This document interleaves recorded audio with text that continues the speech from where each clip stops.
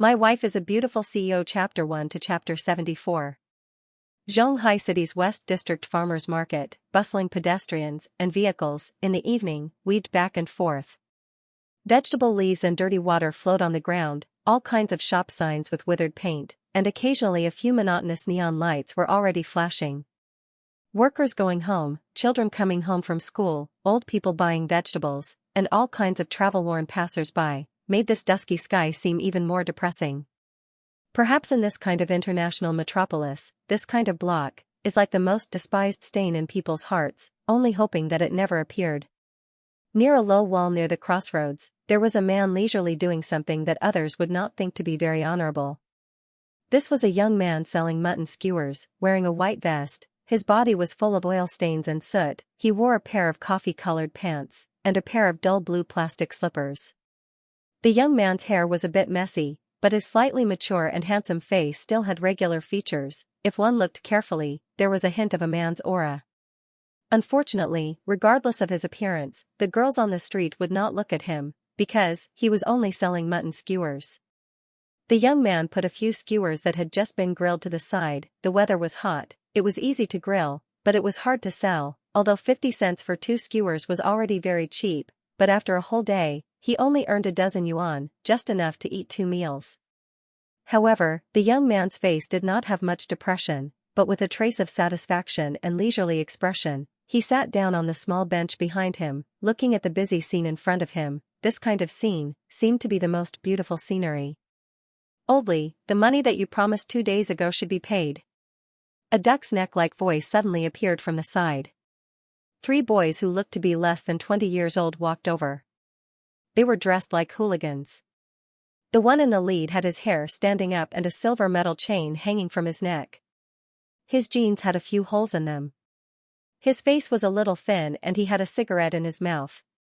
Oldly was a small fry food vendor, next to the young man. Similarly, there was no business in this hot day. He was sitting there worrying. This? Oldly's face was bitter. "My young master, please bear with me. It's such a hot day, how am I supposed to pay if there's no business? I say, Oldly, don't be so shameless. If it weren't for our brother Feng protecting you, your stall would have long since been torn down," one of Li Feng's lackeys threatened and flattered. The hooligan who was called Brother Feng seemed very proud.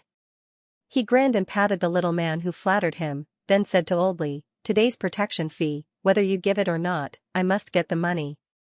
Otherwise, I'll destroy your stall right now."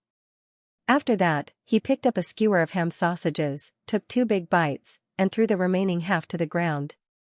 Oldly was at his wits' end. He clenched the small stack of notes in his pocket and decided to spend it like this. That was the money for his wife's medical treatment. How could he have the heart to show filial respect to these ruffians? "I'll help him." The young man who was selling mutton skewers suddenly walked over. He took out a few dry notes from his pants pocket. It added up to no more than 100 yuan. He handed it over and said indifferently, "This is all I have. Oldly is old and in urgent need of money. You guys should also accumulate some good karma." The hooligan squinted his eyes and laughed. He took the few notes and gave them to the lackeys behind him. "Yangqing, you still want to pretend to be a good person. You haven't even paid your own protection fee." Yangqing frowned. He sighed in his heart. These little fellows didn't study properly at such a young age. Why did they become hooligans? But he wasn't their father, so it wasn't good for him to say anything. He also didn't want to cause trouble, so he lightly said, "Tomorrow, I'll pay it tomorrow." "Okay, I'm not an unreasonable person. Let's cooperate well. I'll protect your business, and you pay me the money. It's only right and proper. I'll come back tomorrow to collect the money." After saying that, the hooligan swaggered off with his 2 followers to scourge other small vendors in other places. At this moment, Old Li's eyes were already red, and he looked at Yang Chen with some bitterness. "Little Yang, why do you have to do this? You're always helping me pay those lackeys, how can I ever feel at ease?" "Old Li, don't say that. When I first came here, I was unfamiliar with this place. If it wasn't for you, I wouldn't even have a friend to talk to. You're my benefactor. I'll repay you. You. What can I say about you? Old Li seemed to know that he couldn't change Yang Cheng's mind. He could only silently sigh. Yang Cheng didn't mind and smiled. His smile was very light, but very sincere. He didn't seem to be affected by the extortion just now. Right, how's your wife's illness? Old Li's eyes were full of gratitude. Thanks to you lending me money a while ago for my wife's surgery. Now she just needs to go for a checkup and take some medicine. Oh, that's good. I wish her a speedy recovery. Yang Cheng nodded with satisfaction. Old Li bitterly smiled. Little Yang, the money you lent me, I'll definitely pay you back. If I can't pay you back before I die, I'll let my daughter pay you back. Alas, if it wasn't for me, you could have opened a good store with that 100,000 yuan. You wouldn't need to come here to sell mutton skewers and suffer from those hooligans. Yang Cheng pursed his lips. I quite like this kind of life. Selling mutton skewers is not bad. It's simple and I can get a few meals. I say, you. Old Li said somewhat gloomily. Little Yang, you're only 23 or 24 years old. Other young men at your age are either in college or working hard to climb up the social ladder. You don't even have a girlfriend now. Are you going to keep selling mutton skewers? You're not anxious, but I'm anxious just looking at you. Seeing Old Li's sincere concern for him, Yang Cheng unconsciously revealed a bit of bitterness at the corner of his mouth. It wasn't that he wasn't anxious. It was just that he didn't think about it at all. After nightfall, Yang Cheng packed up his stall and pushed the single-wheeled cart back to his rented small dilapidated apartment. This was a small building that had been around for God knows how many years. The monthly rent was only $100. It was only because no one lived here that it was so cheap. Yang Cheng wasn't like others who were worried about the house collapsing. Seeing that it was very cheap, he moved in. The furnishings in Yang Cheng's apartment were very simple. It was almost all second-hand goods that he picked up from the outside. Bed, cabinet, chair, and a television that only CCTV could watch. After pushing the things from the stall into his small room, Yang Cheng looked at the calendar hanging on the wall. He counted the days. After suddenly remembering something, he immediately ran into the toilet. In less than 5 minutes, after taking a cold shower, Yang Cheng walked out of the bathroom naked. His skin was a healthy wheat color, with well-proportioned lines. Every muscle on his body wasn't very conspicuous, but upon closer inspection, one could feel a hidden sense of masculinity. Walking to the big wooden cabinet beside the bed, Yang Cheng scratched his wet hair in distress. He looked at the messy clothes inside. After choosing a few, he finally put on a beige shirt and a pair of light linen pants. On his feet, he still wore the same plastic slippers. After leaving the door, Yang Cheng went straight to the busiest commercial street in the West End. It was also the only street in the dilapidated West End that was presentable. It was known as Bar Street. The nightlife of debauchery was already pervasive. Colorful skirts and a variety of perfumes. As soon as he entered Bar Street, the atmosphere of the city swept over. Yang Cheng wasn't like the other youngsters, either brazenly or secretly peeping at those shining white women's thighs on the street while drooling. Instead, he walked straight to the entrance of a bar called Rose. The bar's neon sign was not very dazzling. It could only be considered a medium-sized bar that exuded a somewhat ambiguous atmosphere. The colorful rose-shaped lights dotted the billboard. After entering the bar, Yang Cheng walked to the bar counter in a familiar manner, and sat at the corner of the bar. Brother Chen, you're here. The young bartender in a black vest smiled warmly when he saw Yang Cheng. At the same time, he handed him a glass of water. Sister Xianxia has been waiting for you for a long time. Yang Cheng smiled at him. He took the glass and took a sip. Sister Xianxia isn't mad, right? I came home a little late, so I'm late. I'm not mad, I'm not mad.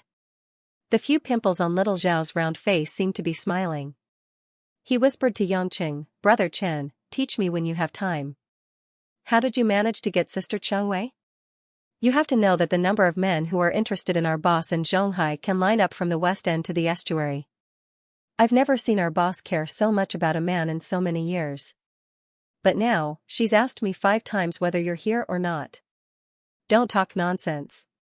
Sister Xianxia and I aren't as complicated as you think. Yangqing replied faintly and helplessly. Little Zhao had an expression that said, I won't believe it even if you beat me to death. He then sighed, sigh. Brother Chen, to be honest, you're really cool.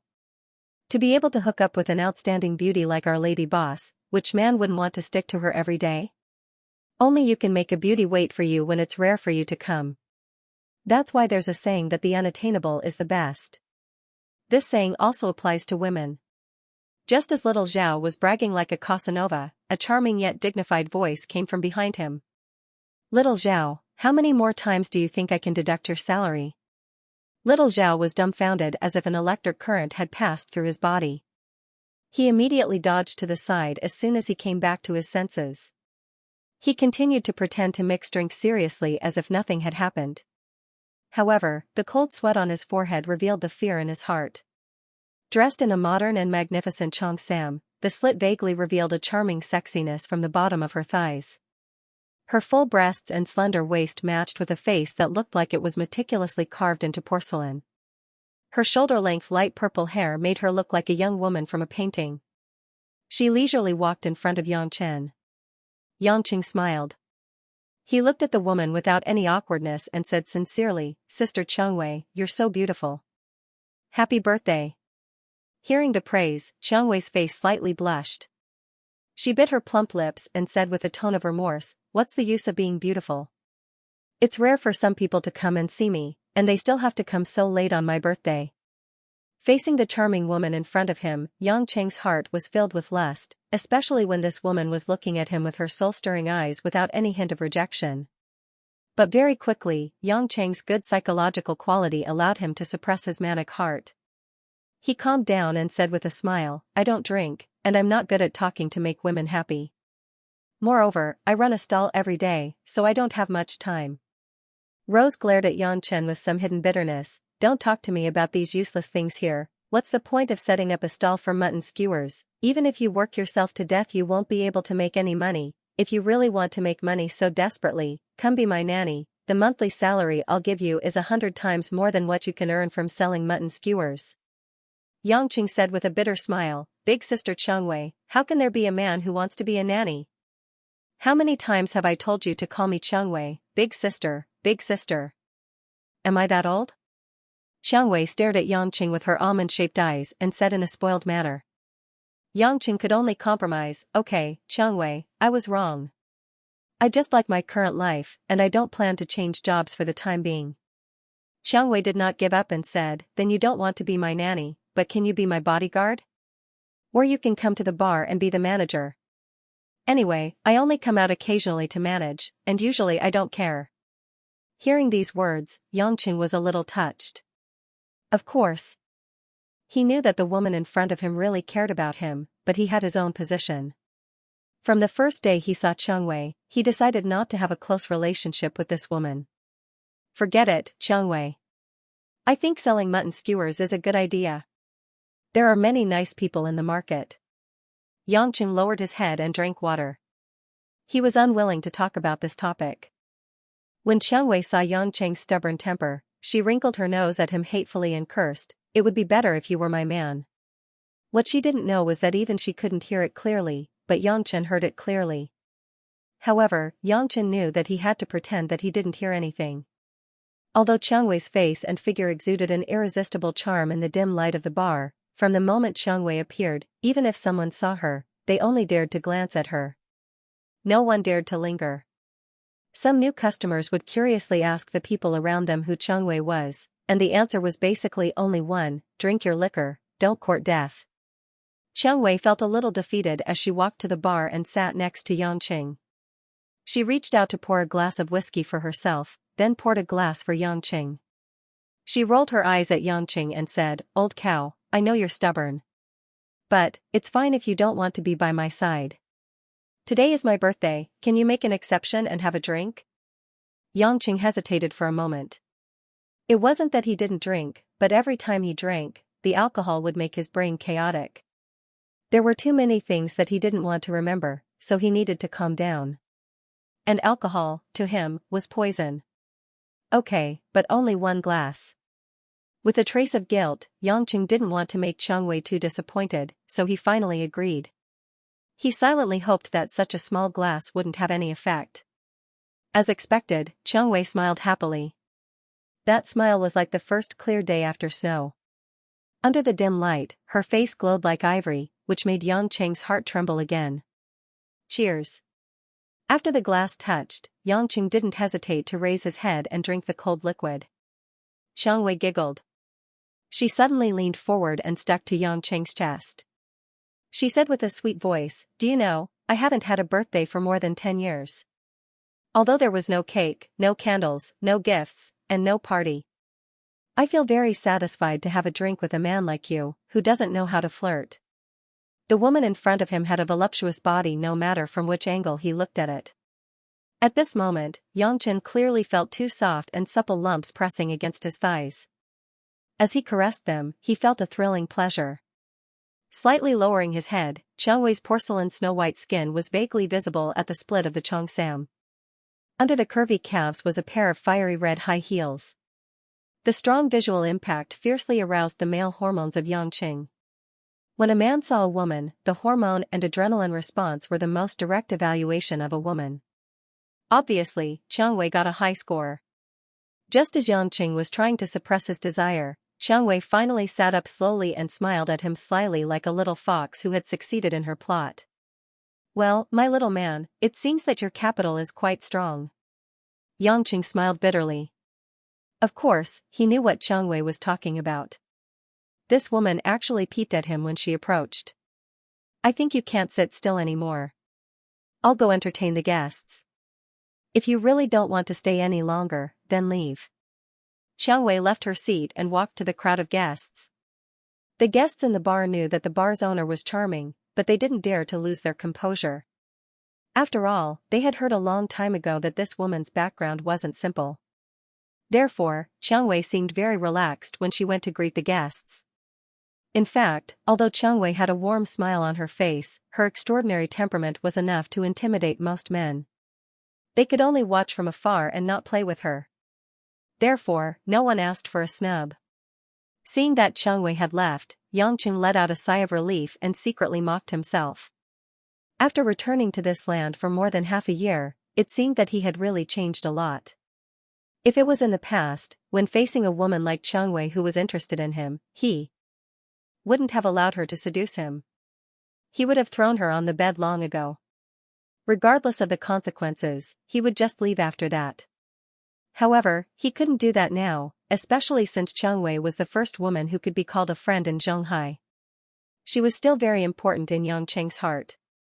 Although he only drank a small cup, the alcohol still began to play tricks in his brain. Yangqing felt that his addiction to alcohol seemed to have been seduced, but he didn't dare to drink too much. Only he knew the pain of letting his imagination run wild after drinking.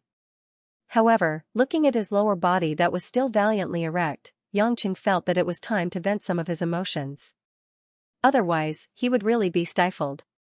Of course, looking for Qiangwei definitely wouldn't work. Once they had a relationship, it would be difficult for him to get away. After drinking a cup of water, Yangqing quietly walked out of the Rose Bar. At the same time he left, Qiangwei, who was silently watching him leave, had a flash of disappointment in her eyes. After walking out of the bar, Yangqing looked around a little. Finally, he walked into a small bar not far away. Although there was a lot of prey in high-end bars, the money in Yangqing's pocket was not enough to pay. Since he wanted to live a normal life, of course he had to pay to find a prostitute. Not long after entering the small bar, Yangqing knew that he had come to the right place. The small bar was filled with ambiguous and dreamy lights. On the bar counter, in the corner, and even in the middle of the hall, there were pairs of young men and women with their arms around each other's shoulders, hugging each other, and unrestrained laughter came one after another. Yangqing had only taken a few steps when a woman with heavy makeup, wearing only a rose-colored bra, and a super short black leather skirt stumbled up to him with a glass of amber liquor in her hand. "Handsome, can you buy me a drink?" The woman's voice was very coquettish, enough to make people feel numb. Because he had not touched alcohol for a long time, Yangqing, who was already a little hot-headed, casually pinched the front bump of the woman's bra. The woman instantly trembled and giggled, "You're so annoying, handsome. Pinching me here as soon as you see me. How are you going to compensate me if you break it?" While complaining, she got closer to Yangqing, and a pair of white arms had already hooked around Yangqing's neck. Yangqing's mouth curved into an evil smile. He did not have much interest in such a woman. It seemed to be light. Yangqing pushed the woman away from him. "I'm not interested in a sow who only wants to mate when she's drunk and in heat." It seemed that her mind was still somewhat sober. When the woman heard being called so, her blood suddenly rose, and she fiercely threw the glass on the ground. "Brat, you're tired of living. Just you wait." After that, she angrily walked toward a group of people in the corner of the bar.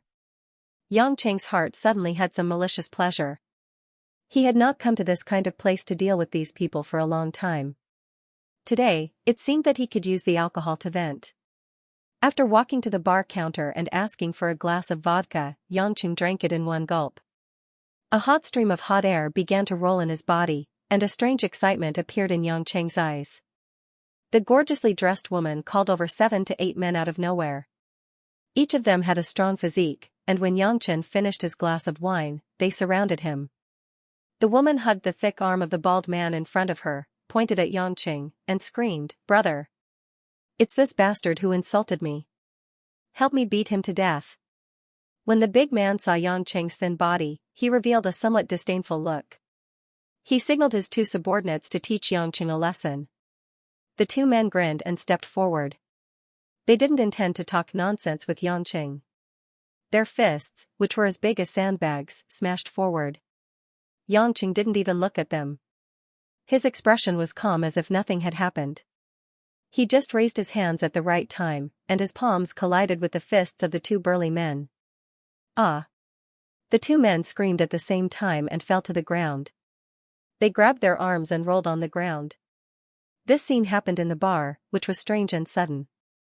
Although fights often happened in this small bar, they had never seen Baldy's group suffer a loss. Many people couldn't help but look curiously at Yangqing. Baldy saw that things were unexpected and couldn't help but frown. He looked suspiciously at Yangqing, who had a calm expression. He squatted down and lifted the arm of one of his men to examine it. It was fine if he didn't look, but after looking, Baldy's forehead immediately dripped with cold sweat. The few subordinates behind him saw that their own people were beaten and began to curse. But before they could step forward, they were blocked by Baldy's outstretched arm. Not allowing for any explanation, Baldy stood up and bowed to Yangqing. "Big brother is magnanimous. This time, we brothers have offended you. If Big Brother needs anything in the future, don't hesitate to call us. We'll meet again." After saying that, Baldy let a few of his baffled brothers carry the 2 men who were screaming in pain on the ground and walked out of the bar. The woman felt that it was inconceivable.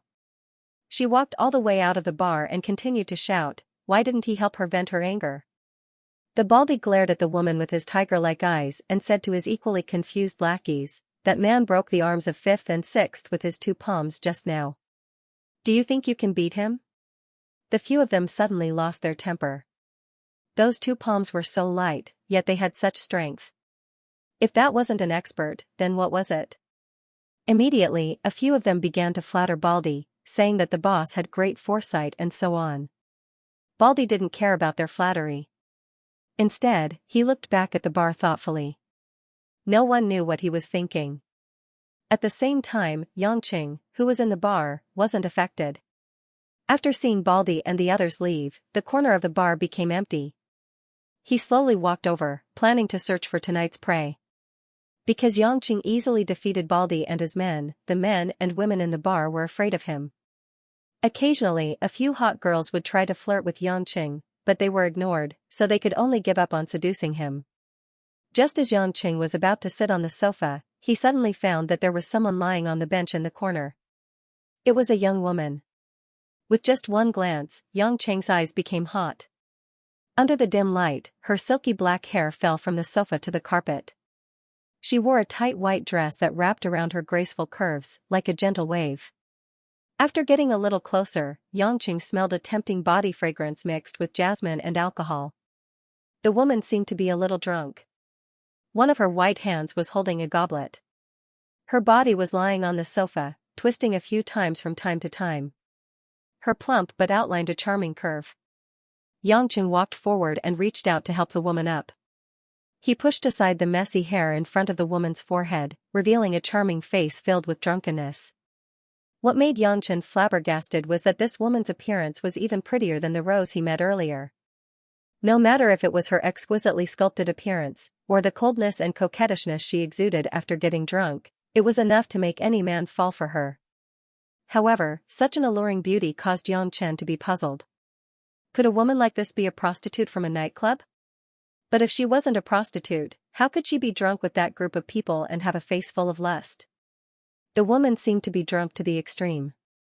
Without waiting for Xianxia to think, she grabbed Xianxia's shirt collar and two thin and delicate red lips that were like flowers kissed him. But because she couldn't find the right direction, the woman only kissed Xianxia's cheek before sliding down again. Xianxia was stimulated by the ice-cold yet soft touch on his face, causing his blood to boil. Looking at the beautiful lady in front of him with a watery expression, with an alluring look that seemed like he was waiting to be plucked, he originally planned to let her have her way for one night. Why would he care so much? He hugged the soft and delicate body in his arms and kissed the woman's fragrant lips fiercely. The woman let out a low moan. It seemed that she was resentful for Xianxia's barbarism, but it also seemed that she was excited for the lingering between their tongues. When the morning sun shone through the mottled glass window into Xianxia's room, Xianxia shook his head in a daze. Just as he was about to get up, he suddenly felt something soft wrapped around his body. Xianxia, who was instantly sober, looked down. It was indeed the woman he brought home last night after getting drunk. At this moment, the woman's white lotus-like arms were wrapped around his waist. Under the towel, a pair of plump breasts were pressed against his thighs. The delicate touch was as smooth as velvet. A pair of white and tender thighs were unscrupulously wrapped around his lower body. The seductive cleavage that was faintly exposed still had traces of last night's indulgence. Paired with the innocent and pure face of the woman who was sleeping soundly, Xianxia couldn't help but sigh. Among all the women he had seen in his life, this woman definitely had the ability to enter the top 3. Just as Xianxia was sighing over this heaven-bestowed artwork of a woman, the corner of his eyes suddenly swept over. There was a pool of dried red blood on the sheets at the end of the bed. The strings in his heart were stirred. Xianxia frowned as he looked at the still indifferent woman. He was a bit surprised. Of course, this blood wasn't from him. He just didn't expect that the beauty who was so crazy last night was actually a virgin. A lot of things could be understood at a glance after thinking about it. Xianxia quickly figured out that the woman's initiative and indulgence last night was most likely because she was drugged by the baldy and the others. If it wasn't for a freak combination of factors, this black-haired beauty would have become the prey of the baldy and the others. It was also because he drank too much last night and didn't notice anything strange when he got home and went to bed. Just as Xianxia was sitting on the bed thinking about how to deal with it, the woman lying on top of him finally woke up. The woman opened her eyes in a daze. She raised her head and saw Xianxia looking at her with an indifferent expression. The man in front of her was very strange, but also very familiar. Her mouth and nose were full of a strong male body odor and some kind of lascivious aura. She tried her best to figure out what was going on, and the scene from last night appeared in her mind intermittently. The woman quickly understood what was going on. After knowing that she was not a prostitute, Xianxia was very curious about what this woman would do. Would she scream? Beat and scold? Call the police? Or was it extortion? If that was the case, Xianxia wouldn't feel any guilt at all. She could do whatever she wanted. If it wasn't for him, she would have suffered the baptism of a group of men. She could only blame herself for being careless and entering the wolf area by mistake. However, the woman's reaction was surprisingly calm. She slowly sat up. Under the faint sunlight, he took off the blanket and revealed a sexy body that looked like it was carved out of white jade. The visual impact made Xianxia breathe deeply. There were also red marks of being bitten and slapped on her body. There were even some sticky marks left by some men that would make one's imagination run wild. The woman got off the bed without any awkwardness. She was completely naked, and even the grass between her legs could be easily seen. But it was this kind of indifference and calmness that made Xianxia suddenly feel a little depressed. After taking a deep breath, he said, "I'm sorry." The woman was turning around to put on her clothes. When she heard these 3 words, she couldn't help but pause, but she didn't reply or turn around. She continued to put on her clothes. Xianxia didn't say anything more, but his heart felt like it was pressed by a stone, and he couldn't breathe. It had been many years since he felt this kind of guilt just because he slept with a woman. In those years in the past, most of the time, women were just medicine for healing. They couldn't be considered as the same kind with thoughts at all. Suddenly being disturbed by a woman who had spent a night with him filled his heart with complicated feelings of guilt. Xianxia wondered if he had relaxed for too long and his brain had short-circuited. In less than 5 minutes, the woman had already put on her clothes and slightly tidied up her appearance so that no one could see anything strange. Then, without a word, he walked towards the door. Seeing that she left without saying a word, Xianxia couldn't help but say, "Do you know the way? Do you need me to send you off?" The woman didn't even pause this time. She walked out the door on her own and closed the door behind her. Xianxia stared blankly at the closed door and couldn't help but smile bitterly. This woman was the best he had ever seen in his life. But just as he was about to get up, Xianxia, whose hearing was extraordinary, still heard a sob coming from the corridor. It seemed that she was still crying, but she didn't want him to see or hear it. Unfortunately, she didn't know that his hearing was far better than ordinary people, so she still couldn't avoid him.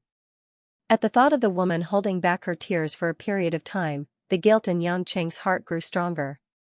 After tidying up a little, Xianxia remembered that he still had to open a lamb stall.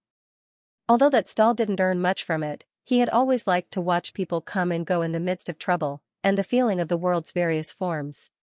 Money didn't matter to him. After pushing the wheelbarrow to his stall, Old Li, who was selling fried ham, smiled at Xianxia. "Little Yang, you're late today. You didn't go on a date yesterday, did you?" Xianxia said in his heart that he didn't go on a date, but he did go to bed. He lightly replied, "How could that be? Don't think too much. I slept with her." Old Li smiled and said with some satisfaction, "My family's Jingjing finished her internship and went home. Yesterday, she told me that she will remember little Yang's kindness. If it weren't for you, my family would have to pay for my wife's treatment and give Jingjing money to go to a faraway place for her internship." Old Li's daughter, Li Jingjing, was the daughter of the old couple when they were old. They treasured her very much. After graduating from college, she went to a company in another city for 2 months before returning home. Xianxia had seen the girl twice. She was a typical pretty girl from a small family in Jiangnan. But she was his friend's daughter, so he wouldn't have any ideas about her. "Oh, what kindness. When I don't have money to eat in the future, just let me eat." Xianxia joked. "Okay." Old Li suddenly nodded, "I would have forgotten if you didn't mention it. My wife and Jingjing both said that they would invite you to our house for dinner to thank you. Tonight it is." There's no need. Your family is also struggling. Why would you invite me to dinner?" Old Li pretended to be angry and said, "How expensive can a meal be? It's just a simple meal. Little Yang, if you don't go, you'll look down on our family." Xianxia was helpless. He couldn't change the stubborn old man's mind. He could only nod and agree. Old Li beamed with joy. But right at this moment, a few hoodlum silhouettes once again appeared in the midst of the disturbance. Seeing Xianxia and Old Li, the leading hoodlum evilly laughed. "Xianxia, did you prepare the money I asked you to prepare yesterday? My brothers are waiting to get the money to eat and drink." Chen Feng said with a strange smile as he twirled the silver chain in his hand. Old Li panicked and stood in front of Xianxia and shouted, "Chen Feng, don't go too far. Even if your father is the boss of this area, what right do you have to collect protection fees? Boss Chen said that those who don't open a shop don't have to pay protection fees. Do you think we don't know that?" Chen Feng's father, Chen Dihai, was one of the leaders of the underworld in the Western District, otherwise Chen Feng would not collect protection fees so unscrupulously. Hearing Old Li use his father to pressure him, Chen Feng's eyes flashed coldly. "Old thing, who do you think you are? Do you think I'm afraid of you just because you mention my father? That's my father, not your grandson. I collect protection fees because I think highly of you. Don't refuse a toast only to drink a forfeit. You. Oldly realized that he almost offended Boss Chin. After all, they were father and son, what did he count as? But he just couldn't swallow this anger. Just as he wanted to say a few words for Yangqing, he was pulled by Yangqing from behind. Yangqing frowned, and rubbed his forehead as if he had a headache. After pulling Oldly back, he indifferently said to Chen Feng, "You're called Chen Feng, right? I'll call you Brother Feng. Don't look for trouble, I'm someone who hates trouble. But I don't have money today, I'll give it to you in a few days. You can go back first." "Hey!" One of the lackeys laughed, "Brother Feng, this kid thinks he's the boss. We'll go back just because he tells us to?" The other hooligans also laughed wildly, and even shouted, "Teach this kid a lesson." Chen Feng also seemed to have heard the funniest joke in the world, but in his heart, he was really angry at Yangqing's words. He laughed evilly and said, "Yangqing, if you have the guts to say it again, believe it or not, I'll cut off your tongue." At the end of the sentence, there was a hint of ruthlessness. Yangqing's impatient expression suddenly became a little cold. He looked at Chen Feng with a complicated gaze and said, "Do you know what I hate the most?" "What?" Without waiting for Chen Feng to finish his question, Chen Feng suddenly felt his body flying through the air. Then, at the same time that he felt a twisting pain in his abdomen, his body slammed into a pile of garbage by the roadside with a bang. Vegetable leaves and fish scraps had corroded his body, and his clothes were soaked in the rancid water. "I hate being threatened the most." With a casual push, Yangqing stood at Chen Feng's original position and retracted his outstretched palm. Chen Feng was knocked senseless by the push and the impact. His mouth and nose were filled with the smell of fresh blood. At the same time, the rotting smell of the garbage entered his nostrils, causing him to retch instantly. "Stinking brat, you dare hit our brother Feng? Are you tired of living? Beat him to death." Before the hoodlums could understand the situation, they saw their boss being beaten up. Relying on their numbers, they didn't think too much about how Yangqing did it. They swarmed over like a swarm of bees. Yangqing was also too lazy to look. No matter how they punched and kicked, he just caught them with his palm and dragged them to the roadside. The hoodlums only felt that their hands or feet were clamped by a huge force. Their bodies were thrown into the air uncontrollably. Immediately after, they slammed into the hard concrete floor, crying out in pain. Everyone saw that not even half of Yangqing's hair was hurt. They finally knew that they couldn't beat him. Even Chen Feng, who had just climbed out of the garbage, was sweating profusely. He had seen the methods of some retired Special Forces soldiers in his father's hands. Those people were all his father's trump cards. When they fought, they could easily fight against 10 people. But even those few people didn't have such great strength and speed. In an instant, 5 or 6 people were thrown into the air as easily as throwing cats and dogs. Although these hoodlums didn't practice martial arts, they grew up fighting all day long. How could an average person beat them? "Let's go." Although Chen Feng was so angry that his teeth itched, he couldn't care less about his face. At this moment, when he saw Yangqing's calm face, it was as if he had seen a ghost.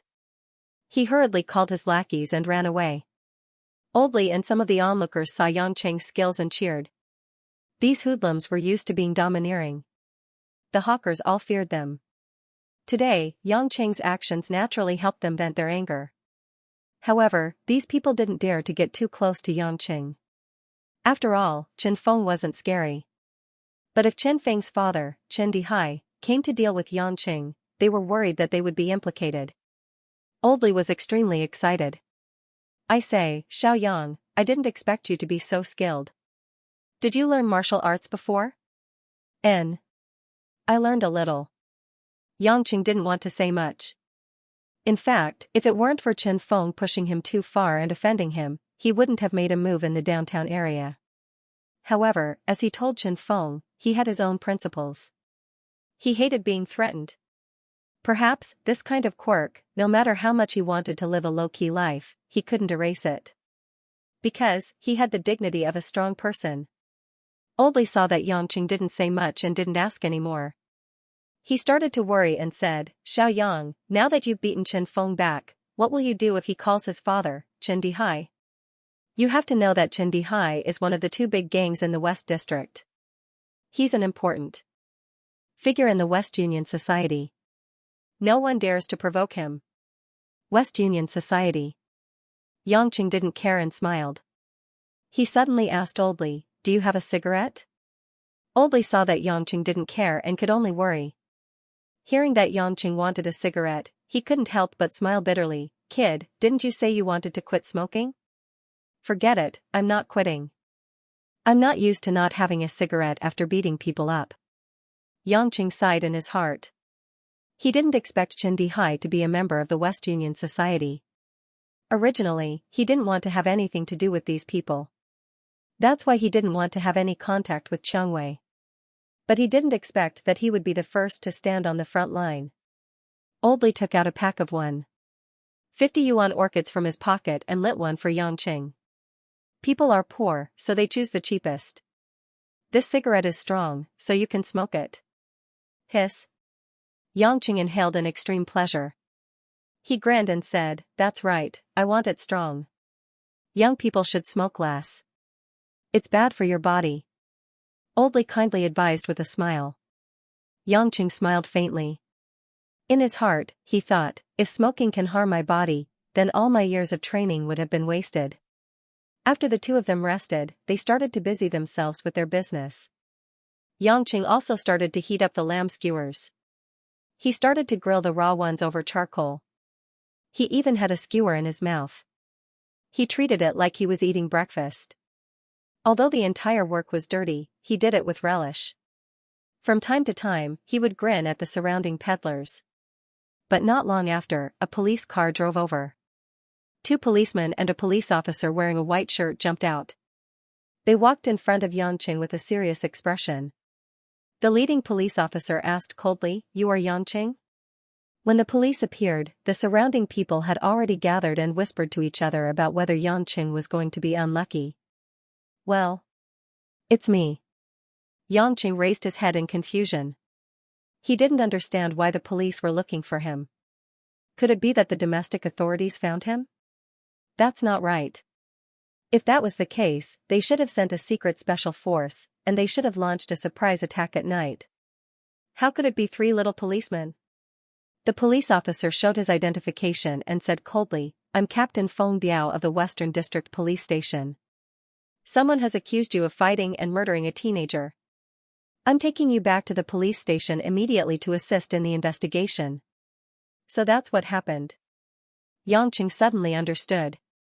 It seemed that Chen Feng, who was beaten away, had a crooked brain. The underworld actually asked the police to do something. Oldly, who was at the side, was anxious. He quickly came forward to explain, Police comrade, you arrested the wrong person. That was Chen Feng and a few punks who came to collect protection fees. Yangqing was protecting himself just now. We will naturally investigate clearly whether we arrested the wrong person or not. I only saw Boss Chen's son being beaten until he vomited blood. I didn't see this guy getting hurt. After Feng Biao finished, he ignored Oldly and waved his hand for two policemen to come forward and detain Yangqing. Yangqing didn't resist. After being handcuffed, he just sighed slightly and said to Oldly, don't worry. I didn't do anything wrong. It's not a big deal. Help me look after my lamb stall. If I don't come back when it's late, help me push it back home. Don't talk nonsense. Go. Feng Biao said sternly. Oldly still wanted to say something, but he knew that he couldn't help much. He could only sigh bitterly as he watched Yangqing being arrested by the police and put into the car. After Feng Biao and others left with Yangqing, the surrounding peddlers began to curse. It was nothing more than the police and the underworld leader colluding, and the government and the bandits are one family. However, they didn't dare to say these words in front of the police. After being taken to the police station, Yangqing was immediately pulled into the interrogation room. In this extremely solemn room, Yangqing looked around curiously. To be honest, he had entered the police station many times before, but this was the first time. He entered as a criminal. Feng Biao called two strong police officers into the room and sneered, look at your relaxed look, you still have time to look around this room. I'll come back to see you later and see if you're still in the mood. After that, he closed the iron door and walked out. Yangqing didn't mind and sat down. He calmly looked at the two policemen who were also sitting in front of him. They were looking at him like he was their prey. A bearded policeman began to interrogate him. Name? Yangqing. Gender? Male. Yangchen answered with a smile on his face. Age? 24. Birthplace? Zhonghai.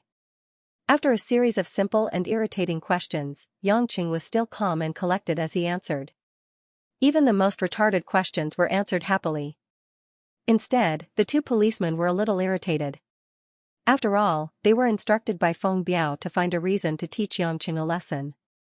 Now that Yangqing was so cooperative, he was worthy of being a model suspect. How could they find a reason to make him suffer? Finally, another dark-skinned policeman came up with an idea and asked, "Today, you beat up 6 teenagers in the market. Is this true?" "I didn't beat them up. They wanted to ask me for protection fees. They extorted me first. I have the right to protect myself." Yangqing replied. "I don't know if they charged you for protection fees, but you made the first move, didn't you?" The bearded policeman asked with a grin. "Yes." Yangqing nodded honestly. "But I don't think it's my fault. At most, I can go to court with them." Court. A mutton skewer seller. The dark-skinned policeman muttered in disdain. He took out a document and pointed at the signature column. "Write your name here to show that you admit your guilt and compensate the victims." Yangqing glanced at it. It was a prepared confession. All the charges added together were enough to put him in jail for half his life. Yangchen's expression became playful. He sneered and said, "Officer, I don't think this thing is legal. I haven't even said anything yet. Why are there so many crimes suddenly added to it?" The dark-skinned policeman slammed the table. "You're questioning us now?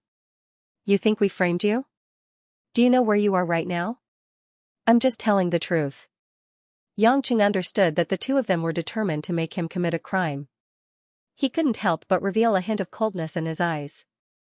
The two policemen naturally knew that Yangqing wouldn't sign this document. As long as a normal person could read, he wouldn't put himself in jail for half his life for no reason. There was only one reason to use this document. It was to provoke Yangqing.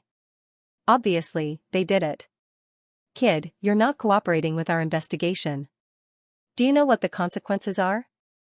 The bearded man stood up and slowly walked behind Yangqing. He clenched his fists so hard that his bones were cracking. Yangqing glanced at the monitor in the room.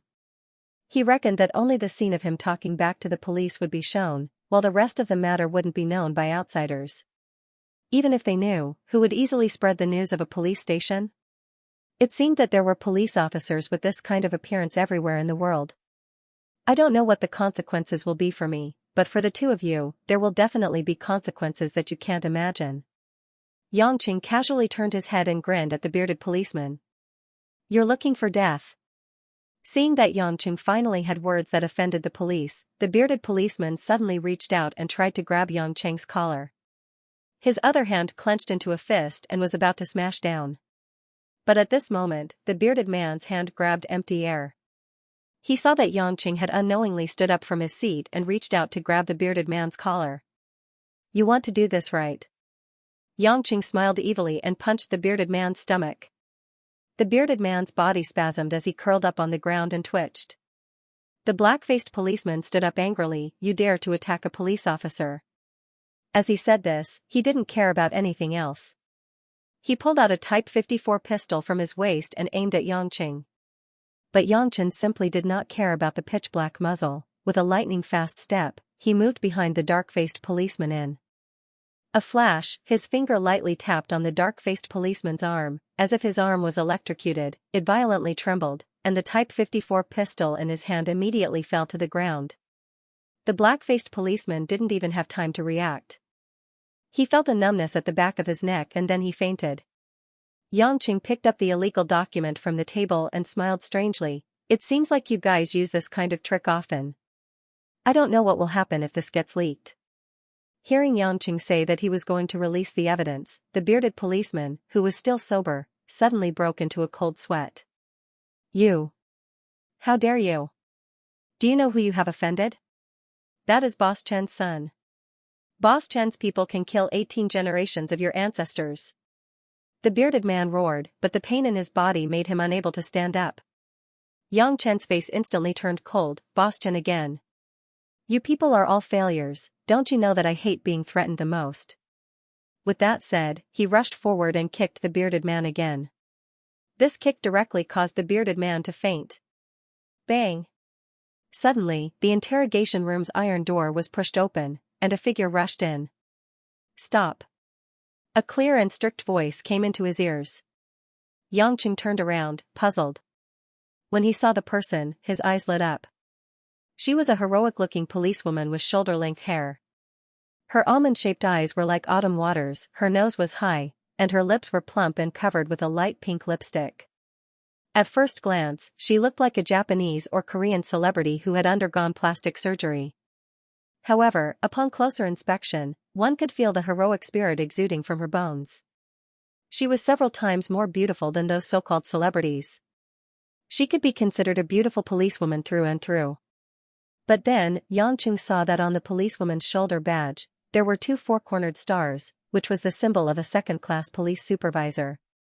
In a flash, Yang Qing understood that this young and beautiful policewoman, who looked like a movie star, was actually the bureau chief of the Western District Police Station, a real cadre of Xianxia country. At that moment, Choi Yun was in a bad mood. She had just finished a meeting and was having a headache about the recent bank robbery case in the Western District. Then, she heard someone report that in her own police station's interrogation room, there was a suspect beating up a police officer. This was definitely a contempt for her authority. You. Put your hands behind your head and lean against the wall. Choi Yun pointed at Yang Qing and shouted. Yang Chen looked up and down for a while, sighing in his heart that uniforms were indeed good stuff. No wonder so many of the people around him in the past would let their female companions wear all kinds of uniforms before doing work. At this moment when he heard the female bureau chief's order, he couldn't help but smile. Beautiful bureau chief, I think it's better for you to first take a look at this. Saying that, he threw the document in his hand to the policewoman. Choi Yun wasn't a reckless person. Otherwise, she wouldn't have become the chief of the West Side Police Department at such a young age, no matter how strong her background was. Therefore, when she saw Yang Cheng's calm expression, she felt that something was different. Puzzled, she picked up the document and glanced at it a few times. Gradually, a layer of frost covered Choi Yun's handsome and beautiful face. After she glanced at the bearded man and the dark-faced police officer lying on the ground, she said to Yang Qing coldly, Sir, what's your name? My surname is Yang, and my name is Chen. I'm Choi Yun, the bureau chief of the West Side Police Department. I apologize to you for my subordinate's mistake. However, you've beaten up a law enforcement officer, so you have to be detained first. You have the right to remain silent, and you also have the right to ask a lawyer to defend you. If no one is willing to bail you out, you'll need at least 48 hours before you can be released. After Choi Yun finished speaking, she didn't wait for Yang Qing to say anything. She immediately ordered a few police officers to carry the 2 unconscious people out of the room. Then, she looked at Yang Qing with a complicated expression and slammed the metal door shut. Yang Qing blankly watched a group of people come and go, but he was still locked inside. He couldn't help but smile bitterly. Asking for a lawyer, asking for someone to bail me out, I don't even have a phone number. Who can I ask? It seems that I'll have to stay in the small room for 48 hours. Outside the room, Choi Yun looked at Feng Biao, who was drenched in cold sweat. She frowned and said, Captain Feng, I will truthfully report your matter at the end of the month evaluation. Good luck to you. After she finished speaking, she left Feng Biao, whose legs were weak, and walked back to the office. After returning to the office, Choi Yun didn't stop to rest. Although she hadn't been a police officer for many years, her keen sense of smell had always allowed her to solve many big cases. This time, she also smelled something different. From this young man named Yang Qing, she actually felt an inexplicable sense of oppression. But that guy was clearly smiling so harmlessly. What was she afraid of? Choi Yun was arrogant. She liked the feeling of having everything under control, so she immediately began to mobilize the resources in her hands to search for files about Xianxia. Soon, Xianxia's resume was pulled up by Cui Yan. There was unexpectedly little information about Xianxia. Cui Yan only took a few glances and realized that there were too many strange things in this resume. At the age of 5, separated from parents, was taken abroad by human traffickers. Was adopted by a kind couple. At the age of 23, graduated with a master's degree in marketing management from Harvard University in the United States, returned to China in the same year. At the end of this simple and crude resume, there was actually a photo of Xianxia and Drew Foster, the female president of Harvard University, in the school. Harvard's iconic red building complex, eye-catching school emblem, Xianxia's face was scholarly, and he was smiling brightly with Foster. Of course, the photo in the police's database would not be photoshopped, but Cui Yan still felt that she had been fooled. To hell with a master's degree from Harvard. If he really graduated from Harvard, would he be selling mutton skewers in the market? Also, if he was adopted by a kind couple, what happened after that? There were still more than 10 years in between. How did he jump straight to graduating from university? But very quickly, Cui Yan calmed down. Of course, no one would arbitrarily change the police's database. Every person's information was put in by the authorities themselves. Since Xianxia's information, which was obviously full of loopholes and extremely ridiculous, still existed, then there must be a reason for it. But why would the higher-ups of the police station put such a resume in? Cui Yan quickly thought of two possibilities. First, Xianxia's identity was very special, belonging to the state's secret personnel, such as a security bureau agent. Second, Xianxia's identity was also very special, but he was a special person that the state did not want people to know. Cui Yan quickly ruled out the first possibility. If he was a security bureau agent, then the information should be detailed and impeccable, so that it would not be easy to arouse suspicion. Therefore, Xianxia could only be a very special person, so that the higher-ups were not willing to say it, nor would they deliberately cover for him. They only treated it as an empty shell. It was undeniable that Cui Yan was not only a police officer, but also a beauty. More importantly, she was a woman full of curiosity. For a person with such an identity, Cui Yan was naturally interested.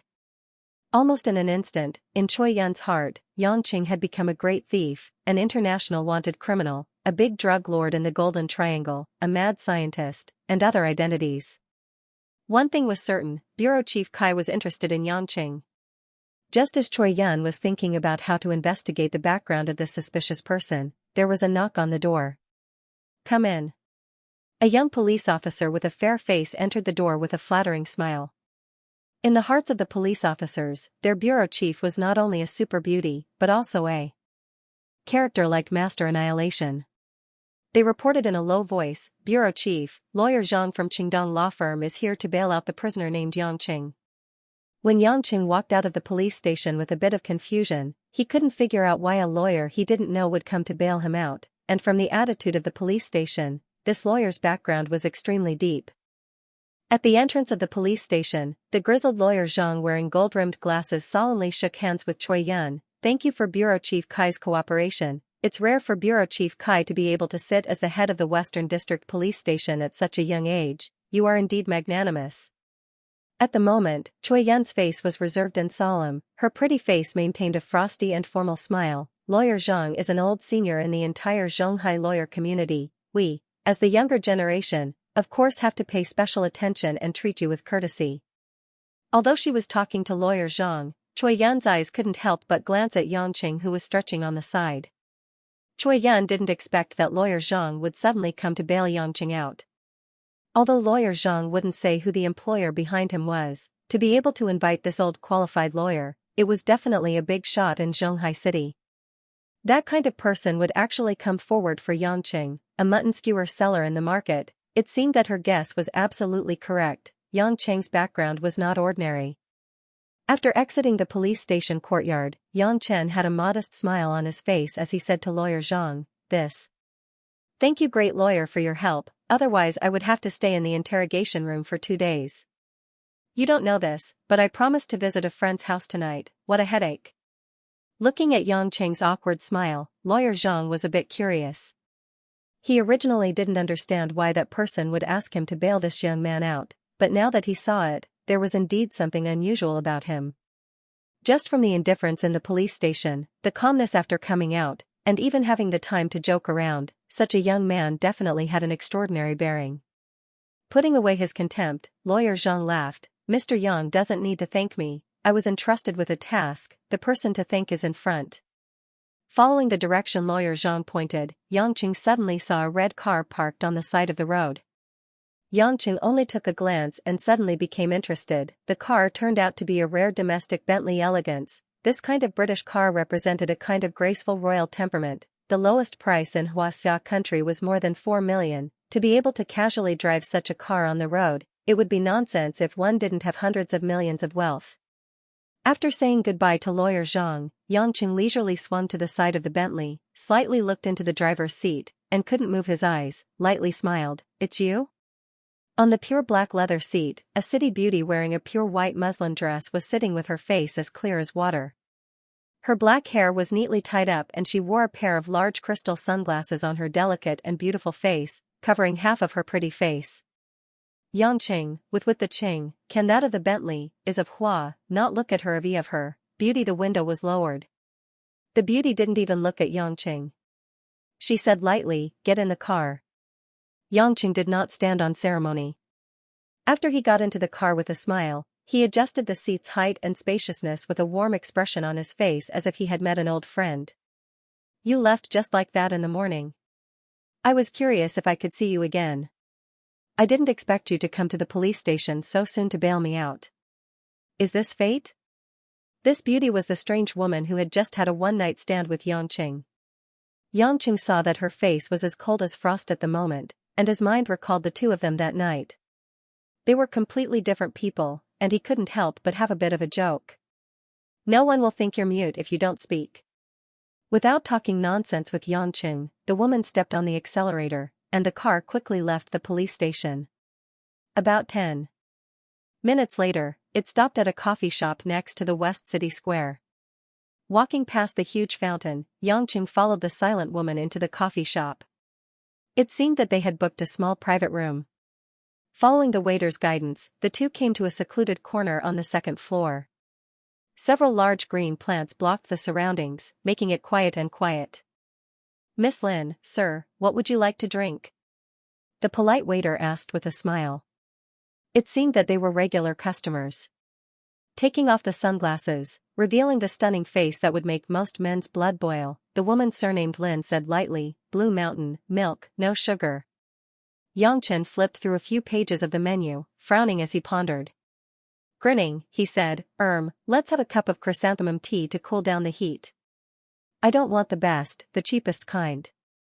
The smile on the waiter's face froze, and he replied awkwardly, Sir, we are a coffee shop, we don't have tea, and we don't have chrysanthemum tea.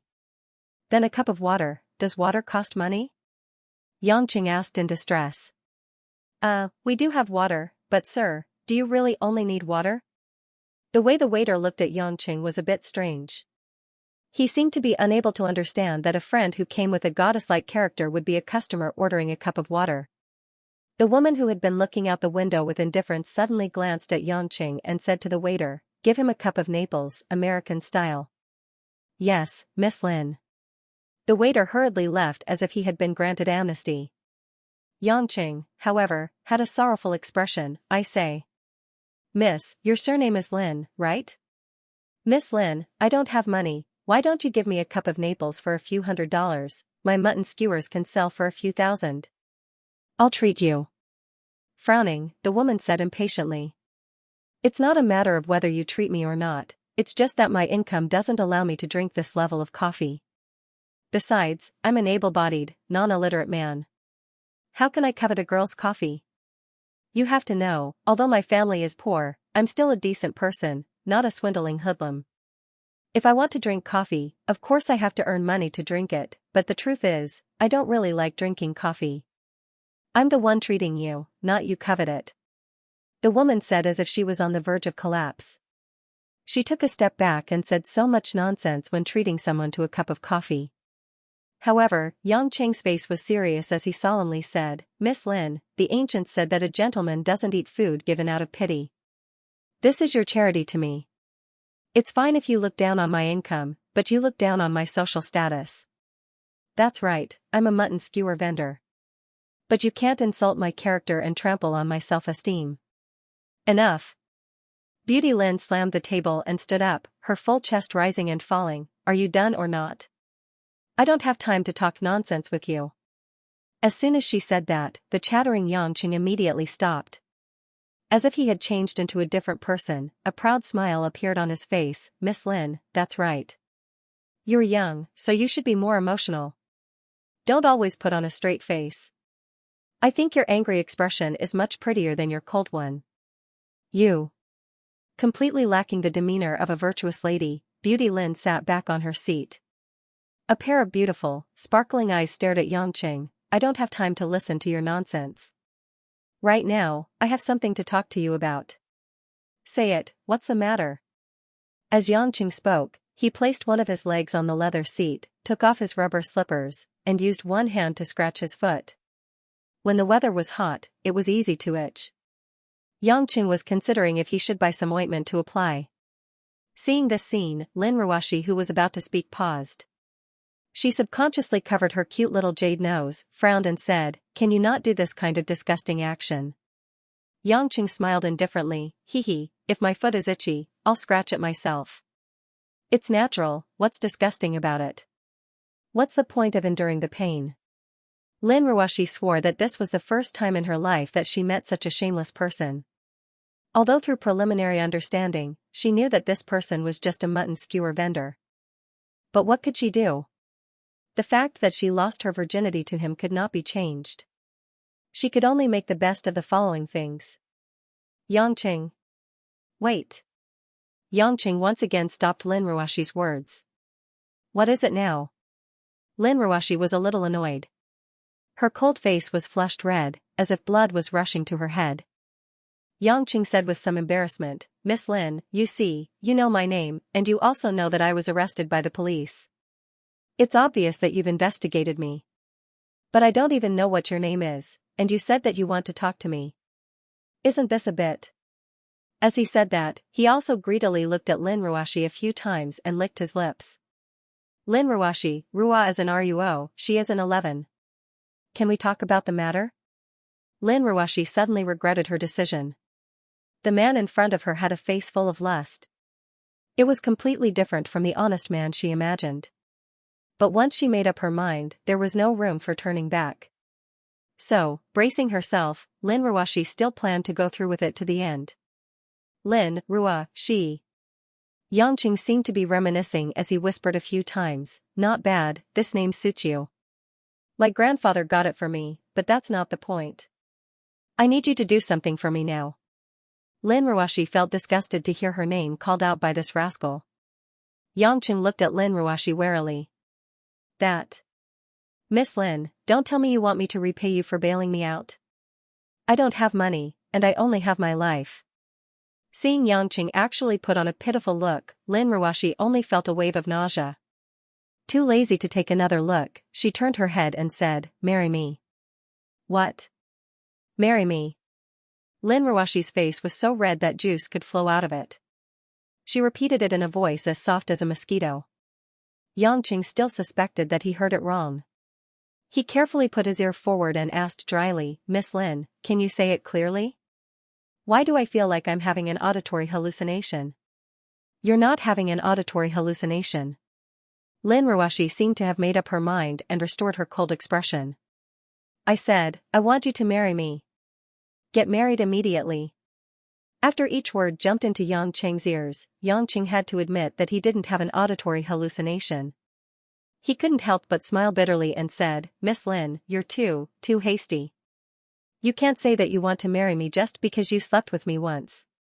Marriage is a big thing that concerns a person's whole life. I think you need to consider it carefully and not be impulsive. This time, Yangqing didn't joke with her. Instead, he looked at Lin Ruoshi earnestly, hoping that she could understand. Lin Ruoshi shook her head directly. I'm not a child. I know what I'm doing. I'm not young anymore. It's time for me to get married. It's just that I haven't found a suitable candidate. Of course, don't think that you're the right candidate. Because of some reason, last night's incident happened. Speaking up to here, Lin Ruashi's pretty face couldn't help but blush. However, she immediately continued, I can tell you very clearly that I'm a very conservative woman. Rather than being forced to marry another unfamiliar and annoying man, I'd rather choose you. At least I gave my first time to you.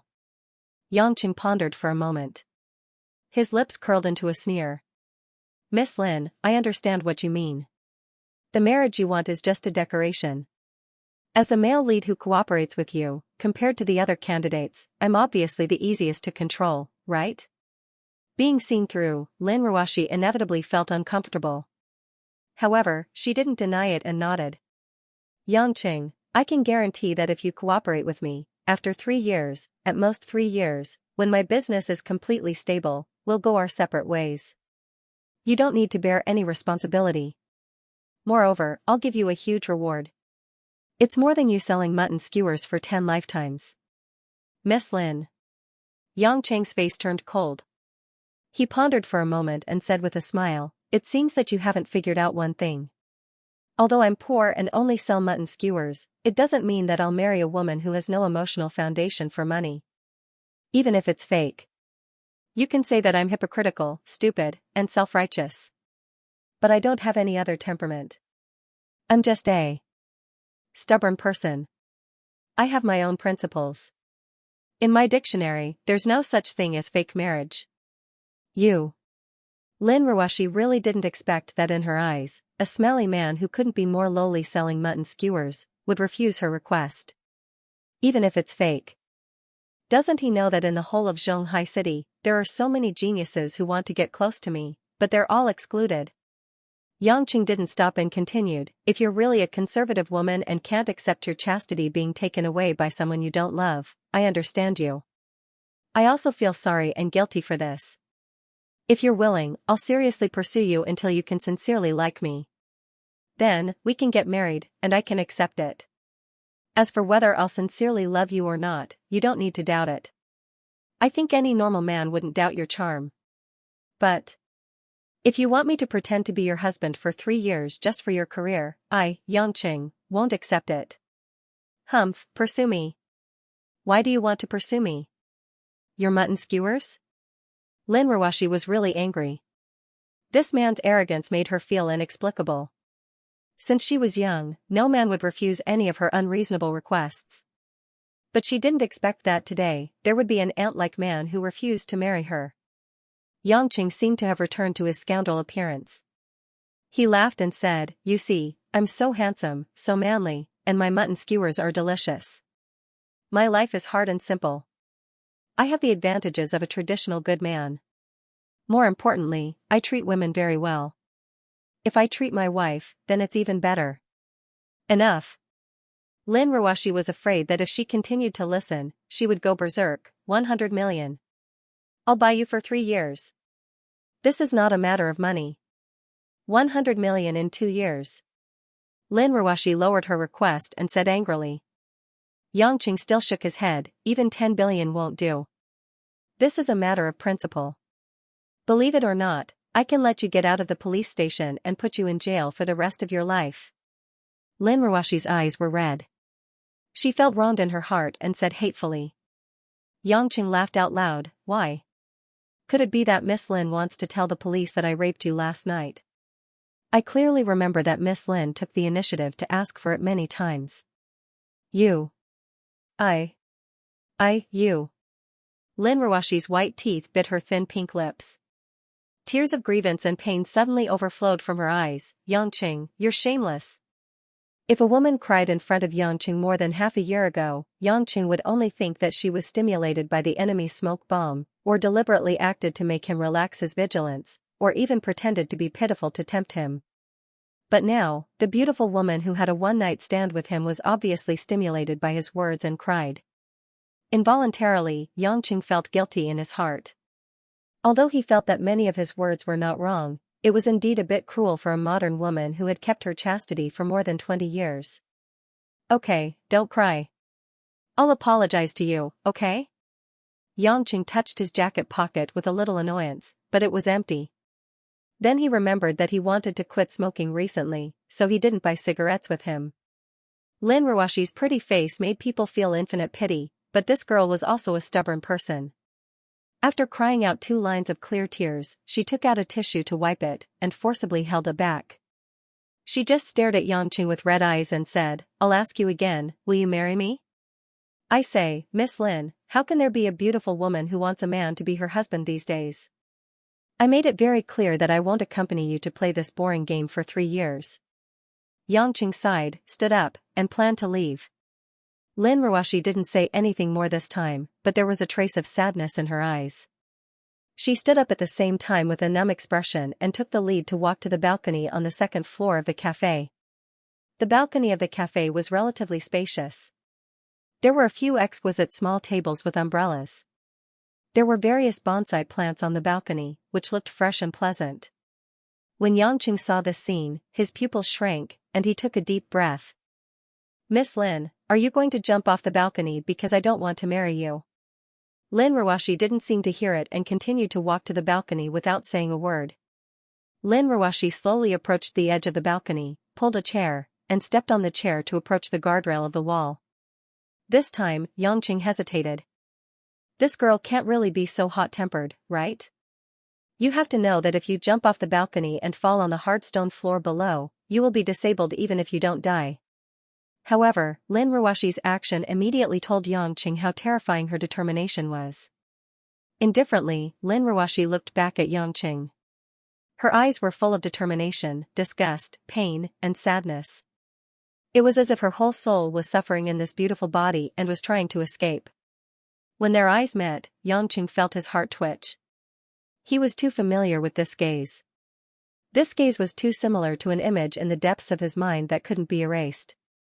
It was that image that allowed him to break free from the bloody shackles abroad for more than a decade and return to the country where he was born more than half a year ago. But now, from Lin Ruoshi's eyes, Yangqing once again recalled too many things that he tried to forget but couldn't forget. At this moment, Yangqing was lost. Lin Ruoshi saw that Yangqing was standing there like a wooden chicken, as if he didn't want to express much. Her heart was miserable. Even when she jumped off the building, that man was indifferent. Thinking of the pain of losing her chastity to him, the various pressures and entanglements in life, work, and home, Lin Ruoshi felt that she was really going to collapse. What's the point of living? Just die and everything will be over. At this moment, the young male waiter who had finished preparing the coffee walked upstairs with a tray. The first thing he saw was the beautiful figure of Lin Ruoshi, who was about to jump off the building. Miss Lin. What are you doing? It's dangerous." As soon as the male waiter's voice fell, a figure suddenly flashed in front of his eyes, leaving behind an afterimage. It was so fast that it was like a movie special effect. Lin Ruoshi held back her tears. The moment she got up and jumped down the building, a pair of strong and powerful hands suddenly wrapped around her slender waist, stopping her from jumping. All of this happened in a flash. The male waiter at the staircase didn't see what was going on at all. He saw that on the balcony, the man in rough clothes was hugging the beautiful woman's waist. The two of them were quietly standing on the balcony without moving. The sun shone on the emerald green plants on the balcony, and the faint green light shone on the young man and woman. The atmosphere seemed peaceful and ambiguous. The male waiter let out a sigh of relief, and at the same time, he secretly envied this man for being able to have this kind of relationship with a great beauty like Miss Lin. After quietly putting down the coffee, he retreated downstairs. Lin Ruoshi felt as if she had instantly returned from hell to heaven. She didn't know how Yangqing was able to move behind her in an instant, and she didn't have the mood to think about these things. She only felt a pair of hot arms tightly hugging her waist, so tight that it hurt. And the man's heavy breathing was slowly blowing on her sensitive jade back. "Let me go. If you stop me now, I will still die later." Lin Ruoshi's face was flushed red, and she still stubbornly said. Yangqing took a deep breath, as if he was enjoying the tempting body fragrance emitted from Lin Ruoshi's body. Her body fragrance had a faint jasmine smell, and Yangqing, who had smelled too many top-quality perfume, felt that this body fragrance was superior to everything else. Lin Ruashi, I lost. I'll marry you. Yangqing sighed softly. Lin Ruashi's delicate body trembled, and then she became silent. Did I win? But why? I don't feel happy at all. Yes, this is just a man used as a shield. He even took away my chastity when I was in a daze. I hate him, how can I love him? If I don't love him, how can I be happy to marry him? At the same time, many passers-by in the square saw the man and woman on the balcony, and many people began to point at them with great interest. Hubby, what do you think they are doing? A girl asked while holding a man's arm. I can't even tell. They are imitating the Titanic. It's really romantic. Lin Ruashi, who was on the balcony, couldn't stand the fiery gazes from downstairs. She finally realized that the two of them were extremely ambiguous. She jumped off the chair in a panic, broke free from Yang Cheng's embrace, and walked back into the coffee shop. When the two of them sat down again, the matter had already come to an end. But the two of them were silent and drank their coffee. After a long time, Lin Ruashi put down the coffee cup, took out 2 pieces of paper and a pen from her small LV bag, and handed one to Yang Cheng. What's this? Yang Chen asked in confusion as he returned to his senses from his distant thoughts. Agreement, marriage agreement. Lin Ruashi turned her head again and didn't look at Yang Cheng anymore. She returned to her original indifferent face. Yang Cheng smiled, took the pen, and wrote his name on the signature column without looking at it. You didn't look at it before you signed it? Lin Ruashi frowned. Yang Cheng shook his head and smiled, I don't need to look at it to know. It's nothing more than not entering your room, not pushing you down, not interfering with each other's private life. In front of others, you have to do your best and put on a good show. Give me the reward after 3 years. Am I right? Lin Ruashi pursed her lips and muttered, almost. Anyway, you signed it. You have to abide by it in the future. Hee, but little Ruashi, if you take the initiative to do it with me, what should I do? Yang Cheng asked with a cheeky smile. You. Lin Ruashi was so angry that her face turned red, humph. No, that kind of stain on life once is enough. Stain on life? Half of the world does it every day, but in this girl's eyes, it was a stain on life.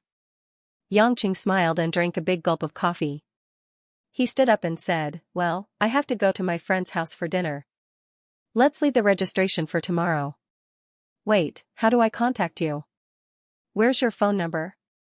Lin Ruashi said with dissatisfaction. Yang Cheng scratched his head and said awkwardly, didn't you investigate me? I don't have a phone, and I have to pay the phone bill. I don't have money. You can come to my house tomorrow. Just call me downstairs. He was about to leave. Hey. Is there anything else? Yang Cheng turned around. You, don't call me that.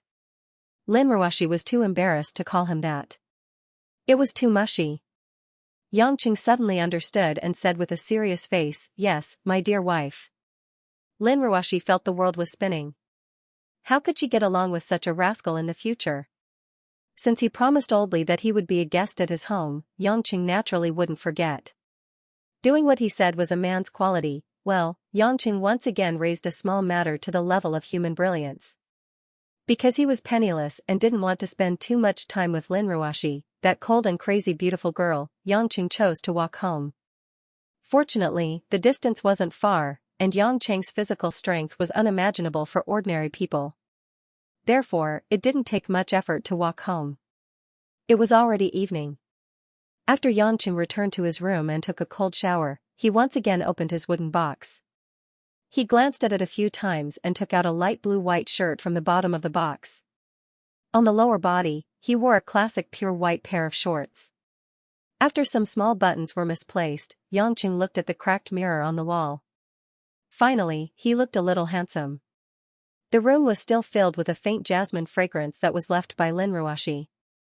Yang Cheng took a deep breath. Thinking that tomorrow, he would register his marriage with a woman that he had not known for more than a day, it seemed a little ridiculous. However, whenever he thought of Lin Ruashi's determined eyes that made his frozen heart burn, Yang Cheng would have a strange sense of intimacy towards this unreasonably beautiful woman. Was it because she wanted to make up for it? Or was she really that different? Yangqing didn't know, so Yangqing decided to marry her and let time tell him what kind of feelings he had for her. Old Li's home wasn't far, but Yangqing didn't have any transportation and could only use Route 11 to get there. It took him half an hour to get there. It was an old-fashioned residential area in the West District. The surrounding area was filled with residents who didn't have the money to buy a new house. For generations, they had lived in this small area that retained the ancient Jiangnan atmosphere. After passing by a few small houses with smoke curling up from the chimneys, Yangqing knocked on a red wooden door. After just a few knocks, the wooden door was pulled open. A pure and beautiful face appeared in the door. "Brother Yang, you're here." "Jingjing, long time no see." Yangqing revealed a knowing smile. The girl in front of him had changed a lot in the past 6 months, which surprised him a little. Li Jingjing's face was still as elegant and refined as before. Her curly eyelashes, exquisite little nose, and cute little mouth were the typical characteristics of a Jiangnan woman. She wore a white short-sleeved t-shirt and a pair of light blue jeans that tightly wrapped around her perky buttocks, revealing a pair of white and slender legs. Seeing Yangqing's eyes sweep over her body with a naughty smile, Li Jingjing felt shy and happy at the same time. She said coquettishly, "Brother Yang, come on in." "Don't look." Yangqing laughed. "Jingjing knows how to be shy. It's not like you'll lose a piece of meat if you let Big Brother see it. Are you afraid that your boyfriend will be jealous?" "What? I don't have a boyfriend." Li Jingjing immediately denied. She frowned and was a little annoyed. All right. I'm just joking with you." Yangqing felt rather helpless. How could he not know what the girl in front of him was thinking? However, his body was permeated with the blood of darkness. How could he taint a soul that was pure to the bone? Therefore, he always made Li Jingjing understand that he was her brother and not the person she thought he was.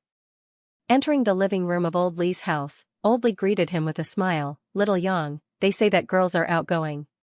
Jingjing, this child, was just helping her mother cook. When she heard you knocking on the door, she ran out like a rabbit. "Dad. Don't talk nonsense." Li Jingjing was shy again. She pulled Old Li to stop him from saying more. Yangqing laughed and sat down with Old Li. The furniture in the house was used for decades.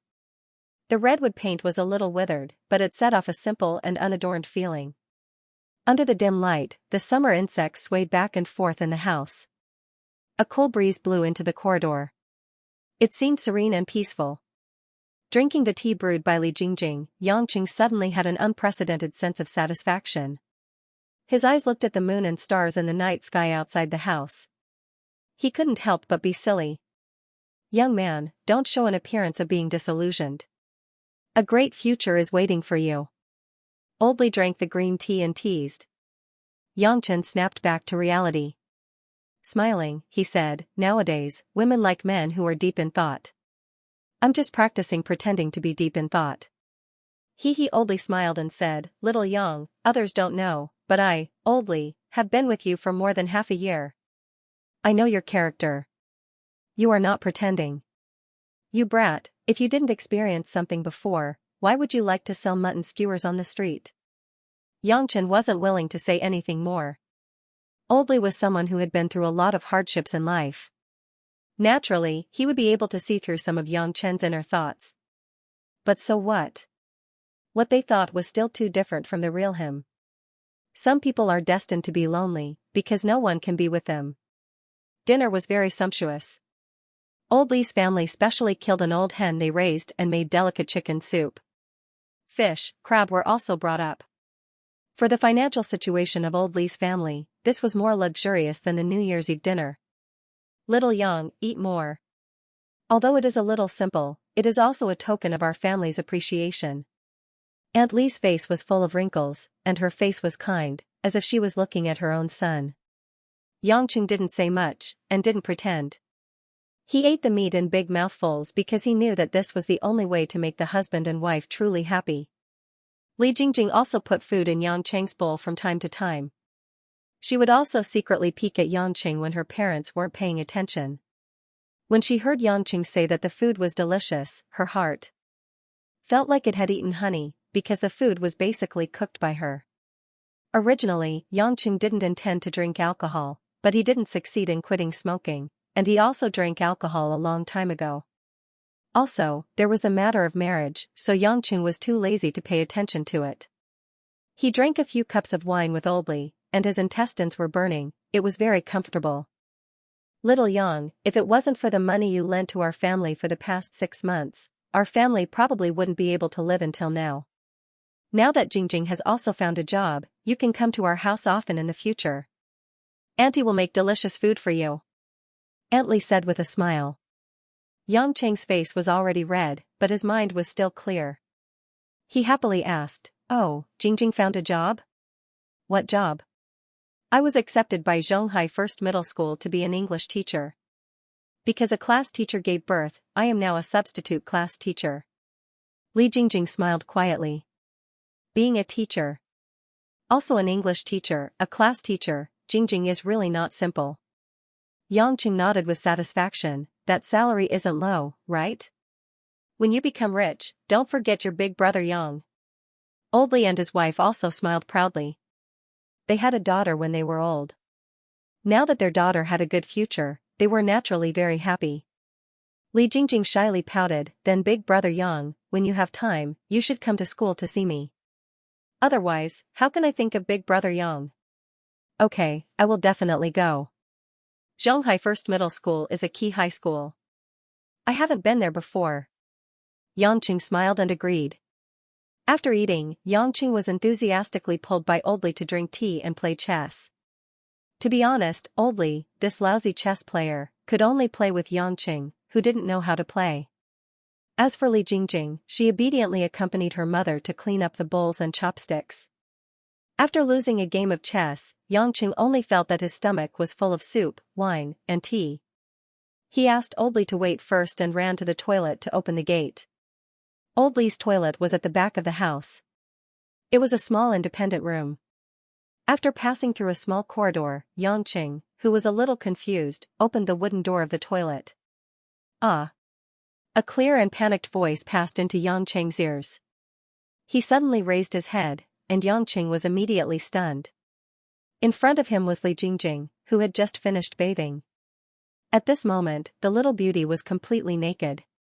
Although the light from the small 40-watt light bulb was not bright enough, it was enough for Yangqing to see that youthful and energetic snow-white body. Her black and oily hair hung down to her waist. Li Jingjing hurriedly covered her pepper-shaped breasts with her hands, but it was difficult to resist the fullness, turning it into a round cake shape. Following the breasts down, under the smooth belly without any fat, Li Jingjing's other hand covered the dense rainforest, and a pair of round thighs tightly clamped the sexy area. Li Jingjing didn't know that her action increased the faintly discernible temptation. Yang Chen was already feeling a little dizzy from drinking, and the secretion of hormones accelerated. At this moment, when he saw Li Jingjing's youthful and charming female body, he couldn't help but swallow his saliva, and a violent desire to possess her arose. "Yang. Big brother Yang. Quickly get out." Li Jingjing turned around, but she was afraid of letting him see her round buttocks. She couldn't help but cry. Hearing the girl's clear pleading, Yang Cheng's bloodshot eyes calmed down. Taking a deep breath to suppress his impulsive desire, Yang Cheng immediately closed the door and left. After quietly waiting outside for a while, Li Jingjing came out with her head down. Her blush spread all the way to the girl's ears. Yang Cheng apologetically said, "I'm sorry Jingjing, I didn't mean it." Li Jingjing softly said I know. Big brother Yang is a good person. A good person, huh? Yang Chen bitterly smiled and muttered, "Jingjing, in the future when you earn enough money to buy a good house, a loan is fine too. As a girl, it's not convenient for you to always live with your parents." The girl didn't know if she heard it. She had a pitiful appearance like a wounded little sheep, making people feel pity for her. Yang Qing sighed, "It's late. You should rest early. Tomorrow you have to go to work." "I just became a teacher, so I have to make some achievements. I'll go to the bathroom and go back." Big brother Yang, take care." The girl's voice was still soft, but it could really numb a man's bones. Seeing Li Jingjing taking a bath, Yangqing completely sobered up. His heart was filled with guilt for this innocent girl. Yangqing walked out of the courtyard under the old Li couple's farewell. After closing the door, the old Li couple talked about Yangqing. Aunt Li said with some worry, "Old man, do you think our Jingjing likes little Yang? Why does she look at little Yang with such happy eyes? It's good that she likes him. Little Yang and our Jingjing are a good match." Old Li laughed. "What are you talking about? Little Yang is a good person, but he also sells mutton skewers. Our Jingjing is now a high school teacher. Do you want Jingjing to marry a mutton skewers seller?" Aunt Li angrily said. Old Li took a drag of his cigarette unhappily. "What's wrong? Are you looking down on us small businessmen? Little Yang has helped us so much. If it wasn't for our family, would he only sell mutton skewers?" Auntie Li saw that she had angered her husband, so she didn't say anything more. However, she had made up her mind that she couldn't let her daughter be with Yangqing. At most, she would treat Yangqing to a few more meals to compensate Yangqing. What the old couple didn't know was that their precious daughter, Li Jingjing, was secretly standing by the window upstairs, watching Yangqing leave with a blushing face and a racing heart. Along the river, Yangqing bought a pack of Westlake cigarettes that cost 2 yuan at the canteen and smoked as he walked in the direction of his home. He thought back to the time when he first returned to China and met Li Jingjing's family. He thought about how the little girl suddenly became a young girl half a year later. He couldn't help but sigh at the 18 changes of a girl from childhood to womanhood. He also felt that the world was unpredictable. He remembered that he had saved Li Jingjing, who was almost raped by a gangster, at this river. That was how he got to know old Li's family. Perhaps every girl had the heart to worship heroes. Even if he was a mutton skewer seller, in Li Jingjing's heart, he was different. Thinking about this, Yangqing unknowingly walked to the pier along the river. A few sparse street lights illuminated the pier, revealing a hazy beauty. The summer breeze blew past, bringing with it a whistling coolness. At this time, a tall SUV appeared on the road in front of him. Yangqing's eyes suddenly lit up. He looked at the guardrail by the river and saw a tall woman in a long black dress standing against the wind. Her wavy hair fluttered in the air, emitting a few strands of rose red under the light, setting off a charming and fair face. The woman had light eyeshadow on. Her watery eyes stared at the distant yacht with blurred lights, revealing a touch of sadness. The plump figure showed the excellent charm of a mature woman. Her full breasts and round and plump buttocks were still eye-catching under the black gauze skirt. Under a pair of flesh-colored stockings was a pair of crystal-colored high-heeled shoes, exuding a noble and elegant aura all over her body. This was definitely the best prey to hunt at night. Yangqing just glanced at her, and his blood, which had just been boiling because of looking at Li Jingjing's body, showed signs of burning again. Good car. I didn't expect to see a limited edition Land Rover of only 40 in the country in this place. Yangqing clicked his tongue in praise and slowly leaned against the guardrail. The beautiful woman withdrew her gaze and gently turned her head. There was a bit of confusion and surprise in her eyes, but then she revealed a charming and beautiful smile. "You know this car?" "More than no, this kind of British man-made Land Rover, I have blown up hundreds of them in the past." Yangqing secretly smiled bitterly in his heart, while his face leisurely said, "Anniversary, the 40th anniversary edition of Land Rover. The maximum power is 375 kilowatts, the peak torque is 625, and the 5.0-liter supercharged engine. Am I right? I don't understand what you said. I just like this car, so I bought it." The woman stroked her flying hair. This simple action looked enchanting and charming. Don't women like small and elegant sports cars? Porsche 911, Mercedes-Benz SLR, BMW Z4, even the appearance of Audi TT will be more popular than Land Rover. I don't believe that people who can buy this car can't afford those cars. Yangqing took out a cigarette. Since the mature beauty in front of him didn't reject him, then Yangqing didn't mind chatting more. The woman shook her head. "I don't think so. Driving a sports car is far less secure than driving an SUV. Shouldn't women protect themselves better?" "Beauty, it seems that you don't have a sense of security." Yangqing was happy in his heart. She seemed to be a resentful woman. This kind of woman was the easiest to hook. Who knew? The woman still shook her head. You're wrong. I'm very safe. The reason why I said driving an SUV is more secure is just to comfort my heart. You're wrong. If you really have a sense of security, you should give me a slap and tell me to f***ck off. Xianxia came forward with an evil smile and puffed out a mouthful of smoke. The woman didn't dodge. The pungent smell of the cigarette dissipated in the wind. Her bright eyes stared straight at Xianxia. In the end, she smiled brightly. Which family's young master are you? If you want to use this kind of words to attract my, Tangwan's attention, then you're looking down on me too much. You're called Tangwan?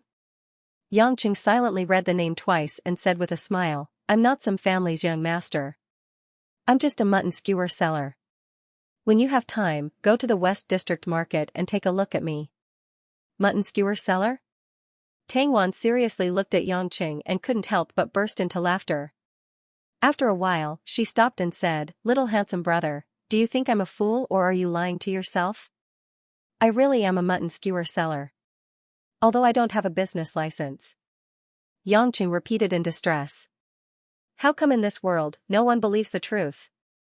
With a cold snort, Tangwan suddenly stretched out her ivory-smooth hand and pinched the button of Xianxia's shirt collar. She charmingly rolled her eyes at Xianxia. This is a purely handmade shirt from Italy. It's specially designed for the royal family and doesn't have a brand logo. However, the button is made of South African blue diamonds. The polishing technique is completely at the top of the world. This shirt alone costs no less than 10 million RMB. Do you think anyone can't recognize it? Do you think you're wearing a shirt from a random brand with plastic buttons? Xianxia was a little embarrassed. He really did not expect someone to recognize the true value of his shirt. However, he quickly laughed and said, Miss Tang has a good eye, but you're still wrong. This blue diamond is produced in Namibia, not South Africa. You're still saying you're not the son of a rich family. Not many people in Shanghai are qualified to wear a shirt with Namibian diamonds as buttons. It's not fun to lie. Tangwan narrowed her eyes, already a little displeased. Xianxia took a few deep puffs of his cigarette and threw the butt into the river. He was extremely depressed. Miss Tangwan, let's be frank. Yes, you're very beautiful. I, Xianxia, want to sleep with you, but I don't have to pretend to be a mutton skewer seller to sleep with you, right? I already said I'm a mutton skewer seller. Who said a mutton skewer seller can't wear clothes worth 10 million RMB? Can't you trust me and change the topic?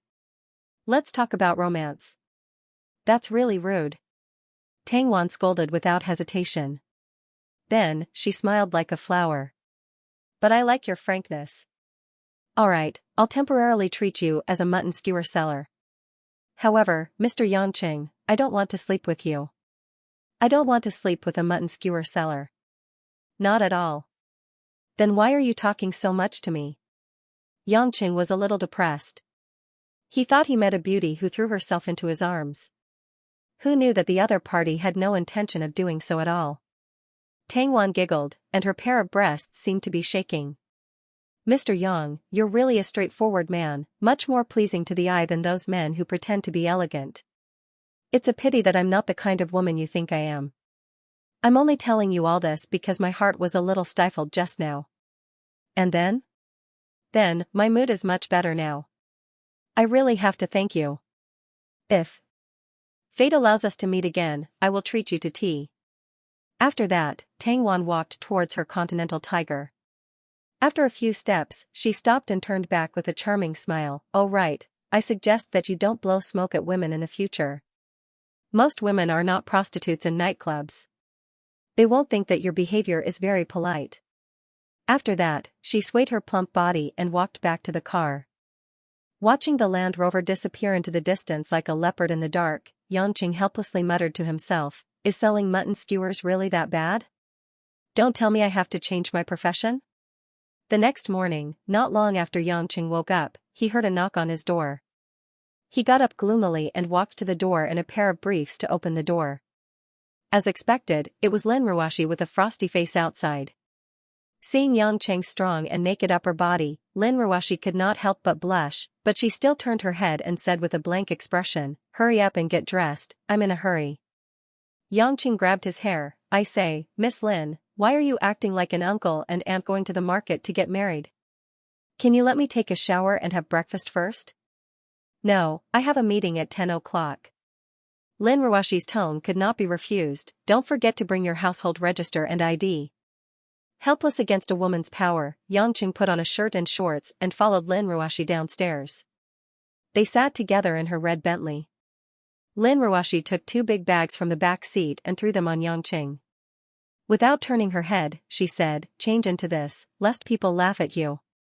Only then did Yangqing notice that today, Lin Ruoshi was wearing a formal office lady suit.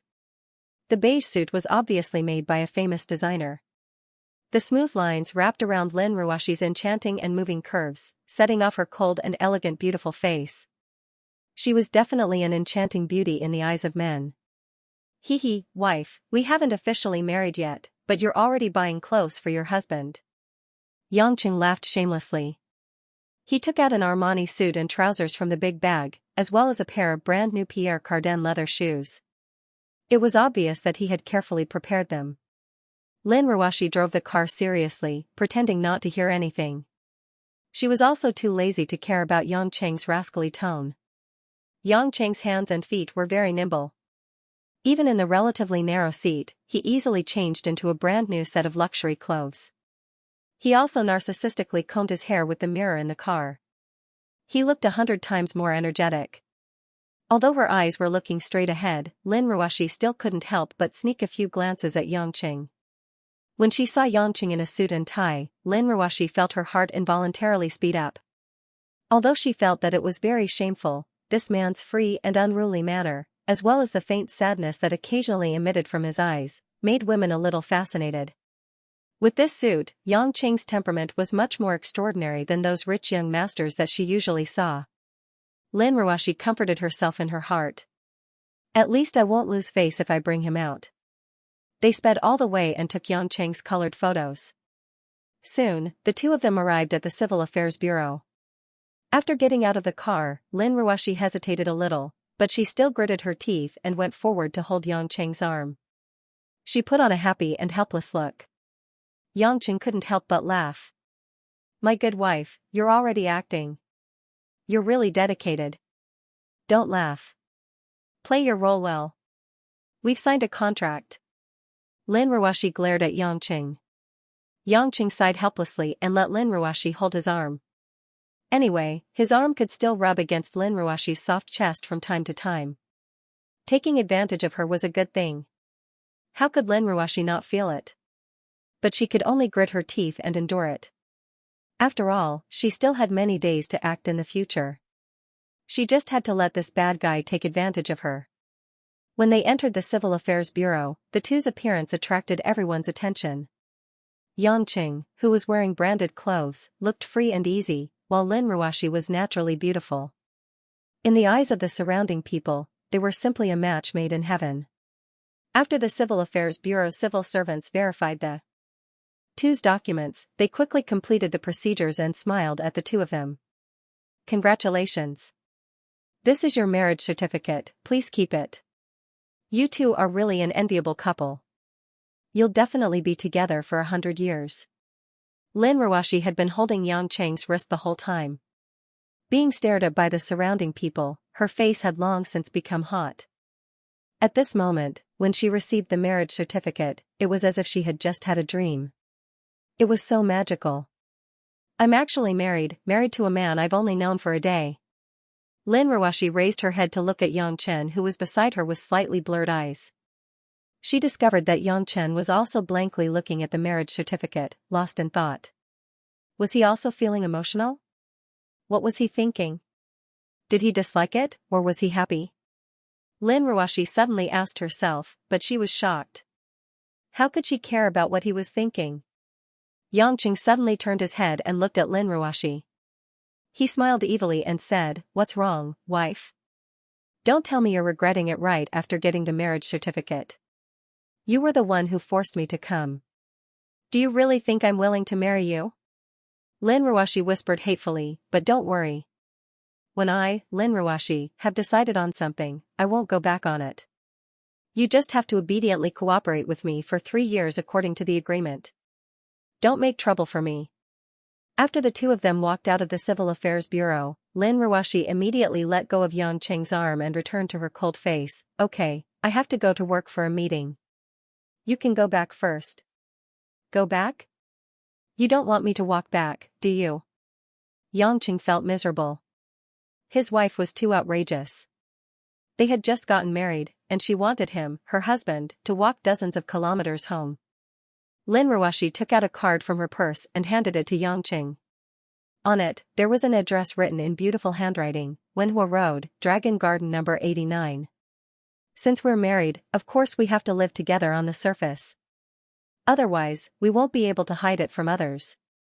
You can move in with me and move out of your doghouse as soon as possible. After saying that, she got into the car without looking back and drove away. Yang Qing's smile was uglier than crying. He muttered to himself, in the end, I still have to go. After asking many people along the way, Yang Qing leisurely wandered to the address, Dragon Garden. After arriving, Yang Qing finally understood how wealthy his beautiful wife was. Dragon Garden was a high-class villa area in the suburbs. The distance between each villa was at least a mile. It was surrounded by pavilions, terraces, and pavilions, clear water, and green land. The European classical-style layout gave off a rich sense of the most expensive and elegant atmosphere. When the security guards at the entrance saw Yang Qing's unfamiliar face, they were confused. They were curious why a rich person would walk in. However, when they saw his expensive suit, they didn't stop him, saving Yang Qing a lot of effort in explaining. After entering Dragon Garden, Yang Qing still had to walk for more than 2 kilometers before arriving at the address marked Villa number 89. The entire villa was more than 400 square meters, not including the open-air swimming pool and the huge parking garage. The Baroque villa was built with heavy marble. It was hard to imagine how much money such a house would cost. After pressing the doorbell, the beautifully carved mahogany door was quickly opened. The person who opened the door was a woman wearing home clothes and an apron. Her face showed signs of aging, but she maintained it well. She didn't look old even though she was 40 or 50 years old. When she saw Yang Qing, her eyes were filled with joy. She said enthusiastically, "Young master, right? Miss said you would come today. Come in." Seeing that the woman wasn't shy at all, Yang Qing relaxed a lot. He smiled as he entered and asked, "How should I address you, big sister?" "My name is Wang Yulan. You can just call me Mother Wang." Mother Wang beamed and said, "Young master, how can you call me big sister? I watched Miss grow up. It's more appropriate to call you auntie." "Mother Wang isn't old at all.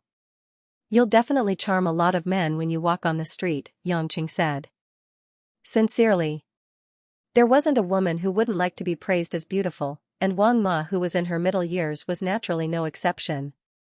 She was even happier after hearing it, and after inviting Yang Qing to sit, she happily smiled and said, "Young master, please take a seat for a while, I'm almost done in the kitchen, I'll welcome you right away.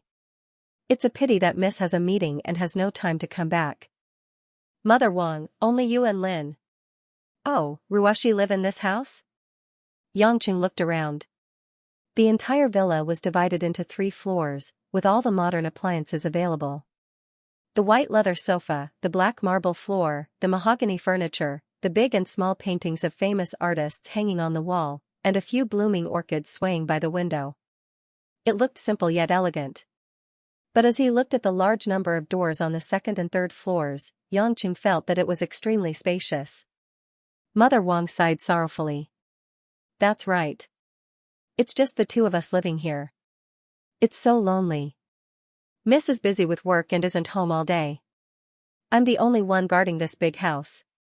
But now it's good. Now that Miss has you, our family has a man. This is how a family should be." Looking at Mother Wang's satisfied face, Yang Qing couldn't help but ask curiously, "Mother Wang, don't you find it strange that Ruoshi suddenly married me?" "Hee hee." Mother Wang smiled and said, "Young master, I watched Miss grow up. Miss has never had a boyfriend since she was young. There are many men chasing after Miss outside. But Miss didn't like any of them. But now that she wants to marry you, you must be different. Miss is so smart. I believe in Mrs. Taste. What's strange about it? Yangqing nodded in understanding, but he was muttering in his heart. Mother Wang would never have thought that Lin Ruoxi and I are married by contract. After eating a sumptuous lunch, Yangqing burped in satisfaction. He rubbed his round belly and smiled. Mother Wang's cooking is amazing. This taste is much better than those big restaurants. Mother Wang beamed with joy. Is that so? Young master, eat at home more in the future. Miss often has something to do and doesn't come home. It's a pity that I don't have anyone to eat after I cook. That girl is wasting God's gift. Don't worry about her. Mother Wang, if there's something good to eat in the future, it's fine. Yangqing patted his chest. Mother Wang knew that Yangqing was joking. She nodded happily and agreed. After tidying up, Mother Wang took off her apron and said, Young master, I'll go take a look at your room. If there's anything you need, tell me quickly. I'll buy it for you. My room? Yangqing was stunned. He remembered that he promised not to sleep with Lin Ruoxi. Mother Wang led the way and said, Young master, Miss is very considerate for you. She said that you are used to sleeping alone, so she specially prepared a separate room for you. She also bought a lot of clothes for you. Is that so? N. Ruoxi is very considerate. Yangqing touched his nose. He felt that his words were too fake. Isn't that so? I haven't seen Miss care so much about a man. Also, Miss said that you are busy with work right now. You should get married first. When you have time, you can have a banquet. She is thinking about you. Mother Wang said with a smile. Yang Chen, on the other hand, was sweating profusely. What's going on? It turned out that the girl had already given Wang Ma a heads up, and pushed everything onto me. What's so busy about selling mutton skewers? Entering his room, Yangqing was a little surprised. The room was surprisingly big. It was even bigger than the small apartment he rented. The floor-to-ceiling window had a white gauze fluttering. There was a low, flat king-sized bed, a 42-inch Sony LED TV, an Apple computer on the bedside, a classical lamp, and a glossy wooden floor. Looking at the corner of the room, there was a huge two-tiered wardrobe filled with brand-new clothes, ties, and leather shoes. Yangqing smiled. It seemed that his beautiful wife didn't treat him badly. She even prepared all the costumes for acting. How is it? Are you satisfied? Mother Wang asked enthusiastically. Satisfied. Of course, I'm satisfied. It's much better than I thought. Thank you, Mother Wang. Yangqing nodded. If you want to thank someone, thank Mississippi. I'm just running an errand. Mother Wang had begun to enthusiastically matchmake the young couple. Yangqing knew Mother Wang's thoughts, but he didn't point it out. Mother Wang, I still have some things in my original residence. I have to go and get them. I'll go out first. That's right. There are always some things that you're used to. But... Yangqing smiled awkwardly. Mother Wang, do you have any transportation at home? If there's no car, a bicycle is fine so that I can get there faster. Wang Ma looked at Yang Chen in shock, as if she had seen something incomparably terrifying. Young master, could it be that you walked here? Unfortunately, Mother Wang guessed it. Yangqing spread out his hands. Mother Wang didn't know whether to laugh or cry. This miss is too much. How can she let you walk here? Young master, you can't live here so casually in the future. No matter what, you have to get a car. Young master, come with me. There are a few cars at home. You can drive any one of them. Yang Cheng's eyes lit up. When he saw Lin Ruoxi driving a Bentley Elegance, his hands were itching. However, he didn't have the money to buy a car. He had been coveting it. Could it be that he could get a car for free? Although he already knew that Lin Ruoxi was extremely rich, he didn't expect that her garage was actually divided into 2 levels, with a total of no less than 10 different cars parked there. Whether it was the Mercedes SLK, Audi R8, Corvette, or even Lamborghini and Maserati, everything was there. However, it was naturally impossible for Yangqing to choose a supercar to drive out. This kind of car was estimated to have a lifespan of tens of thousands of kilometers in its lifetime. It wasn't that it could only run for that long, but usually driving this kind of car was too eye-catching and too wasteful. Other than racing, it simply couldn't reflect the speed of these cars. These cars, Miss usually doesn't use them, they were all given to her by some business friends. Miss basically doesn't drive them much. If son-in-law likes any of them, just drive them away. Mother Wang introduced with a smile. Yangqing had always been curious about what his beautiful wife did, but he was too embarrassed to ask Mother Wang. After all, if he didn't even know this, their marriage would be too weird. He could only take the time to ask Lin Ruoshi herself. After walking around, Yangqing finally saw a relatively normal sports car, a milky white BMW M3. This kind of car was basically the peak of the city sports cars, with a top speed of more than 300 kilometers per hour. But in Lin Ruoshi's garage, there really wasn't any other car that was more inconspicuous than this M3. This one, Yangqing said as he pointed to the M3. Mother Wang said with some doubt, son-in-law, why don't you choose a better one? This seems to be the cheapest car here. The car that cost more than 1.2 million was the cheapest. Yangqing smiled and explained, this one then. It's not good to be too eye-catching. It's better not to show off your wealth, it's better to be low-key. No wonder Miss likes son-in-law, son-in-law's temperament is really rare. Nowadays young people all think about who has more money, but son-in-law is thinking about how to hide it. Mother Wang nodded in satisfaction and took out the BMW keys from a corner of the garage and gave it to Yangqing. After Yangqing sat in the car with ease, the automatic garage door rolled up. After saying goodbye to Mother Wang, the car shot out of the garage like an arrow leaving the bow. Mother Wang silently watched Yangqing drive away, quietly sighed and muttered to herself, young people nowadays, I really don't understand. After not driving for more than half a year, Yangqing felt that his hands hadn't degenerated at all.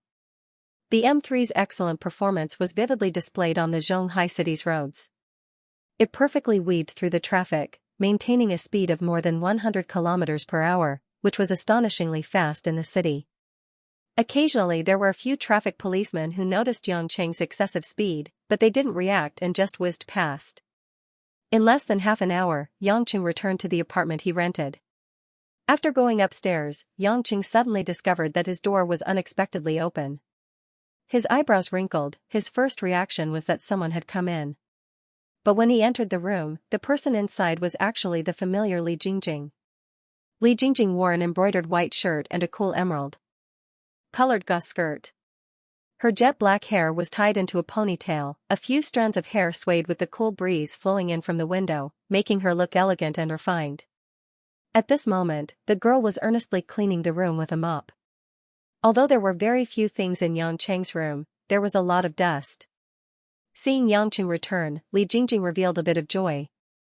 Her face was flushed because of her labor, like a summer elf girl, big brother Yang, you're back. Yangqing felt a burst of warmth in his heart. 2 months ago when Li Jingjing didn't go for her internship, she often cleaned the room for him. Now that she was back, she had a job, but she still came back at noon to clean the room for him. His heart was filled with guilt and pity for the girl. Yangqing stepped forward and touched Li Jingjing's soft ponytail. Jingjing, in the future don't come and clean, I'm going to move. Move? Li Jingjing stared blankly for a moment. Big brother Yang, are you going to leave Zhonghai? The girl eagerly asked. Yangqing thought for a moment, and finally chose to tell the truth, no, but I'm married. I'm going to live with my wife, but we're still in Zhonghai. Li Jingjing's small face suddenly turned pale, and a few tears welled up in her beautiful eyes, but she immediately lowered her head and wiped them away. However, her trembling shoulders made people feel that she was not calm at this moment. After the two were silent for a long time, Li Jingjing raised her head. Her eyes were red, and she revealed a forced smile. Congratulations, big brother Yang. Sister-in-law, she must be very beautiful. Yangqing's heart was also a bit stifled, but it was better to get the pain over with. Yangqing felt that Li Jingjing had to face this moment, so he could only harden his heart. At this moment, when he heard Li Jingjing's question, his mind flashed with Lin Ruoshi's beautiful face, and he subconsciously nodded.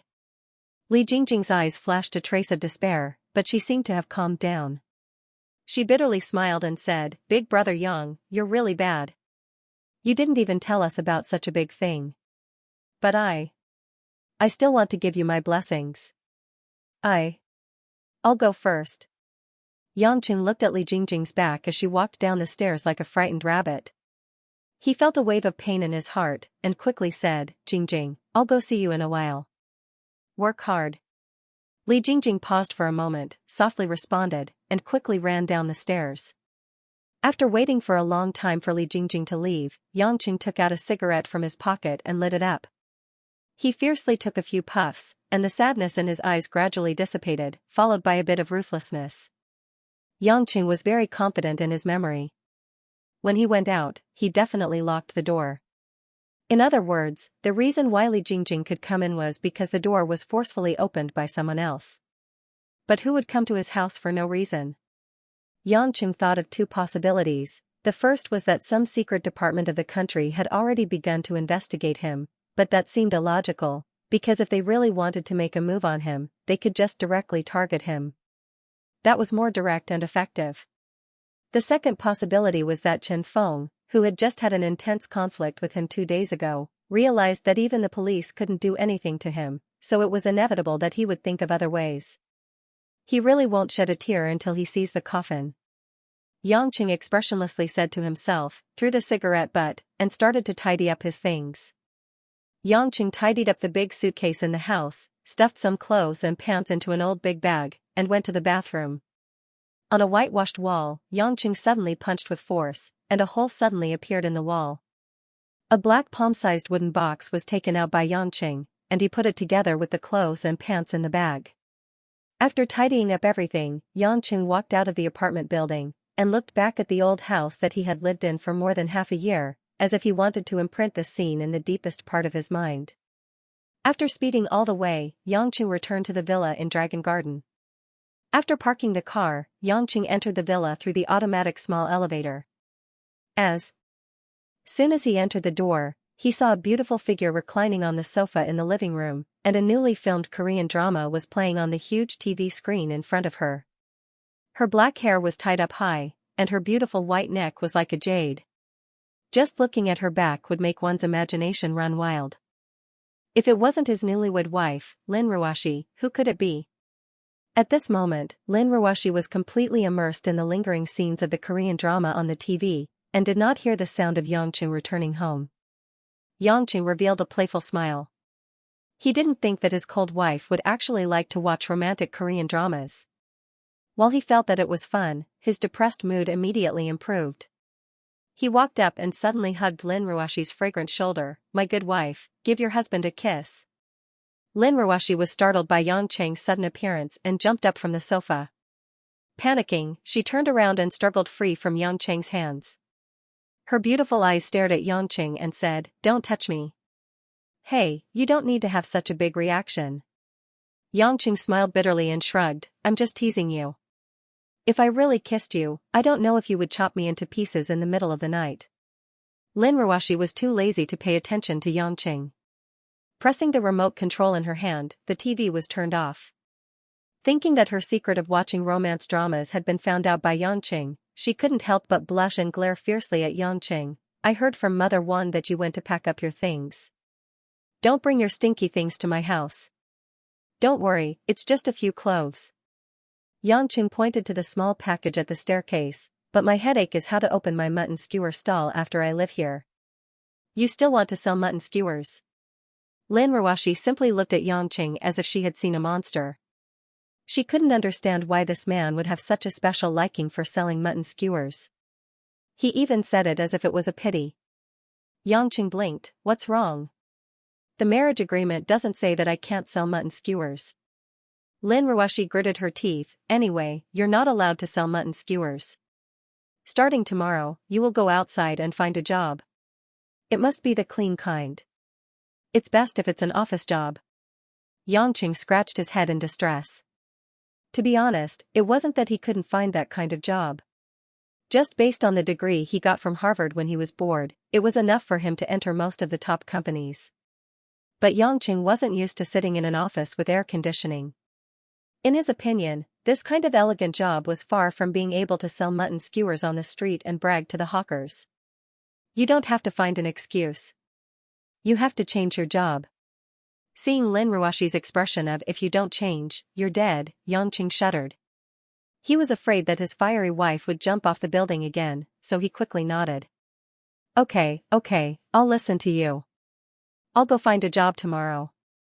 Lin Ruashi nodded in satisfaction. She suddenly thought of something and took out a brand new touchscreen phone from her bag. She handed it to Yangqing and said, "Here, take this phone.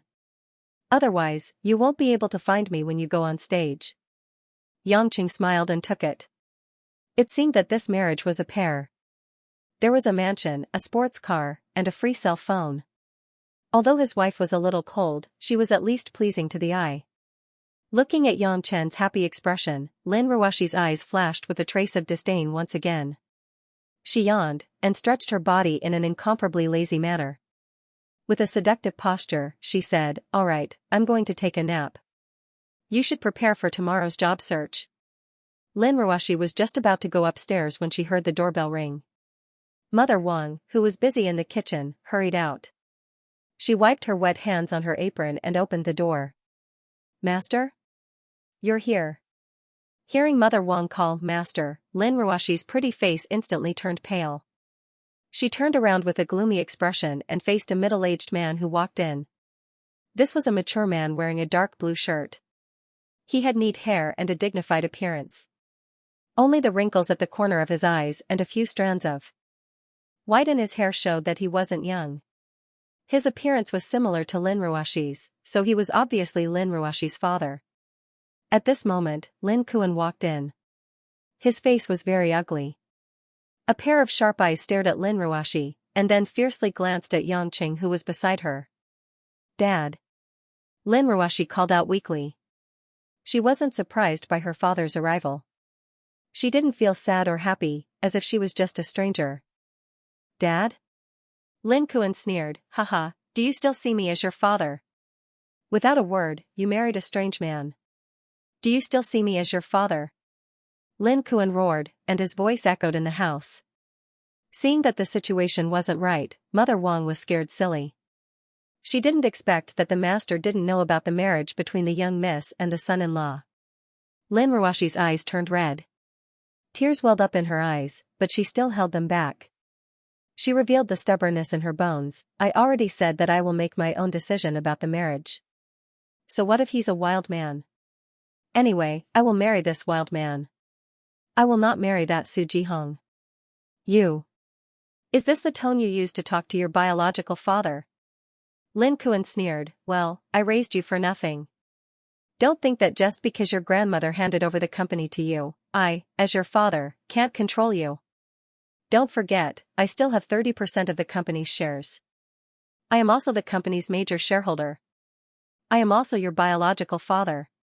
"Biological father?" "Humph, since I was young, only my mother and grandmother were by my side. You were never seen.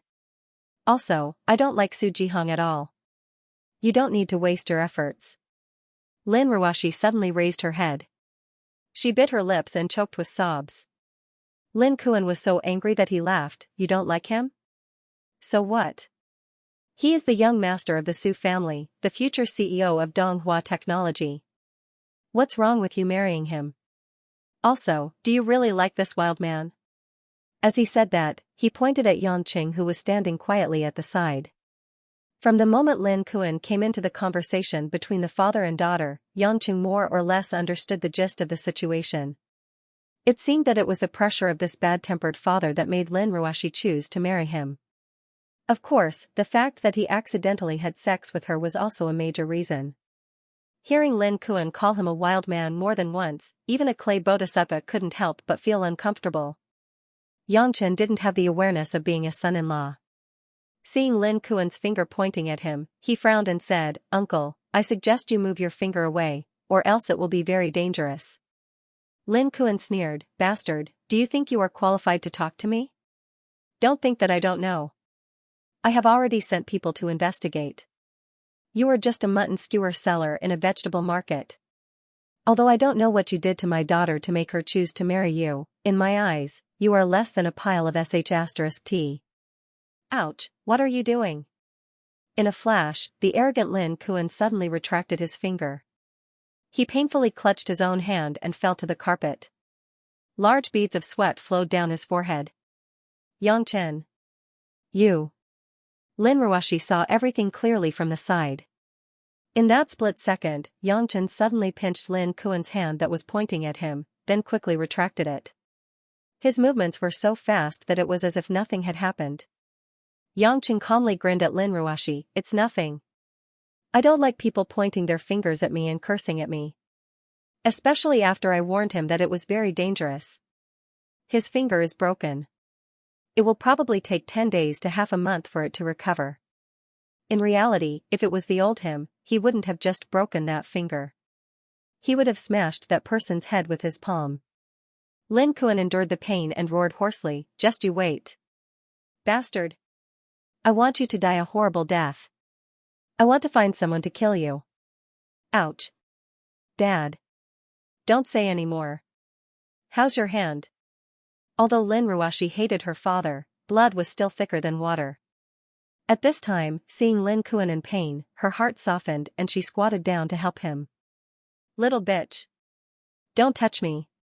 Lin Kuan suddenly pushed Lin Ruoshi away and pushed Lin Ruoshi to the ground. Dad. You. Lin Ruoshi felt wronged and her face turned pale.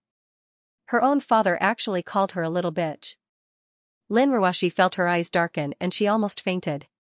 Mother Wang, who was at the side, was already in tears. But as a servant, it wasn't appropriate for her to say anything. At this moment, seeing Lin Ruoshi on the ground crying, she hurriedly went up to comfort her. Lin Kuan staggered to stand up and said to the indifferent Yangchen, "You brat, I'll remember this. You dare to hit me. I, Lin Kuan, will make sure you don't even know how you died." Seeing the scene of Lin Kuan overthrowing Lin Ruoshi, Yangchen's heart felt as if it was being twisted. No matter how cold this woman was, she was still his legal wife in name. Involuntarily, a violent emotion arose. Yangchen's face was extremely calm, but the corners of his mouth rose, revealing a contemptuous smile. I'll only say this once, I'm a person who rarely causes trouble. I don't know what happened between you and my wife, and I don't care to know. But I have a principle, I hate being threatened the most. Just as he finished speaking, before Lin Kuan could react, a palm slapped Lin Kuan's left cheek with lightning speed. Pa! After a crisp sound, the living room returned to silence. But Lin Kuan, who was still standing just a moment ago, was really slapped to the ground and fainted. Son-in-law, this. Mother Wang was dumbfounded. She didn't think too much about why Yangchen's palm strength was so ridiculously strong. What should we do? Look at this. As for Lin Ruoshi, she had already fallen into Mother Wang's arms with lifeless eyes. Everything in front of her seemed indifferent. Yangchen smiled indifferently. Mother Wang, you take care of Ruoshi. Leave this stupid pig to me. With that, Yangchen easily lifted Lin Kuan, who was on the ground, and leisurely walked out of the main door. After walking for a distance, he arrived at the public rubbish bin and threw Lin Kuan's body inside. He also conveniently closed the metal lid of the bin. When he returned to the house, Mother Wang was making tea for Lin Ruoshi to calm her nerves. When she saw Yangchen walk in, she tactfully chose to leave and let the young couple talk alone. Lin Ruoshi's hair that was tied up high was let down. Her soft long hair made her beautiful face look especially tender and beautiful, but her pale and tired face made people feel pity for her. Seeing Yangchen walk in, Lin Ruoshi raised her head with a complicated expression. She didn't ask Yangchen how he dealt with Lin Kuan, but only laughed bitterly with a bit of self-mockery. I've been seen as a joke by you. That's right, I have such a father, I have such a laughable family. Do you think I'm very pitiful and pity me? I don't need anyone's cheap and senseless pity, especially yours. Who said I pity you? Yangchen sneered, took out a cigarette from his pocket, lit it up, and took a drag in enjoyment.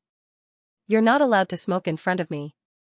Lin Ruoshi frowned, and unhappily used her hand to disperse the smoke in front of her. Yangchen turned a deaf ear to her, and laid down on a large sofa to the side. He raised his head and smoked as he said, I just want to advise you, don't put on such a pitiful look in front of me. At least you know who your parents are, and you've received the love of your elders. Although your home isn't very warm, you have a home. Moreover, you're born beautiful, and you're the center of attention everywhere. You've never had to worry about food or clothing since you were young, and you have a mansion, a sports car, and everything else. You can't possibly understand who your parents are, or where your home is, and what it feels like to have nothing. The sudden words stunned Lin Ruoshi. For the first time, Lin Ruoshi looked into Yang Qing's eyes. That pair of deep eyes revealed sadness and loneliness, causing Lin Ruoshi's heart to involuntarily contract. Yang Qing didn't stop, and spoke as if he was talking to himself. I've been alone since I was young. When I was hungry, when I was frozen, when I was bullied, when I was beaten, I was always alone. I had no parents, no family, no brothers and sisters, and even no friends. In order to survive, I would risk my life for a rotten flatbread. In order to fill my stomach, I would eat grass and tree bark until my stomach bled.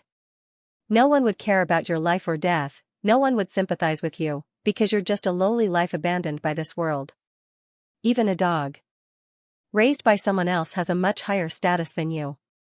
Listening to the man's low and hoarse narration, Lin Ruoshi's eyes reddened again, but not for herself, but for that lowly life. I'm sorry. Lin Ruoshi lowered her head and whispered, I didn't know you had such a hard time when you were young. Yang Qing lowered his head and gradually revealed his usual carefree smile. Good wife, I made it up, and you believed it. You. Lin Ruoshi raised her head. She was feeling sorry for her, but this scoundrel actually said that it was all made up. She immediately became angry. How can you be like this? Hee, look at you. You're much more beautiful when you're angry than when you're crying. Yang Qing praised. Lin Ruoshi felt warm in her heart. She understood that Yang Chen was trying to divert her attention so that she wouldn't be sad anymore. However, she couldn't say anything to thank him. She just glanced at Yang Chen as if nothing had happened. Since you're lying to me, then where are your parents? Although we agreed to get married, if your parents suddenly appear, it's very possible that everything will be disrupted. Yang Qing pinched the cigarette but with 2 fingers and smiled faintly. I didn't lie to you just now. I really don't know who my parents are. I was separated from my family before I was 5 years old. The only name I remember is my name. I'm an orphan. Hearing Yang Qing casually say that he was an orphan, Lin Ruoshi's heart felt sour. She suddenly wanted to comfort him, but she didn't know how to open her mouth. After struggling for a while, she could only nod and no longer speak. The two were silent for a while. Lin Ruoshi then said, Yang Qing, there are some things I want to make clear to you. After all, you signed an agreement with me, so you have the right to know the cause of the matter. Yang Qing frowned and said, you mean your stupid pig father forced you to get married? You're not allowed to say that my father is a stupid pig. Lin Ruoshi was a little annoyed. If he is a pig, then I'm also a pig. My little Ruoshi is so beautiful. Even if she was a pig, she would be a little pink pig. You're the pig. Lin Ruoshi rolled her eyes, but she wasn't really angry. She returned to the topic and said, my father has 30% of the company's shares. He is the second largest shareholder after me, but that's not the point. After all, my grandmother gave me 60% of the company's shares before she passed away. I have absolute power. But my father also has the title deed of an old house. Is that old house very important to you? Yang Qing was puzzled. Very important. Lin Ruoshi's eyes showed a bit of nostalgia and happiness. When I was a child, only my grandmother and mother accompanied me. I grew up there. My mother and father had a marriage based on money and benefits. My father doesn't love my mother. He is a playboy, until now. At this point, Lin Ruoshi's eyes showed a bit of hatred. Although he doesn't come home all day long, he is the owner of the house.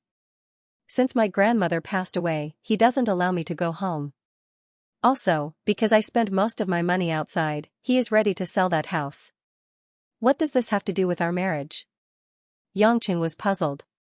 Lin Ruoshi coldly rolled her eyes at Yang Qing. I want to take back that old house from him, but he won't give it to me. I offer a higher price than the market price, but he still won't sell it to me. He only has one condition, and that is for me to marry the young master of the Su family. He clearly received benefits from the Su family. I want to force my daughter to marry and use coercion. I don't think he is a stupid pig. A pig is cuter than him. Yangqing seriously shook his head. Lin Ruoshi ignored Yangqing's sigh and continued, the Su family's Su Jihan has been pestering me, and I can't go against the Su family too much. After all, the Su family is one of the top 5 families in Zhonghai. We can't afford to offend them, so you want to marry me and get rid of that Su brat's thoughts. First pass this hurdle, then think of a way to take back the property in your stupid pig father's hands? Yes. Lin Ruoshi nodded tiredly. Recently, she was also very busy with these things. A young girl in her 20s, the burden on her body was as heavy as 1,000 caddies. Yangqing sighed, this method of yours is only treating the symptoms but not the root cause.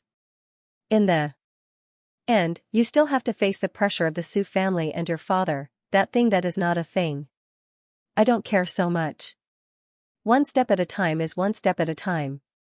Although her voice was very soft, Lin Ruoshi's tone was incomparably firm. Yangqing stood up, picked up his new phone, and silently walked out the door. Lin Ruoshi frowned, where are you going? To a bar, to find a woman. Yangqing turned around and said with a serious face. During the day, the bar street seemed especially deserted. There were only 2 or 3 cats and puppies wandering on the street. There weren't many people or cars. It was a stark contrast to the hustle and bustle of the night.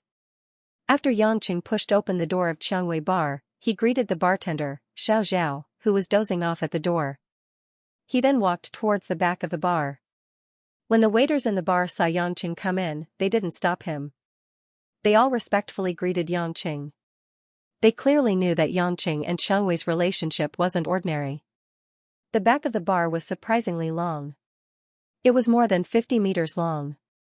At the end, there were 2 tall men in suits. They were guarding a beautiful wooden door 3 meters away from them. When the 2 men saw that the person who came was Yangqing, they immediately bowed in unison and made an inviting gesture. Yangqing nodded. He walked forward and pushed open the flower-carved wooden door. A natural fragrance greeted him from inside. It carried a hint of lavender. This was a surprisingly large room. It had a clean brown wooden floor and black marble walls. In the middle of the room, there was a large cowhide bed that was more than 7 feet wide. The coffee-colored decorations made the room seem a bit dark and charming. It revealed a bit of low-key elegance. One side of the room was blocked by a glass door.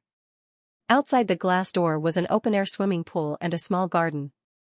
It was hard to imagine that behind a noisy bar, there was such a quiet harbor. This was Qiangwei's home. As soon as he stepped through the door, Yangqing subconsciously felt a chill. At the same time, without hesitation, Yangqing raised his right hand to block. Whoosh! A sharp sound cut through the air. A white hand holding a sharp dagger suddenly appeared 3 inches away from Yangqing's cheek. It was blocked perfectly. After his sneak attack was blocked, the dagger in his hand spun in an instant. His movements were almost like flowing water, and he stabbed at Yangqing's ribs again.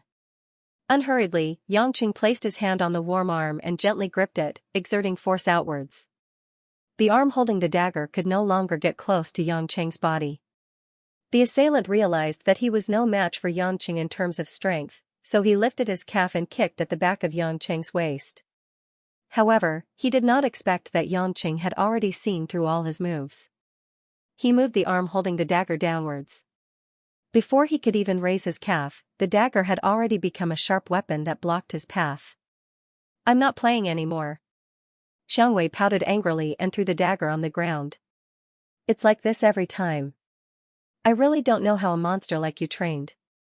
You're younger than me, but your skills are too abnormal. Yangqing let go of Qiangwei's smooth arm. That delicate touch made him reluctant to part with it. He turned around and said with a faint smile, not bad. Compared to a month ago, your speed is a little faster. Your improvement is already very fast. But in front of you, I still can't withstand a single blow. Xiangwei rolled her eyes at Yangqing and gracefully sat on the big bed. Because it was in her own room, Xiangwei was dressed very casually. She wore a white lace silk nightgown, which was loose and covered her seductive and charming body. The V-shaped neckline of her chest was propped up by her plump twin peaks. From the gap, a black tulle hollowed-out bra could be seen. It was difficult to cover the 2 large balls of pink flesh. The lower half of the nightgown was surprisingly short. It only wrapped around her round and perky buttocks. Her white and pink thighs were not stingy at all. They were glistening like ivory. Yang Cheng's eyes involuntarily drifted to the gap between Xiangwei's thighs. The alluring spring rippled there. It was actually also a black tulle panty. Vaguely, a few strands of black grass came into view. Xiangwei's eyes revealed a bit of pride. Although for some reason, this man that she had fallen in love with didn't want to get too close to her, it seemed that he didn't have any resistance to her body. While secretly delighted in her heart, she boldly threw a sexy coquettish glance. Her watery eyes could hook a person's soul away. Yangqing. Is sister beautiful? Beautiful. Yangqing swallowed his saliva.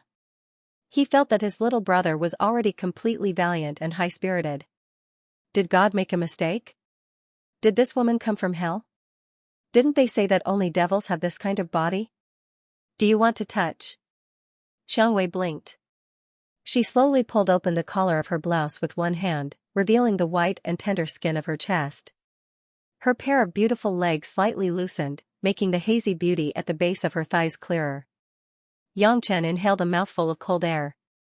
Although he had seen his fair share of beauties, and his wife Lin Ruashi's face was even more tragically beautiful, the rose in front of him, although her looks weren't as good, was still a first-class beauty.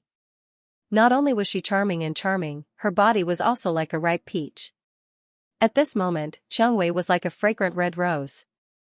The sweet flower juice made people dizzy. Yangqing slowly approached until he was in front of Xiangwei. He slowly bent down and stared at Xiangwei's electric and charming peach blossom eyes.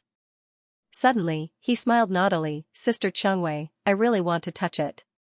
But if I touch it, you won't take a dagger and chop off my palm, right? Can I chop it? Xiangwei exhaled. You are too tempting. My bones are all soft. Maybe I really won't have any strength at that time. Then do you want to try?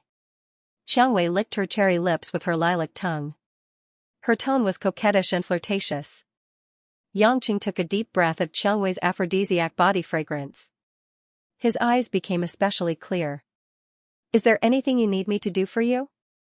As soon as his voice fell, Xiangwei's beautiful eyes, which were overflowing with amorous feelings, suddenly lost their luster. Instead, they revealed a bit of disappointment, depression, pain, resentment. The mixed feelings made Xiangwei suddenly laugh foolishly. Hee hee, Yangqing, so that's how you see me. How I see you. Yangqing said with a playful smile.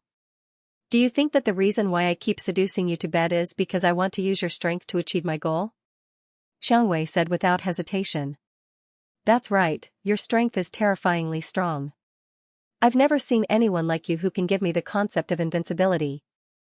As Xiangwei said this, she pulled up her collar.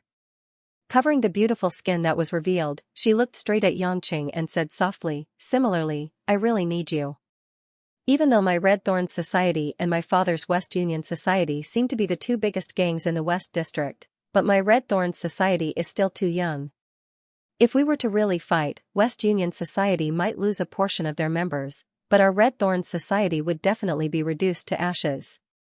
Speaking up to here, Xiangwei's charming face revealed a bit of coldness. Yangqing, do you remember the first night we met? That night, I was ambushed. The people around me were all killed. I was running for my life alone on the street. Yangqing listened quietly. He nodded slightly. In his mind, the scene at that time gradually appeared. In the wee hours of the morning, only a crescent moon hung in the horizon, but right now the crescent moon appeared scarlet. On a secluded street in the Western District, a disheveled figure suddenly jumped out of an alley. She was wearing a leather coat that tightly outlined her perfect curves. Her arm had been cut in a few places, and dark red blood flowed out. A cold dagger was tightly grasped in her hand. Under the moonlight it appeared sinister and bright, and the remaining blood proved that it had just cut through someone's flesh. Miss, no need to run anymore. A deep voice came from a warehouse in front of the woman. The woman immediately stopped her dashing footsteps, and vigilantly looked at the several figures walking out. There were at least 10 people.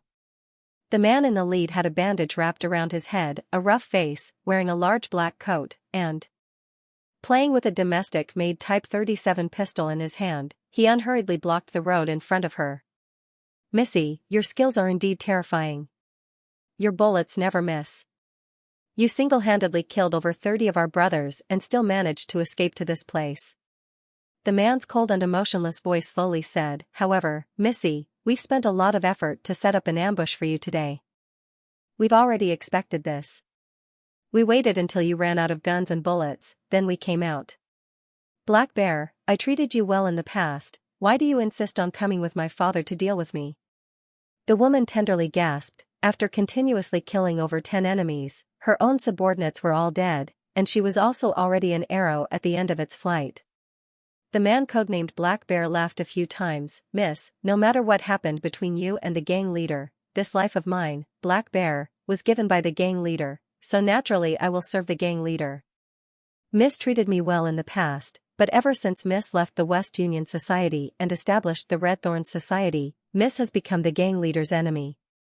So, naturally you are my enemy, there is no friendship to speak of. My father acts in an arbitrary manner, and his business dealings are utterly devoid of conscience. Even the underworld is ashamed of him, not to mention that he doesn't treat all of you well. In his eyes, all of you are just his lackeys.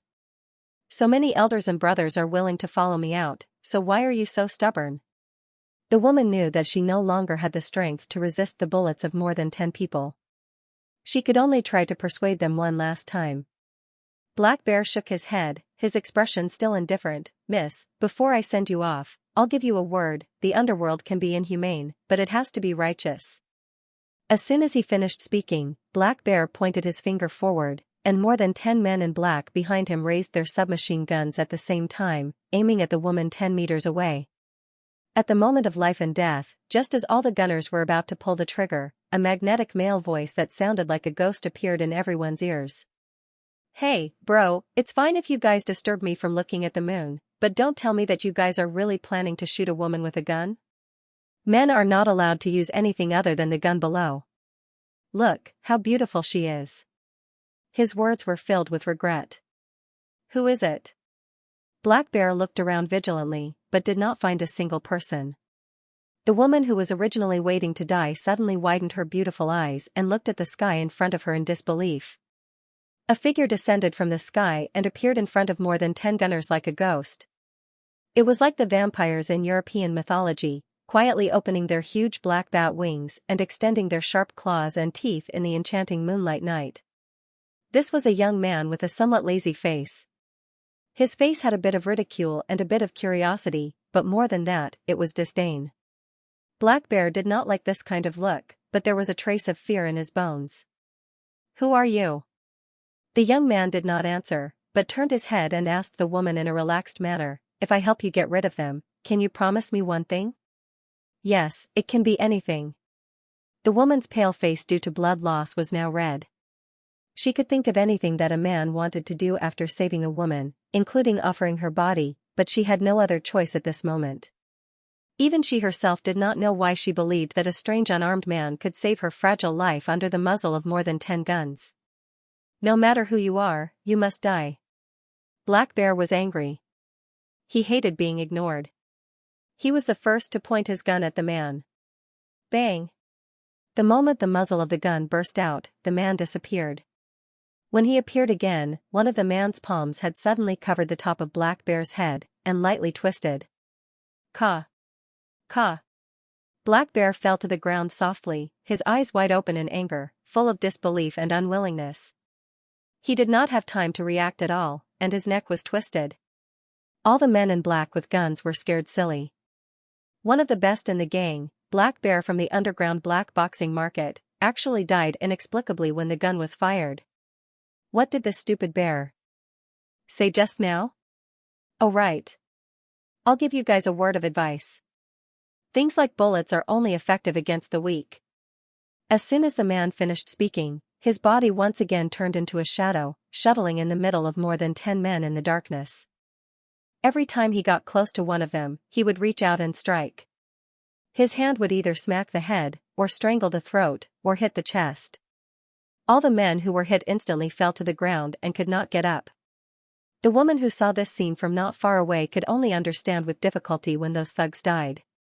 They were all instantly killed by such inhumane killing methods as smashing their heads, breaking their necks, and shattering their internal organs.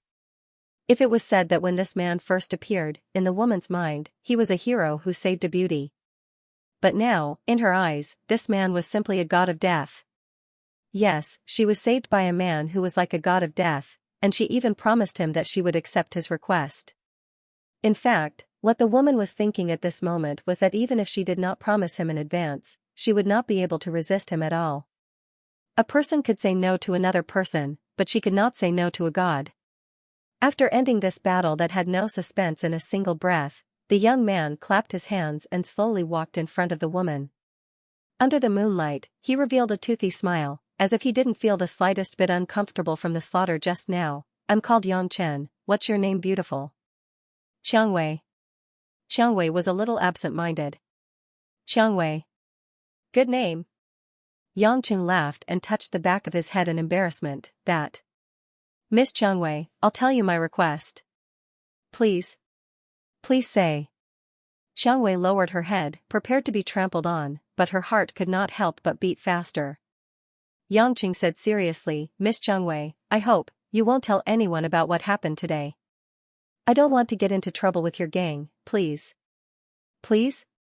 He's asking me to please? Xianxia raised her head in shock. At this moment, it was as if everything in the world had frozen, only the man's awkward smile in front of her, a trace of sincerity, a trace of gentleness.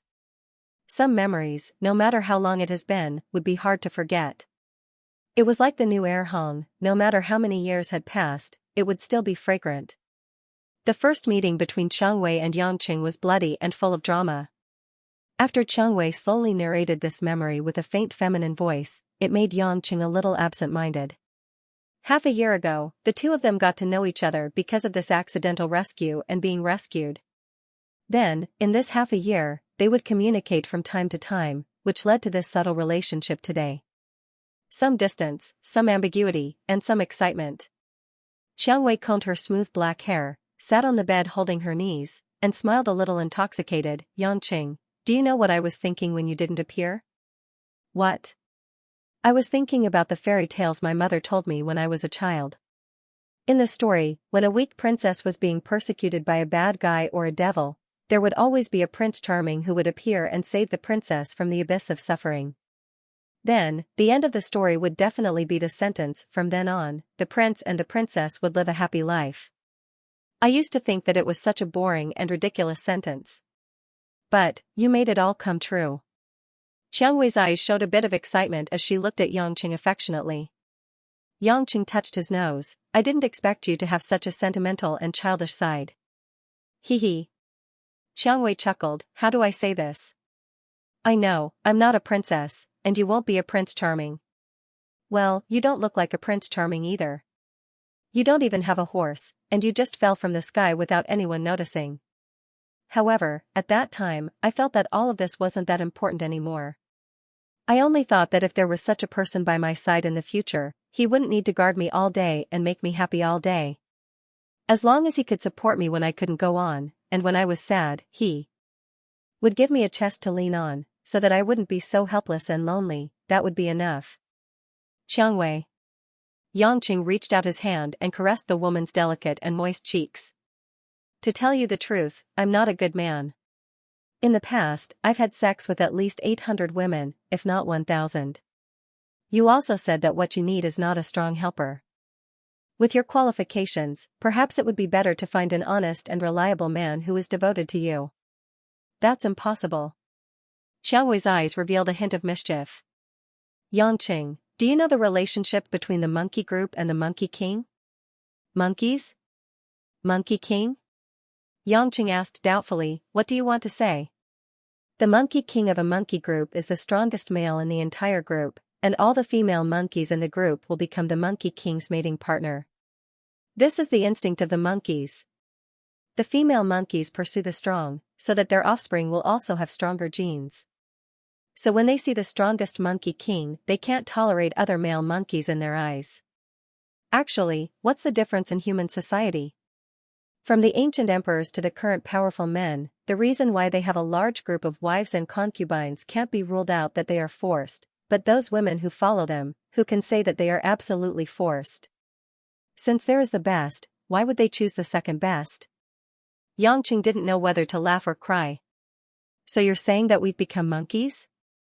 I'm just giving an example. I just want to tell you that from the first time we met, there will be no one else in my eyes in this life. Maybe you won't be the strongest in the world, but in my heart, you are the strongest. Xiang Wei's gaze gradually became firm, and she looked straight at Yangqing. I love you, Yangqing. After staying silent for more than half a minute, the smile on Yangqing's face gradually became wider, and he said with some relief and some playfulness, You're really a stupid woman. Xiang Wei's beautiful face that was incomparably perturbed just now revealed a joyful expression. She shook her head and said, So what if I'm a stupid woman? I don't regret it. Do you know what I originally wanted to do today? Yangqing's gaze looked up and down, as if he wanted to peep into the scenery under Xiang Wei's nightgown. Although Xiang Wei was already fully prepared, at this moment, when she was sized up by Yangqing's undisguised presumptuous gaze, she still blushed and her heartbeat quickened. She revealed a rare shyness. You. What do you want to do? Yangqing slowly moved closer to Xiang Wei's beautiful little earring, and used his teeth to gently bite the tender pink flesh. Xiang Wei felt as if an electric current had passed through her body, and she weakly leaned against Yangqing's chest, panting delicately. Today, I'm here to eat you, pink and tender female monkey. Without waiting for Rose to react, Yangqing let out a deep roar that he had been suppressing for a long time. Fiercely hugging Rose's small waist, he threw this delicate body that was soft to the bones onto the center of the bed.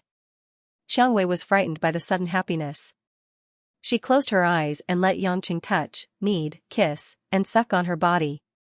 Her two small hands tightly grasped the towel blanket on the bed. The soft silk nightgown was pulled away from the body by the slightly rough big hands. Her snow-white skin was exposed to the air, exuding a scorching charm. As if he didn't want to let go of every inch of her skin, Yangqing's fiery kisses started from the small and exquisite navel, along the smooth abdomen, and all the way up. Without hesitation, he pushed open the black muslin bra that seemed to be nothing, and kept sucking and biting the two lumps of pink flesh that were above D-cup in his mouth. Perhaps it was because he hadn't enjoyed such a mature and charming female body in a sober state for a long time, Yangqing felt that his blood was already boiling uncontrollably. So fragrant. Xiang Wei, who usually took the initiative, was shy and bashful like a young girl who just had her first awakening of love. When she heard such explicit praise, her cheeks became even redder, and she couldn't make any response. Finally, when Yangqing's lips kissed Xiang Wei's cherry lips, two wet tongues began to entangle. Xiang Wei's sweet juice made it difficult for Yangqing to give up. He kissed Xiang Wei until it was hard for her to breathe, and then he unwillingly kissed somewhere else. Xiang Wei was already completely lost in the fiery entanglement for the first time. Her body was soft like it was made of water, and every part of her body had become a sensitive nerve ending. A slight touch would make the swamp that was flooded with lewd water flow even more like a stream. When Yangqing released all the restraints on their bodies and reached for Xiang Wei's mysterious garden with one hand, the overflowing flower dew made Yangqing's hormone secretion accelerate again. Oh? Xiang Wei babe, so you're so sensitive, the water down there can even be a bath. Ugh.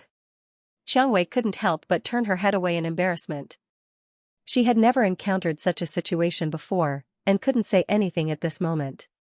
She could only vaguely express her protest. Yangqing, who couldn't bear it any longer, said no more.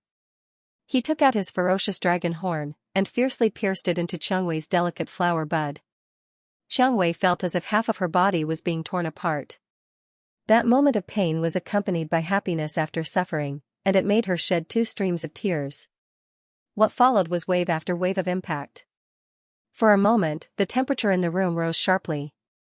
The man's heavy breathing and the woman's sweet and sorrowful voice intertwined. After almost an hour, the man and woman who had been rolling on the bed for a long time finally stopped. Using a blanket to cover the mess on the bed, they snuggled up together. Xiang Wei seemed to have not yet recovered from her orgasm, her whole body softly leaning against Yangqing's chest, the two lumps of heavy breast flesh squeezing together. It was quite an erotic scene. The woman who had been moisturized by the rain and dew appeared especially enchanting, one claw lightly scratching Xianxia's sturdy chest. She somewhat coquettishly said, "Turns out doing this kind of thing is so tiring, it's better not to do it in the future." "Up to you." Xianxia embraced the fragrant shoulder of the beauty in his embrace, saying with an evil smile, "If you don't do it, I can still find another woman to do it." "You have no conscience, you just finished tormenting me and you mention another woman." Xiangwei didn't know whether to laugh or cry as she slapped Yancheng's palm, but immediately afterwards her eyes revealed curiosity as she asked, "Oh right, you didn't really come here today just to think about that, right?" Yangqing reached out a hand and pinched Xiangwei's soft cheek. "You can say yes, you can also say no." "What do you mean?" Xiangwei believed herself to be very smart, but she had never figured out what kind of things were in the mind of her beloved man. Yangqing crawled up from the bed, rummaged through his pants and fished out that pack of cheap cigarettes, lit one up, and blew out a few smoke rings in enjoyment. Only then did he say with a relaxed and contented smile, "The reason why I said yes, is because you really did attract me. I've long wanted to eat up this little fat sheep that delivered itself to my doorstep, but you also know, because your background is a bit troublesome, eating you is equal to breaking my normal leisurely days. So, all along, I could only stare and not move my mouth." Xiangwei somewhat gloomily nodded. "I know, you are not willing to participate in the struggle of the Western region's gangs, and I am also the president of the Red Thorns Society. Being together with me is equal to going against the entire West Union Society. Of course you wouldn't accept me, but now. Don't tell me you're planning to." Seeing Xiangwei's hesitant expression, Yangqing chuckled, "You don't need to think too much, that's right, because of some unconventional reasons, I'm quite disgusted with your dad's West Union Society. Or, it should be said that some people in the West Union Society are giving me a headache. I feel that rather than hiding, why not make the entire West District your territory? That way, although it would take a bit of effort, and there might be a lot of miscellaneous small side effects, but..." Speaking till here, Yangchen once again greedily swept a glance at Rose's lazy and beautiful body, licked his lips and said, "But, since I can get rid of those annoying little demons, and also eat a stupid woman like you without worries, why wouldn't I be happy?" Being called stupid woman by her lover, Xiangwei couldn't help but roll her eyes. "So that's the reason, looks like you came here today to collect a deposit." After knowing Yangcheng's goal, Xiangwei didn't ask Yangcheng what he wanted to do, and didn't feel much worry for Yangqing. The current Xiangwei had already determined that the confrontation between the two gangs in the West District was about to end. This was also the reason why Yangqing truly liked this woman. If it was only because of her beauty, then Xiangwei would be the same as the other women he had played with. After sleeping with them they would no longer have any relations. But Xiangwei was clearly a woman who knew how to make a man happy. She firmly believed in Yangcheng's strength. If Yangcheng didn't want to say it, she wouldn't force him to ask. If Yangcheng wanted to keep her in suspense, she would cooperate and act like she wanted to hear it. When Yangcheng didn't come to see her, she wouldn't disturb Yangcheng for no reason, and would only wait for him in a quiet place. When Yangcheng came to see her, she would pour her fiery emotions onto Yangcheng, letting the man know how much she missed him.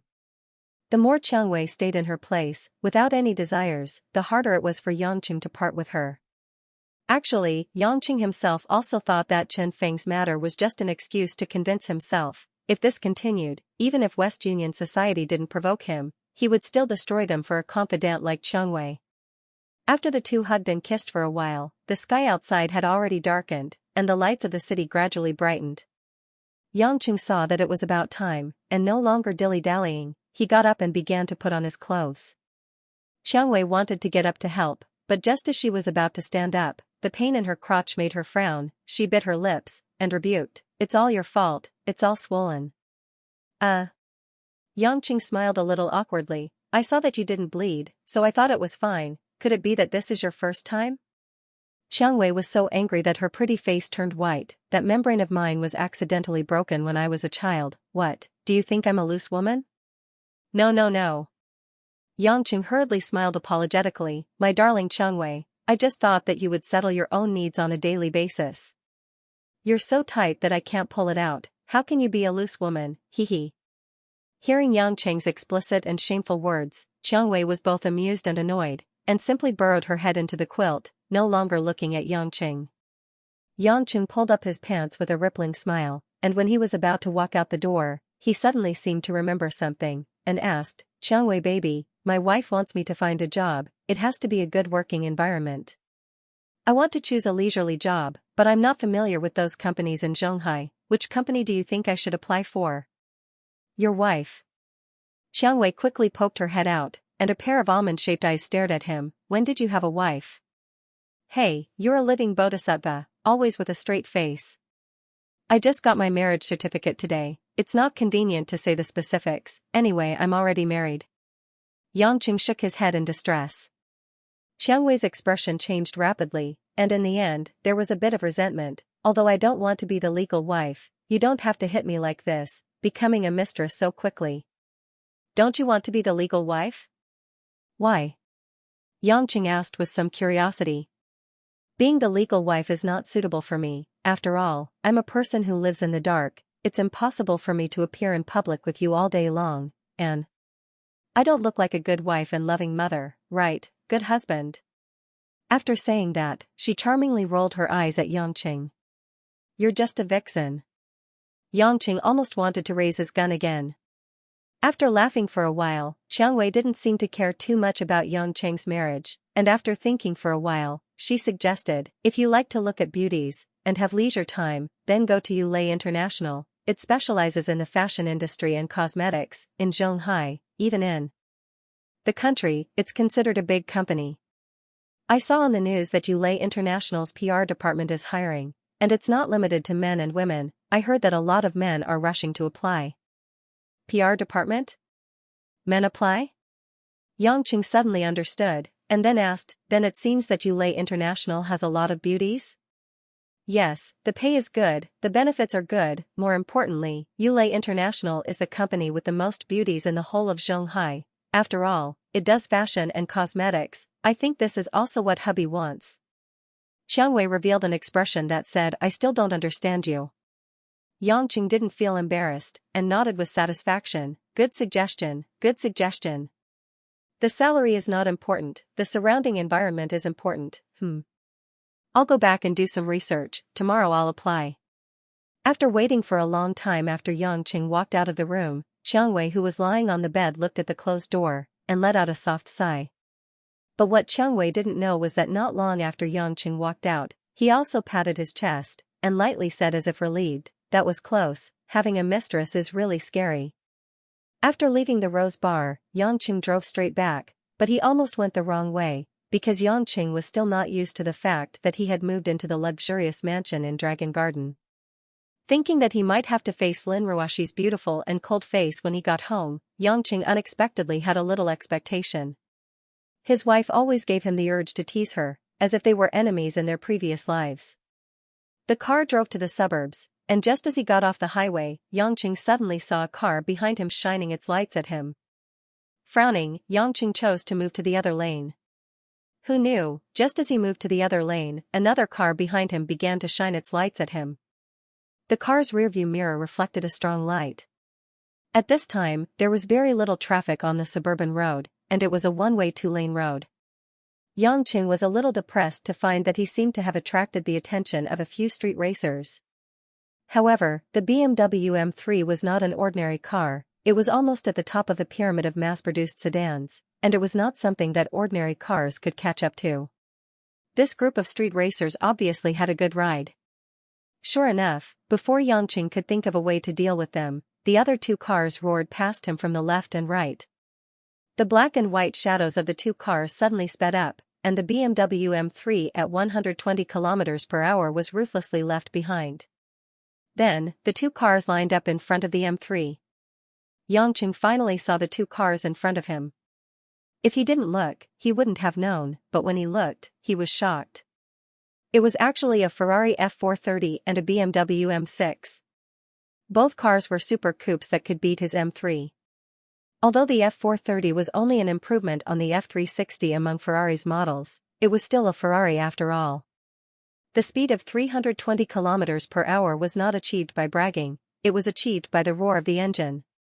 As for the BMW M6, although it was only 3 km more than his M3, it was already a BMW 6 Series. How could it be easy to deal with a 5.0 displacement? Just the price alone was more than 700,000 yuan. It was an absolute luxury. Yangqing was a little helpless. If the two cars in front of him were to deal with him, Yangqing was confident that he could find an opportunity to overtake and shake them off with his superior driving skills. But when Yangqing glanced at the car behind him, Yangqing had to give up. It was a fiery red Porsche 911. This was a famous Porsche car with more than 40 years of history. After so many years of upgrading, there were almost no changes to its core technology. It could be seen that its comprehensive level was unimaginably high. His BMW M3 was 70 to 80 km per hour slower than the other party. There was no way he could shake them off. But after Yangqing saw these cars, he also realized that these guys were definitely not robbers. People who could afford these cars definitely did not lack money. It seemed like they were just bored rich kids who came out for a ride and wanted to play with their little sedans. Once again, he lamented the ways of the world. Kids didn't study well and just wanted to cause trouble. Yangqing was also too lazy to fight with them. The less trouble, the better. Therefore, he slowed down the speed of the car, planning to let them pass first. But in all likelihood, things would not go as he wished. Without waiting for Yangqing to slow down, the Porsche behind him had already begun to honk. Following closely, the two cars in front also began to slow down. They actually stuck to his car and were unwilling to go too far. According to Shanghai's current regulations, if the car behind crashed into the car in front, the car behind had to pay for all the damages. So looking at the current situation, if Yangqing crashed into the two cars in front, he would have to pay for two people. But if the Porsche behind him crashed into him, he could only get one person's compensation. So, he would definitely suffer a loss in this transaction. After understanding the thoughts of these rich kids, Yangqing's mouth revealed a cruel smile. What a bad taste. When it came to cars, he dared not say he was the best in the world, but he was still first class. In the past, he had driven at least a dozen famous cars on Germany's Nürburgring racetrack, and most of them were close to the records of those cars. After a slight calculation, Yangqing decisively decided to fiercely deal a blow to these fellows. As the saying goes, one learns from experience. Since their parents didn't teach them well, then he, as a young uncle, would do it for them. In just a moment of thinking, Yangqing's hands had already moved. Clutch, brake, handbrake, and the steering wheel suddenly turned. After a series of dazzling adjustments, the entire M3 made a semicircle 180-degree turn in an instant. Screech. The tires and asphalt road made an ear-piercing screeching sound, and the white smoke was especially conspicuous in the night. The red taillights threw out a beautiful and rapid red line. When the M3 moved forward again, it was already heading in the opposite direction to crash into the Porsche 911 behind it. This sudden turn of events caused the drivers of the surrounding cars to be dumbfounded. How did this guy do it? Drift? Did he think he was Takumi Fujiwara in Initial D? But human instinct told the Porsche driver that this guy wanted to crash into him. He wanted to crash into him at a speed of over 100 km per hour. The two whistling car shadows were like two violent cannonballs, about to collide with each other. When the Porsche, which was driving at over 160 km per hour, saw this scene, it didn't have any time to hesitate. It could only turn the steering wheel towards the roadside parking lane. What made the drivers feel incomparably terrified was that this BMW M3 didn't have any intention of moving. It went straight through the road. If the Porsche didn't change direction at the first moment, then this would have been a car accident that would have resulted in serious injuries and total destruction. Or even, one of them would have been squashed into a meat patty. The owners of the few cars began to break out in cold sweat. This guy was playing with his life. Was he really not afraid of death? The M6 and F430 in front of them stopped by the roadside. Two young men wearing branded t-shirts stepped out, their expressions somewhat unfriendly as they blocked the road in front of them. Yangqing slowly turned the car around, parked it by the roadside, got out of the car and walked towards the two. He knew that if he didn't explain clearly, they wouldn't let him pass. The owner of the Porsche 911 also got out of the car. What made Yangqing surprised was that it was actually a girl. But this girl's dressing was unusual. She wore a pink mushroom wig, a white t-shirt with cartoon characters, and a pair of ripped short jeans. What was even worse was that the girl's earrings were two skulls, and her bracelet and necklace were silver crosses. On the other hand, her face was moist and delicate, especially her eyes, which already revealed a bit of youthful charm. It was just that her figure had not yet matured, and she still looked like a green apple. She should be at the age of high school. The girl's pair of spirited eyes stared at Xianxia as he approached. When she was in front of him, she suddenly extended a small hand with a purple butterfly tattoo, revealing her cute canine teeth. She smiled crisply. "I'm Tang Tang, nice to meet you." Xianxia looked at the girl named Tang Tang with some surprise. He thought she would cry and make a scene, but he didn't expect her to be friendly and want to shake his hand. Without much hesitation, Xianxia reached out and lightly shook Tang Tang's hand. "I'm Xianxia, not really happy to meet you."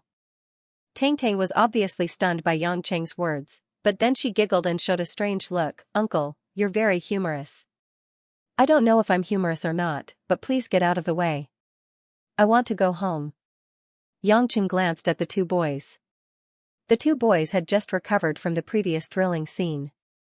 When they heard Xianxia ask them to get out of the way, one of the boys with dyed blonde hair snorted and said, "Get out of the way? You did such a dangerous thing to our sister Tang Tang. You want to leave without kowtowing and apologizing? You're thinking too much.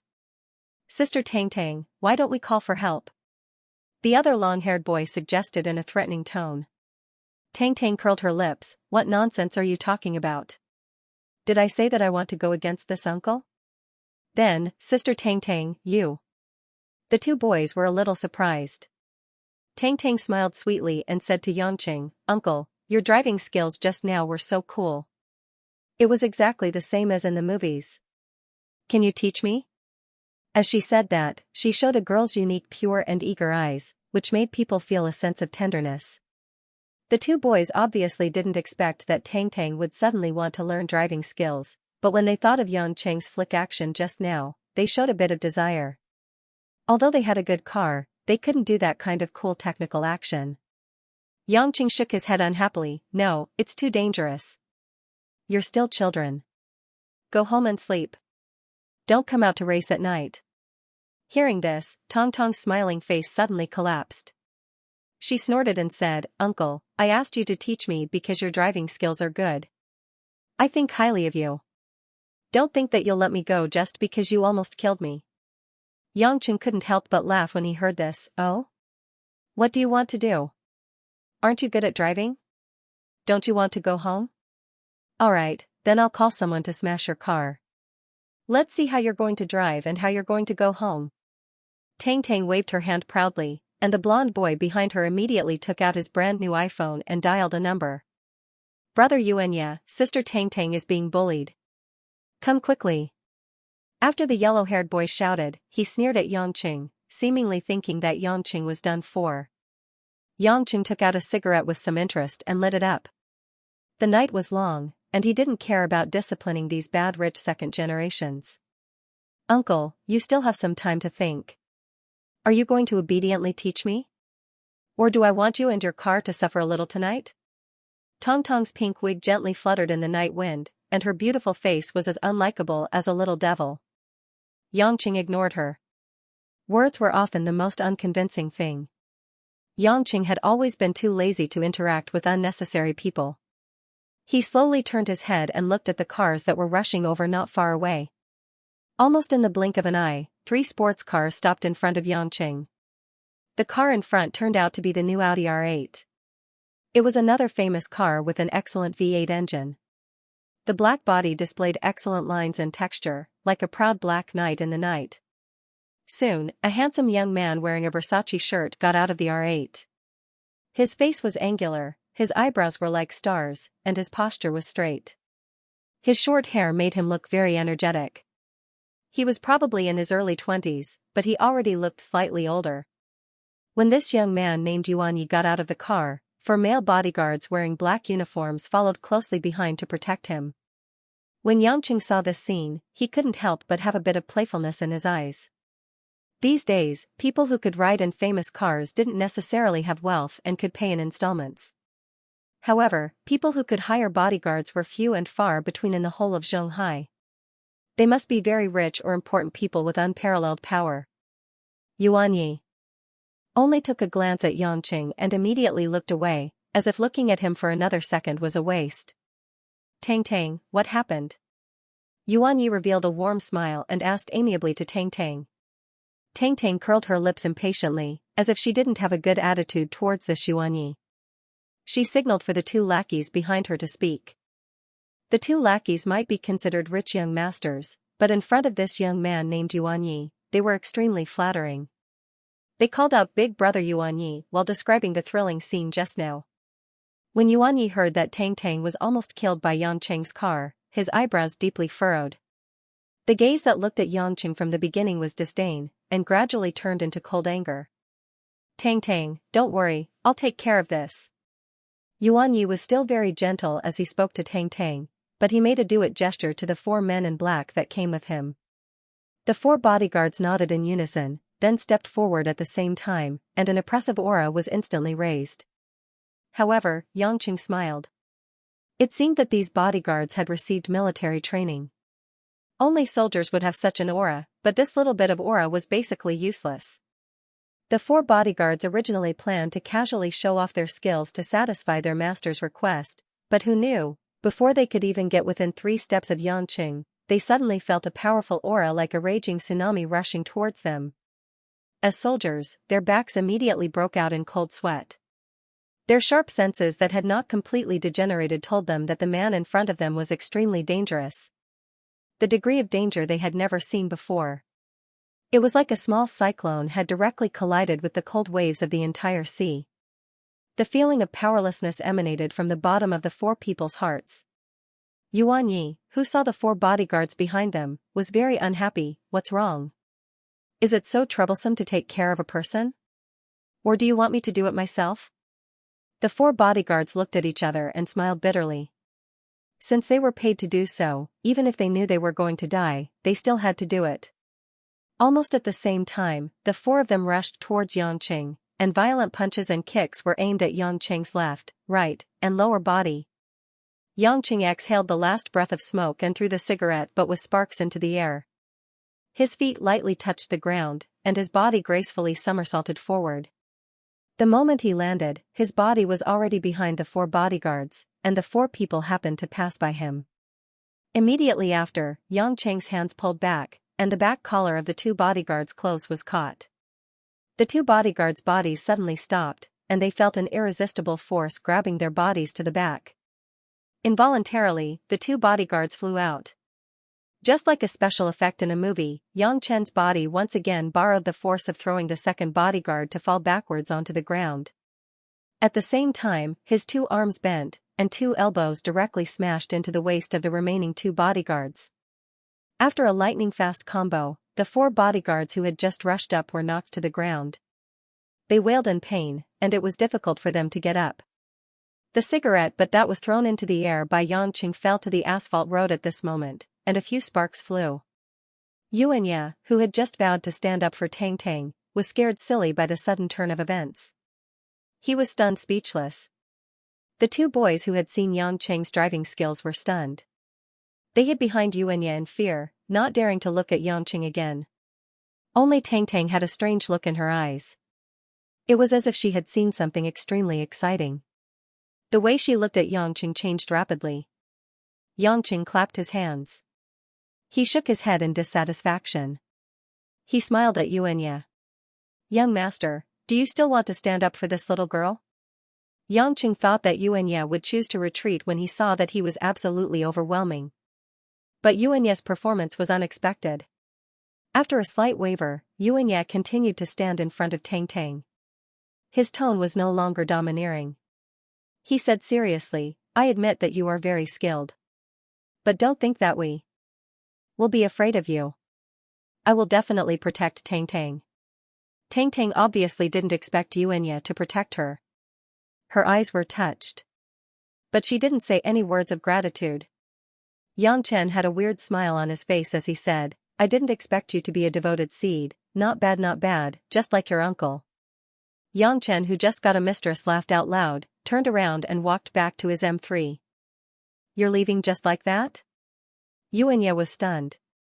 He realized that Yongqing let him go. Yongqing sat back in the driver's seat. He winked at Xianxia. "You're Xianxia, right? You might think that I'm pretending to be pretentious. Some of my words might be cliché. But seeing that you're not a bad person, I'll tell you not to be too full of yourself. There's always someone better out there. It's not something that can be made up. I'm just trying to persuade you. I don't mean anything else. But now, you won't stop me from going home." The two boys who were blocking the road had already hidden to the side. No one dared to block his way.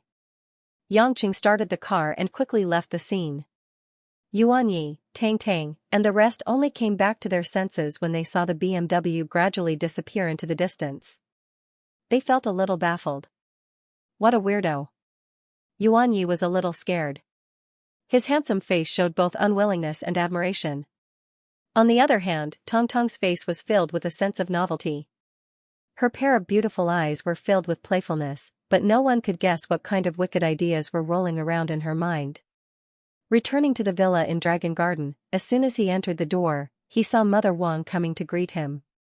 She said with a gentle smile, "Young master, you're back. Have you eaten? If not, I've heated the dishes."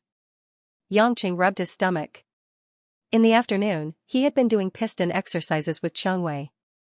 Just now, he was racing and beating people up, so he really forgot to eat. He immediately smiled and asked Mother Wang to start the meal. Sitting at the Western dining table and gulping down 2 bowls of rice, Yongqing burped in satisfaction. He said to the satisfied Mother Wang, "The taste of having someone at home to cook is really different, especially when it's someone like Mother Wang who cooks delicious food." Mother Wang said with a smile as she cleared the table, "It's good that young master likes it. Compared to young master's cooking, I can only cook and look after the house." "What do you mean?" Yongqing was a little confused. After hesitating for a moment, Mother Wang's face showed some bitterness. "Young master came today. If it wasn't for young master, our miss would have been very angry." Yongqing suddenly realized that she was talking about Lin Kuan and Lin Ruashi during the day. He didn't know whether to laugh or cry. "I think Ruashi is already angry enough. Being called that by her own father, any daughter would be angry." Mother Wang shook her head. "Young master doesn't know. Although Miss is angry, it can't be compared to the previous 2 times. A few days ago, Master forced Miss to go on a blind date with young Master Su. He even used the old mansion to force Mississippi. Miss was so angry that she ran out to drink. When she came back, she reeked of alcohol. The night before yesterday, she didn't go home and spent the night outside. I watched Miss grow up. Our Miss has always been very self-disciplined. If she wasn't extremely angry, she wouldn't be drunk." Yongqing touched his nose a little awkwardly. "Wasn't that right? She was so drunk that she was drugged and even made him pretend to be a hotel lady. Otherwise, who knew who was who? It's all good now." Mother Wang said with relief, "With young master here, it won't be easy for master to bully Miss in the future. With a man in the house, one can really live with Anshin." Yongqing was too embarrassed to continue listening, so he changed the topic. "Mother Wang, where's Ruashi? Has she eaten?" Mother Wang smiled bitterly. "Miss is working in the study upstairs. She was disturbed by master's matter during the day and only went to work in the evening. She said she couldn't finish work and didn't eat dinner." "How can that be? Even if she works hard, she still has to eat." Yongqing frowned. "I think so too, but Miss is very stubborn. She doesn't allow us to knock on the door when she starts work, and we aren't allowed to go in to deliver things to her. Otherwise, she will get angry." Mother Wang's face was helpless and doting. Yongqing thought about it. Although he didn't know what would happen in the future, at least she was his wife now. He wouldn't feel good if she starved, so he said, "Mother Wang, help me prepare a portion of food. I will send it to Ruashi." "Really? Maybe young master will eat if you go." Mother Wang seemed to have been waiting for Yongqing to say this. She happily ran to the kitchen. Not long after, Yongqing carried a tray of hot food to the door of Lin Ruashi's study on the 2nd floor. No sound could be heard from outside the closed red door. Yangqing reached out and knocked on the door, but there was still no response. With his extraordinary hearing, Yangqing could feel that the study was unusually quiet. With a bit of confusion, Yangqing opened the door and quietly walked in. As soon as he entered, he was greeted by the sight of a dazzling array of books neatly arranged around the spacious room. The smell of paper and Lin Ruoshi's unique body fragrance permeated the room. Between the two pots of bamboo that looked like works of art, there was a large mahogany desk with all kinds of documents and books piled on it. At this moment, Lin Ruoshi was sitting on the black leather swivel chair. She had fallen asleep on the desk. Her beautiful face had lost a trace of her usual coldness in her sleep. Her long and curved eyelashes, her delicate little nose, and her thin red lips made her look gentle and beautiful.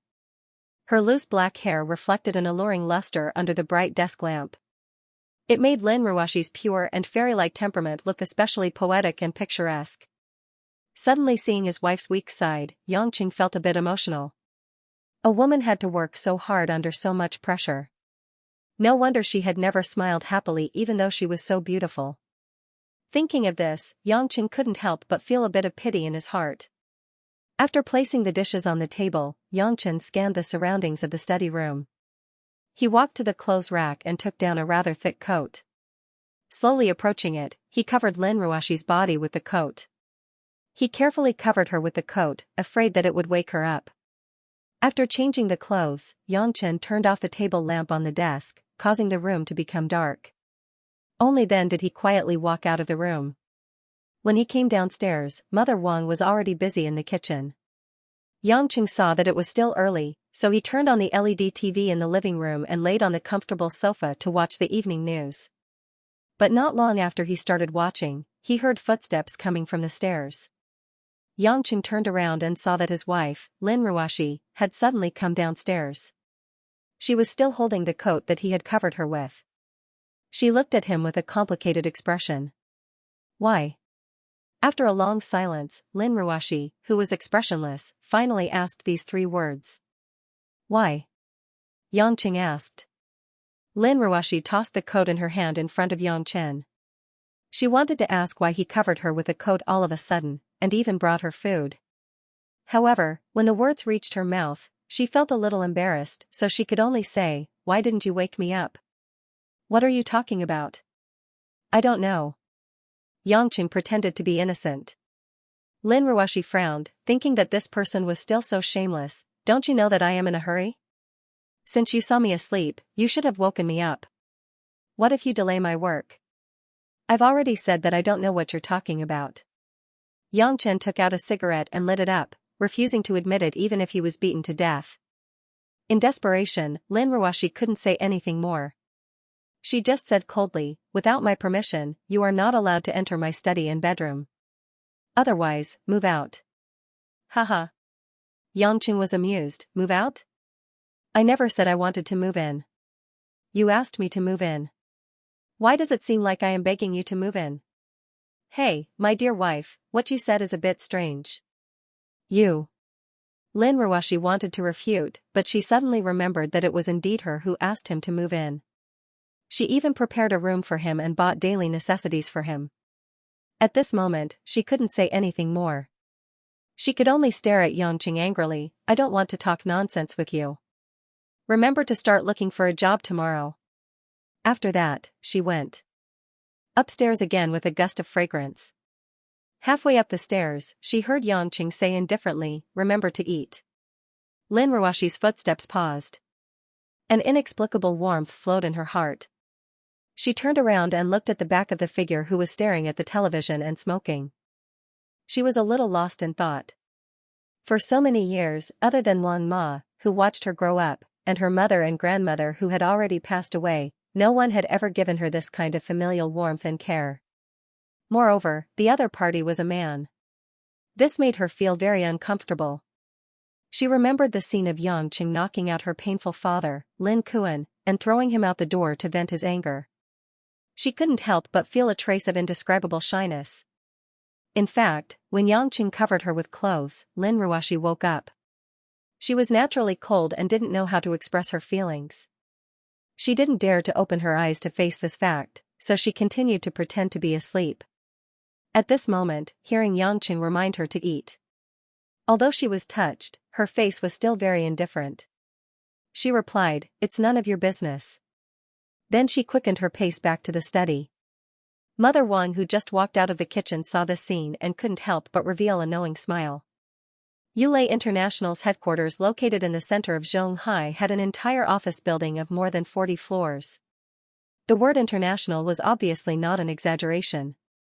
Just by being able to blossom in Europe, America, and Japan, and become one of the top 10 companies in the fashion and cosmetics industry in Xianxia, it could be seen. The entire Yulei building was like a slender and elegant silver-gray tulip. The smooth lines and simple and elegant decoration made people feel refreshed upon entering the building. The air was filled with a faint scent of perfume. A variety of flowers and plants were placed in the building. It brought a natural beauty to the light white building decoration. However, the most famous thing about Yulei International's headquarters was not its unique and fresh decoration style. Instead, it was the various beautiful female employees wearing OL uniforms. After all, it belonged to the fashion and cosmetics industry. Therefore, female employees occupied the absolute majority. What's more, Yulei International's recruitment obviously took the corporate image into consideration. Every employee that entered the company were all city beauties with good looks. Even if they weren't, they were still delicate and pretty. As for the beautiful models within the company or those that had a cooperative relationship with them, they were even more tempting. Therefore, lonely city men who walked in circles outside Yulei International could be found everywhere. Each and every one of them wanted to be able to hook up with the women inside. However, the number of people who succeeded was very few. In this kind of environment, to be able to enter Yulei International to work, inevitably became the best choice in the hearts of countless men. One can imagine, when Yulei International released the advertisement, and the public relations department was recruiting people, the number of men who broke their heads to sign up was unimaginable. Therefore, in Yulei International's recruitment, they set up a special requirement for male applicants. First, the man must have a bachelor's degree or above from one of the top 50 universities in the world. Second, the man must be proficient in at least 2 foreign languages. Once these requirements came out, the men who wanted to fish in troubled waters to try their luck were immediately dumbfounded. Men with these qualifications, why would they go to Yulei International to work as a public relations officer? Even if they weren't gold-collar workers, they were still elites in the company. Although beautiful women were important, how could they lack beautiful women when they were rich? In the end, among the dozens of people who entered Yulei International's office for the final interview, there were less than 10 men. And these people, each and every one of them were wearing branded clothes. Their expressions were arrogant and insufferably arrogant. Obviously, they were playboys who thought, "I'm number one in the world." Rather than saying that they came to apply for a job, it would be better to say that they came to look for women out of boredom. At this moment, there were still 5 minutes before the last 2 tests would begin. One was to set the questions on the paper, and the other was to face the examiner and answer the questions. There were still around 30 people left in the hall. Most of the women were nervous, while the remaining 7 or 8 men were relaxed and at ease. Sitting in the spacious fan-shaped hall, sitting next to Yangqing was a slightly chubby man with oily hair, a pair of glasses, and an Armani suit. "Hey, bro, which flower have you taken a fancy to?" the chubby man asked with a wretched smile. Yangqing was puzzled. "What do you mean, which flower have I taken a fancy to?" Still pretending. The chubby man smiled mischievously. "Bro, don't be so secretive. At worst, I'll say it first. I've taken a fancy to the head of the public relations department, Mo Qianni." "Alright, your turn." Yangqing was speechless at the chubby man's honesty. He smiled and said, "I'm only here to apply for a job. I already have a wife. F***CKU. Who would believe your bullshit?" The chubby man looked at Yangqing with incomparable disdain. "Let's not beat around the bush. Which of the brothers sitting here don't have money to spend and come to look for women?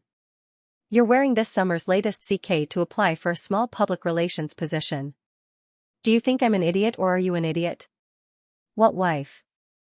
I'd believe you if you said you had 10 lovers. Who would marry a wife to manage themselves?" Yangqing was surprised. He shook his head and sighed. How is it that this country is more open than overseas? The world has changed so fast? Could it be that bro has really become a good man of this generation? He ignored the chubby man's nonsense. At this moment, the door of the hall was pushed open. A woman wearing a black tight-fitting suit and a snow-white shirt, with her long hair curled up, walked in gracefully. Behind her were 3 or 4 beautiful office ladies carrying materials. She's here, she's here. It's actually Mo Qianni personally coming to be the chief examiner. The chubby man beside him was like he had eaten ecstasy. He shook his fat butt in his seat excitedly. Both of his eyes were staring at the uniformed beauty called Mo Qianni. It wasn't just the chubby man who was a little excited. Even the other men revealed a somewhat fervent look. Obviously, they also saw that delicate flower as their prey. Xianxia raised his head and glanced over. Mo Qianni, with her enchanting figure, had already walked in front of everyone and picked up the small microphone. With just a cursory glance, Xianxia understood why the fatty and the other men were so infatuated with this Mo Qianni. She was indeed a beautiful woman, with a slim figure and a charming face. If one had to compare, in Xianxia's opinion, she was comparable to Qiangwei. However, Qiangwei was more of a wild and charming sexiness, while the Mo Qianni in front of him was more of a confident and wise intellectual beauty. Obviously, the men who had played with those vulgar women found it hard to resist this kind of outstanding white-collar women. Everyone, please remain quiet. Mo Qianni smiled in a formal manner, her voice was as clear as a silver bell. Next up will be the test on your language. After all, public relations work will be faced with all kinds of clients, and for our ULA international clients are extremely common. In the future, if you are unable to communicate well for the benefit of the company, it will be an extremely irresponsible behavior. According to everyone's application, we have prepared 6 foreign language test papers: English, French, German, Japanese, Spanish, and Italian. Later, everyone can choose the 2 languages that they want to test based on their specialties. Those who score above 60% will enter the final round of interview. So, everyone please carefully fill in the test papers that we will be handing out. The time limit is 1 hour, thank you. As soon as she finished speaking, Mo Qianni signaled to the beautiful assistants beside her. The 4 assistants simultaneously walked to the 4 corners and began to hand out the test papers from the edge to the center.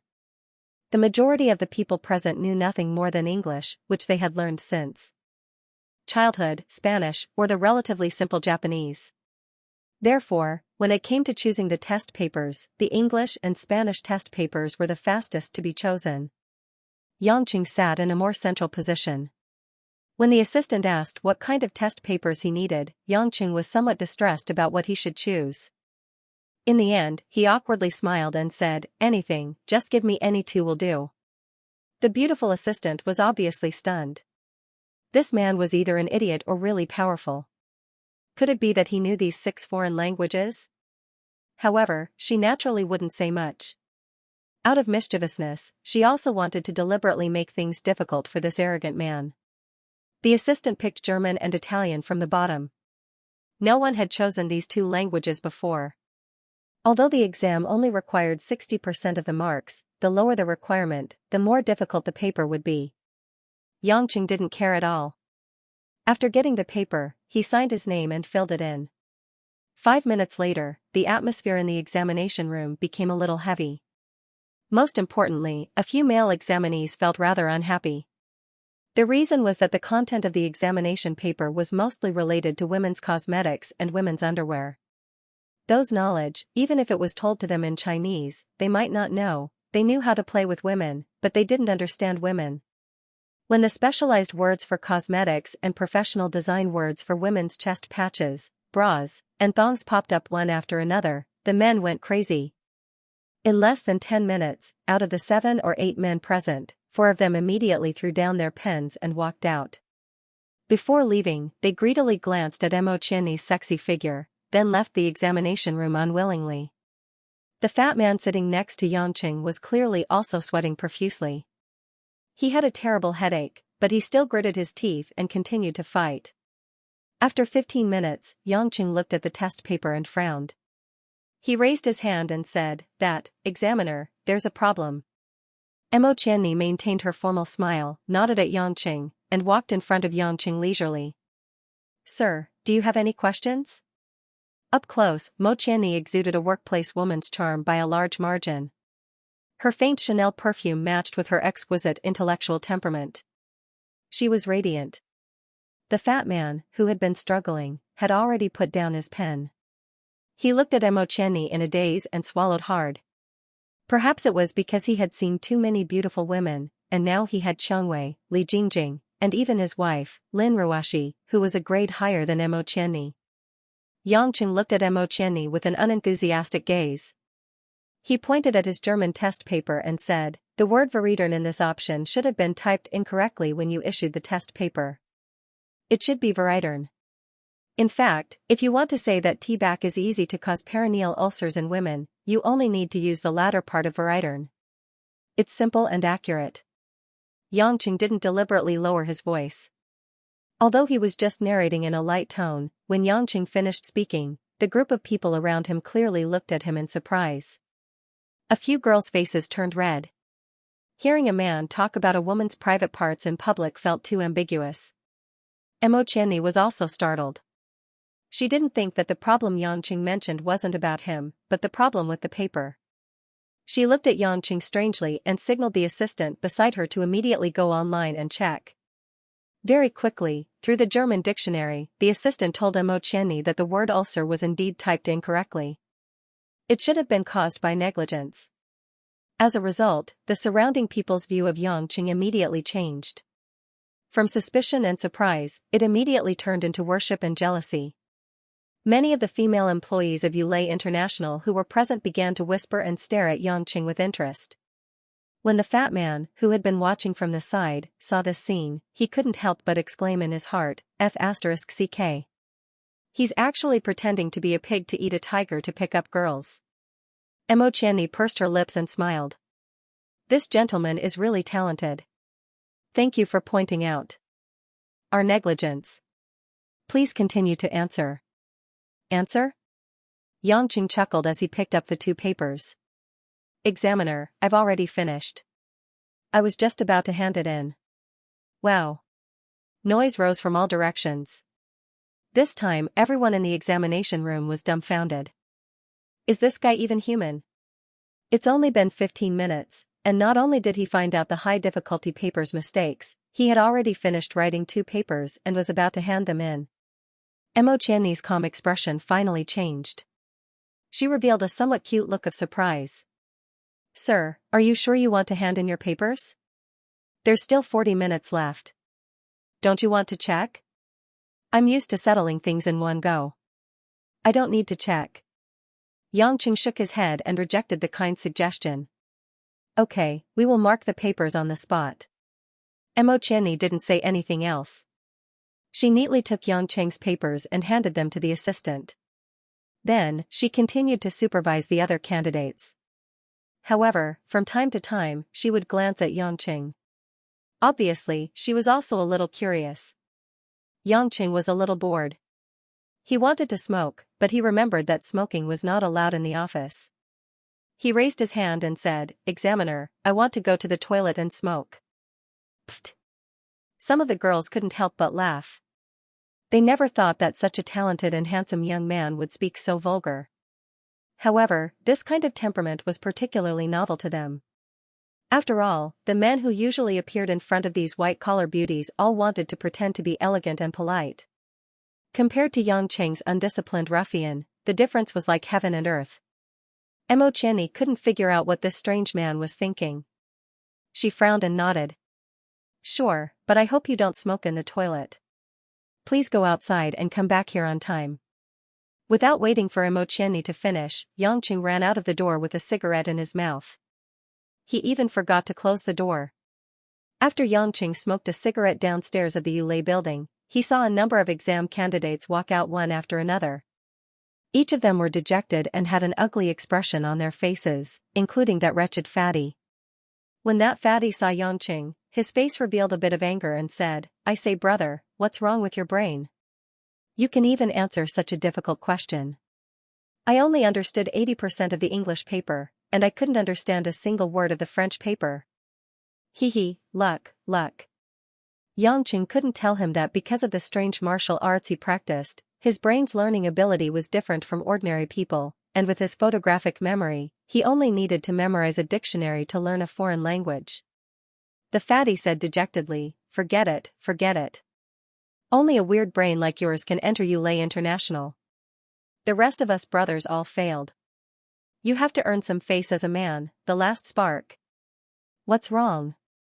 There aren't any men inside? Yangqing asked. Who has nothing better to do than study the French and Spanish vocabulary for the thong style all day? The fatty shook his fat head. I don't think there will be more than 5 women and a man left inside. Yangqing rubbed his head gloomily. In fact, he didn't think this paper was that difficult.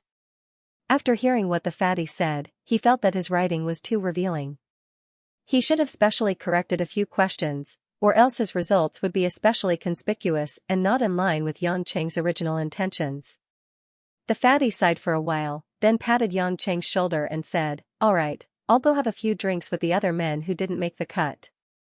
Otherwise, our minds will be twisted. After saying that, he walked to the parking lot with the other men who also had faces full of unhappiness and regret. Yangqing felt a little gloomy as he slowly walked back to the exam hall. Sure enough, he discovered that there were only 3 good-looking young ladies left. Including him, there were only 4 people. As soon as Yangqing entered the door, Mo Qianni and a group of Yulei Internationals and vigilators all looked at him strangely. They stared at Yangqing as if they were looking at a monster. After all, Mo Qianni had seen great winds and waves. After a little pause, she immediately said with a smile, congratulations, Mr. Yang. You are the only man who could stay and enter the final interview. You also scored the highest in the foreign language test. You achieved full marks. Hearing that Mo Qianni naturally used the word you when she spoke this time, Yangqing was convinced that he had accidentally shown too much. His German and Italian proficiency had already amazed these women. With an awkward smile, Yangqing sat down and waited for the final interview. Since there were only 4 applicants left, Mo Qianni didn't hold the microphone this time. Instead, she smiled and said, since the 4 of you can pass the difficult foreign language test, it can be seen that you are truly talented. In the final interview, we will test your understanding of the fashion industry and your ability to appreciate it. As everyone knows, our Yulei International's fashion design changes dramatically every year. Therefore, identifying our company's clothing is a relatively difficult task for many new employees. In a moment, 10 of our company's models will be wearing this year's newly designed clothing and will be displayed to the 4 of you.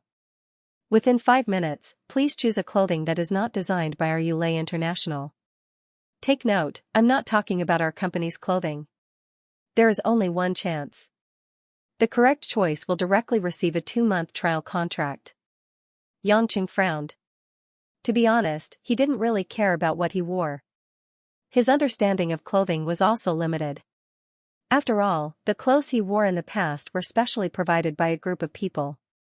He had never come into contact with other clothing brands. At the same time, one of the curtains in the examination room was slowly pulled open.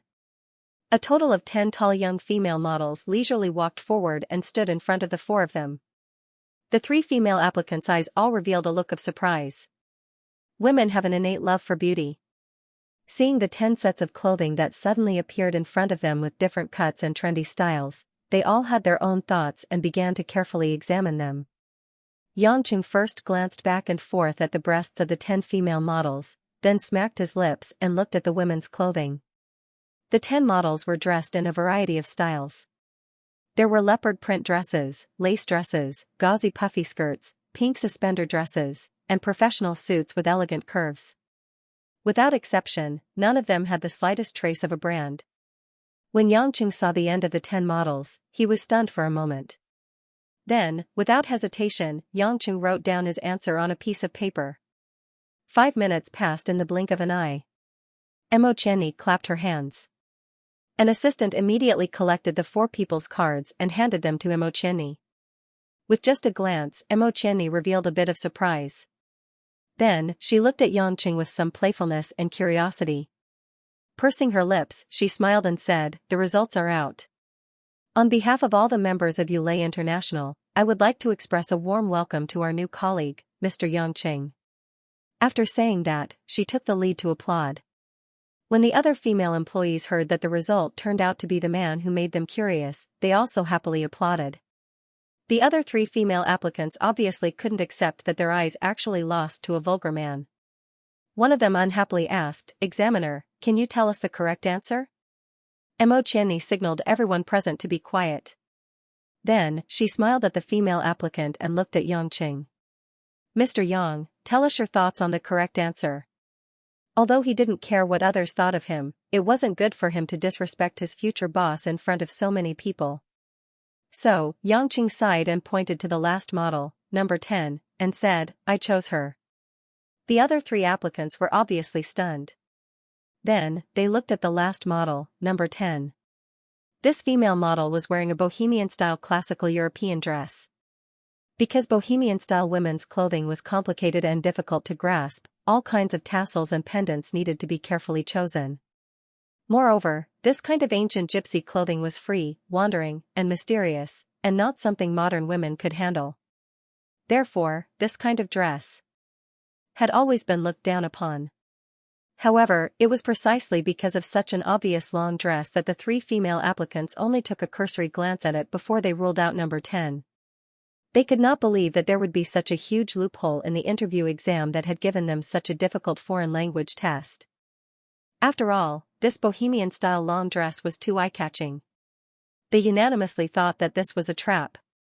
Xianxia didn't pay attention to the 3 women's shock and regret. He faintly explained, "If I'm not wrong, the bohemian-style dress of model number 10 was produced by an ancient Italian artisan workshop. This dress's waist and the crystal pendants on the tassels were all carefully polished from real crystals. The diamond pattern on the chest was also real South African diamond. I think, although Yulei International is one of the top 10 fashion brands in the country, they still can't use so many high-quality natural crystals and diamonds to make this dress." This time, not only the 3 female applicants, but even the Yulei International employees present had a look of disbelief on their faces. They originally thought that Xianxia could only see that this retro dress was expensive. They didn't expect that Xianxia could even clearly see the origin of the dress. But what everyone present didn't know was that Xianxia's heart was blooming with joy. The designer of this dress was personally made by the old guy who specially sewed the dress for him. After wearing it for so many years, how could he not see this style, this extravagance, from whose hands it was? No one in the world understood this person's style better than him. Looking at the elegant and noble bohemian-style dress in front of him, Xianxia's eyes revealed a bit of nostalgia. He softly asked in his heart, "Ron, you blind old guy who refused to wear glasses, how are you doing now?" Xianxia's miraculous performance won the attention of all the Yulei International employees. Many female employees began to talk about this new probationary erudite male compatriot as an after-dinner topic. Before even officially starting work, Xianxia was already known by the majority. After signing the probationary contract on the spot, Xianxia was led by Mo Qianni into the Public Relations Department. Located on the 18th floor of Yulei International, the entire floor was the Public Relations Department's domain. Upon entering the office area, many people stood up and applauded to welcome Xianxia's arrival. After all, the majority of the employees were female. To be able to join a new male colleague, the girls were somewhat happy. After Mo Qianni let Xianxia briefly introduce himself, she let him follow her into her department head office. Inside the office, other than a few pots of carefully arranged kaffir lilies, there were no other decorations. The clean desk and the wall were filled with various forms and itinerary signs, all indicating that the owner of this place possessed good work ethics and efficiency. Xianxia rather admired his new superior.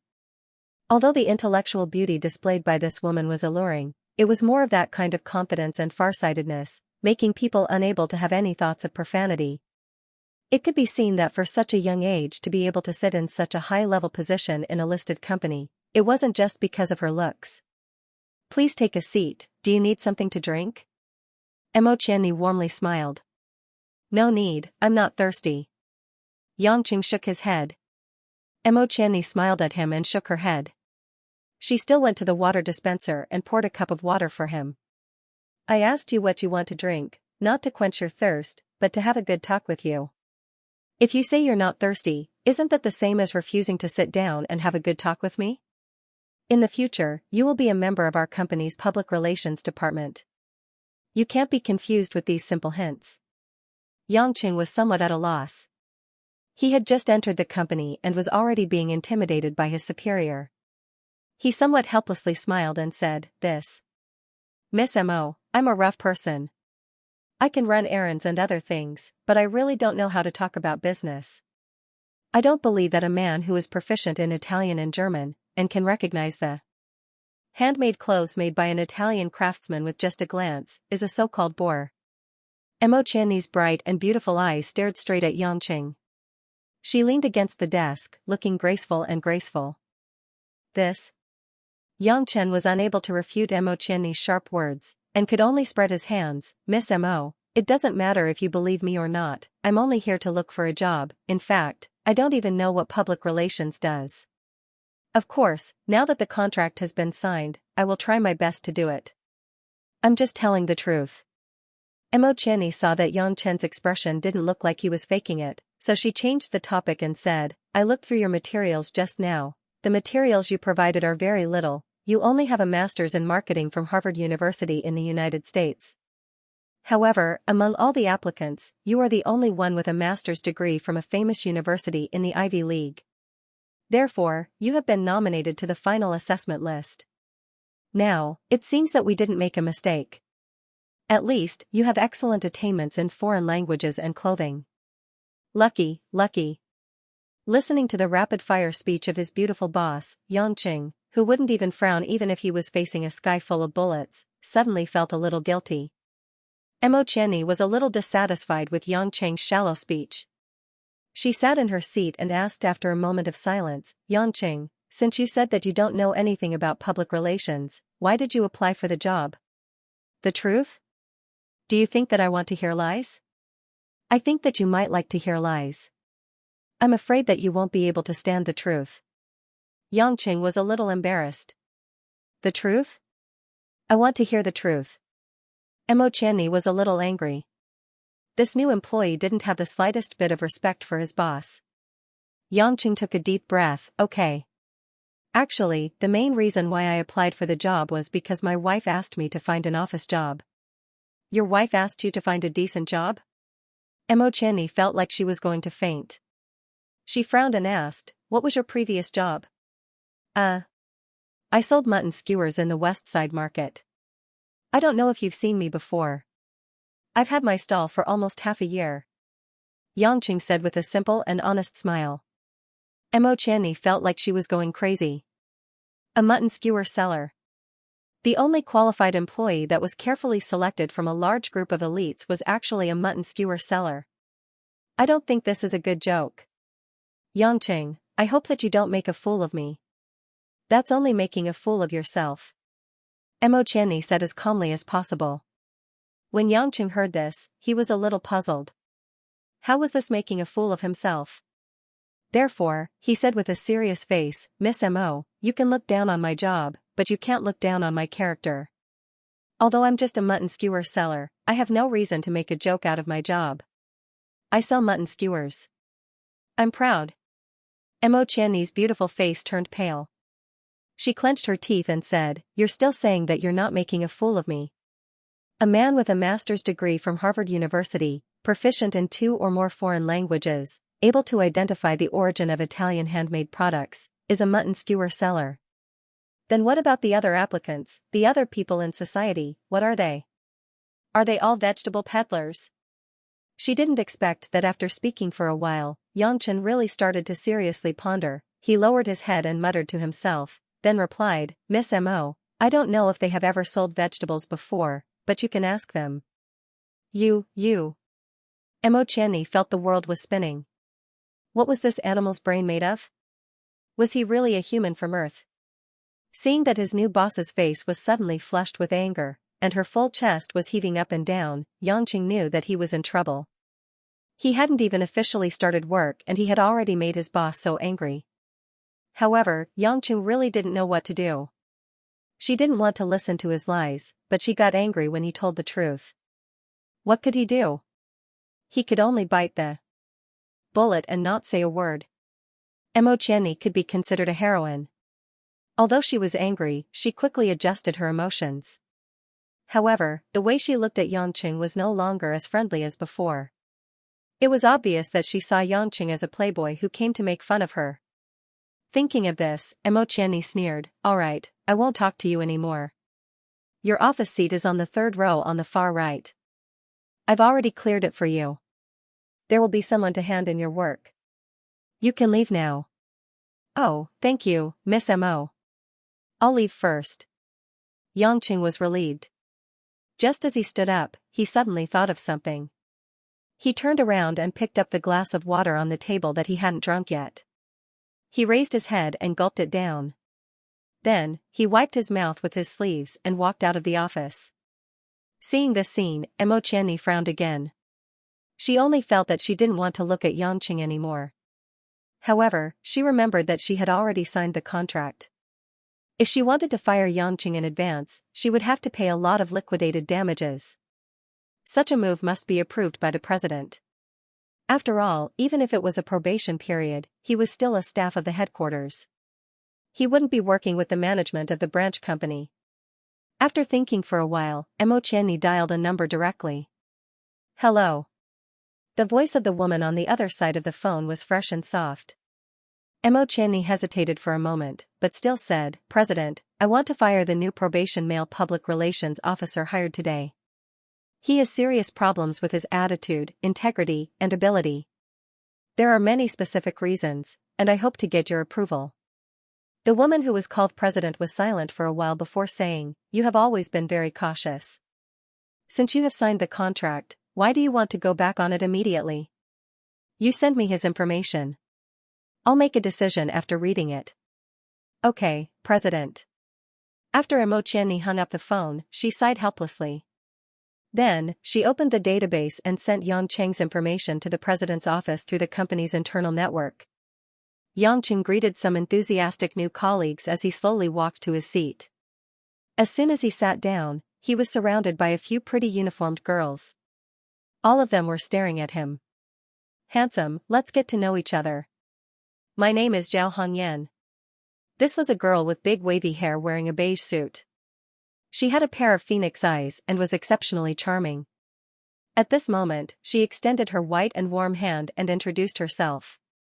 "Sister Hongyan, your new colleague has just arrived. Aren't you afraid of scaring him?" Another girl wearing a light blue suit giggled. Her face was a little round and her figure was more voluptuous. She said with a smile, "Your name is Yangqing, right? In the future in our public relations department, you have to be the most careful of Sister Hongyan in front of you. She eats men without spitting out the bones." Zhao Hongyan didn't blush.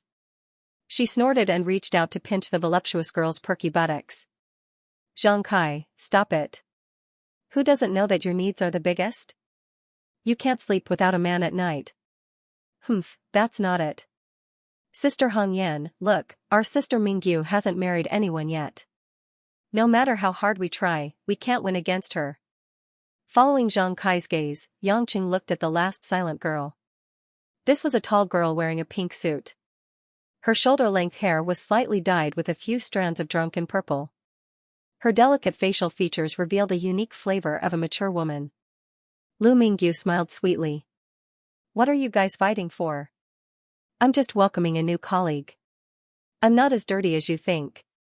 As she said that, she extended her slender jade-like hand and said, "Little brother Yangqing, you don't mind shaking hands, right?" "Oh, of course." Yangqing naturally wouldn't mind intimate contact with such a mature woman. It would be even better if he could pinch Zhang Kai's plump and perky buttocks like Zhao Hongyan did. As soon as he touched Lu Mingyu's slender little hand, Yangqing felt Lu Mingyu's naughty little finger gently tickle his palm. He looked up and saw Lu Mingyu winking at him playfully. Such a simple and flirtatious action made Yangqing feel like he was walking on air. No wonder so many men wanted to enter Ulay International. The average quality of the women here was so high. What's more, they were extremely passionate. Following the three women's welcome, many female employees in the office came up to greet Yangqing with smiles. Of course, there were also some dirty jokes. After about 10 minutes, Xianxia finally saw the silhouette of a man among the surrounding colleagues. It was a man wearing a white shirt. His stature was short and fair. He looked like a university student who had yet to shed his childish innocence. His delicate face had a hint of shyness. Xianxia saw that his only male compatriot didn't come up to greet him. Instead, he looked like he wanted to say something but didn't. Xianxia found it funny. How could a man not be as open as this group of women? Therefore, he took the initiative to extend his hand and said, "I'm called Xianxia. Looks like you're the only male in this office. Get along well in the future." The delicate and pretty man immediately shook hands with Xianxia. His face was slightly red. He lowered his head and said in a small voice, that. I'm called Chenbo Huan, welcome to our department. Chenbo? Morning erection? He could even come up with this name. But no matter how I looked at it, he couldn't get an erection. Xianxia couldn't help but say, "This name of yours is quite interesting. It's very manly." When Chenbo heard this, he immediately shyly lowered his head even more. He said in a small voice, "Thank you." Yes, he was shy. A man named Morning Erection was as shy as a woman. A few female colleagues surrounded him. The buxom woman named Xianxia giggled and said, "Xianxia, you don't know this. Our little Bo is a top student at Peking University. Before you came, he was the only one in our PR department. It's great now. With brother Yang here, our offices Yin and Yang can finally be balanced." A younger female PR had already started to call Xianxia brother. Xianxia joked with the few women for a while. He didn't want to waste any more of the office time. After returning to his seat, he began to organize the various documents and office equipment on his desk.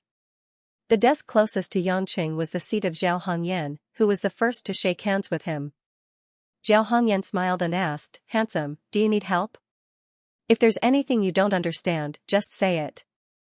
Xianxia thought about it and asked, "That little Chen is so shy. How can he be a PR person? Doesn't a PR person have to interact with clients to discuss business and receive clients? How can he let it go?" Zhao Hongyan was stunned. She didn't expect Xianxia to ask this. She covered her mouth and whispered, "I heard that little Chen came in through connections. Everyone sees that he is a shy kid, so they give him some clerical work to do. They usually don't let him do business." Xianxia nodded. That made sense. Suddenly thinking of something, Xianxia laughed and said, "Actually, I'm not good at talking and I don't know how to discuss business. I think in the future, you guys should give me some odd jobs to do. Making coffee, serving tea, and water are suitable for me. I can do some manual labor. What do you guys think?" Zhao Hongyan couldn't help but giggle. Her full breasts also trembled. "Handsome brother Yang, you really know how to joke. I heard that you are a top student from Harvard. In our company, there aren't many people with that level of education. Who would believe that you want to serve tea and water as a handyman? I'm serious. Don't doubt me." Xianxia frowned in distress. Why didn't anyone believe the truth these days? Seeing that Xianxia didn't look like he was lying, Zhao Hongyan waved her hand and said, okay. I believe you. In fact, you are still in the probation period. There isn't much work to do. I'll talk to the sisters. In the future, you will be responsible for buying breakfast, making coffee, and moving things. We used to take turns doing it. You can do it alone. How about it? Really? Xianxia was happy. Buying breakfast, making coffee, and moving things. What a good job. Looking at Xianxia's excited face, Zhao Hongyan didn't know how to continue her joke. She muttered, "What a weirdo." Then she nodded. "Okay, then it's a deal. Remember to talk to everyone. I will buy breakfast for you tomorrow. Pay for it first." Xianxia turned back with satisfaction and continued to organize the things on the table. He didn't care about Zhao Hongyan's dull face.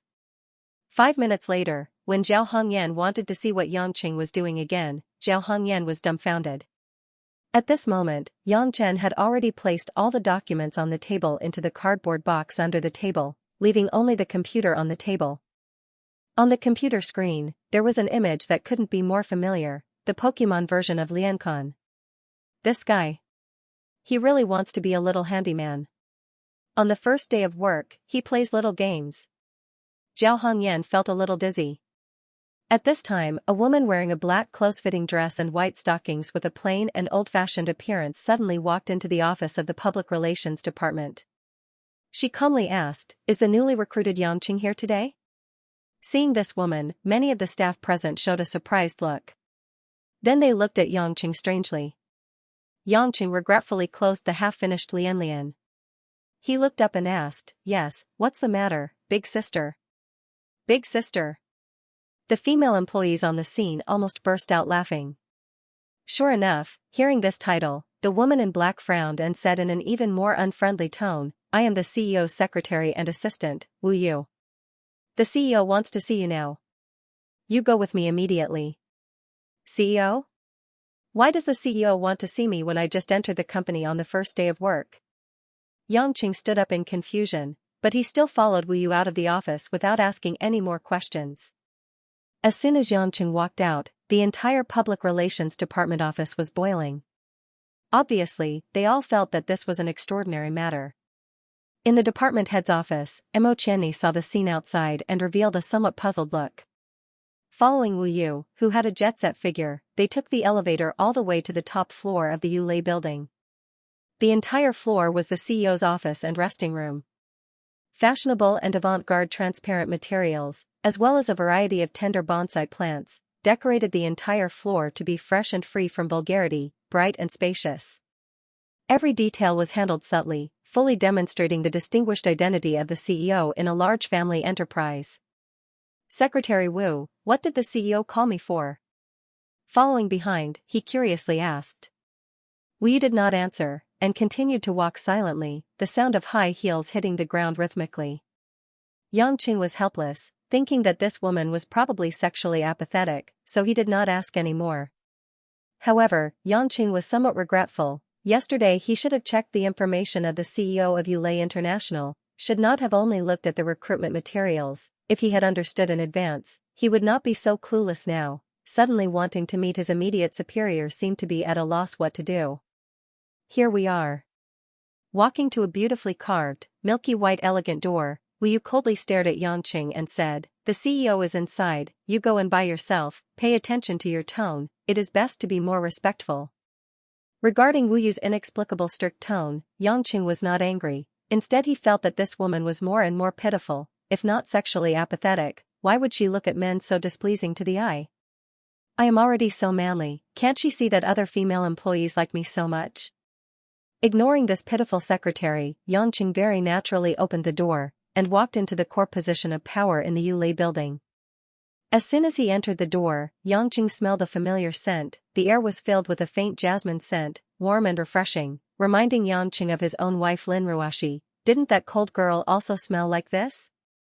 The entire CEO's office was extraordinarily large, more than 100 square meters, half circular. The arc was surrounded by smooth and thick floor-to-ceiling windows. Everywhere one could see the bustling scene of Xianxia city center. The thin white window screens blew with a few wisps of central air conditioning's cool breeze. The floor was covered with a soft wool carpet made in the Mediterranean Sea, and the colors were retro and complex.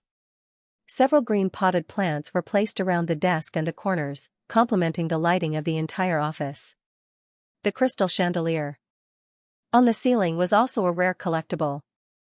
The exquisite workmanship refracted the light in the office into a gorgeous luster, bringing a trace of magnificence and mystery to the entire room.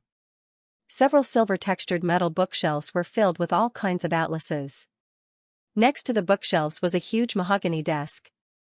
However, at this moment, behind the desk, the big chair of the CEO was empty. Yangqing was puzzled as to why the CEO had asked him to come, but he was nowhere to be seen. Then, he saw a small door to the break room on the right of the office slowly open, and a figure gracefully walked out. The atmosphere in the office became extremely strange at this moment. It was as if all the oxygen in the air had been sucked out, and both of them seemed to have forgotten to breathe. The two people's eyes met, mixed with complex emotions. Even they themselves found it difficult to describe clearly, because, this is too fake. "This, you. That. I. Yangqing had always thought that he was a person with relatively good psychological endurance, but now he found that it was only limited to some special circumstances. For an unexpected meeting like this, Yangqing felt as if his tongue had been cut off. His mind was a mess, and he couldn't think of anything to say. The woman in front of him was wearing a pair of crystal high heels, a pair of slender calves, black lace wrapped around the legs, revealing a bit of low-key charm. Her upper body was dressed in a decent beige professional women's attire, which vividly outlined the exquisite and perfect figure that was like the golden ratio.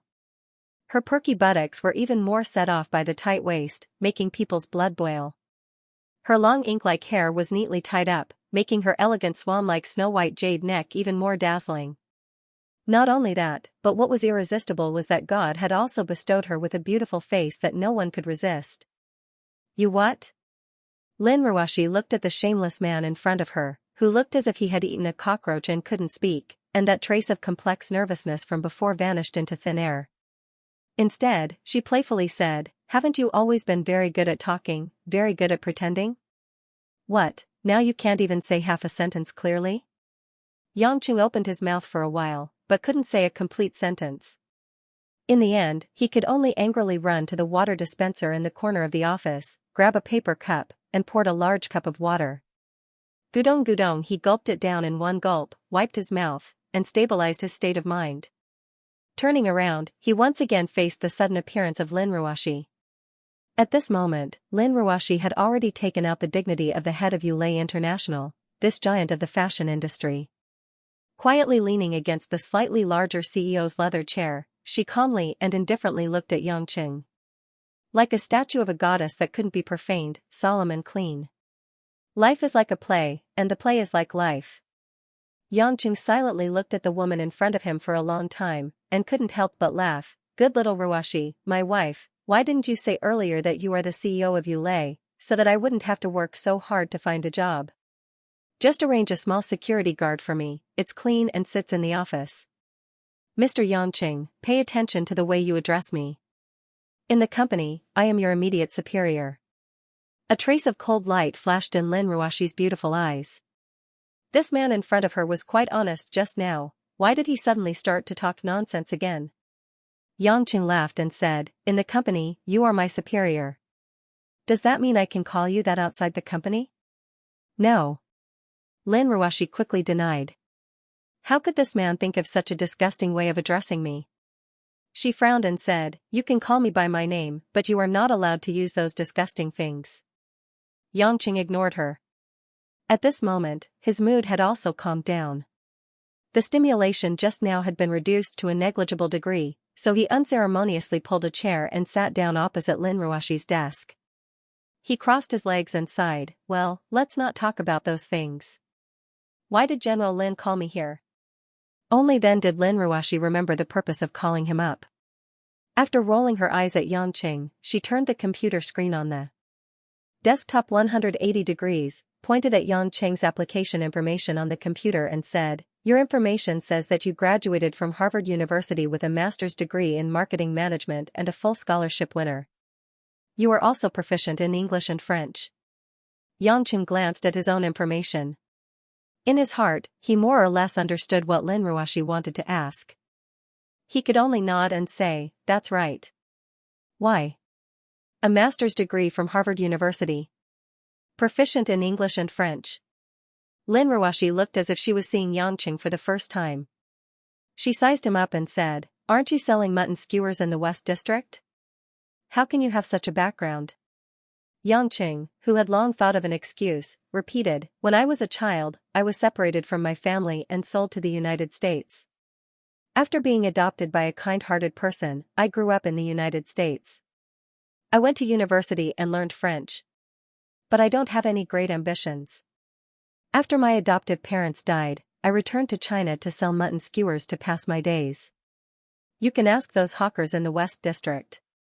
They all know that I returned to China half a year ago." Lin Ruoshi was able to lead a large company like Yulei International. Naturally, she wasn't a fool. How could she easily believe Yangqing? Her pretty face showed a bit of displeasure as she coldly snorted, "Then why did you choose German and Italian in the foreign language test and get full marks?" Yangqing regretted choosing a random test. If he had known earlier, he would have chosen English and French, but now he could only bite the bullet and say, "That's just a hobby. I have a bit of talent for learning foreign languages." "Oh? Then what other talents do you have?" Lin Ruoshi crossed her arms in front of her chest, her face full of disbelief. Yangqing touched his nose, a bit embarrassed to say it. "Actually, I have quite a lot of talents. I'm good at fighting and killing, and if I really want to talk about high-tech stuff, I can make fighter jets and tanks, and playing with guns and hacking, all of them are passable." But this kind of thing naturally can't be said out loud, so he could only shake his head and say, "No, my water bottle only has this much capacity, my dear wife is wise." "Don't call me that." Lin Ruoshi once again straightened her eyebrows and corrected the name that made her feel uncomfortable. She angrily said, "Yangqing, no matter what the reason is, since you have chosen Ulay International and become my employee, then I have to make some things clear to you. Don't tell me you want to fire me?" Yangqing gloomily spread out his hands. "Hey, I say, General Lin, I finally found a job that meets your requirements, an office, decent, and capable job. You don't have to be so cruel to me. Although I'm a bit handsome, and maybe poisonous to the female colleagues in the company, but as a loyal man, how can I be a womanizer? Besides, wild flowers don't have the fragrance of home flowers, don't you think so?" "Shut up."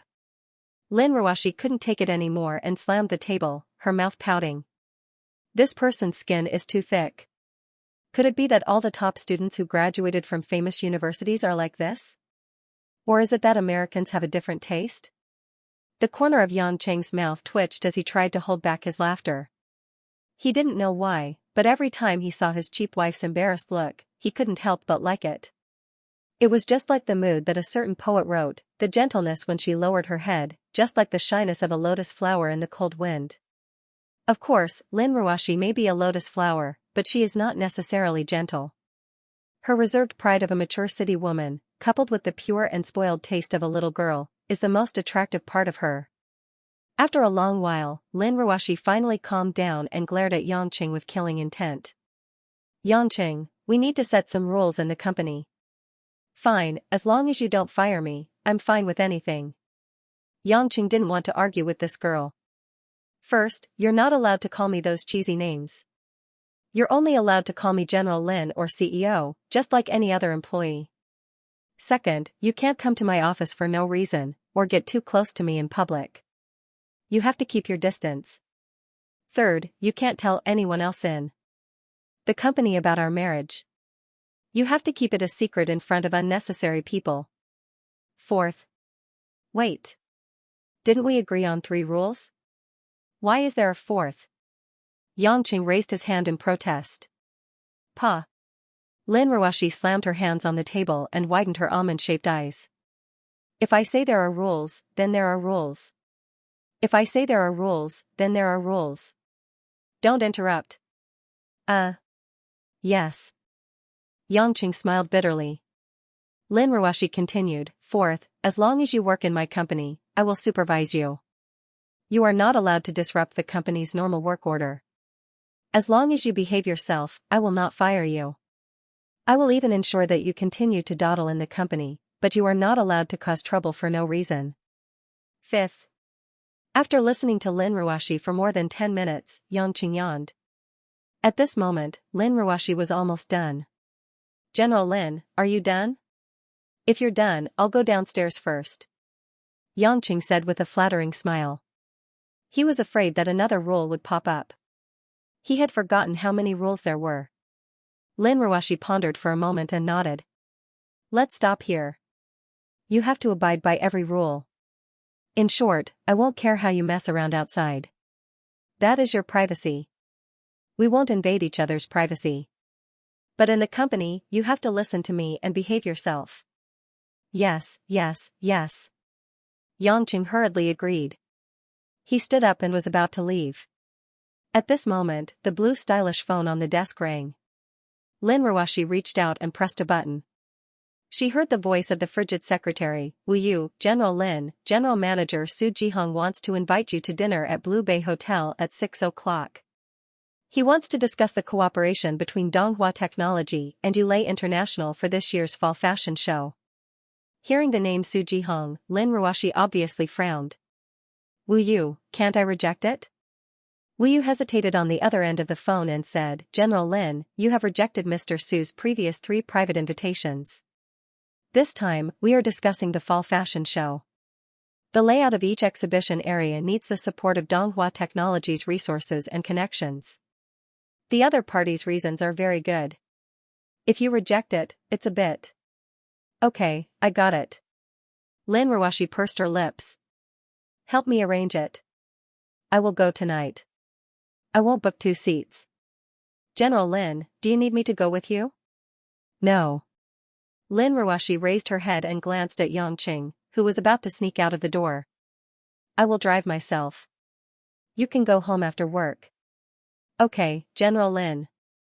Although Wu Yu felt a little strange, she was absolutely obedient and didn't ask much. After hanging up the phone, Yangqing, who was about to run out of the door, hesitated.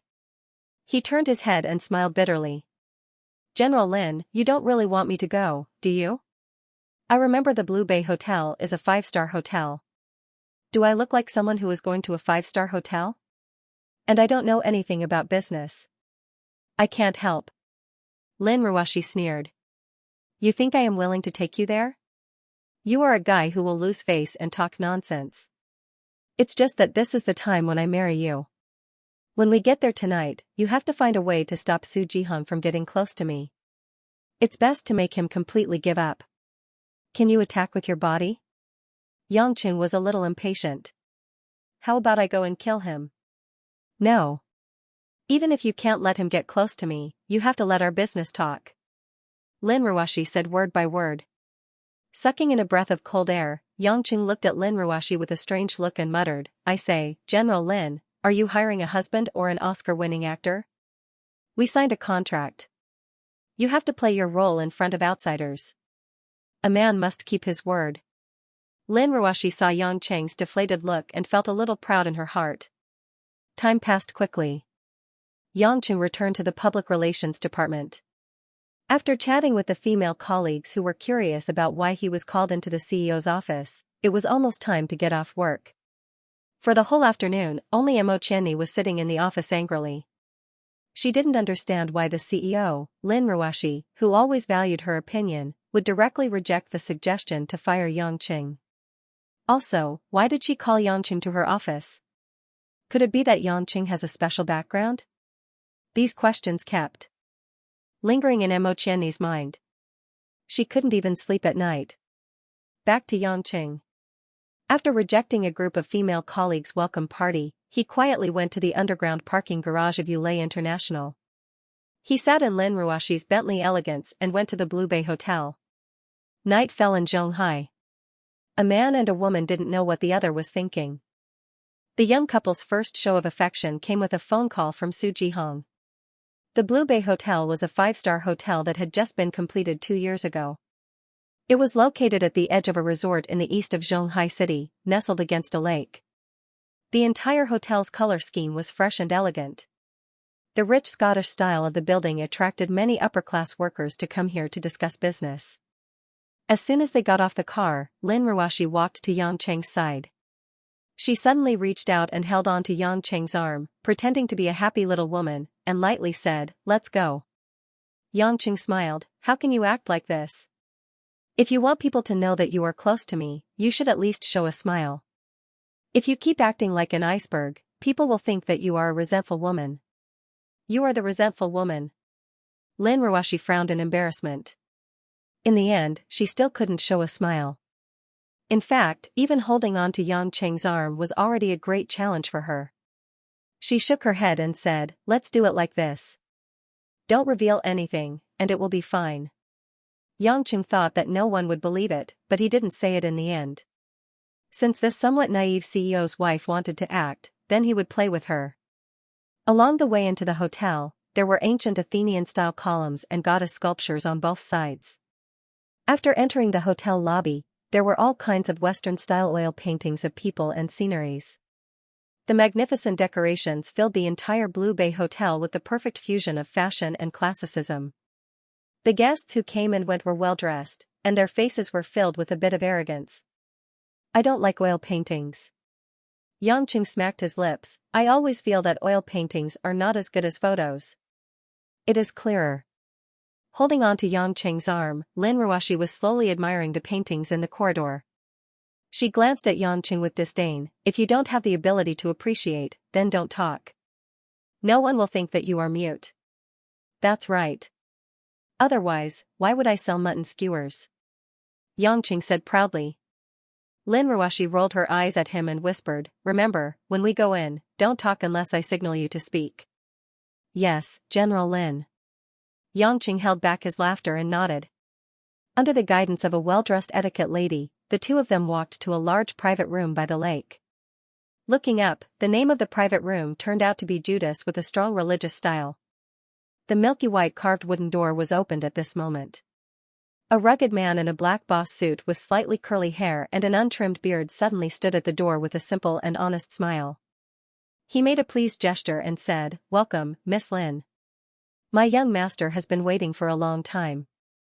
It was obvious that the man had excluded Xianxia, who was holding on to Lin Ruoxi's arm, from the welcoming party. He did not even look at them. Lin Ruoxi nodded faintly and pulled Xianxia into the spacious private room. The smell of lavender spread in the air, just enough to lift people's spirits. "Ruoxi, you're finally here." A magnetic male voice came from the inside of the private room. A man in a blue shirt stood up from the large sofa inside the private room. He had a head of clean short hair, a fair face, and handsome facial features. It was rare that he had a respectful temperament that could only be cultivated by a big family. Lin Ruoxi nodded expressionlessly. "Chairman Su, you're too polite." Su Jihong was not embarrassed by such a cold response.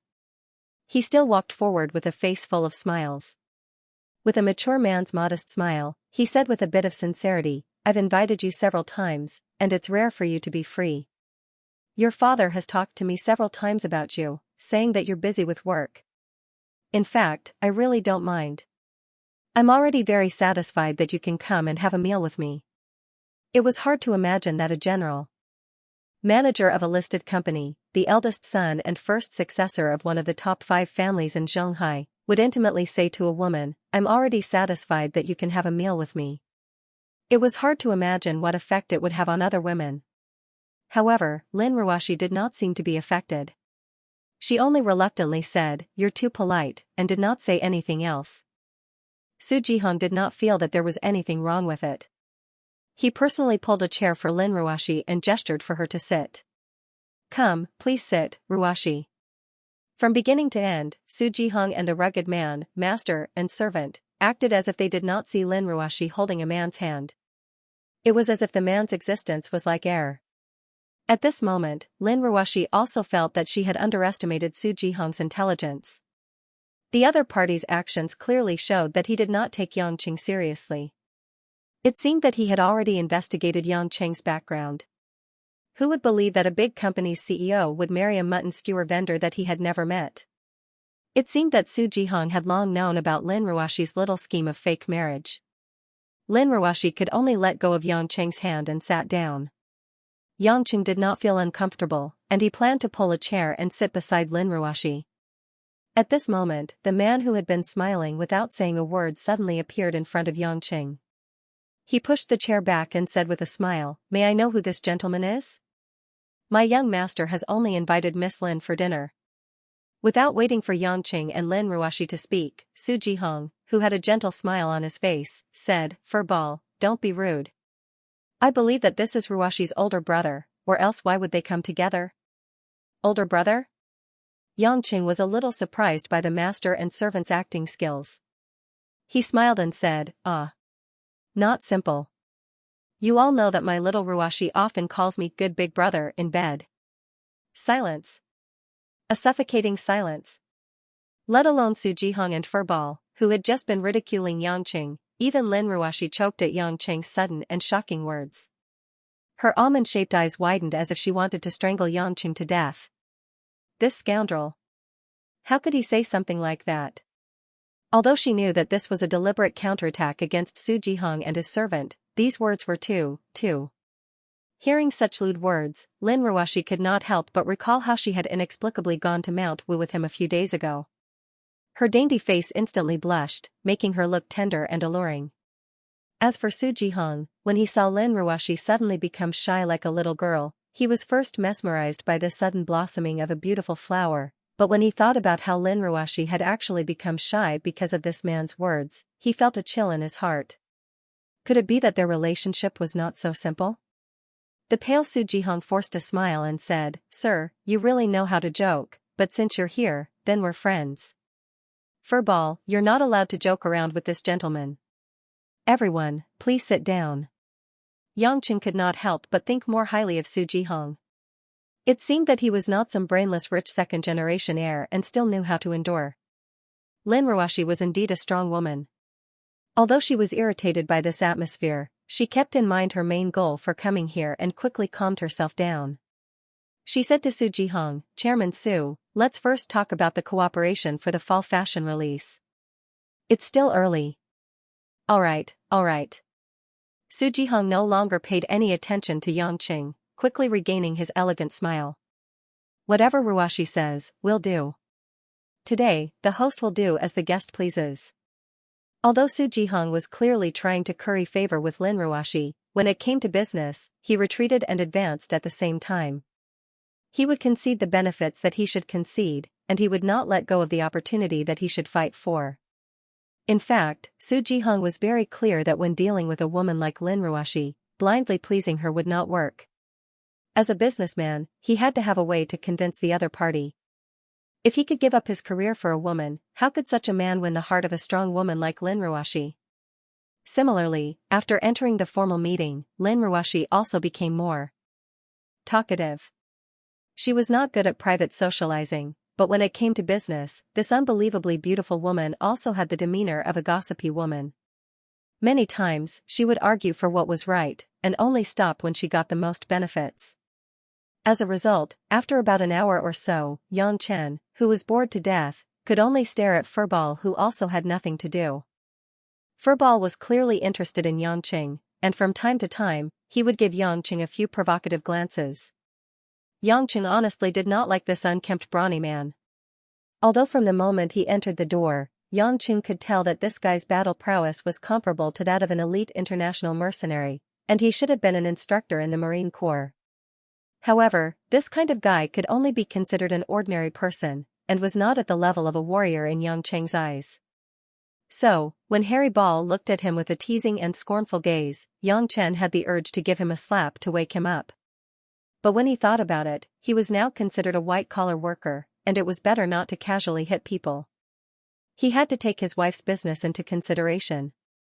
So, Yangqing could only sit on the chair and take out the phone that Lin Ruoshi had given him.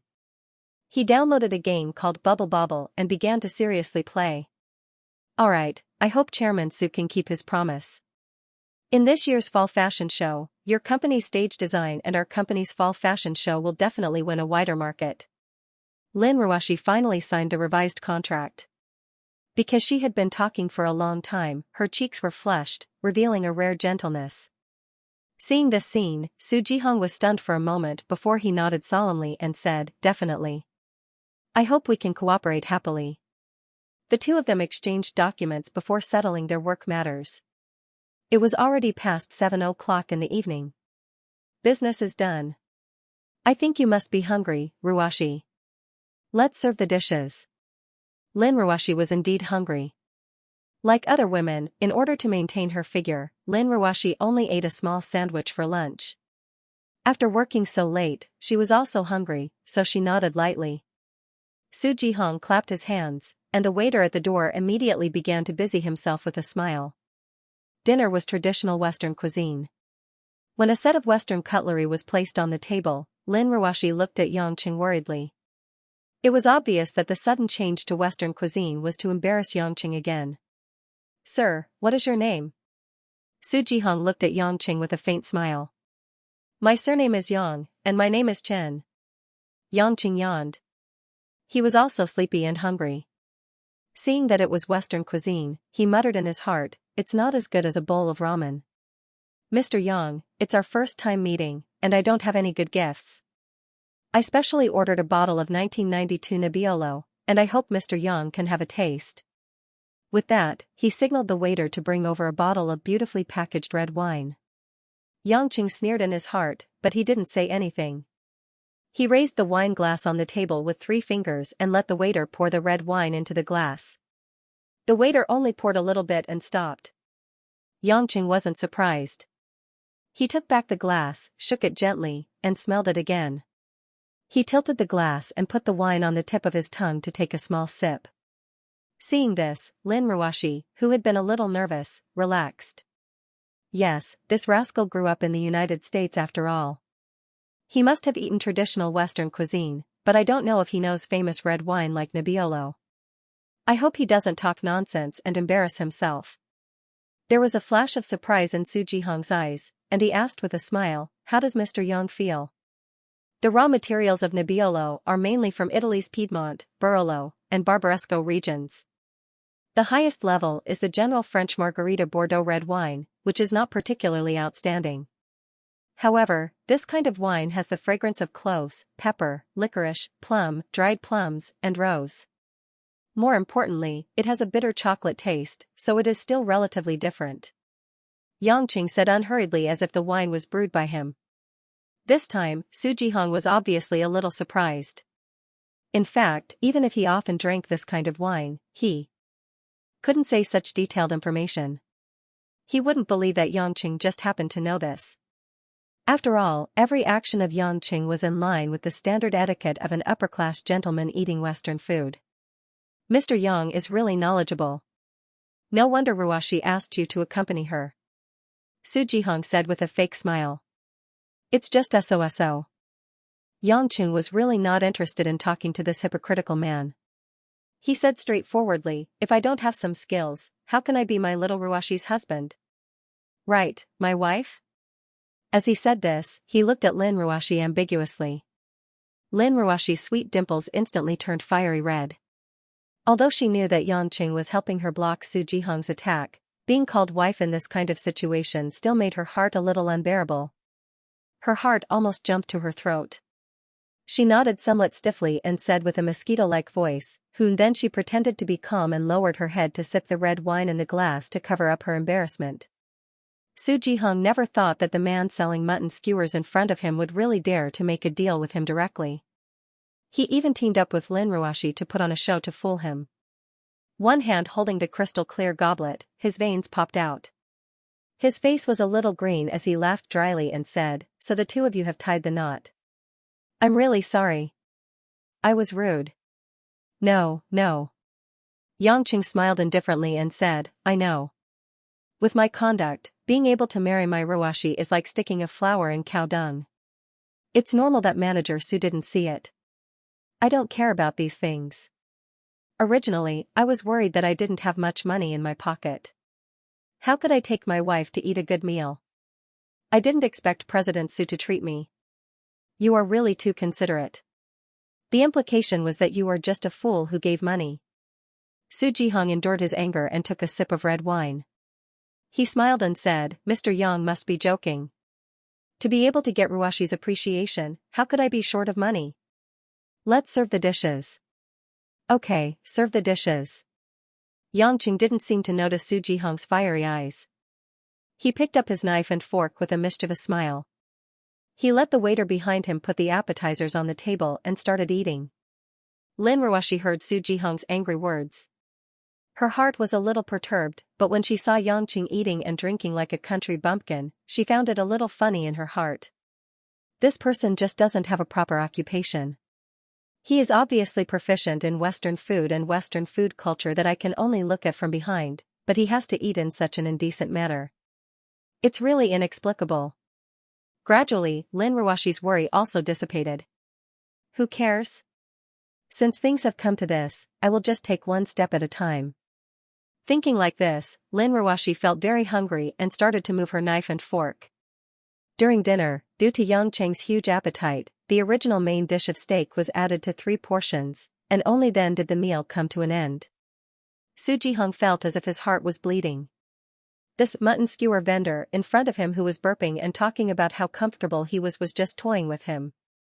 Losing money was nothing, but the other party's shameless behavior made it so that Su Jihong did not even have the strength to retaliate. Any offensive words were like punches on cotton, a waste of effort. Thank you for your hospitality, Chairman Su. I think it's time for us to leave. Lin Ruoshi naturally and ladylike wiped the corner of her plump and tender lips as she stood up.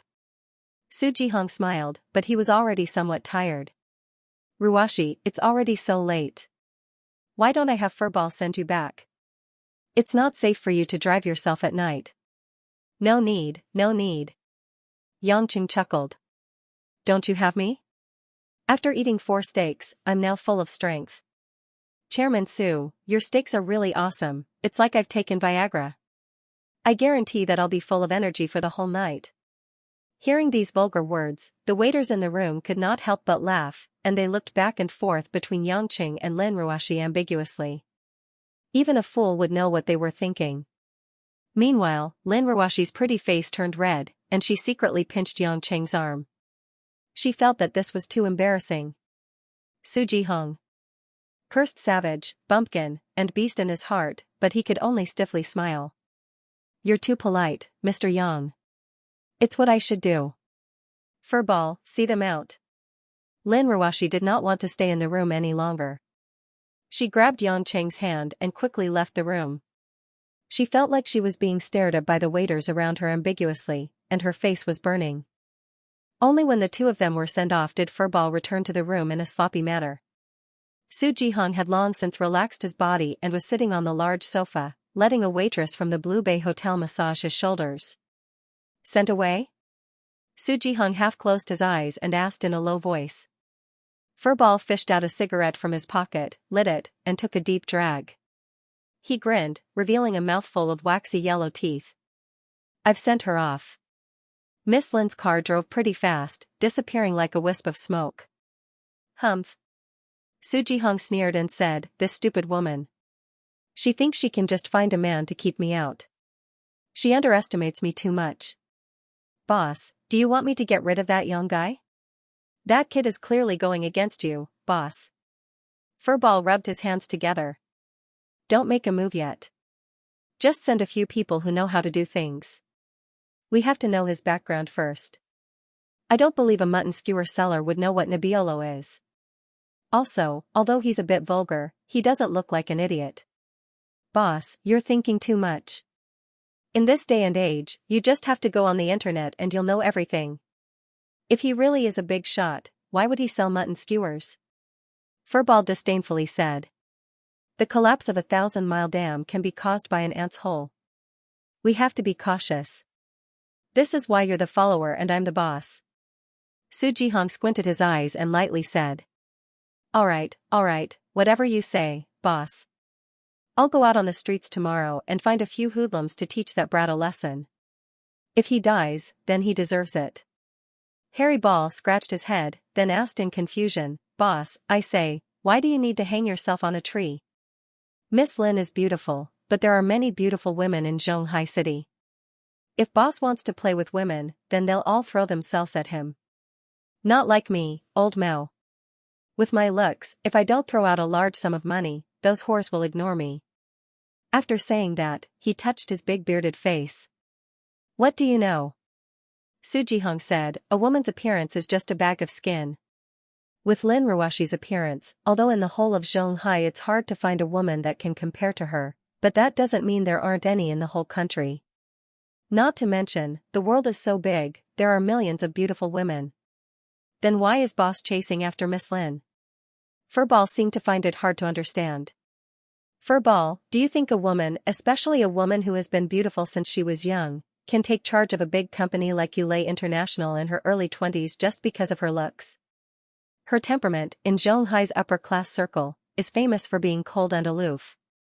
She almost doesn't have any friends, but she can still get along smoothly. In these few years, Yulei International's stock has only risen and not fallen. Do you think it's that easy? Could it be that boss wants to find a woman to help manage the business? Although she's a genius in management, that doesn't mean I'm worse than her. It's just that in the hearts of Yulei International's employees, she has a different kind of prestige. That's why she can control Yulei International's fashion aircraft carrier. Su Jihong confidently said, the reason why I want to get her, other than the fact that she's worth conquering, the only woman that I think is worthy of being with me, there are other reasons that you won't understand. I don't understand. Furball laughed, boss is definitely smarter than me, otherwise how can I follow boss? Su Jihong snorted, don't act like you don't care, that Mo Chenni that you like is also in Yulei International. If I get Lin Ruashi, it's equal to controlling Yulei International. If I control Yulei International, then, those women in Yulei International, won't be far away from you. Hearing the 3 words Mo Chenni, Furball's 2 eyes immediately lit up. Licking his lips, he sucked in a breath of cold air. Boss, why are you mentioning that woman? Again?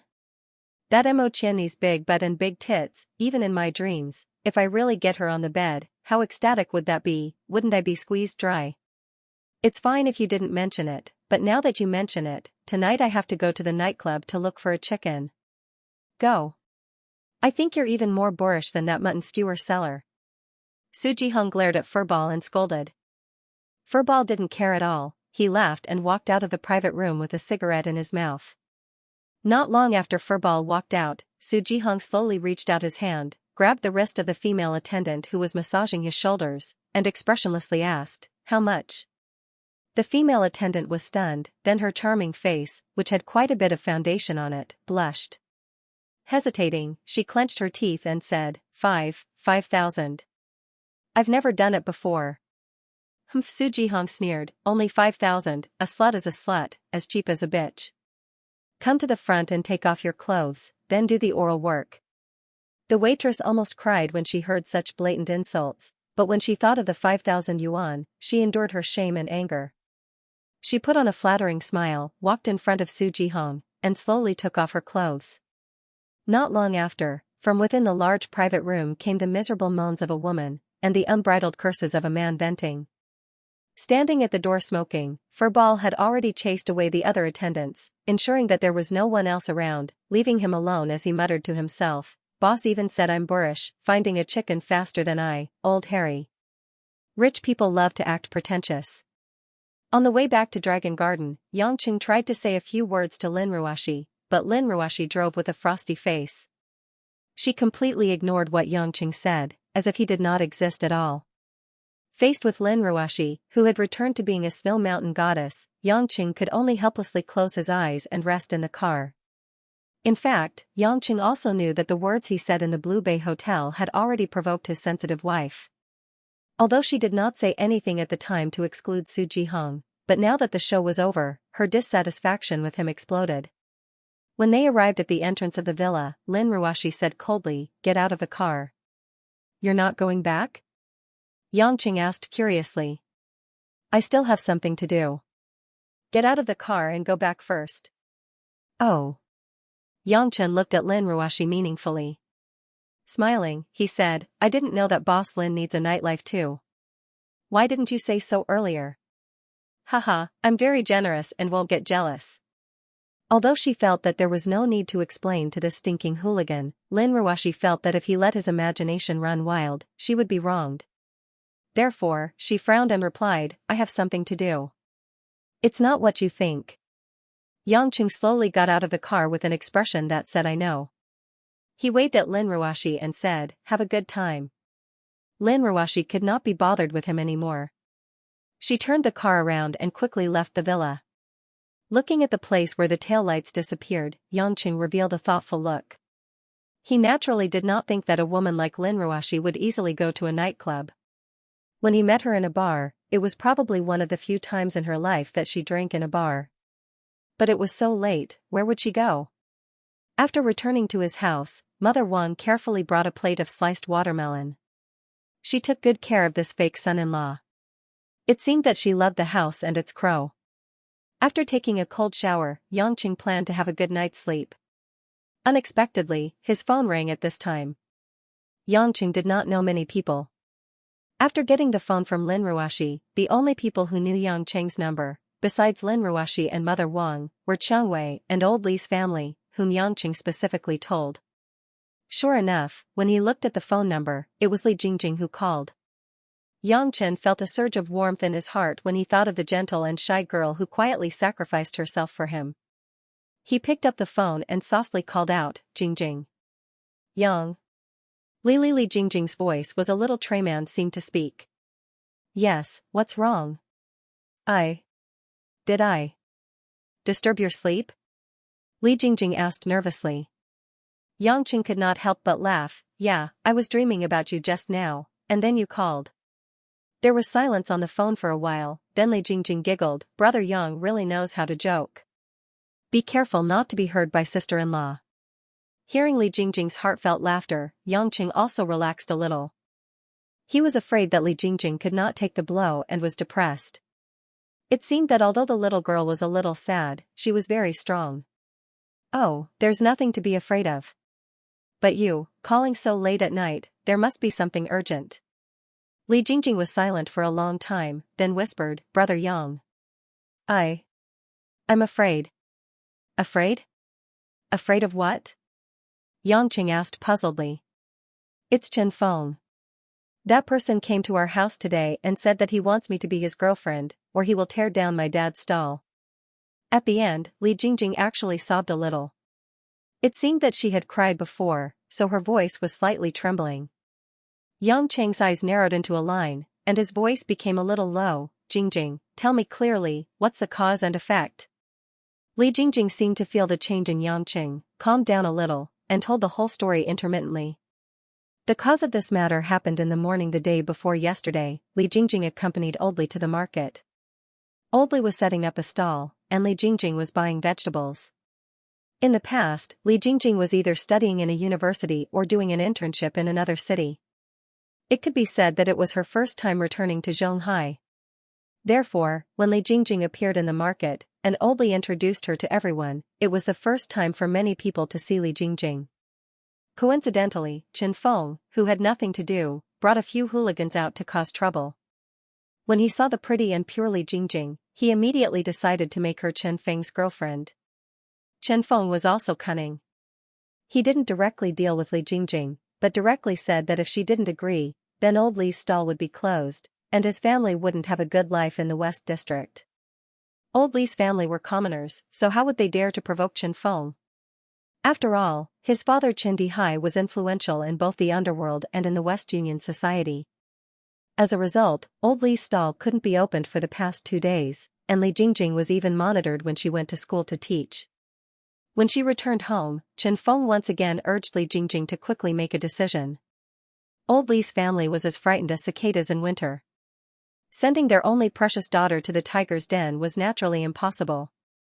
However, when their relatives and friends heard that their family offended the Chen family of the West Union Society, they didn't dare to help. As for calling the police, Old Li's family didn't dare to. After all, if they called the police, they would clearly be going against the Chen family. After listening to Li Jingjing's words, Yang Cheng's heart already had a flame that was hard to suppress. Originally, he planned to deal with the West District's underworld matter in a few days, and then deal with Chen Dihai and his son. But now, it seemed that he had to go against the flow and start with the Chen family. Jingjing, don't cry. This matter will be solved, believe in Brother Yang. Yang Cheng consoled. Li Jingjing was still sobbing a little. When a young girl from a commoner's family encountered this kind of matter, other than crying, there was no other way to deal with it. If it wasn't for the fact that she had nowhere else to go, Li Jingjing wouldn't have called Yang Cheng for help. Although she knew that Yang Cheng's skills weren't bad, she couldn't guarantee that Yang Cheng would be able to solve her problem. Brother Yang, don't do anything stupid. I heard that the Chen family's father and son have a lot of guns. Li Jingjing suddenly thought of something and anxiously reminded him. Hee, don't worry. In a few days, I still have to go to Zhonghai to see you teach. At that time, you just have to see if I'm missing an arm or a leg. Yang Cheng said with a smile, it's not early anymore. Jingjing, you should go to sleep. I will help you deal with these matters. Don't tell your parents either. After tomorrow, everything will be solved. Really? Li Jingjing was a little surprised. Have I, your brother Yang, ever lied to you? Then, Brother Yang, be careful. Although Li Jingjing didn't know what Yang Qing would do, she still reminded him in a low voice. After hanging up Li Jingjing's call, Yang Qing pondered for a moment before dialing another number on his phone. From the other end of the phone came a lazy and charming female voice, "Hubby. Why did you suddenly think of calling me at night?" To be able to use such a mesmerizing voice to call hubby, it was naturally the seductive Xianxia. Yang Qing sucked in a breath of cold air. Thinking of Xianxia's soft, supple body, he wanted to immediately fly to her big bed and let loose before doing anything else. But thinking of Li Jingjing's helpless tone, he discarded those thoughts and bluntly said, "I need Chen Dihai's information and his home address. The more detailed the better." To deal with Chen Dihai, it was naturally best to find information on Chen Dihai's enemies. It just so happened that West Union Society's archenemy, the Red Thorns Society's leader, Xianxia, was the person most familiar with Chen Dihai. Xianxia was a woman who knew how to make a man happy. When she heard Yang Qing's serious words, she didn't ask why. Instead, after a slight pause, she simply said, "Okay, I'll immediately send it to your mailbox." Yang Qing smiled with satisfaction. "Little darling Xianxia, you're too considerate. Wait for me tonight. After I finish my business, I'll go find you. It's a promise, you can't go back on it." Xianxia happily laughed. Regarding whether or not the matter Yang Qing wanted to do was dangerous, she didn't ask much. It was as if she was already convinced that the Chen father and son were sentenced to death.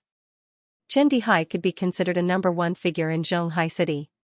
Years ago, he came to Zhonghai from the north to work, but by chance, he was spotted by a local underworld leader, and gradually rose from a hired thug to a right-hand man position. Chen Dihai's methods were ruthless, and he was naturally suspicious.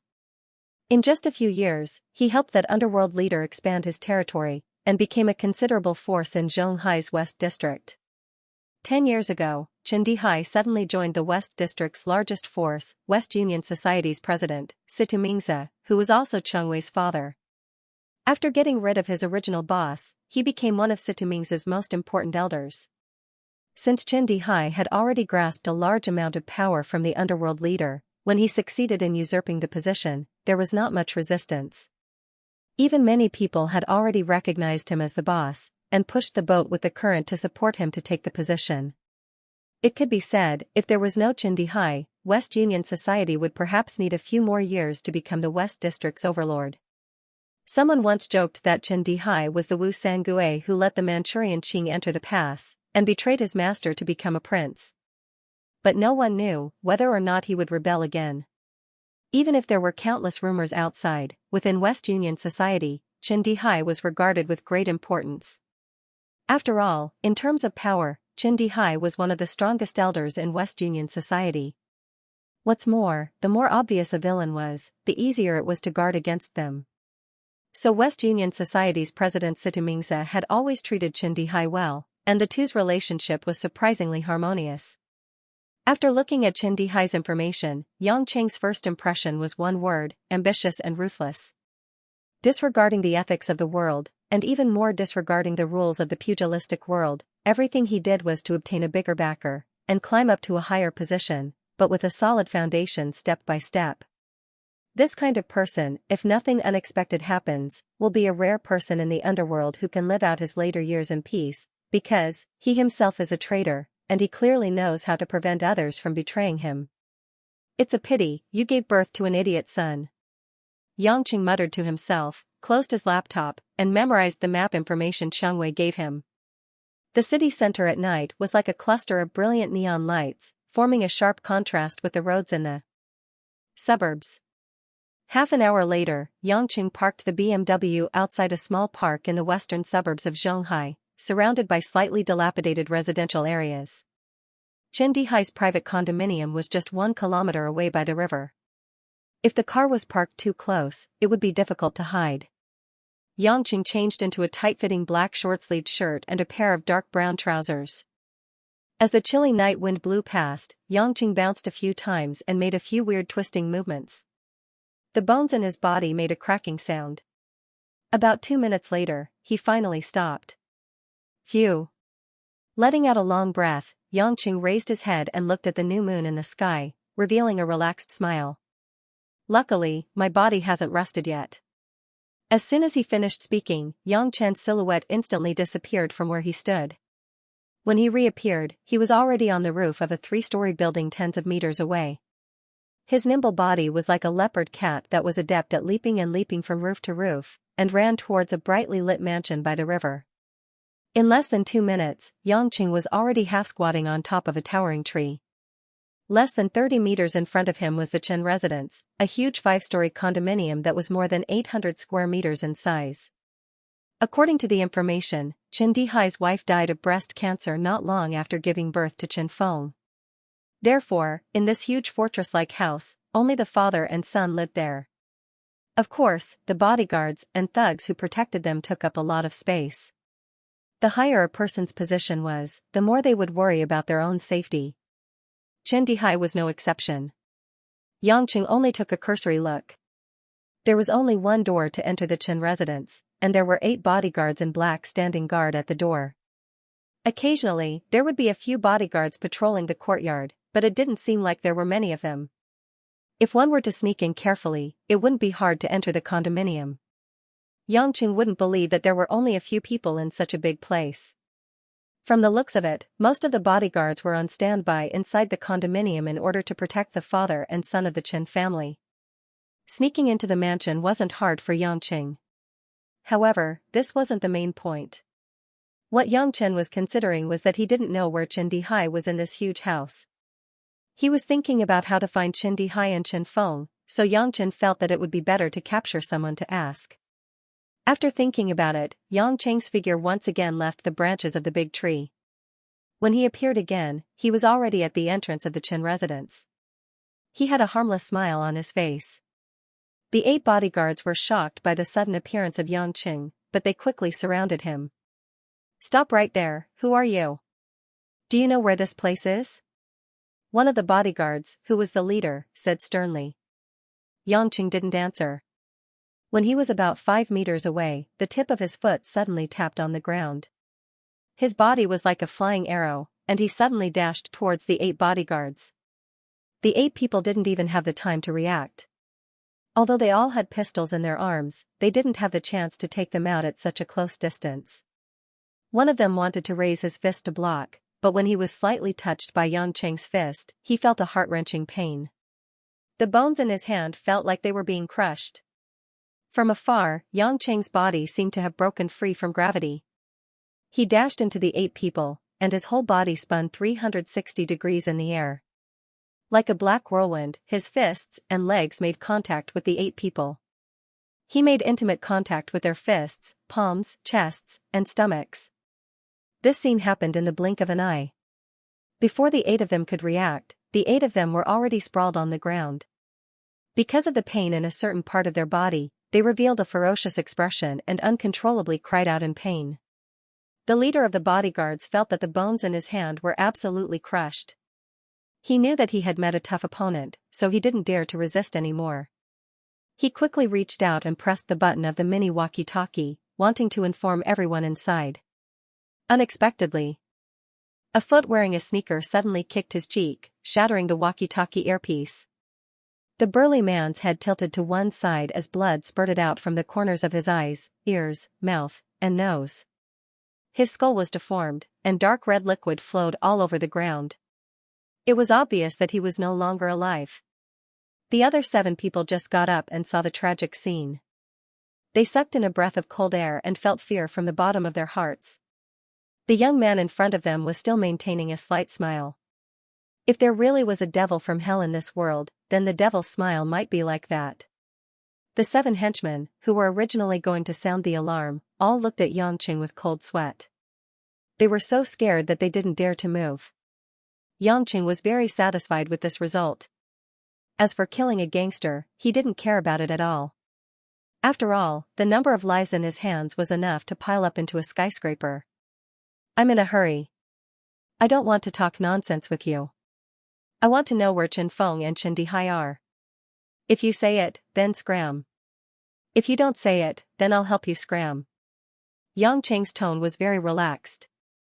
It was as if he was casually asking someone on the street for a lighter to light a cigarette. But in the ears of the 7 people, the scram he said was like the call of the Grim Reaper. Due to the cooperation of the 7 people, Yangqing was able to quickly find out the exact location of Chen Dihai and his son. As for the 7 people, they were instantly knocked unconscious and thrown to the side of the road. Before Yangqing finished what he wanted to do, it would be very difficult for them to wake up. Yangchen couldn't be more familiar with soundless stealth. His sharp and developed senses were constantly observing every movement in his surroundings. His footsteps were swift and almost silent. His body seemed to have blended into the night, dissipating into the air. Due to the fact that he had already memorized the detailed topographic map of the Chen residences, Yangqing quickly found his target. According to the words of the 7 people, Chen Feng should be in his own room at the moment. As for Chen Dihai, they could not be sure. He was either in the study room or the living room. Jumping over 2 balconies and knocking out the 4 bodyguards without a sound, Yang Cheng's ghost-like figure arrived outside a large room on the 3rd floor of the apartment. It was already 10 o'clock at night, but the room was still brightly lit. The swaying shadows of the trees made Yang Cheng's shadow under the moonlight appear even more indiscernible. When the cold wind blew past the curtains of the French windows, the scene inside the transparent glass door was reflected into Yang Cheng's eyes. In the luxuriously decorated large bedroom, there was indeed a familiar figure, Chen Feng. However, the current Chen Feng did not notice that there was already an uninvited guest standing at the door of the balcony. He was currently doing something that would cause a normal person's blood to boil with lust. On the huge low bed in Chen Feng's room, a white female body was tied up in the shape of the character. Both her hands and legs were tied up tightly with the woman's black lace stockings. This kind of elastic and strong fiber had already caused the 4 limbs of the woman to bleed. The woman's snow-white skin already had a few bruises. It seemed that she had already suffered some painful treatment before. The woman's dyed hair was disheveled. Due to the struggle and sweat, it looked extremely messy. Her rather charming face was flushed red. Her mouth was stuffed with something that looked like a woman's underwear, causing the woman to cry and be unable to speak. When Yangchen saw this abused woman, the first thing he felt was a sense of familiarity. After thinking for a while, he realized that she was actually the woman who tried to seduce him in the bar where he met Lin Ruoshi. Later on, she caused a conflict between Baldi and a group of strong men. She seemed to be Baldi's sister. Who would have thought that she would be involved with Chen Feng now? Obviously, Chen Feng did not treat this flirtatious female delinquent well. At that moment, he was also standing on the bed without a single piece of clothing. His feet were filled with all kinds of rubber toys. The toys were as small as beads, while the big ones were as big as bowls. These toys were stained with erotic liquid, causing the bed sheet to become wet. Chen Feng's body was a bit skinny. It seemed that he had overindulged. It seemed like he had overindulged daily. Of his body. Of Chen Feng's body. Ha ha. You so. Go on and shout. Go ahead and cry. You dare to go out and find a man behind my back. See if I don't screw you to death, gouch out to death. At this moment, Chen Feng's face revealed a crazed and twisted expression. As he cursed, he continuously kicked the woman's face, chest, and the wet spot between her thighs. Playing with you is an honor for you. When I get that Li chick tomorrow, I'll throw you to my brothers. Aren't you horny and thinking about men? If you aren't satisfied with me alone, my brothers will take turns with you.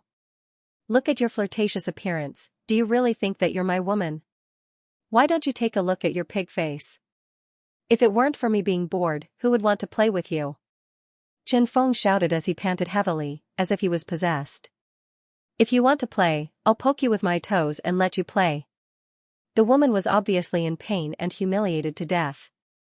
However, her mouth was stuffed with a ball of smelly underwear. She wanted to scream and cry, but the disgusting smell made her nauseous. Tears flowed onto the bed sheet, and because of crying, her body could not help but tremble. Seeing that this female delinquent was about to be humiliated to death, Yangqing felt that it should not happen. Perhaps this female delinquent was not worthy of sympathy, but people like Chen Feng deserved to die first. When Chen Feng picked up a black leather whip on the bed and was about to ruthlessly whip her, the glass door behind him suddenly opened with a bang. Who? Chen Feng immediately turned around in shock. When he saw the figure that appeared at the balcony door, He was so scared that he almost peed. What, we haven't seen each other for a few days, and you don't recognize me? Yangcheng's mouth curled up. He took out a cigarette from his pocket and slowly lit it up. The smell of male and female hormones in this room was too strong.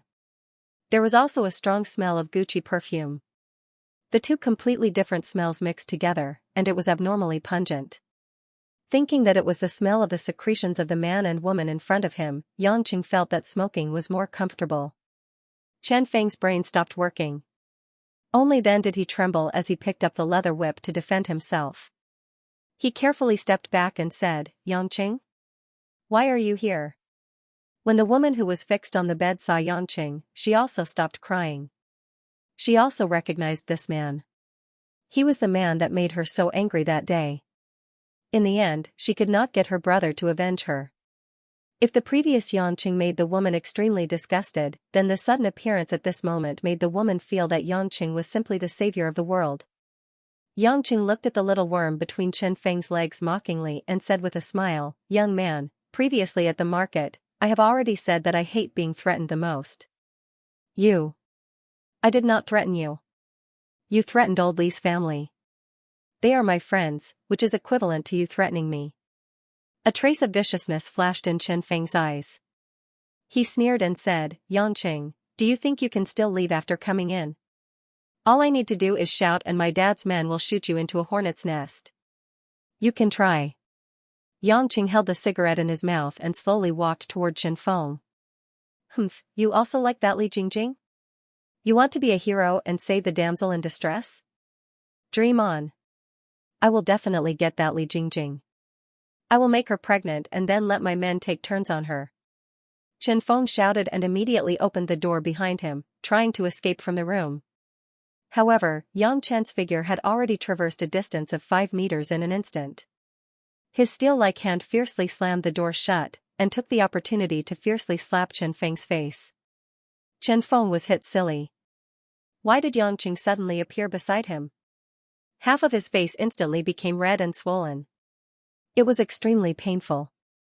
He panicked and hid in a corner. He pointed at Yangcheng and shouted, "You are not allowed to come over. My dad's men will be here soon. They will kill you." Yangcheng directly spat the cigarette butt and spit on Chen Feng's face. He expressionlessly walked in front of Chen Feng and looked down at him. Chen Feng shrunk into a hedgehog and did not dare to raise his head. "Originally, I wanted to let you die a quick death.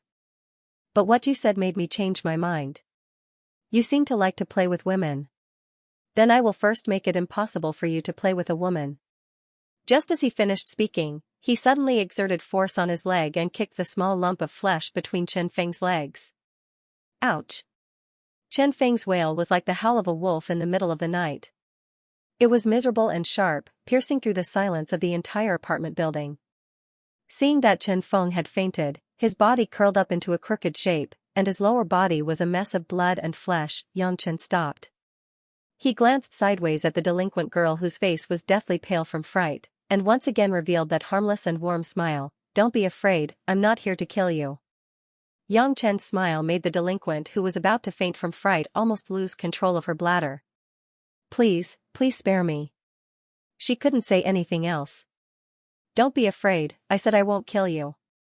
Yangchen gloomily creased his brows, and asked, "Since you're involved with Chen Feng, then do you know where Chen Dihai is right now?" Seeing that Yangcheng really didn't want to kill her, the girl calmed down and whispered, I'm not sure. Usually, Boss Chen is in the study room on the top floor." "Well, it seems that those idiots didn't lie to me." Yangcheng muttered to himself and walked out the door. The girl saw it and didn't care about her fear. She said in surprise, "You're not going to run away?" "Run away? Why?" Yangcheng turned back. The scream just now must have attracted those thugs.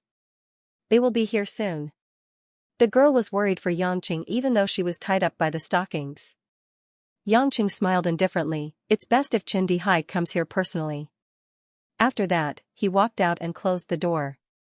According to his memory, Chen Dihai's study room was located in the middle of the top floor of the apartment, which was the center of the 4th floor. After Yangcheng entered the corridor, he walked directly to the stairs. Sure enough, after a few steps, there were a lot of people rushing up and down the stairs in front of him. They were all wearing the same black uniforms as the henchmen at the entrance, but they were all armed with weapons. There were electric batons, and there were also people wearing steel nail gloves. Xianxia naturally wouldn't be naive to think that Chen Dihai's men didn't have guns. But after all, this was in China. The Huaxia government's gun control was well known in the world. It was impossible for every subordinate to be armed with firearms. Therefore, those who would really point a gun at him were definitely the elites.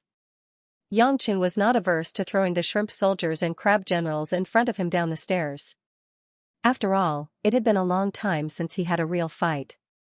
Xianxia was quite happy to have 20 to 30 people rushing at him together for him to practice. When a group of henchmen angrily tried to beat the young man who was still strolling leisurely to death, they quickly discovered that they couldn't even catch their target. Xianxia's pace was as fast as lightning. Every time he moved, it was like a special effect from a movie, an afterimage. In a seemingly simple movement, Xianxia's body perfectly shuttled through the encirclement of more than a dozen people. Every time he paused, his hand would grab the wrist of one of the henchmen who was holding a weapon, and then he would use the henchman's hand to beat the nearest henchman. The luckier ones were hit in the arms and legs, while the unluckier ones were hit in the head with a stick. There was no order, no routine. It was all fast movements and precise calculations. It was simple and effective without the slightest sloppiness. It made the 20 to 30 square meters area at the entrance of the corridor completely chaotic. Everyone only saw a black figure constantly moving back and forth in front of him. They did not dare to rashly use the electric batons in their hands, because if they were not careful, they would injure their own people. A series of screams rang out at the entrance of the corridor. In just less than a minute, only 4 or 5 of the more than 30 henchmen who had rushed over were hiding in fear. Everyone else was sprawled on the ground in pain and did not dare to get up. Xianxia clapped his hands and looked at the remaining 5 henchmen who did not dare to come forward with a smile. "You guys don't want to play?" The 5 of them hurriedly shook their heads and showed a smile that was uglier than crying. There were no more obstacles along the way. After reaching the 4th floor, Xianxia easily found the door of the study in the center. The door was actually a special steel anti-theft door. If he was not mistaken, it was also bulletproof. Xianxia looked at the surveillance camera in the corridor and smiled with some boredom. Chen Dihai was indeed an old fox. He knew that Xianxia had entered the apartment, but he was not in a hurry to kill him. Instead, he first sent more than 30 henchmen to test and wear him down. Now that he was hiding in such an iron barrel-like room, there must be an inescapable trap inside. In fact, if it was not for him, this was a good move. But he certainly did not know his true strength. Otherwise, he would have made a wiser choice to run away early. The steel door in front of him seemed indestructible, but Xianxia didn't take it to heart. If it was the him from 2 years ago, perhaps he would have to spend a bit more effort to forcefully open it. But the him now, with the changes in his strange martial arts, this kind of defense was no longer of much use. Taking a slight breath, Xianxia kicked straight at the thick steel door like thunder. Bang! After a heavy muffled sound in the corridor, the steel door was kicked into a depression. At the seam connecting the wall, the marble wall was shaken to the point of cracking, and stone fragments fell to the ground. Xianxia withdrew his foot in satisfaction, walked forward, and gently pushed. Bang! A burst of smoke rose, and the steel door fell into the room. It was actually forced open. In the brightly lit study, there were indeed a lot of people standing there. "Little brother, good skills." A calm, somewhat low and hoarse voice came from the man sitting behind the large oak desk in the study. Xianxia only needed a glance to recognize Chen Dihai, because the man's face was very similar to his son, Chen Feng, except for his somewhat gray hair. He was not tall, but had a little more vicissitudes and gloominess. Behind Chen Dihai stood a row of more than 10 bodyguards in suits. At the moment, each of them had a dignified expression, and their hands had already reached into the inside of their clothes. It was obvious that they were on standby to pull out the pistols inside. What made Xianxia a little surprised was that the man standing closest to Chen Dihai was actually the strong bald man he met in the bar. At the moment, he was already one of Chen Dihai's most trusted subordinates, closely protecting Chen Dihai's safety. When the bald man saw Yangqing, he also showed some surprise, but did not show it. "Sorry, I broke your door." Yangqing raised the corner of his mouth and smiled, and leisurely strolled into the study. Chen Dihai said with a fake smile, "No problem, if the old doesn't go, the new won't come. It doesn't matter if the door is broken, as long as someone pays for it." "What if I don't pay?"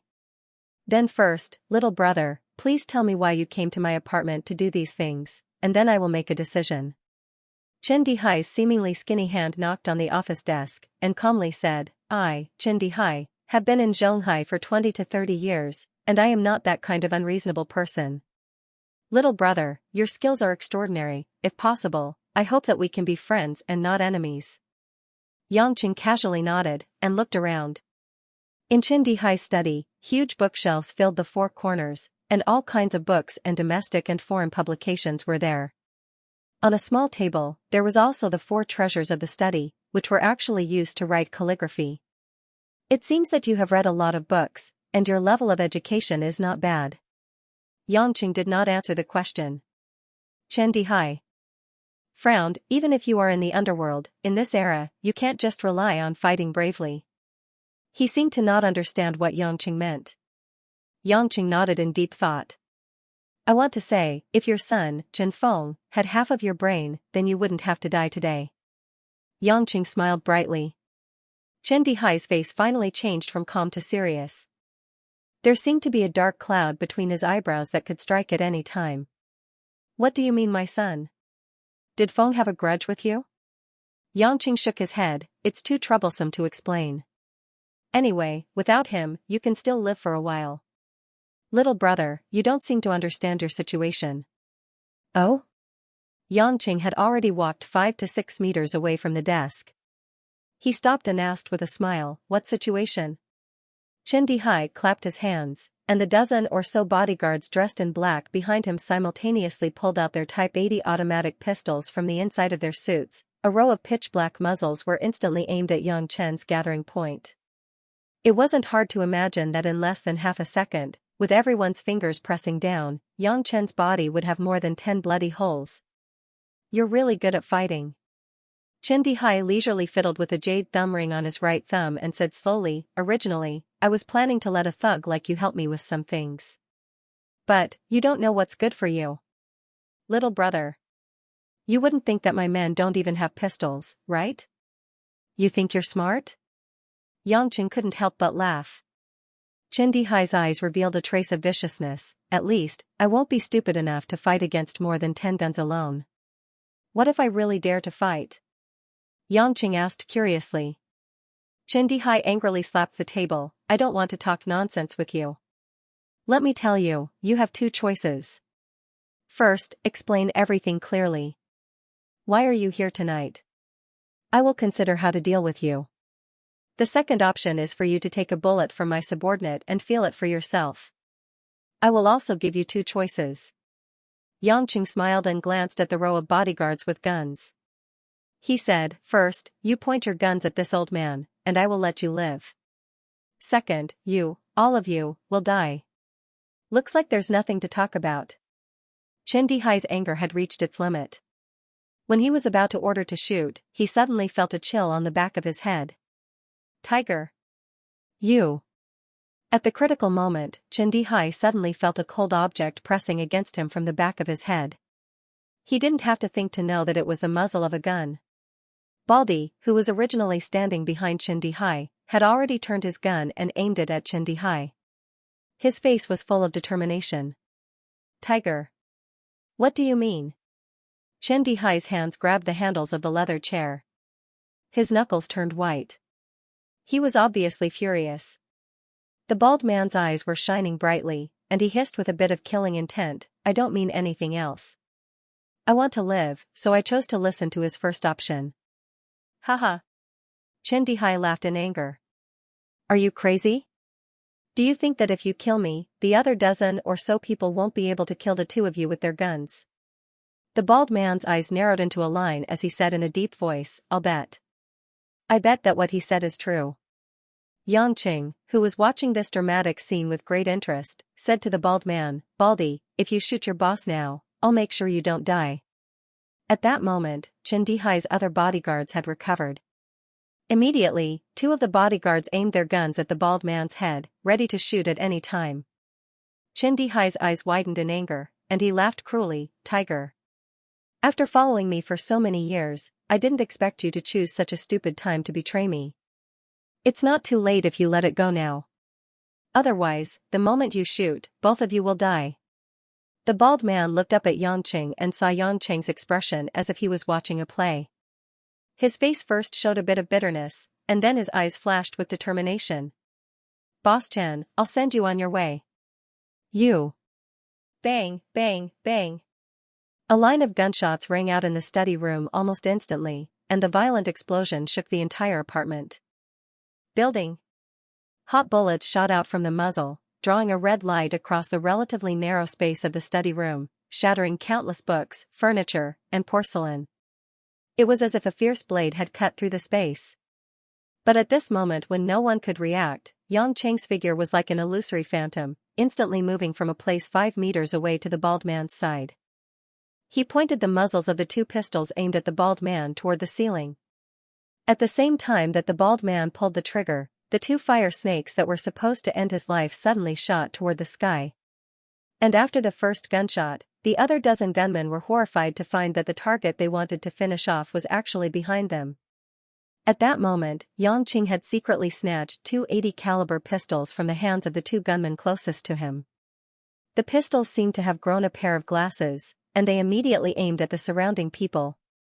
Bang, bang, bang. After a series of gunshots, the dozen bodyguards who were just about to turn around and shoot again fell to the ground. Every one of them was shot at the same place, the temple. All of this happened too fast, as if a movie had been fast-forwarded. The middle couldn't be seen at all, and it was a blur. The bald man only felt that 1 second after he pulled the trigger, the surrounding scene had completely changed. Those who were standing had all fallen, and those who should have fallen were still standing. A drop of cold sweat dripped from his cheek. The baldy turned around in a daze, and looked at Yang Chen who was smiling casually at the side. He swallowed his saliva, and felt that his heart had already stopped beating. He felt like he was dreaming. This man in front of him, what kind of miracle did he accomplish? Yang Chen acted as if he did something insignificant. He tossed the pistol in his hand to one side, and kicked Chen Dihai's corpse to the ground, then pulled out a chair, and casually sat on it. "What's your name?" Yangqing smiled gently. The bald man suddenly came to his senses, and immediately retreated to the side and prostrated on the ground. He sincerely had a feeling of worship, and said with a trembling voice, My name is Zhang Hu, the underworld people call me Tiger. How many years have you been with Chen Dihai?" 8 years. Tiger finally breathed normally and carefully answered. "Then you should be considered as an elder under him. Why do you trust me so much that you think I can win in that situation?" Zhang Hu pondered for a moment, then raised his head, and his face showed some hatred. "I gave my life to Chen Dihai, helped him kill people, helped him fight for territory. But Chen Dihai's bastard son drugged my only sister.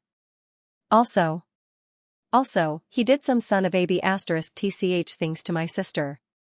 Chen Dihai said he would give my sister a good home, and I believed him at first, but Chen Feng is not a human. He doesn't even see my sister as a human. When he wants to, he plays with her, and when he is bored, he throws her aside. In the past, my sister was just an innocent high school student, but now, she has completely changed. The father and son destroyed my only family. I wanted to kill them for a long time." At this point, Zhang Hu's tiger eyes turned red, and 2 lines of tears flowed down. "Why is a man crying?" Yang Chen helplessly sighed. He saw it with his own eyes, so he naturally knew that Zhang Hu was grieving for his sister. These words shouldn't be false, otherwise if it was a normal person, they wouldn't brazenly betray him in such an exaggerated situation. Zhang Hu abruptly raised his head and wiped away his tears. He sincerely said, "Boss, from now on, my life is yours. I will do anything for you." Yang Chen couldn't help but laugh weirdly. "You sure are quick to join us. How do you know that I want to be your underworld boss? How do you know that I am willing to be your boss?" That. Zhang Hu choked and could not say anything. He could only shamelessly say, Zhang Hu, besides fighting and snatching territory, I don't know anything. Boss, if you don't mind, you can let me be your bodyguard. Do you think I need it? Zhang Hu's face instantly turned pale. Once again recalling Yang Cheng's terrifying skill, he could only lower his head and whisper, no need.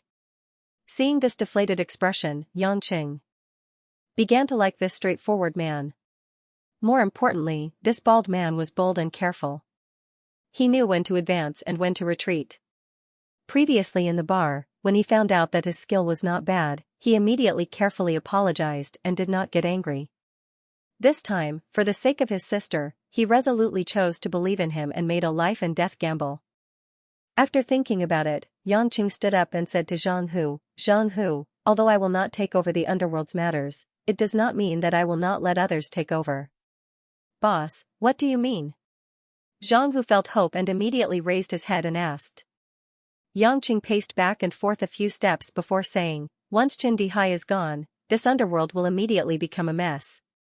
I need you to take over Qin Dihai's position. Zhang Hu awkwardly said, Boss, taking over that old ghost's territory is actually not difficult. Now that the old ghost's most important subordinates have been killed by your godly marksmanship, I am the only one left. In the past few years, I've had a good reputation in the society. If I use some ruthless methods, the brothers who are willing to follow me will definitely be able to control this place. But I don't know how to manage it. The underworld also has its own businesses. These businesses and whatnot were all managed by Old Ghost in the past. I don't understand these things. You don't have to worry about that. Yang Qing smiled and said, you just need to stabilize this place. Don't let Qin Dihai's forces scatter. Hold it firmly in your heart. As for the other things, I will let others tell you what to do. Others? Zhang Hu was puzzled. Aren't you in charge, boss? There's someone more suitable than me to take over. Just listen to that person in the future and don't ask about anything else. As for the West Union Society, you should do your best to replace Qin Dihai's position and follow the West Union Society's wishes. Without waiting for Zhang Hu to ask more, Yang Qing pulled out a piece of paper and wrote down his cell phone number. He handed it to Zhang Hu. Here, this is my cell phone number. My surname is Yang. Don't call me boss in the future. I'm not Qin Dihai. I don't want you to be my little brother. Zhang Hu quickly took it and held it tightly in his hand. He revealed a hearty smile. Yes, boss.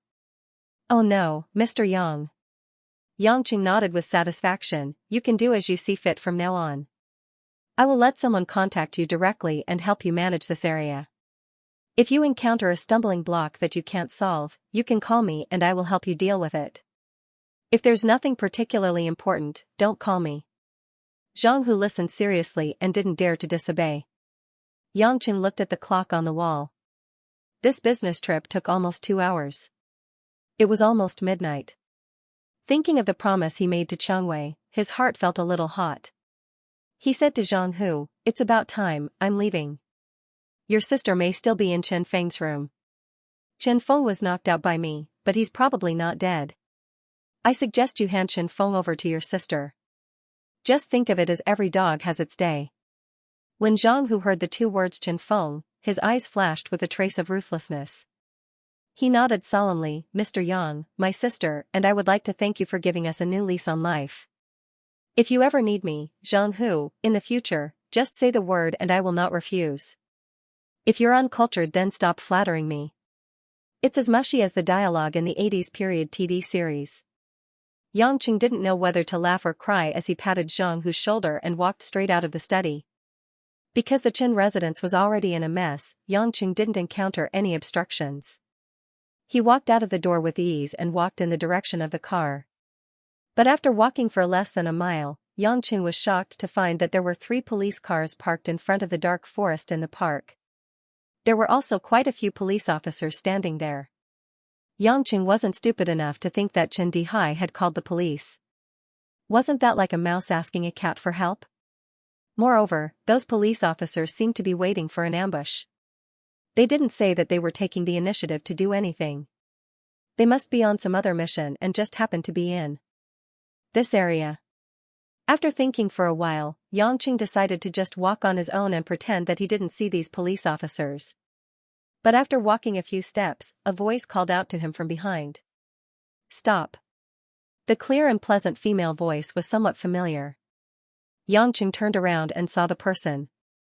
He couldn't help but reveal a playful smile. "Ah, why is it Chief Kai? It's already so late and yet we still meet. It's fate." The policewoman who walked forward was Choi Yun, whom he had met at the police station. Choi Yun walked over in the night wind. She was wearing a dark green police uniform. Her distinct facial features had a heroic aura that ordinary women didn't have.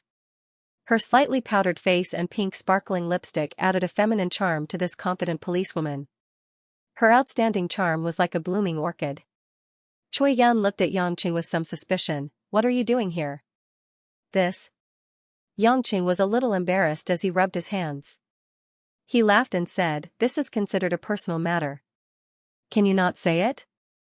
Choi Yun looked at the smiling man in front of her with disgust. But she didn't let her guard down. She clearly remembered that he had knocked down 2 of her police officers. She said expressionlessly, "The police are asking you a question. You answer them honestly. This is to assist in the investigation." Yangqing said to Xianxia, "Chief Kai, it's actually not a big deal. I just kissed a female friend by the river. I touched her breast, lifted her skirt, and pinched her leg. If there's anything else, it's that I also let her grab my place. You don't know." She didn't hold back. It was mainly because she was too excited. She said that my place was bigger than the other men she had touched. I was so happy, so. Hearing these words, Choi Yun suddenly blushed. She gritted her teeth and said, "Shut up. Don't say it again. How can this man be so shameless?" Choi Yun wanted to vomit. Yangqing said in all seriousness, "Chief Kai, you asked me to assist in the investigation, and I've already told you everything about my private life. Your attitude is too unfair to this kind-hearted little commoner who is willing to help the police." Choi Yun really wanted to slap Yangqing. But she remembered that she still had work to do. She suppressed her anger and thought that it was never too late for a virtuous woman to take revenge. She waved her hand and said, "Get lost. Hurry and leave this place." After using some wretched methods to get rid of Choi Yun, that troublesome police beauty, Yangqing smoothly arrived at the parking lot. He started the car and looked at the time on the dashboard. It was almost 1 o'clock in the morning. Afraid that he didn't have enough time to get intimate with Chengwei, Yangqing suddenly stepped on the accelerator, and the M3 shot towards the city center like a rocket. At the same time, the 3 police cars led by Choi Yun felt that something was wrong. After a police officer received a phone call, he quickly ran to Choi Yun, who was thinking about something, and reported, "Bureau Chief, something big happened." Choi Yun was depressed that she didn't find the culprit, so she turned her head and said, "What happened?" The police officer quickly said, "I just received a report from an insider. Tonight, a mysterious person broke into the Chen residences and killed Chen Dihai and a large number of his important subordinates. Now the Chen residences has a new owner. It's Zhang Hu, one of Chen Dihai's assistants. The mysterious person is nowhere to be found." Choi Yun frowned, and she was shocked. No wonder Chen Dihai didn't come out. He went to participate in the drug deal tonight, but he's dead. The other police officer said happily, "Bureau Chief, this is a good thing. It's time for Chen Dihai to receive his retribution." "What do you guys know?" Kai Yen scolded, "Why don't you think about it, to be able to single-handedly charge into the Chen residences and kill Chen Dihai, and then retreat alone, what kind of person could do that? Aren't you guys worried that such a person would appear in Zhonghai?" The police officers looked at each other. This kind of person was indeed more terrifying than Chen Dihai. Choi Yun thought for a moment, and said, "Hurry up and contact the insider. Investigate the whole thing as much as possible. It's best if we know who the mysterious person is. If not, we need to know his appearance. Also, we can't relax our surveillance of this area just because Chen Dihai is dead. With Chen Dihai's death, Zhang Hu will definitely purge some of the old stubborn people. We must ensure that there are no casualties among the people." "Yes, Director." After issuing a series of orders, Choi Yun looked in the direction that Yangqing had left. Her cold and elegant face revealed a bit of stubbornness as she muttered to herself, Yangqing, I will definitely investigate your background. When he arrived at Rose Bar, it was still bustling with people. It was only natural for people to drink and have fun all night long on the bar street. Yangqing greeted the grinning little Zhao and hurriedly ran into the corridor behind the bar. Along the way, the bodyguards greeted him respectfully. Although Yangqing didn't say it, they already knew that their president's life was saved by this seemingly ordinary man in front of them. After pushing open Xiangwei's beautiful door, Yangqing did not see Xiangwei in the room. In the spacious and comfortable room, only a bedside lamp was turned on, and the light was dim. Turning his head, he found that the slender figure was sitting by the swimming pool outside the house. Xiangwei's swimming pool was paved with large cobblestones. At this moment, Xiangwei was wearing a white chiffon nightgown, sitting on the cobblestones by the swimming pool. A pair of white and flawless, smooth and slender little feet were fiddling with the reflection of the stars in the pool. In the quiet little yard, a few magnolia trees swayed in the wind, bringing a trace of coolness and natural fragrance. The crescent moon revealed a shy smile between the clouds, shining a tranquil light on Xiangwei's charming face with a bit of indifference, adding a bit of holiness. She was like the moon palace Chang'e who fell into the mortal world, or the goddess in a white dress in ancient Greek mythology. Hearing the sound of the door opening, Xiangwei slowly turned her head. She did not open her mouth to speak, and only smiled at Yangqing. There was an ancient saying, a glance back and a smile could charm 100 people, and the makeup of the 3 palaces would be colorless. To describe a demon concubine like dodgy, Yangqing did not think that Xiangwei was dodgy, because at this moment, her smile was very pure, as if she was a wife who missed her husband, and seeing that her husband had returned safely, she revealed a happy smile. This woman could always give him warmth and comfort, until now, Yangqing was happy to find that he really could not leave her. Taking off his shoes and pants, Yangqing strolled to Xiangwei's side, and sat side by side on the cobblestone. Dipping his feet into the cold water, he let out a long breath, feeling that his whole body was relaxed. Only then did Xiangwei open her mouth, and with a bit of a mischievous smile, she said, if you still didn't come, I would have fallen asleep. Even if you fell asleep, I would have woken you up and asked you to wait for me. If you fell asleep, then I would have spanked you. Yangqing stretched out his hand to hold on to Xiangwei's soft shoulder, letting Xiangwei comfortably lean on his chest. He also casually rubbed the soft flesh on Xiangwei's chest, causing the beauty to pout coquettishly. You're really domineering. Xiangwei blinked her eyes. If the Red Thorns Society's president was spanked by a man, how can I command so many brothers and sisters under me? That depends on who is being spanked. Yangqing kissed Xiangwei's fragrant hair, and asked with a smile, you changed your perfume? Who would spray perfume on their hair? Xiangwei straightened up and rolled her eyes at Yangqing. This lady's body fragrance and shampoo fragrance are mixed together, do you like it? Yangqing smiled ambiguously, I like it, but you said something wrong, you're not a lady anymore. Xiangwei's pretty face blushed, then what is it? You can say it's a young married woman. A young married woman who doesn't want to get married? Xiangwei playfully blinked her eyes. Yangqing was suddenly at a loss for words. This could be considered as a kind of guilt towards Xiangwei, so he couldn't open his mouth, so he awkwardly smiled and said, this. Darling Xiangwei, can we change the topic? Look at your expression. Xiangwei giggled, I'm just teasing you, who? Asked you to make me wait for so long, it's almost 4 hours. Yangqing gloomily said, hey, darling Xiangwei, I went from home to Chen Dihai's house, and then came back after finishing my business. Although the route is simple, it's not like I'm playing house, I'm already quite fast. What's the result? Xiangwei asked in a relaxed manner, as if slaughtering a gang boss's headquarters was a trivial matter. Yangqing didn't waste any time, and simply summarized what happened, and finally said, in short, Chen Dihai's forces are now under Zhang Hu's control to clean up the mess. You can contact Zhang Hu, and let him listen to your arrangements. Xiangwei was not surprised at all, nodded, I really didn't expect that Zhang Hu to be so smart, in the past I saw him foolishly by Chen Dihai's side, I didn't expect that I was wrong. He's foolish, otherwise he wouldn't have chosen Chen Dihai to be the boss. Yangqing couldn't deny it. Xiangwei suddenly sighed with self-reproach, no matter how foolish he is, he's not as foolish as me, willing to be someone's mistress, and the kind that almost falls asleep in the middle of the night.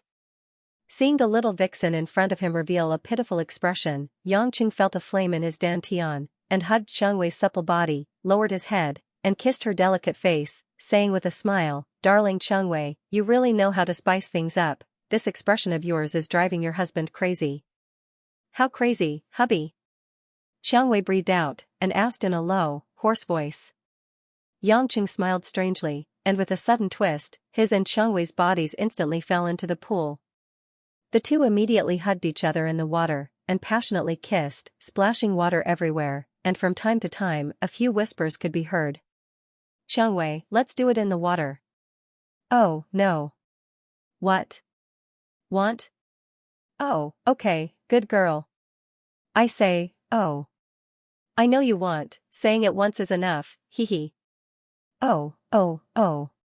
When the first ray of dawn shone into Xiangwei's bedroom, Yangqing got out of bed energetically, put on his clothes, and prepared to leave. The sleepy Xiangwei pouted in dissatisfaction. She didn't have the strength of a mafia boss at all. Instead, she was like an ordinary woman. She complained, "Yesterday, I told you not to do it in the water. I feel like my lower body is swollen." Yangqing looked conflicted. "If you do it in the water, you will get swollen." "Xiangwei baby, why don't you have any medical knowledge? What does swollen mean?" "I don't care. You have no conscience." Xiangwei threw a pillow at Yangqing. Yangqing smiled embarrassedly. "It's okay. I'll practice more in the future. Practice makes perfect, right?" Xiangwei spat and didn't know whether to laugh or cry. "Practice makes perfect? Nonsense. I really don't know how I fell for a hooligan like you." The two teased for a while. Yangqing remembered to go home and change for work. So, he rubbed Xiangwei's plump butt a few times and left the bar in a hurry. When he arrived at the Dragon Garden Villa, it was breakfast time. Mother Wang, who was wearing an apron, was moving breakfast out of the kitchen. Seeing Yangqing come home, Mother Wang was stunned at first. Then, she asked with a concerned expression, "Young master, where did you go last night? The young lady and I were worried."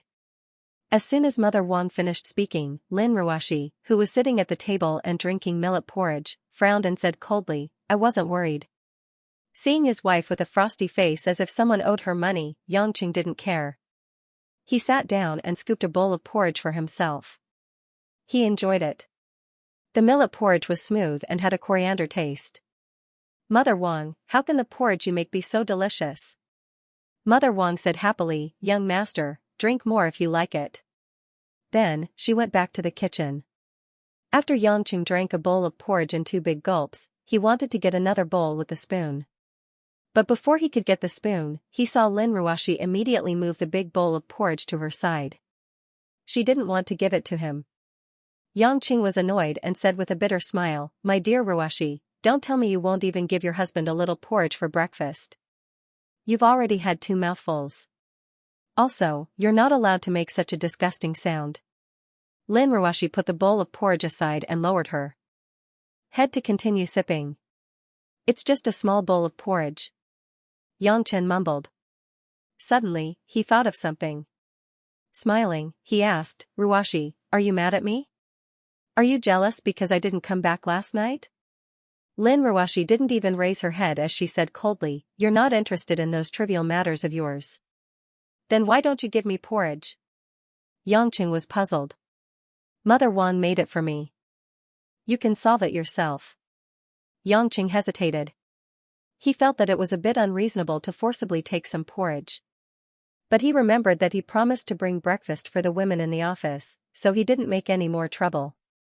He went upstairs to change his clothes and was about to go out. Mother Wang saw that Yangqing was about to leave. She asked curiously, "Young master, why don't you eat more? There are a few steamed buns inside." "Oh, I have something to do in the morning. Let's eat outside." Yangqing looked at the big bowl of porridge with cilantro reluctantly. In the end, he still walked out. Mother Wang sighed. She walked to Lin Ruashi and said, "Young miss, young master is a good person. You and your wife should live harmoniously. Don't target young master." Lin Ruashi stopped what she was doing and said, "Mother Wang, don't think too much. If he wants to go out to eat, then let him. Men always like to play a little when they are young. Miss, you should treat the son-in-law better. How can those women outside compare to you? When the time comes, the son-in-law won't stay home all night. Nurse Wang said earnestly. Lin Ruoshi couldn't take it anymore. She stood up and put down her chopsticks. Mother Wang, I'm full. I'm going to work.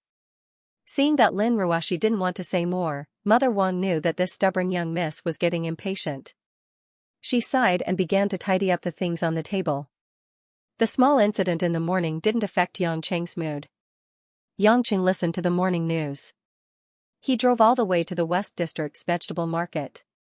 He stopped there and ran to the original mutton skewer stall to buy all kinds of breakfast.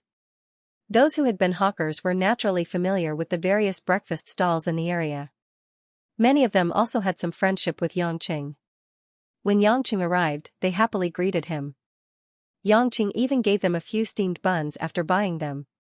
Soon, Yang Cheng carried the big and small bags of breakfast back to the car. It was a pity that he didn't see old Li's stall. He probably didn't know what happened last night. Thinking of old Li, Yang Cheng felt that he needed to remind Zhang Hu not to mistreat the hawkers here. After all, they had a good relationship with him in the past 6 months. He arrived at Yulei International just in time not to be late. Yang Chen exited the elevator and entered the public relations department's large office.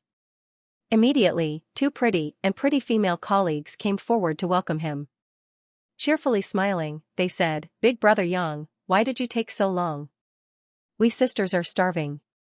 Seems like Zhao Hongyan did indeed tell them about Yang Chen being in charge of buying breakfast. Yang Chen raised the 2 big bags of food in his hands. There's a lot of food. I'll go buy it earlier next time.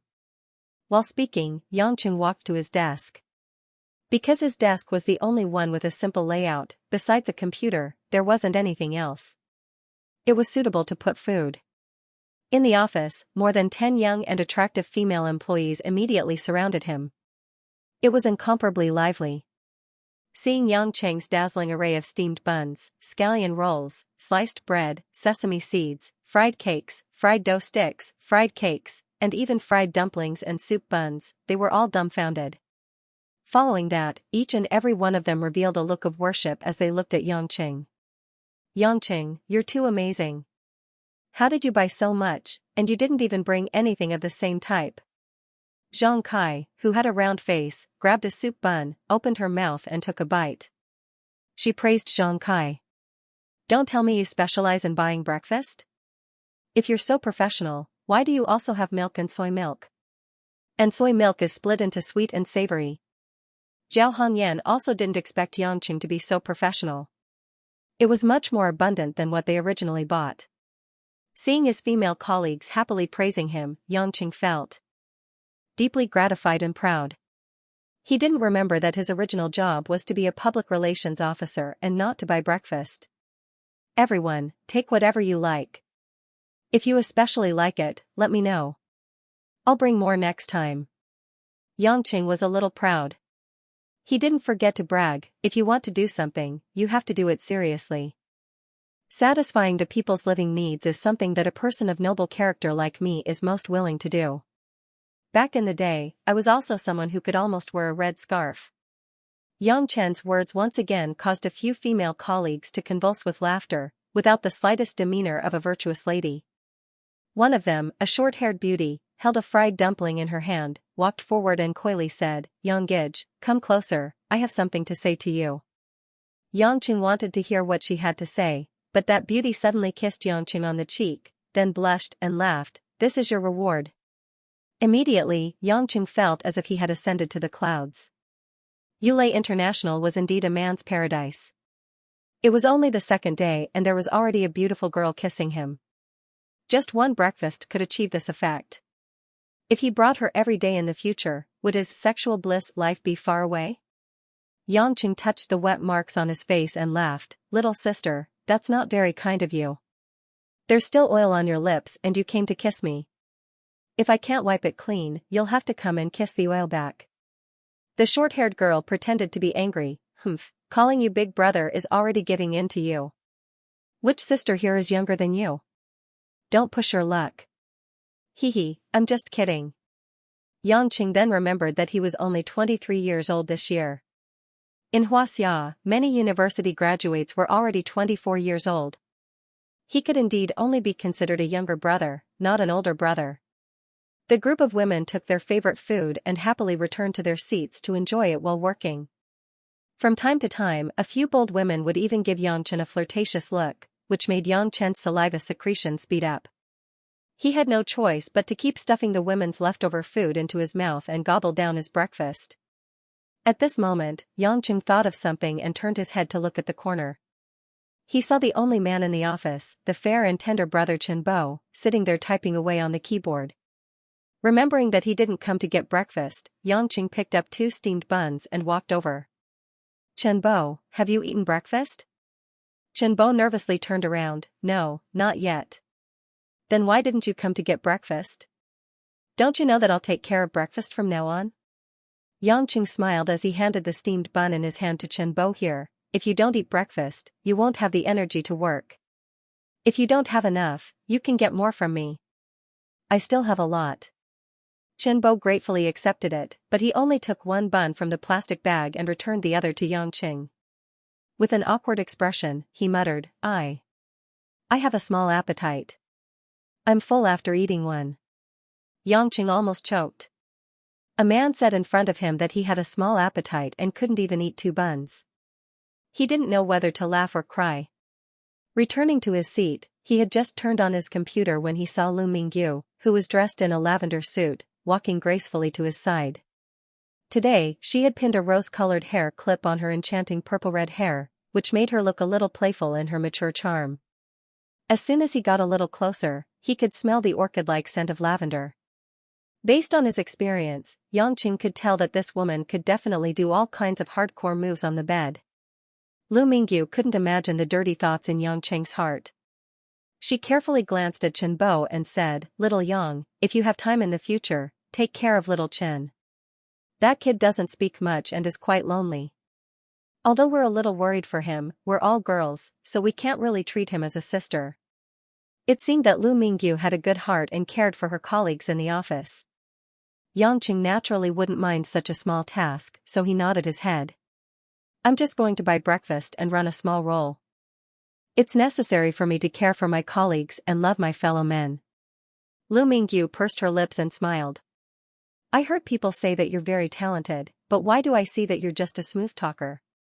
Zhao Hongyan, who was sitting closest to them, turned around and glanced meaningfully at Lu Mingyu. She smiled tenderly and said, Big Sister Mingyu, why don't you ask if Yangcheng has a girlfriend? I think the 2 of you are quite compatible. Yangcheng was staring at the 2 wobbling meatballs on Lu Mingyu's chest. When he heard this, he couldn't help but say regretfully, This. Didn't I say this before? I'm already married. You're married? Zhao Hongyan was stunned for a moment before she said in disbelief, I really couldn't tell. You're such a pervert and don't seek to improve yourself, yet there's actually a girl willing to marry you. Yangcheng wasn't happy. He put on a righteous face and said, How am I a pervert? I'm a very decent person. Big Sister Hongyan, don't talk nonsense. You've been staring at Big Sister Mingyu's chest just now. You think we don't know? Zhao Hongyan rolled her eyes. Lu Mingyu didn't feel embarrassed. She covered her mouth and smiled. Hongyan, don't talk about him. If it gets to his wife, he might end up on a washboard. She then walked away. Yangcheng thought to himself, so they're all a bunch of vixens. They saw everything but didn't say anything. But since he was seen through, he didn't need to be sneaky anymore. He looked at Lu Mingyu's back as she walked away. That graceful and plump buttock swayed and he swallowed his saliva. Zhao Hongyan was speechless at Yangcheng's straightforwardness, but then she smiled and said, Yangcheng, I'll tell you a secret. What secret?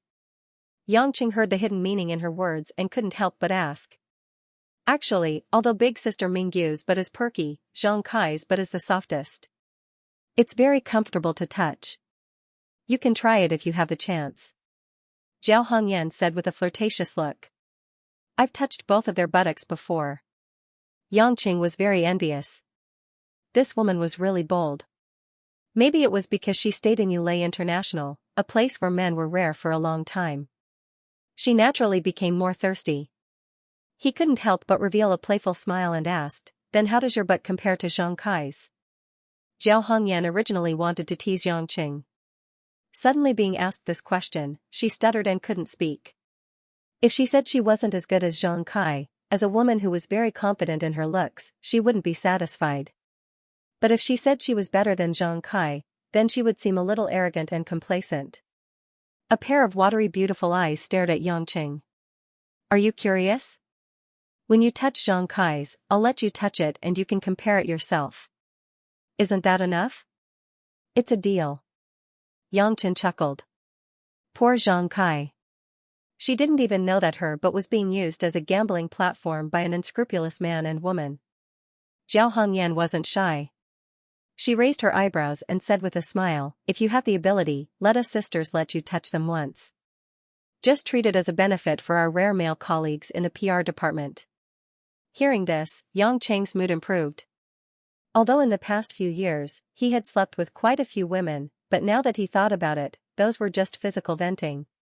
Now, just talking to the women in the office brought him unprecedented excitement. The work in the morning was exactly what Yang Qing needed. No one bothered him. He turned on his computer and went online to play all kinds of games. Things like Gold Miner, Little Elf series, and so on. He played happily. Occasionally, a few pretty girls would come over and ask him some questions about foreign languages. Yang Qing could easily and quickly answer them without using his brain. When it was almost noon, Zhang Kai and Lu Mingyu walked over together. When Zhao Hongyan saw them, she also tidied up her things and stood up. Zhang Kai saw the familiar Little Elf series on Yang Cheng's screen and burst out laughing. "Yang Cheng, Sister Hongyan said that you're here to buy soy sauce." Looks like she wasn't lying. Yang Cheng licked his dry lips and rubbed his stomach. He raised his head and smiled. "Are you guys going to eat?" "Yeah, it's in the company's cafeteria." "Do you want to go together?" Lu Mingyu asked. Although Yang Chen had finished 7 or 8 buns, 5 fried dough sticks, and 2 packets of soy milk in the morning, playing a game with high difficulty was the most tiring, so he was still a little hungry. He stood up, and said without the slightest bit of embarrassment, "Of course we're going together, I have to reward myself properly after working so hard." The 3 women rolled their eyes at the same time. Yulei International was indeed a female-led company. The entire 15th floor of the restaurant was clean and tidy, the colors were pleasant. From the 4 large floor-to-ceiling glass windows, one could see the surrounding scenery of Zhonghai City. The tables and chairs were a mix of silver plastic and metal, full of a rich and fashionable style. The restaurant's lighting was also elegant and fresh, the crystal glass hanging lights were of various colors. The indoor potted plants were sparsely placed in the corners, the tender green leaves showed that they had been carefully taken care of. At the counter for swiping food, it was also a bar-style table, the food and beverage service staff wore clean white uniforms and greeted them with a smile. When Yang Qing followed the 3 women into the restaurant, he did not attract too much attention. After all, although Yulei International did not have many male employees, it was not that they did not have any, it was just that the PR department was a little special. In addition, there were more than 200 employees in the headquarters, sitting down on this floor was not too conspicuous. Seeing Yang Cheng's interested expression, Zhang Kai laughed, "How is it, not bad right? Our company's welfare is also one of the best in Zhonghai. The design is very good, I feel like I have an appetite as soon as I come in." Yang Qing said truthfully. The restaurant's renovation was personally designed by the CEO. In the 2 years since the CEO took office, the company's performance and welfare has greatly improved, we really worship her. Zhang Kai said with some pride. CEO? Isn't that his cold wife? Thinking up to here, Yang Qing looked around at the neat and tidy decorations, he deeply agreed. Wasn't it? Looking closely, the decorations were all cold. Zhao Hongyan suddenly turned her head and said, "Now that you mention the CEO, I remember again. Yesterday, the CEO called you to her office, what happened?" "Didn't I say, just to greet the new colleague?" Yang Qing vaguely answered. "Only a ghost would believe you." Zhao Hongyan coquettishly said, knowing that she could not ask, so she changed the question. Hey, Yangqing, how do you feel after seeing our CEO? What do you mean how? Are you from Mars? Entering our company, don't you know that our General Lin is known as the #1 beauty in Zhonghai? Zhao Hongyan said with a face of disbelief. There was such a title? Yangqing really didn't know. He chuckled and said, it's alright. It's just that she's so cold that it gives me goosebumps. A CEO should have a different temperament. Lu Mingyu, who had been silent all this while, suddenly interrupted, followed by Zhang Kai and Zhao Hongyan. Yangqing was a little surprised. He didn't expect that Lin Ruoshi's cold demeanor in the eyes of Yulei International's employees was so special, and they seemed to be especially respectful towards her. It seemed that regardless of personal charm or management skills, his beautiful wife was indeed extraordinary. After ordering their food, the four of them sat at a relatively large table.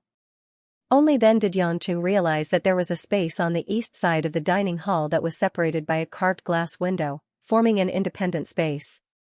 The tables inside were brightly colored, and the sofas and leather chairs of the same color were also sitting there. It must be more comfortable to sit there. Why aren't many people going in? Yangqing asked in confusion. The three women glanced at each other, and Zhang Kai replied, that's the dining area for the company's upper echelons. Only those who are deputy ministers and above can go in. The food for the company's upper echelons is also different. There are chefs who specialize in cooking. How come there aren't many people in such a large space? Yangqing felt that it was a bit of a pity. Why don't we go in and sit there? It's a waste to leave it empty anyway. Zhao Hongyan said, those who are deputy ministers and above all have to socialize frequently. Who has nothing better to do than to eat in the company's dining hall every day? But don't even think about going in. Rules are rules. We small employees just have to do our part. Lu Mingyu continued, actually, that can also be considered a kind of incentive policy for ordinary employees. Only with a difference in treatment can people's competitive spirit be aroused. Only with competition can one improve. I feel that it's quite necessary. Yangqing looked at the chicken chop and broccoli on the plate. It was cooked well, but it was only the size of 2 hands. He smacked his lips somewhat gloomily, this dish is small, and the rice is also small. I can finish it in 2 or 3 mouthfuls. It's not even as good as the 5 yuan a box of fast food from the small restaurant I used to eat. The 3 women looked at each other in dismay, and all of them revealed an inexplicable expression. In fact, they didn't even know what the 5 yuan fast food from the small restaurant in the market was like. Seeing that Yangqing didn't have enough to eat, they all used their chopsticks to pass the food on their plates to Yangqing in unison. We usually can't finish it. Let's give you more. Zhao Hongyan smiled helplessly, if you eat with us in the future, we won't waste food. At this moment, a group of people walked in from the entrance of the restaurant. Many of the restaurant's employees stood up at the same time, revealing a somewhat nervous expression, and greeted these people. Ah, the CEO and the ministers are here. The ministerial meeting is over. Zhang Kai exclaimed, stopped what she was doing, and stood up together with the other 2 women. The one walking at the front was impressively Lin Ruoshi. Her black hair was tied up high, and she didn't have any makeup on. Her face was as bright as the moon, and her cold temperament that pushed people 1,000 miles away was like that of a celestial goddess. Set off by her pure black suit, she looked especially elegant and peerless. This was a woman who didn't need makeup. Just by appearing, she could subdue everyone. The other company's executives who appeared at the same time as her confirmed this point. Most of them were female executives, and they were also dressed appropriately and had an elegant temperament. Some were middle-aged, and some were young and beautiful. This included Yang Cheng's boss from the Public Relations Department, Mo Qianni, was also among them. However, at this moment, these gorgeous beauties following behind Lin Ruoshi were like the stars and the moon that were covered by the sun, no longer so dazzling. After just a few glances, Yangqing lowered his head. He felt that in the current situation, it was more practical to eat. Therefore, when everyone present stopped what they were doing and stood up to greet him, Yangqing, who was silently wolfing down his chicken chop, suddenly became the odd one out. When Lin Ruoshi walked past Yangqing, she didn't stop at all. She didn't even glance at him, as if she didn't know Yangqing at all. In fact, when she just entered the door, she saw the scene of the three women at the same table as Yanqing serving food to Yanqing, and she immediately felt unhappy.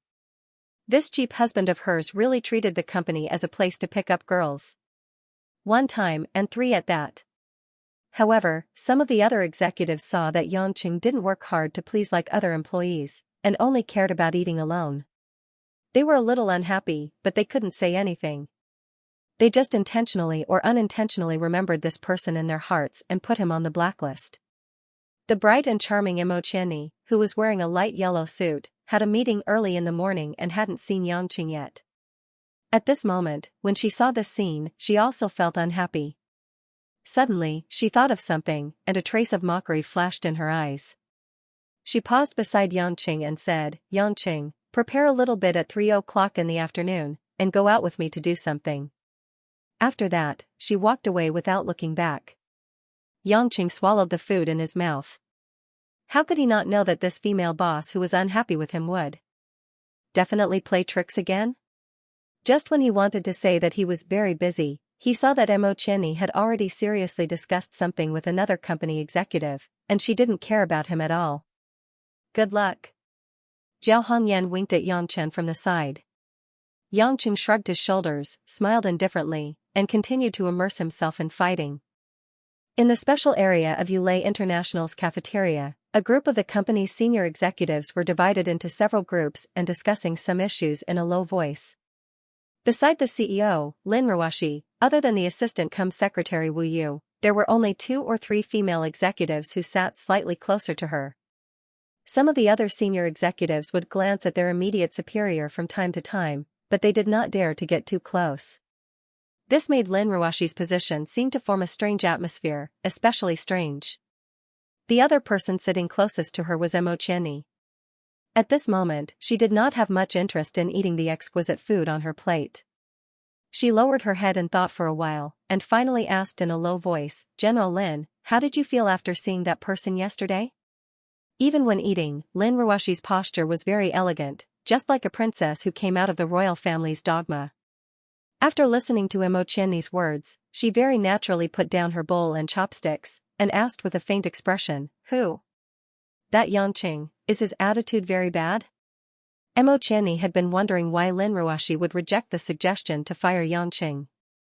Lin Ruoshi intentionally or unintentionally glanced at the cafeteria outside, and then continued to pick up her bowl and chopsticks, saying, "As long as he doesn't make a big mistake, doesn't harm the company's interests, and doesn't damage the company's image, just ignore him. As for the rest, I will handle it." After saying that, she continued to eat in small bites. This time Imo Qianni was more and more confused. The expression on her beautiful face changed rapidly, and finally gave up the idea of asking Lin Ruoshi again. Years of experience told her that this unreasonably beautiful woman, who made it hard for people to be jealous, was unwilling to talk about that topic. "Well, since the CEO does not fire you, I will let you hand in your resignation." Imo Qianni thought bitterly. In the afternoon, Yanqing played games for more than an hour. He originally planned to have a peaceful nap, and even put on the inflatable pillow he borrowed from Zhao Hongyan, but Imo Qianni really came over. Seeing the graceful beauty of his superior, Yanqing was a little annoyed at the moment.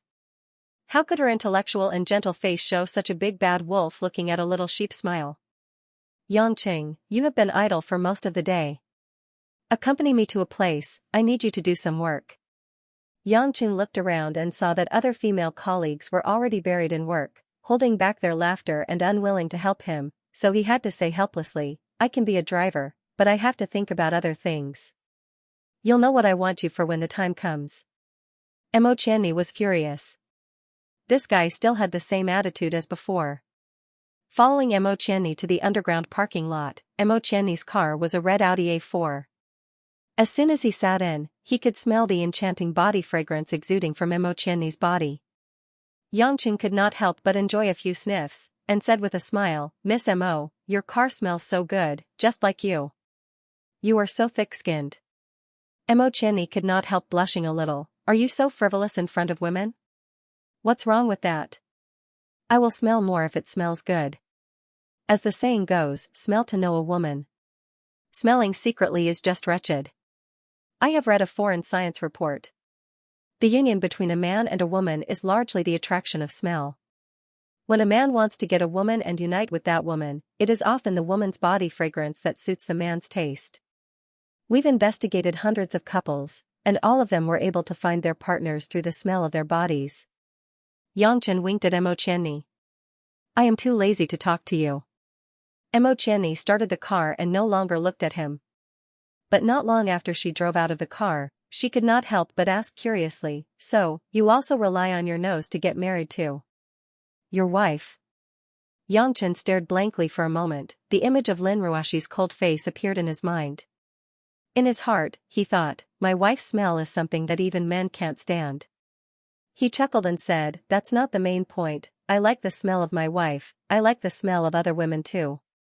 Miss Mo, yours isn't bad either.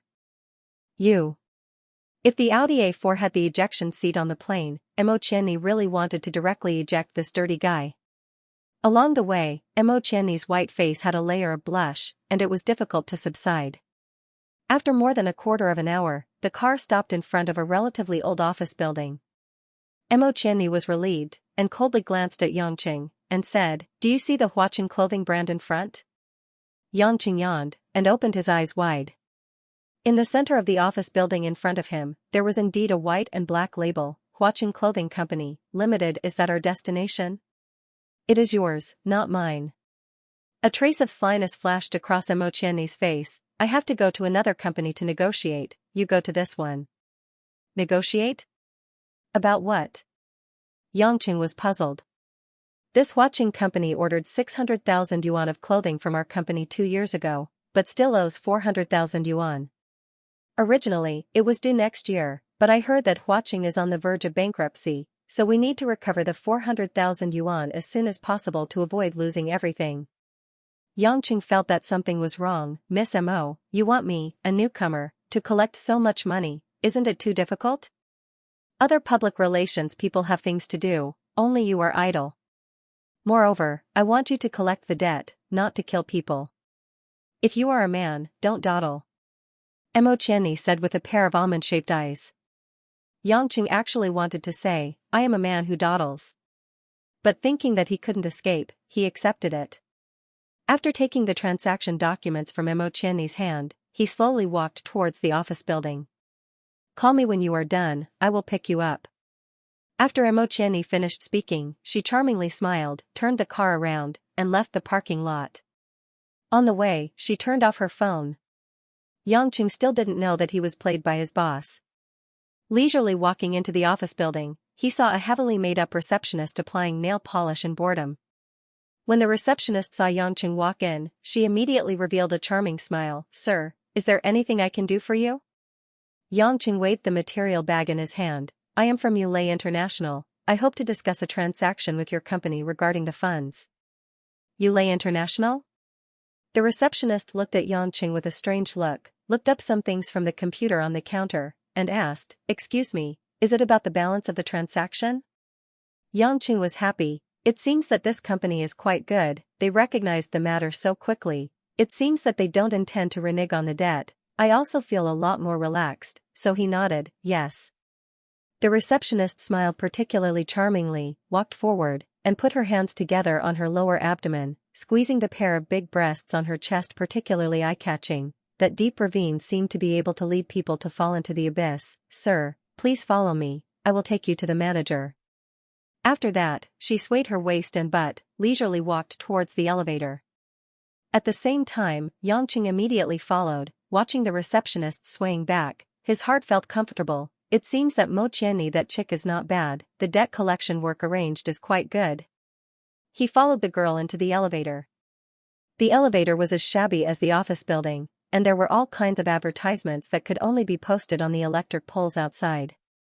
There were folk remedies for minor and major illnesses, as well as the addresses of certain alleys and certain alleys. There were all kinds of advertisements, and the rhetoric was so gorgeous that it made those big advertising companies feel ashamed. Yangchen looked at all kinds of advertising slogans with relish, constantly nodding his head and said, these advertisements are good, I like them. The girl who had been maintaining a charming smile suddenly staggered, awkwardly smiling. Sir, you have good taste. The elevator went all the way to the top floor before stopping. Walking out of the elevator door, Xianxia was a little dumbfounded, astonishingly smelling a foul smell. In the huge office hall in front of him, tables and chairs were randomly placed, all kinds of paper, printing paper, newspapers, napkins, toilet paper, and even a few women's underwear were carelessly thrown on the ground. Most of the computer screens were stained with a lot of filth, making it hard to see clearly, and many of the screens were simply smashed. The entire hall seemed like it hadn't been renovated for hundreds of years. Messy dust was flying everywhere, even the ceiling fluorescent lights were half blown up. This kind of scene should be an abandoned office building. Moreover, it was maliciously destroyed. But what made Xianxia puzzled was, the staff inside was surging like a tide. Groups of young and middle-aged men and women, dressed in strange clothes, were gathered at different tables. They were either shouting and throwing dice, playing poker, playing mahjong, and even playing dragon. Most of the men were smoking, puffing out clouds of smoke. The women were also gorgeously dressed, with heavy makeup shuttling back and forth among the crowd of men, not knowing whether they liked to be taken advantage of, or to take advantage of men. Smelling the suffocating smell in the air, Xianxia finally understood, this was a hoodlum company opened by a friend. No wonder no one from Yulei International came to collect the debt. It was probably after the fact. No one from the PR department dared to come. In fact, Xianxia was half right. Yulei International did find out after the fact that Huaqing Clothing Company wasn't a regular company. At that time, because the transaction wasn't big, they received the deposit and gave the goods. However, later on, they had also sent a commissioner to collect the debt. Unfortunately, everyone who saw the truth about the Huaqing Company all ran away in terror. The boss of Huaqing Apparel even said that if anyone dared to come and collect the debt, he would beat them to death and throw them back. Due to the fact that the time limit for the contract had not yet expired, Yulei International could not bring the case to court, so they could only passively drag it out. This time Mo Qianni asked Xianxia to come. Obviously, she wanted to kill with a borrowed knife and make Xianxia leave the company on his own accord. This kind of scene was indeed a little scary for ordinary people, but for Xianxia, rather than saying it was scary, it was more like he was familiar with it. It was even a little child's play. The lady at the front desk turned around. She wanted to see what kind of shocked expression this hothead would have, but she saw Xianxia's interested expression, looking around with a smile. What an idiot. Let's see if you can still laugh later. The young woman sneered in her heart. Sir, our manager's office is over there. Please follow me. The young woman narrowed her eyes and sneered. Xianxia nodded and said with a smile, your office environment is not bad. You can even smoke in the office. Not bad, not bad. The young woman's face hung a few black lines. She already suspected that the person sent by Yulei International was an idiot. Xianxia's appearance attracted the attention of many of the Huaqing employees present. Several sturdy men walked up with an evil smile, looking at Xianxia provocatively and contemptuously. And a dark-faced sturdy man reached out his hand and groped the receptionist's body a few times. He asked Xianxia who he was. This young woman obviously had an unusual relationship with this group of people. Being groped a few times on her chest, she giggled and replied with a lustful expression, Yulei International sent him to collect the debt. He wants me to take him to see the boss. Yulei International again? Several men and women laughed out loud. 2 months ago, that man said he had a black belt in Taekwondo. He was still crippled in 2 or 3 moves. Which belt is this kid from? The group of hoodlum employees also laughed. They looked at Xianxia with incomparable interest. It was as if he was a fish on the chopping board, ready to be slaughtered. A round-faced young female delinquent wearing a black short-sleeved shirt and a super short denim skirt walked up. She blew a mouthful of smoke at Xianxia and coquettishly said, Little handsome, what debt collection are you talking about? Accompany big sister to play some new tricks. You little vixen, you didn't eat enough last night. Do you want us brothers to take turns to fight a few hundred rounds with you? Another short-haired skinny monkey man laughed. The young female delinquent laughed and lifted her miniskirt. She swayed back and forth, looking like she didn't reject anyone. Okay, big sister will stand here. You guys come. I think it's not bad. The black-faced man who was touching the receptionists but looked at Xianxia with disdain. Today, there's a new pretty boy coming up. Just nice, you guys can play some new tricks. Hearing a bunch of small fries shouting nonsense to scare him, Xianxia couldn't help but feel that it was ridiculous, but he didn't feel like saying anything to them. Seeing that the front desk lady was already moaning in the arms of the dark-faced burly man with her red lips, and almost turned into a puddle of water, Xianxia walked towards the manager's office. Hey! Kid! Do you think we're talking nonsense or are you deaf? The black-faced man saw that Xianxia didn't pay attention to him and immediately became angry. Xianxia continued to walk, completely ignoring him. The dark-faced man was so angry that his face was twitching. He pushed away the lady in his embrace, pointed at Xianxia and shouted, "Brat, do you believe that if you take another step, I'll kick your manhood until it explodes?" This time, Xianxia stopped, unhurriedly turned his head, and glanced at the dark-faced burly man. With just one look, the black-faced man suddenly felt like he had fallen into an ice cave. All the blood in his body froze. What kind of look was this? There was no vitality, no resistance, and a strong sense of oppression that made people feel like they were suffocating. It made people fall into a gray and desolate world, never to return. I'm here to collect the debt, not to play with you guys. Xianxia slowly turned around and threw the bag of materials in his hand to the side. He slowly walked towards the black-faced man. His voice was as calm as plain water. Originally, if you guys didn't pay, I didn't care. If you gave me money, I would have thought it was too troublesome. But now that you've said it, I'm really planning to bring some money back. I'm actually a very easygoing person. Don't go too far. Everyone is happy to joke around. But you guys, why can't your brains open up? I'll only say it once. What I hate the most is being threatened. As soon as he finished speaking, it was as if Xianxia disappeared from where he stood. When he reappeared, everyone could only see the dark-faced burly man who was still standing a moment ago. His body bent over, and he slowly fell to the ground. White foam came out of his mouth, and his eyes rolled back. He fainted from the pain. Xianxia stood next to the black-faced man. He took back his fist that had hit the black-faced man's stomach. He casually looked around and asked with an evil smile, "Why are you guys standing there like idiots? Your brother was beaten. Aren't you going to take revenge for him?" Xianxia's words were like a spark that fell into a barrel of gunpowder. All the men and women in the hall revealed expressions of anger. "Kid, you must be tired of living. Don't think that no one dares to touch you just because you have a few tricks up your sleeve." A sturdy man threw away the poker cards in his hand and angrily rushed forward with his fist raised. Xianxia didn't even raise his eyes. One of his hands reached into his pocket for a cigarette, while the other hand casually grabbed the sandbag's fist that was swinging over. Suddenly, with a quick claw in midair, that huge fist hadn't even landed, and the man's wrist was tightly locked. With a casual flip of the wrist, the man's hand instantly deformed like a fried dough twist. "Awoo!" The man screamed in pain, and fell to the ground while clutching his own arm. The bones in his arm were completely dislocated. The pain made cold sweat drench his entire body. A group of ruffians who originally planned to rush up and beat up Xianxia saw this dramatic change and hesitated to stop. They were afraid of losing face, but they were even more afraid of pain. After Xianxia lit a cigarette, he enjoyed a puff.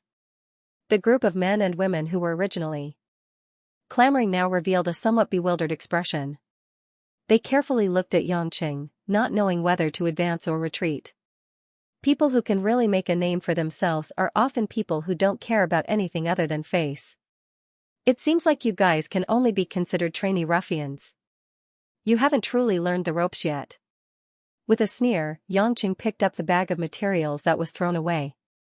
Your bragging ability is much better than your fighting ability. I don't know what kind of PR you lay sent before was, but I think I'm still a little different from them. With that, Xianxia turned around and continued to walk towards the general manager's office. This gentleman has great skills. But you came to my company and treated my subordinates like this. This is really embarrassing for me. A hoarse baritone voice came from the general manager's office. Slowly, a mature middle-aged man in a gray suit and shiny leather shoes walked out. "Boss." When the group of minions saw this man, they screamed again, as if this man could immediately help them regain all the face they had lost. Xianxia looked at the man in front of him with great interest. His hair was parted at 3 to 7, and he wore an Armani suit, a Louis Vuitton leather belt, and a pair of Pierre Cardin leather shoes. Coupled with his calm and proud expression, which was unique to successful people, he looked like the manager of a large company. He did not look like the leader of a hooligan group or a shell company. No wonder Yulei was at a disadvantage. There was a hidden boss. Xianxia laughed in his heart. Mr. Debt Collector sent by Yulei International, your actions have put me in a difficult position. What do you think I should do? Bosco revealed an evil smile. He was calm and composed, just like an old Western gentleman. Xianxia looked at the information in the bag. The one surnamed Gua in front of him should be the boss of this rogue company, Gua Ziheng. Your appearance is not bad. You must have cheated a lot of money. I never cheat money. If you don't have the ability, no matter how you cheat, no one will give you money. I am a person of ability, not an idol. Gua Ziheng seemed to be very talkative. Xianxia flicked the ash off his cigarette. You acting like you have a better future than me. At most I can get a Golden Horse Award. You can get an Oscar. Oh? Gua Ziheng sneered, but why do I feel that this gentleman is the idol? What did you notice this time? Xianxia asked with a smile. What I see is a fool. A fool who doesn't understand what he is doing. Yet, he still has the confidence of a fool. Gua Ziheng said. He suddenly took off his Armani suit, revealing a white Gucci shirt inside. Seeing this scene, the hooligan men and women in the hall screamed, loudly calling for Boss Gua to destroy this arrogant brat. Gua Ziheng gestured for the people in the hall to quiet down. His face had a bit of arrogance as he lightly stretched his muscles. The strong muscles under his shirt seemed to have come to life. His chest and arms swelled up, and his bones made G sounds. Yo, an action movie star? Xianxia laughed, you spent a lot of effort to build up. With these muscles, you can participate in a man's beauty pageant. You're qualified to be a sugar daddy. You are seeking your own death. Xianxia sighed, I advise you to put on your clothes and return the money. I really don't want to fight. An idol like you also needs to maintain his appearance. Gua Ziheng was finally angry. He suddenly took a big stride and rushed forward. His strong muscles really weren't for show. After Gua Ziheng arrived 2 feet in front of Xianxia, he quickly turned around and gave a roundhouse kick. He should have practiced mixed martial arts. Gua Ziheng's movements were very skilled and full of strength. This kick brought along a strong gust of wind, directly blowing the documents on the surrounding tables into the air. In a situation where no one could clearly see the trajectory of this kick, Xianxia's left hand suddenly blocked the area below his chest without anyone noticing. Pa! Unlike what others thought, Xianxia was kicked away. They saw that Gua Ziheng's foot, the ankle area, had been firmly grabbed by Xianxia's left hand. It was just an inch below his chest. It was difficult to advance any further. Your accuracy isn't bad. Just a bit slow. Xianxia evaluated as if he was teaching a student. Gua Ziheng's heart was filled with shock. His Sonda level wasn't like those casually shown on TV. It was a real life-risking ability that had been honed in the underground world. He was very clear about the speed and power of his kick just now. There had never been anyone who could block his attack so calmly, like a child playing house. The intense feeling of humiliation made Gua Ziheng's heart violent. His face turned purple as he fiercely said, "Let go." Yes. He couldn't free his foot from Xianxia's grasp. How could this man's strength be this strong? Return the money and I'll let go. Xianxia casually said with a smile. Gua Ziheng's eyes flashed with a trace of sharpness. I have to go to the office to get the check. That's good. Xianxia nodded and released Gua Ziheng's foot. Everyone present was incomparably shocked. They simply couldn't imagine that their boss, who had never lost in their hearts, would suddenly lose in the hands of such an ordinary young man. The group of men and women couldn't help but retreat to the elevator entrance. Gua Ziheng unwillingly looked at Xianxia before slowly walking back to the office. Not even a minute later, he walked out again. You will regret today's decision. I, Guo Ziheng, have never lost before. So, today you must die. Guo Ziheng slowly walked out of the office. That handsome man's face was covered with a haze. His eyes revealed a bit of madness. In his hand was a loaded rifle. The pitch-black muzzle was already pointed at Yang Cheng's head.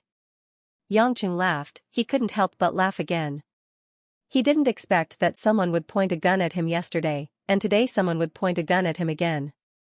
In this Huaxia country where gun control was extremely strict, there were actually more guns than in other countries. Manager Gua, don't you know that this is a gun used by Americans for hunting? Why are you pointing it at me? I'm not an elk, and I'm not a black bear. Guo Ziheng only thought that Yang Cheng was afraid, and coldly laughed, in my eyes, you're just a rabbit waiting to be slaughtered by me. Don't tell me you think that in this 4 to 5 meter range, I won't be able to hit you with a long-range rifle. Yang Cheng raised the corner of his mouth, and without hesitation, he took a step forward, you guess? Don't move. If you take another step, I'll shoot. Guo Ziheng's cheeks were dripping with cold sweat as he roared. Yang Cheng didn't mind, and continued to take a step forward.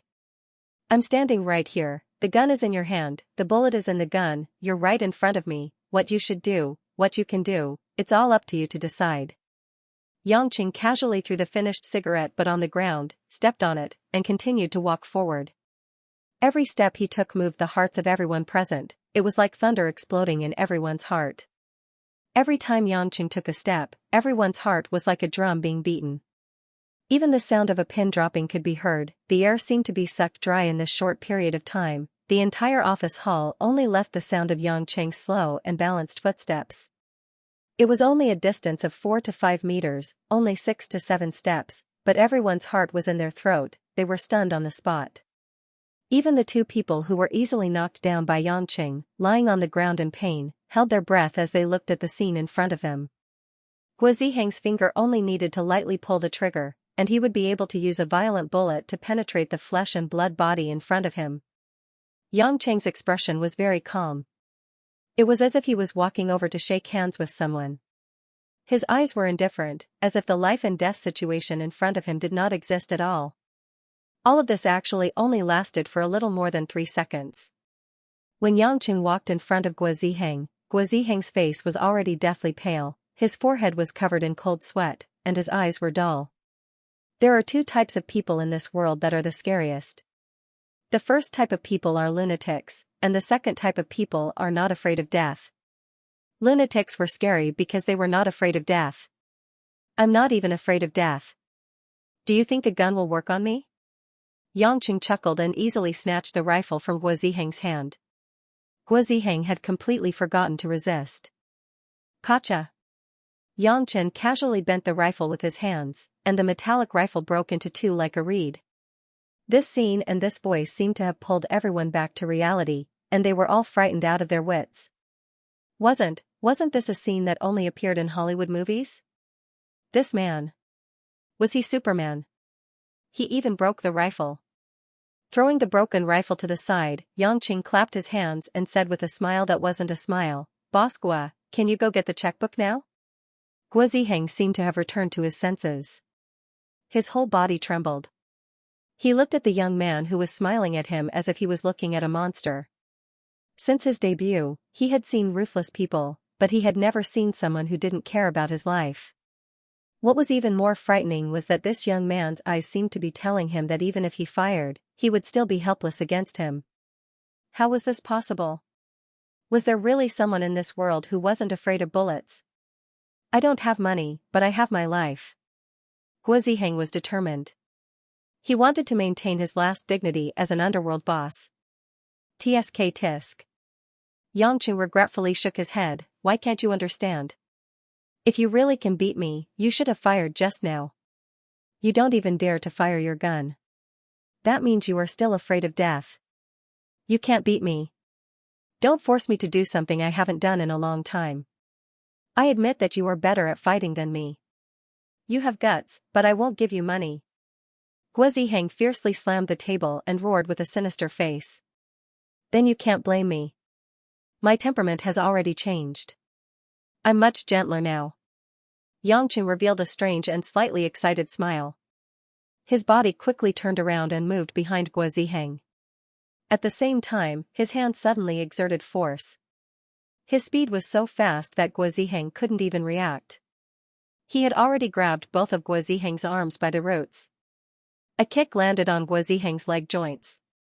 Guo Ziheng staggered and kneeled on the ground. Ka. Only the sound of bones cracking could be heard. Guo Ziheng cried out in pain. Both of his arms had actually started to dislocate from his shoulders. One of Xianxia's feet stepped on Guo Ziheng's calf. Guo Ziheng, who was kneeling on the ground, had no way to stand up.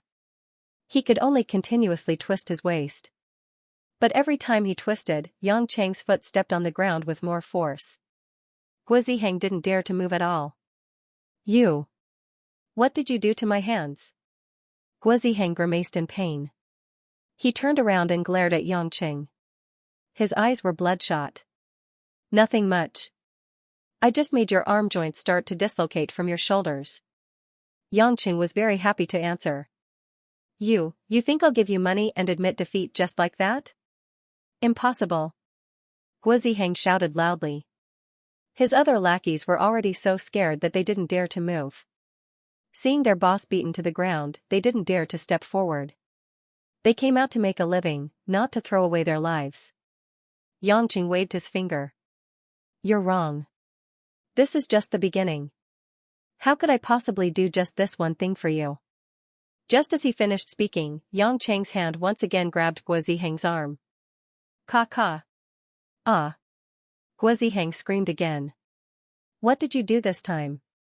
Ka. It was followed by the sound of bones dislocating. Xianxia cracked a satisfied smile. Nothing much. I just dislocated your arm. Then put it back. Put it back. Dislocated it again. I did it back and forth a few times to practice. I feel that it's slower than before. You're probably in a lot of pain. Don't worry. After I practice a few more times, you won't be in too much pain. Demon. This man is a demon. Guo Ziheng completely collapsed. He knew that if he continued like this, he wouldn't die. But it might be worse than death. Living is worse than death. That's what it meant. The pain in his arm and calf was like an awl piercing his heart. His brain was about to go into shock several times.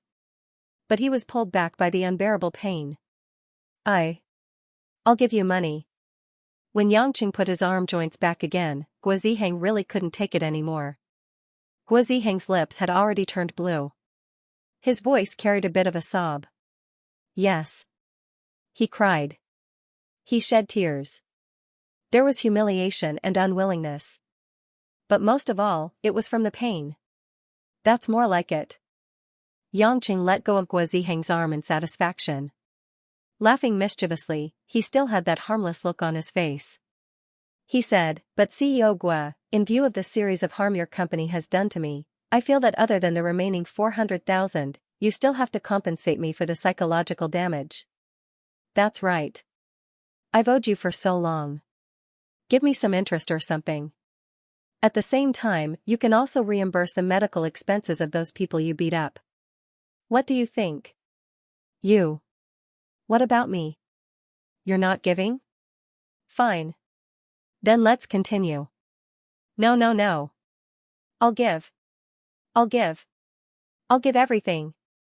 Guo Ziheng shouted with snot and tears. Xianxia then grinned. He pulled over a chair and sat down. Facing Guo Ziheng, who was crying on the floor, he said, since you're giving, then hurry up and write a check. It'll be easier for me to report. That's right. Send a car to send me back to Yulei International. I didn't bring the change for a taxi. When he returned to Yulei International from Huaqing Hoodlum Company, it was already past 4 in the afternoon, close to the time to get off work. Xianxia, on the other hand, felt refreshed. Not only did he stretch his muscles, he also earned some pocket money, so he didn't have to worry about buying breakfast for the women in the office in the future. When he walked out of the elevator, he entered the hallway leading to the PR department. This hallway was built with tempered glass on 3 sides. The transparent texture allowed the sunset's orange light to penetrate into every corner, making it look especially serene and beautiful. At this moment, a scene suddenly appeared in front of him, causing Xianxia to stop in his tracks. It was a man and a woman. The man should belong to one of the company's higher-ups, wearing a white shirt and suit pants, already balding, his figure slightly fat, not tall, his appearance was clean, and he had a pair of small eyes. Xianxia remembered seeing this person at lunch, so he knew he was a department head in the company. As for the woman, just by looking at her back, he could recognize her, wearing a light purple suit, with a few strands of purple hair, as well as that graceful and full curve. It was Lu Mingyu from the office. Department Head Ma, I really have something to do today, I'll go next time if I have the chance.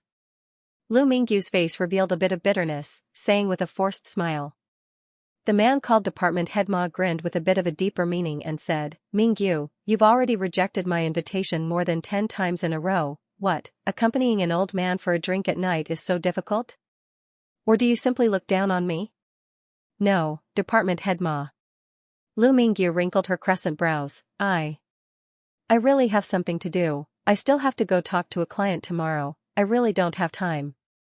The smile on Department Head Ma's face gradually disappeared. With a bit of a cold expression he said, Lu Mingyu, don't be unappreciative, don't think I don't know. The mess between you and those clients, 70 to 80% of the people in the company know. What are you acting all high and mighty for? Department Head Ma, you. Lu Mingyu's eyes sparkled with a few tears, but she still stubbornly endured it. Her voice had clearly become cold. Department Head Ma, please don't make up nonsense. Whether I'm that kind of person or not, it's not something that can be determined by rumors and slanders. Haha, you're #1 in sales every year, do you think we're all fools?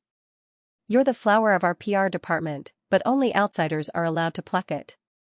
Lu Mingyu, you're too stingy. Department Head Ma revealed a wretched smile. Don't worry, come have a drink with me. I won't mistreat you, the year-end bonus is easy to negotiate. Department Head Ma, please pay attention to your image. Lu Mingyu turned her head away as if she didn't want to say anything more. Her charming face was filled with pain. Just as Department Head Ma was about to say something, he suddenly felt someone pat his shoulder from behind. Who is it? Department Head Ma turned his head in displeasure, only to see an unfamiliar young man smiling strangely at him.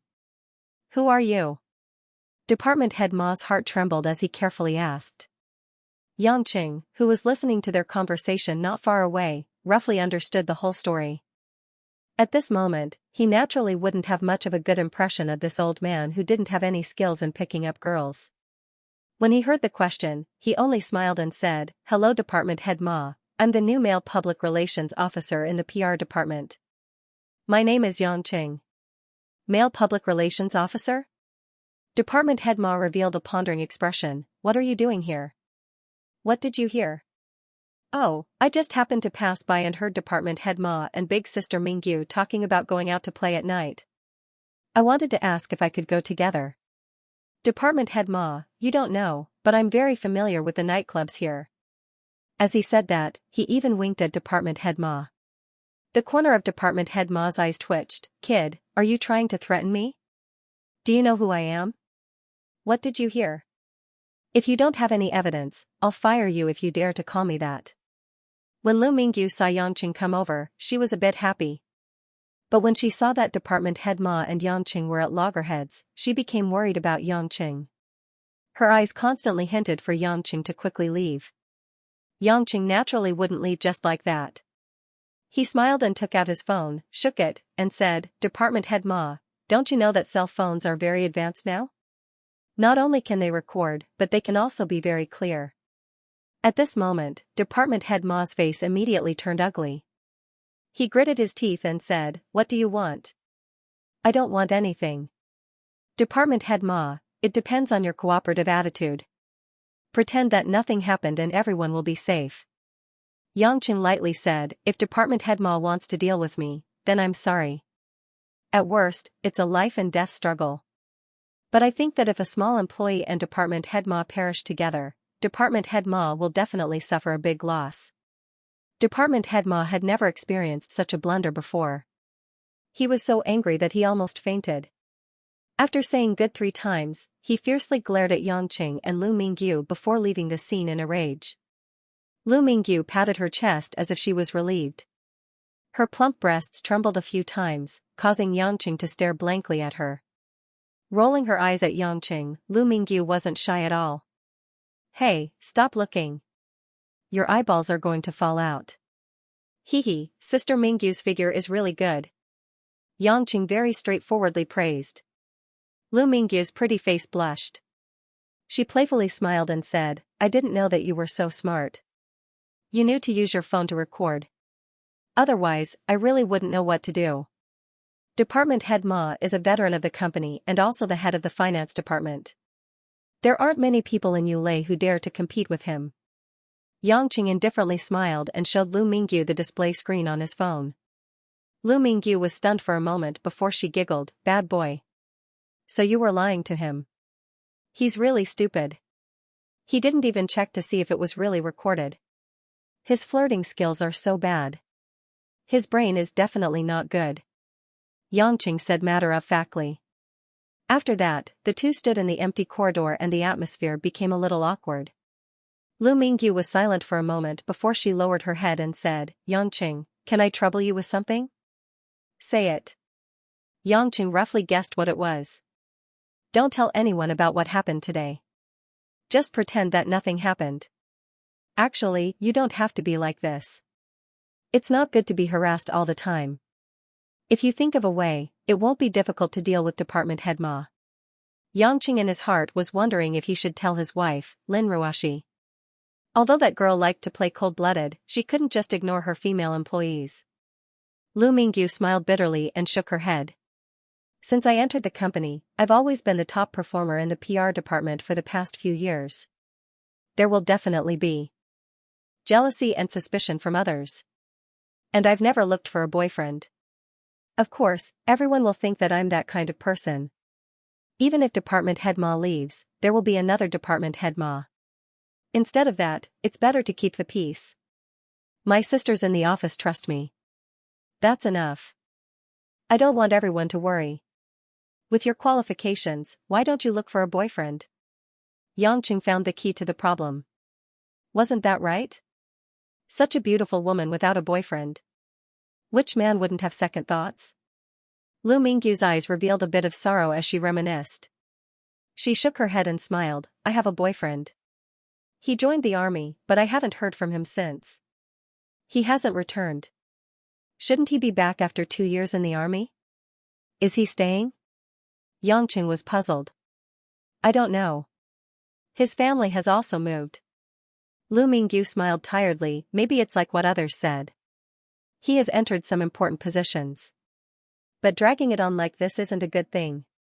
You are a woman. You should understand the importance of age." Yangqing secretly cursed that man. He didn't want such a woman and went to be a secret agent. Lu Mingyu nodded, "So what? I always think of him. I can't forget him. How can I accept another man?" She paused and smiled again, "All right, let's not talk about this. It's almost time to get off work.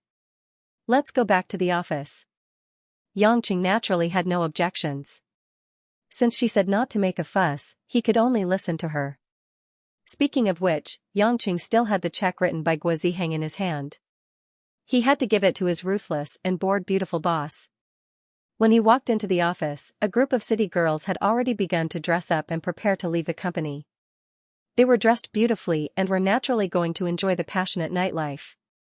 Zhao Hongyan and Zhang Kai were quite calm. They didn't specially touch up their makeup.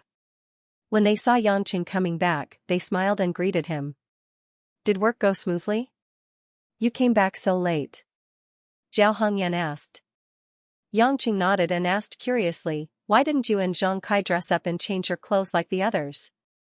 Zhao Hongyan sighed bitterly, "Can't you see that Zhang Kai and I are married? We got married last year. We don't need that." "So you guys got married?" Yangqing was a little shocked. They were two young married women. No wonder their figures were so much more plump than other female colleagues. Zhang Kai giggled, "Yangqing, don't tell me you really want to do something to us. We have husbands, so don't start fighting." Yangqing is also a married man. We're the same, Zhao Hongyan said with a smile. Yangqing wondered if the relationship between me and Lin Ruoxi could be considered husband and wife. However, he naturally wouldn't say it out loud. After an awkward smile, he dejectedly ran into Mo Qianni's office. The desk lamp in the office had been turned on. In the slightly dimly lit room, Mo Qianni took off her coat and was only wearing a white short-sleeved shirt. She was seriously writing something. She wore a pair of gold-rimmed glasses on her high-nose bridge, and her beautiful hair was casually tied into a braid. A few strands of black hair covered half of her face. She was so focused that she didn't even notice that Yangqing had gently pushed the door open. This was a beautiful woman who looked pleasing to the eye no matter how she dressed up. However, she didn't have a good temper. Perhaps most beautiful women have this problem, Yangqing honestly thought. Don't you know to knock first? Mo Qianni finally saw Yangqing walking to the opposite side of the desk. Although she was curious as to why this man didn't seem to have anything wrong with him and even had an annoying smile on his face, she naturally didn't show it and faintly asked. Yangqing pulled a chair and sat down. He slowly placed the check in his hand on the desk. I don't have much experience. Next time, remember to knock first. What is this? Mo Qianni put down the pen in her hand and looked at the check on the desk suspiciously. The denomination was 400,000. Yangqing smiled. Miss Mo, didn't you ask me to collect the debt? The remaining 400,000, not a cent less. Mo Qianni picked up the check and looked at the signature on it. It was indeed the shameless hooligan leader of Huaqing Clothing, Guo Ziheng. She couldn't help but be alarmed. She raised her head and carefully looked at Yangqing. She really didn't understand how this guy could make the other party obediently return the money they owed. Are you okay? Mo Qianni finally couldn't help but ask. She couldn't help but look up and down at Yangqing. She always felt that Yangqing should have only come back after a life-and-death struggle. The last few times she sent the commissioners, they all ended up in the hospital. There was even one who was still in a wheelchair. Yangqing pretended not to know anything. He spread out his hands and puzzledly asked, "What's the matter? Isn't it just asking for the remaining payment? I think they were pretty easy to talk to. It was even Bosqua who personally sent someone to send me back." What the hell? Did that group of hooligans become vegetarians? Mo Qianni felt a burst of anger in her heart. It was a good thing that the money owed had been returned. But seeing the man in front of her without the slightest injury and with a relaxed face, why did she feel so unwilling in her heart? These emotions naturally couldn't be displayed openly. Mo Qianni took a deep breath and said, "You've worked hard. I'll give you a bonus at the end of the month. You can get off work now." Then I really think Miss Mo. Yangqing seemed to be very satisfied and nodded. He stood up and walked out. When he was about to leave, he turned back and said with a smile that wasn't a smile, "Miss Mo, your black clothes are not bad. They're very beautiful." After Yangqing left, Mo Qianni still couldn't understand and looked at her body. It was obviously white clothes. Where did the black come from? Looking carefully, she found that there were two indistinct black spots on her chest. Because the shirt was somewhat transparent under the light, she could roughly see that it wasn't clothes, it was a bra. Yangqing. After thinking about it, Mo Qianni's face and ears turned red. She gritted her teeth and slammed her palm on the table. Her pair of almond-shaped eyes were almost spitting fire. Just wait and see. After saying goodbye to a group of sisters in the office, Yangqing finally felt the joy of being a white-collar worker. This job was indeed a bit more boring than selling mutton skewers, but the environment was really good. Just the fragrance of women that filled the air was not comparable to the stench of the food market. Arriving at the underground parking lot, just as Yangqing got into the car, his phone vibrated. It was Li Jingjing. Yangqing smiled and picked up the phone. "Hello. Brother Yang." Li Jingjing's tone was a bit happy. "Thank you." "Thank you for what?" Yangqing naturally wouldn't take the initiative to admit that Chen Dihai's nest was destroyed by him. "It's about Chen Dihai." Li Jingjing was a bit quiet, and then seemed to understand something. She changed the topic and said, "Anyway, thank you. Dad, Mom, and I are very happy." Listening to the girl's soft voice, Yangqing was also relieved. It seemed that this girl was also smart. He smiled and said, "Really? That's good. Let your dad continue to do business. I will go and chat with him tomorrow morning." Got it. Is there anything else? Although Yangqing didn't mind chatting with Li Jingjing for a while, there would be a traffic jam if it was too late. There is nothing else. Li Jingjing hesitated. "I just want to know when Brother Yang will come to school to see me." Only then did Yangqing remembered what he had promised. He couldn't help but feel annoyed at his carelessness and quickly said, "I just started work this week. I may be a little busy, but I will definitely go within this week. Don't worry." Li Jingjing happily responded and hung up the phone. Just as Yangqing was about to start the car, his phone rang again. This time, it was Mother Wang. It was strange why Mother Wang would call him at this time. After all, he said he would go home for dinner. He picked up the phone and didn't say anything.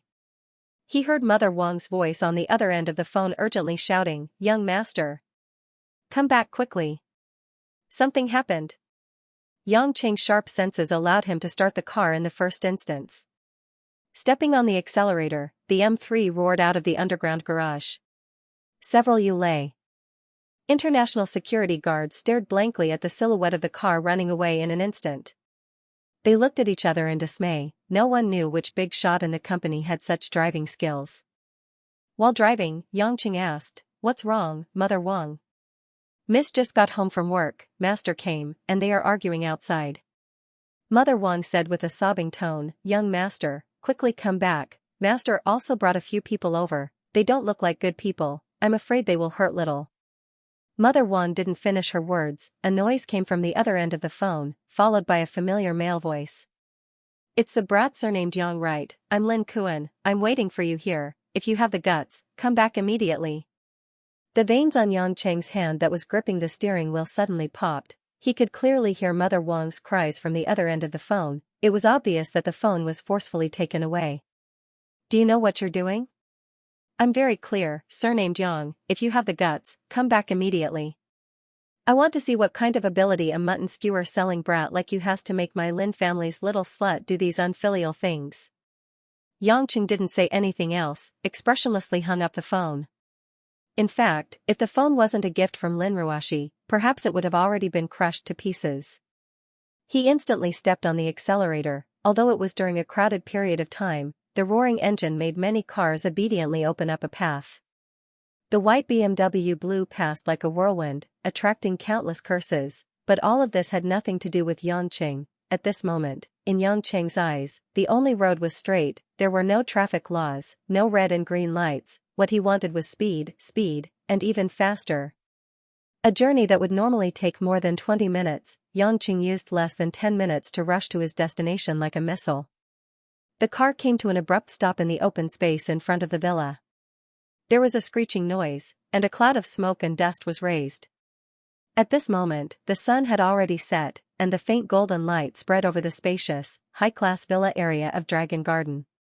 The green trees reflected the red light, and the grass was like a golden stream, making the scenery exceptionally beautiful.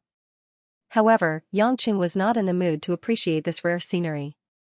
After getting out of the car, he walked to the entrance of the villa with a solemn expression. Without waiting for Yangqing to reach the door was pushed open with great force. Lin Kuan's figure in a well-ironed suit walked out. His originally handsome and mature face now looked gloomy and excited, as if he could already foresee how he could take revenge on Yangqing for humiliating him. Following closely behind him were 5 young men dressed in the same tight-fitting black short-sleeved shirts. From their bulging muscles, it was not difficult to see that their skills were extraordinary. "Haha, bastard, you really have the guts to come back here. I thought you were too scared to come back." Lin Kuan tilted his head and raised the corners of his eyes. His eyes revealed a strong hatred. Yangqing sighed. It seemed that he had indeed restrained his temperament. Otherwise, just based on his vulgar words, it would be enough reason to cut off his tongue. He looked at him indifferently and asked, "Where are Ruashi and Mother Wang?" As soon as he finished speaking, 2 figures walked out from the entrance of the villa.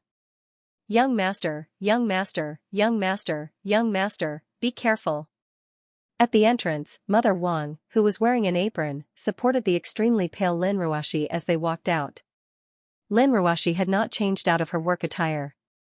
Her originally cold and elegant face looked as if she had lost her soul. Her eyes were dim and her hair was messy. She stared at the ground without any focus, as if everything in front of her had nothing to do with her. If this scene suddenly made Yanqing feel a little distressed, then the red palm print on Mother Wang's face made Yanqing's eyes flash with a hint of killing intent. Unfortunately, Lin Kuan clearly did not notice the change in Yanqing's eyes. "Kid selling mutton, let me tell you, since you came back here today, you asked for it. I have a few brothers who don't even have eyes for punches and kicks. If you want to be hit less, you better kneel on the ground and kowtow to me a few dozen times, then lick my leather shoes clean and obediently walk into the rubbish bin. Then, I might let you go and let you scram." Lin Kuan laughed weirdly, his voice seemed to be a little crazy. "Lin Kuan." Yanqing raised his head and looked coldly at the insolent man in front of him. "I think I told you last time, I hate being threatened the most. You can threaten me, but you must be prepared to bear the consequences." "I'm threatening you. Bastard. What can you do? Do you have the ability to defeat my 5 brothers?" Lin Kuan, who was so angry that he laughed, roared loudly. Yanqing did not say anything else, and walked step by step towards Lin Kuan. The 5 thugs obviously did not take Yanqing seriously. After all, from the looks of it, this young man did not have the ability to fight back. So when they saw Yanqing approaching, only one man walked forward and looked at Yanqing with disdain. At the same time, he walked towards Yanqing.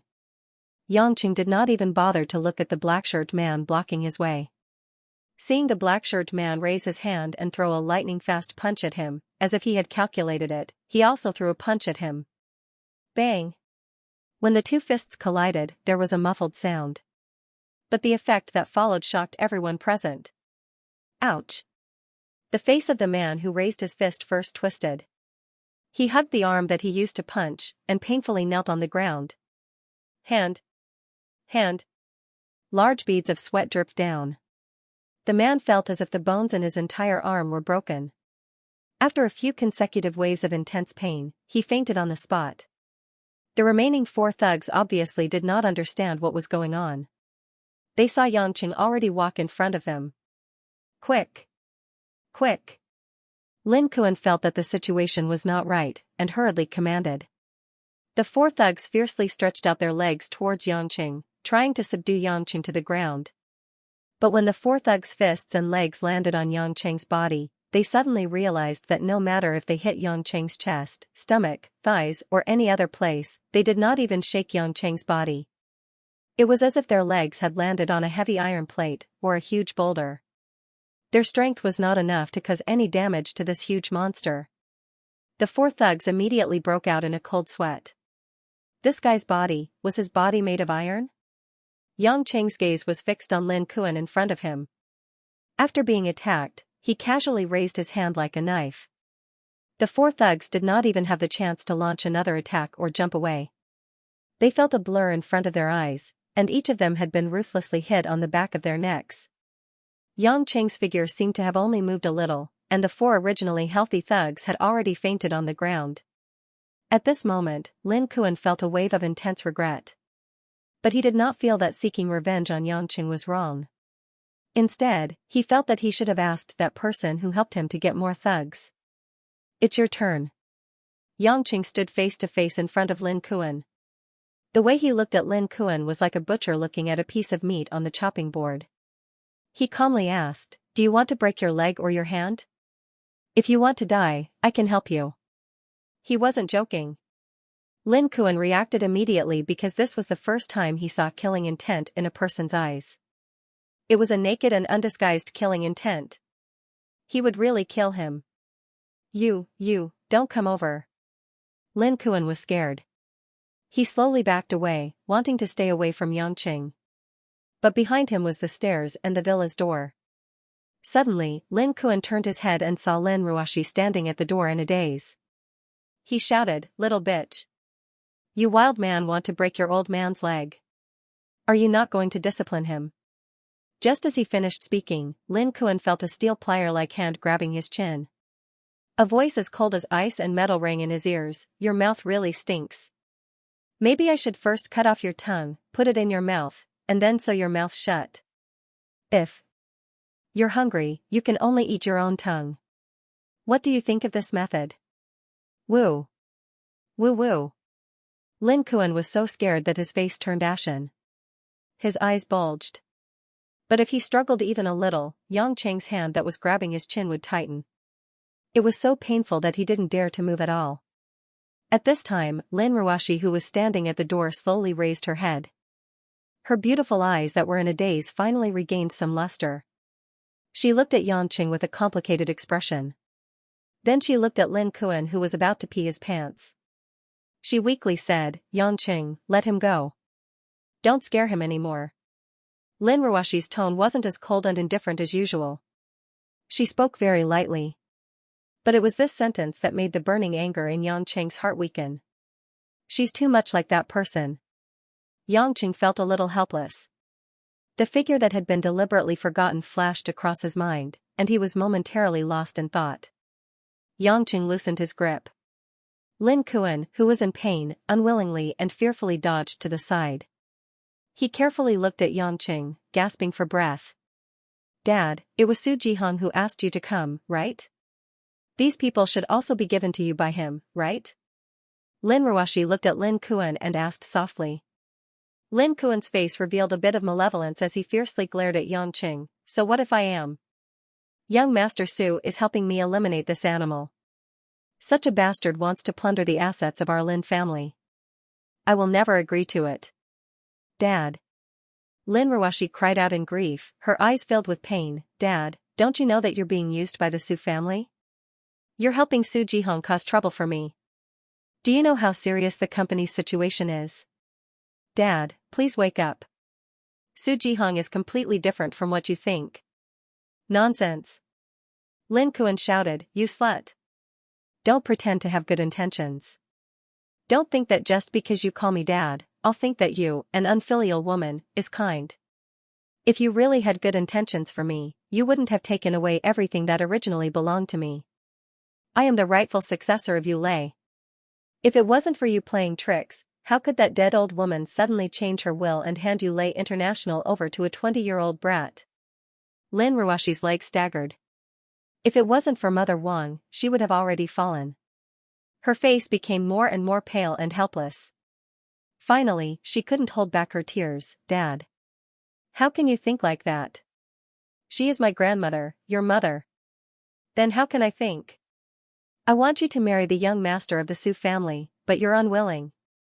Isn't it because you're afraid that after you get married, Yu Lei's CEO will change hands? Or else, with young Master Su's qualifications, would a hypocritical slut like you be unwilling?" Lin Kuan was so angry that he laughed, "Ha ha ha ha. Now that I'm right, are you so ashamed that you want to die?" Lin Ruashi only felt the world spinning around her. Breathing became difficult. Her internal organs felt as if they were soaked in mercury. Crystal clear tears flowed down like a broken dam, dripping onto the ground. The cold and noble queen-like woman finally couldn't hold back her tears anymore. Moreover, she cried so heartbroken. Lin Ruashi covered her face with her hands. Because of her sobs, her words were choked with sobs. "When Mom passed away, you didn't even come home to see your lover. When Grandma passed away, you waited for Grandma to be the guest before appearing. You only asked about the inheritance. From the time I can remember, other than drinking outside and asking Grandma to give you money, you didn't care about the company at all. How could Grandma feel at ease leaving the company to you?" Lin Ruashi looked at Lin Kuan with a pained expression. Biting her lips, she said, "Dad, don't you understand what you're doing?" Lin Kuan's face was hazy. He sneered, "They forced me to do this. If it wasn't for those two women who should have died a long time ago controlling me, would I need to beg them to give me money? There are so many shares in the company, why do they only give me this little money? I'm the only man in the family, shouldn't I be the one in charge? You slut only know how to find excuses. Excuses. Excuses. Your words are like farts." Yang Cheng couldn't bear to listen anymore. He really didn't. understand how a woman like Lin Ruashi could have such a stupid, crazy father. Maybe it was the will of the heavens, or maybe the hateful had a pitiful side. One of Yang Cheng's hands instantly grabbed Lin Kuan's neck. With a little force, Lin Kuan suddenly had difficulty breathing. His face turned red. His body kept twisting, but he couldn't break free. If I had done what I did, you would have died at least 7 or 8 times today. Yang Chen said faintly. He turned around to look at Lin Ruashi, who was a little nervous at the door, and said, however, my wife is a soft-hearted person after all. If I kill you as her father, she definitely won't forgive me easily. Speaking up to here, Yang Chen let go of Lin Kuan's neck, but with a lightning-fast chop, he hit the back of Lin Kuan's neck. Lin Kuan's eyes rolled back, and he fainted on the spot. Yang Chen. What did you do to him? Lin Ruashi was still worried. She walked up and squatted down to check Lin Kuan's nose. Only when she found that he wasn't dead did she let out a sigh of relief. No matter what, blood is thicker than water. Leave it to me. Yang Chen bent down and lifted Lin Kuan's body onto his shoulder. Then he walked towards the dustbin not far away. Lin Ruashi panicked and quickly stopped him. Don't throw him in, this is enough. I'm already giving you face by not crippling him and letting him die. He treated you like this, yet you still recognize him as your father. I have nothing to say. But I hope you can also consider my feelings. No matter what you think, at least, right now, I am your husband. Yang Cheng's tone was flat, but every word was like a golden rule that couldn't be disobeyed. After he finished speaking, he walked straight to the dustbin. Right now, I am your husband. Right now, I am your husband. Lin Ruashi's arms drooped down. She stood there in a daze, looking at Yang Cheng's back, unable to say a word. When Yang Cheng threw Lin Kuan's body into the dustbin again, he heard Mother Wang scream when he turned around. Miss. The midsummer night slowly descended, shrouding the bustling city of Zhonghai in a seemingly peaceful darkness. Only the gorgeous neon lights could clearly see the faces of the pedestrians on the road. Along the ring highway, on the smooth two-way 8 lanes, one could see countless streams of cars flashing past like meteors, either driving into the central area or driving out of this dull steel fortress. In the northern part of Zhonghai, along the Yangtze River, there was a green belt. Along the way, there were sparse street lights and insects flying under the street lights. This was a rare piece of quiet land. Even at this moment, it was still emitting the scorching heat accumulated during the day.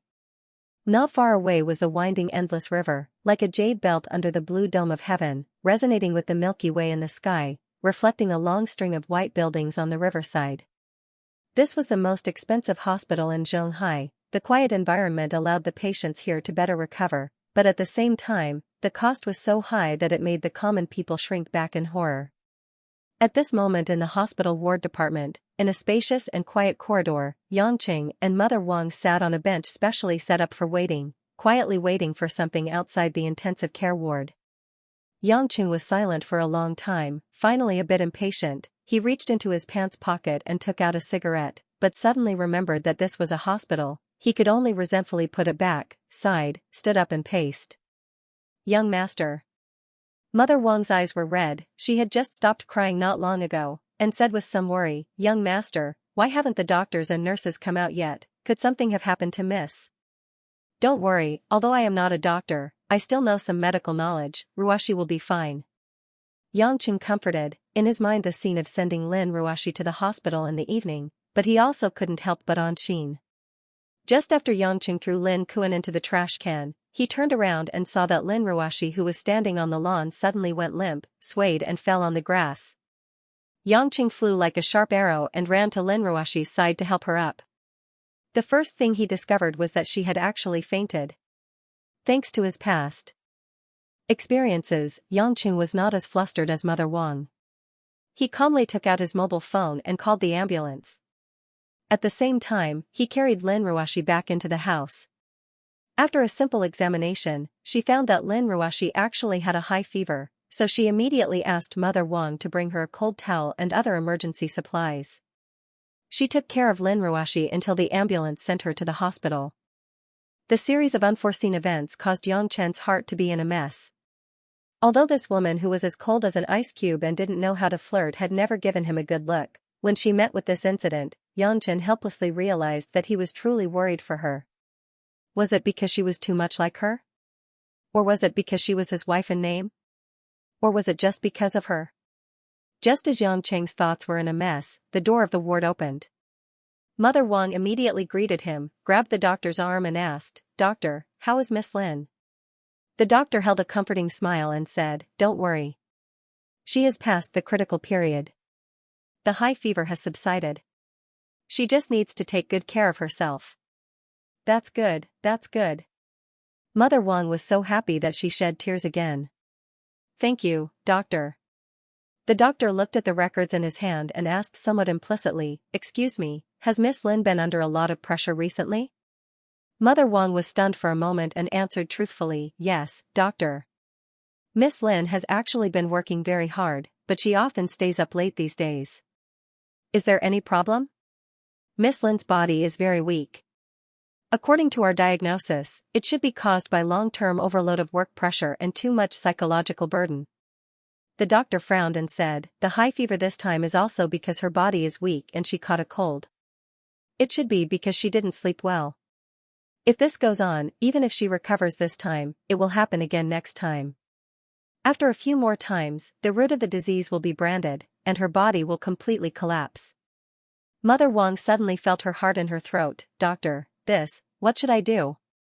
"You must cure my Mississippi, don't worry, it's not a big problem. What the patient needs is a period of careful recuperation." The doctor smiled and said, "If she can stay in the hospital for about half a month and take some Chinese medicine to recuperate, she can recover to a healthy state." Mother Wang looked embarrassed. "Half a month? I'm afraid Miss Lin won't agree." "She must agree." Yangqing interrupted lightly, but his tone was not negotiable.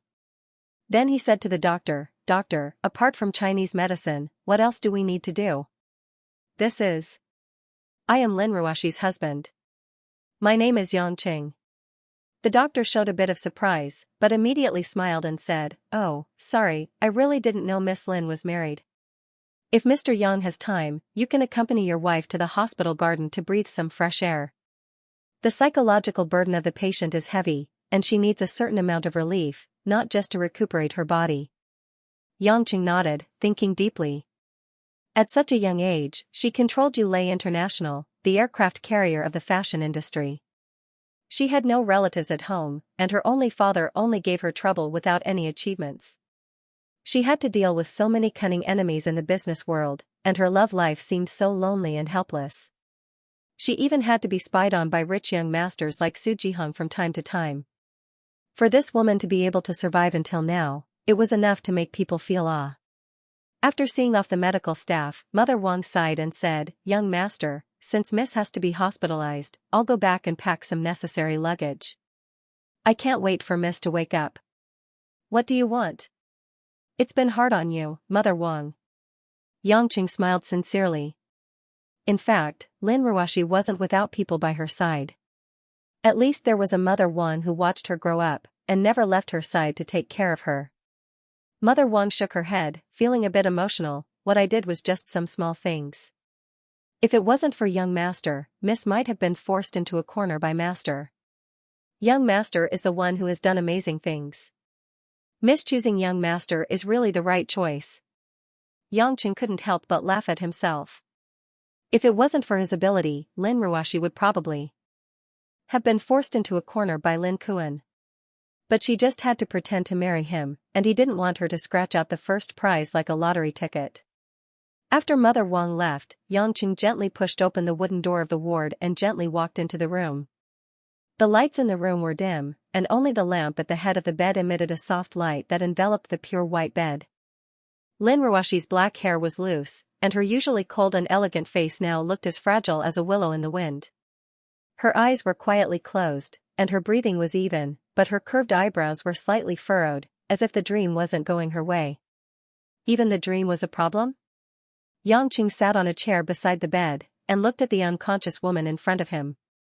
Her outline, her facial features, her temperament, they were all so similar to that person in the past. Gradually, Yangqing lost track of time. Knock knock. The ward's door was suddenly knocked twice. Before Yangchen could turn his head, someone nimbly pushed open the door and walked in. The person's breathing was very careful, as if afraid of disturbing Lin Ruoshi, who was lying on the bed. Yangchen could tell that it wasn't Mother Wang's footsteps, so he turned his head in confusion. When he saw the person walking in, he was dumbfounded. "How come it's you?" Mo Qianni was the first to ask in astonishment. She opened her pair of cute and limpid eyes wide, making her originally charming face look especially alluring in the dark room. "That's what I want to ask too. Why are you here?" Yangchen frowned. After all, his relationship with Lin Ruoshi had been kept a secret. If Mo Qianni knew about it, it might bring a lot of unnecessary trouble to the two of them. Just when the two of them were bewildered, the door opened again. Mother Wang walked in with a suitcase in her hand. She said with a smile, "Miss Mo, this is the son-in-law I mentioned. It's all because of him that Miss could survive." "Mother Wang." Mo Qianni pointed at Yangchen in disbelief. She almost screamed, You said that Yangchen is Ruoshi's husband. Why? Are you surprised?" Since Mother Wang had said it, Yangchen didn't want to hide it anymore. He asked with a smirk, "Or did you hurt Miss Mo's heart and realized that there's no chance for you to have anything with an outstanding man like me?" Pfft. Mo Qianni gritted her teeth and said angrily, "I'm just wondering why Ruoshi suddenly got married and chose a scoundrel like you as her husband. You must have used some kind of trick." Mother Wang saw that the two of them were at each other's throats as soon as they met. She quickly dissuaded them, Okay, Miss Mo, son-in-law, we're still in the ward. You're the closest people to Mississippi. Let's talk less and be more amiable." Yangchen curled his lips and asked, "Mother Wang, why are you here with her?" Mother Wang explained with a smile, "I was on my way home to get my luggage when Miss Mo called to ask if Miss was at home. You may not know this, but Miss Mo and Miss have known each other for a long time. When old Madam was still alive, they were often together. Now they work together in Yulei. So our relationship is very good. She used to come to eat at our house often. So when Miss Mo asked about it, I didn't hide it. Miss Mo heard that our Miss was hospitalized, so she insisted on coming with me to take a look." He didn't expect Mo Qianni and Lin Ruoshi to be best friends. It made sense. When he saw her in the company, he realized that his wife and his boss seemed to have a good relationship. So they were friends in private. "Thank you for your concern, Miss Mo. Ruoshi is fine now. If you're tired, you can go home and have a good sleep." Mo Qianni rolled her eyes at Yangchen. Although she was still annoyed that such a person could become the CEO's husband, it wasn't the time to talk about it. She walked to the bed and carefully looked at Lin Ruoshi's pale face. She said worriedly, "If you want to sleep, go sleep. I want to stay here and accompany Ruoshi." "She's not your wife. Why are you accompanying her?" Yangchen joked. "Get lost." Mo Qianni was furious. "Don't think that you're so great just because you're Ruoshi's husband. We've known each other for 7 to 8 years. You don't know anything. I only know that if you speak so loudly again, my precious wife will be woken up by you." Yangchen helplessly gestured for her to keep quiet. Mo Qianni immediately covered her mouth. She stared at Yangchen and whispered, "I finally understand why Ruoshi was so determined not to fire you. It turns out that she can't be fired.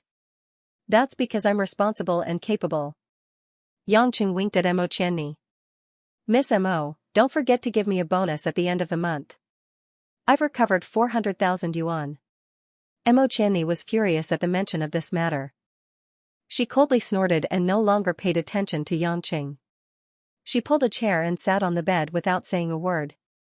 Mother Wang, who was tidying up things, could only sigh when she saw this scene.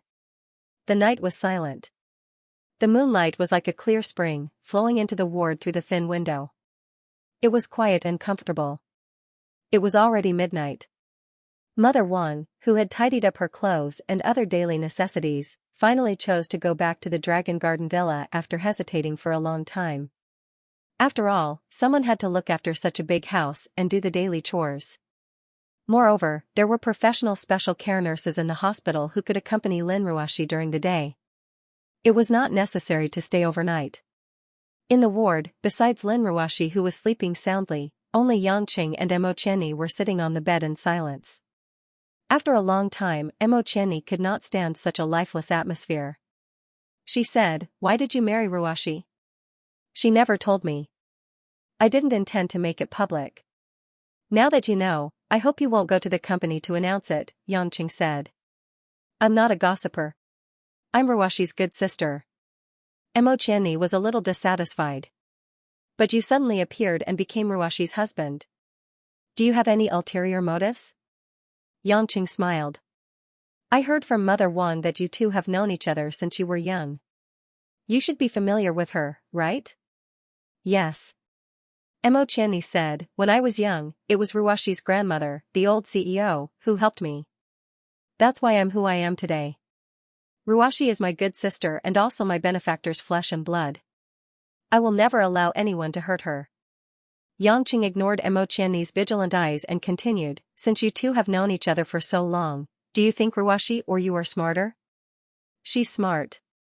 Qianni didn't beat around the bush. She rolled her eyes at Yangqing. "Although I don't want to admit it, she has indeed done better than me in everything since she was young. I just want to do my part and help her share some of the work." "Then do you think she can't think of what you want?" "I naturally have my reasons for marrying her." "Her reasons have nothing to do with you," Yangqing said. Qianni gritted her teeth. "If you don't want to say it, then don't say it. You are full of fallacious reasoning. Don't think that I can't punish you just because you are Ruoshi's husband. I will always be your superior. I just occasionally play high IQ games and talk to girls in my spare time. I do some psychological counseling. Don't make trouble for me. I can't be bothered with you." Yangqing shook his head and stood up. "It's late now. I have something to do tomorrow. Miss Mo, if you want to go home, I can give you a ride. If you want to stay, remember not to catch a cold." After he finished speaking, he glanced at Lin Ruoshi, who was lying on the bed with a weird smile on his face before walking out of the room without looking back. Qianni waved her fist at Yangqing's back. She wanted to stomp her feet and scold him, but she endured it in the end. Not long after Yangqing left, Qianni let out a long sigh. She felt that it was not worth it to be angry with that kind of person. She reached out and held Lin Ruoshi's hand. She whispered to herself, "Ruoshi, why did you choose such a scoundrel as your husband? Even if it's to deceive others, you don't have to torture yourself like this. Actually, it's okay." Qianni was stunned. She looked up. Lin Ruoshi on the bed had opened her eyes. Although she looked tired, she finally woke up and looked at her softly. "Ruoshi, you woke up? When did you wake up?" Qianni was a little surprised. Lin Ruoshi showed a faint smile. Obviously, she was very close to Qianni, who was one of the few friends she had. "I woke up when he left." "Did you wake up early and deliberately wait for him to leave?" Qianni didn't know whether to laugh or cry. "I didn't dare to wake up when he was there." Lin Ruoshi's eyes flashed with a complicated look. After that, she didn't talk anymore and closed her eyes to rest. It was nighttime, and the Su family's mansion in Zhonghai was brightly lit. Outside the garden, there were security guards patrolling everywhere. In a relatively dimly lit Baroque bedroom, Su Jihong, who was wearing a black nightgown, stood at the bar counter in the room and poured himself a glass of Lafite red wine. Just as he raised the glass and swirled it a few times, before he took a sip, he heard knocking on the bedroom door. "Come in." Su Jihong frowned. Harry Ball, dressed in a washed-out t-shirt and ripped jeans, walked in with a grin. The beard on his face looked like it had not been shaved for more than 10 days, and the stench of sweat could be smelled from far away. "How many times have I told you, this door is a work of art? If you want to enter, shout." Su Jihong was helpless against this subordinate of his. Harry Ball laughed. "It's because I was too excited and forgot about this." "You never remembered." Su Jihong glared at Harry Ball. Harry Ball was deflated, but he scratched his greasy hair. "Young master, do you know what I saw today?" Su Jihong walked to the window and said lightly, "Get to the point." How unromantic, no wonder he couldn't pick up the chick with the surname Lin. Harry Ball muttered, then said, "Lin Kuan came looking for me, saying that he would help him teach that Yangchen a lesson." I wanted to push the boat with the current, and lent him 5 retired soldiers, but I didn't expect that today, those 5 people were all defeated by Yangchen alone. Lin Kuan was thrown into the trash. Young master, don't you think it's funny? Haha. That's his father-in-law, and he was thrown into the trash. Su Jihong swirled the wine in his glass, thinking for a while, then said, it seems that this Yangchen really isn't simple. Unfortunately, there's too little information on him, and it's too difficult to understand him. Harry Ball teased, young master, don't tell me you're afraid? Afraid? Su Jihong sneered. He only knows a few punches and kicks, and he's a scoundrel.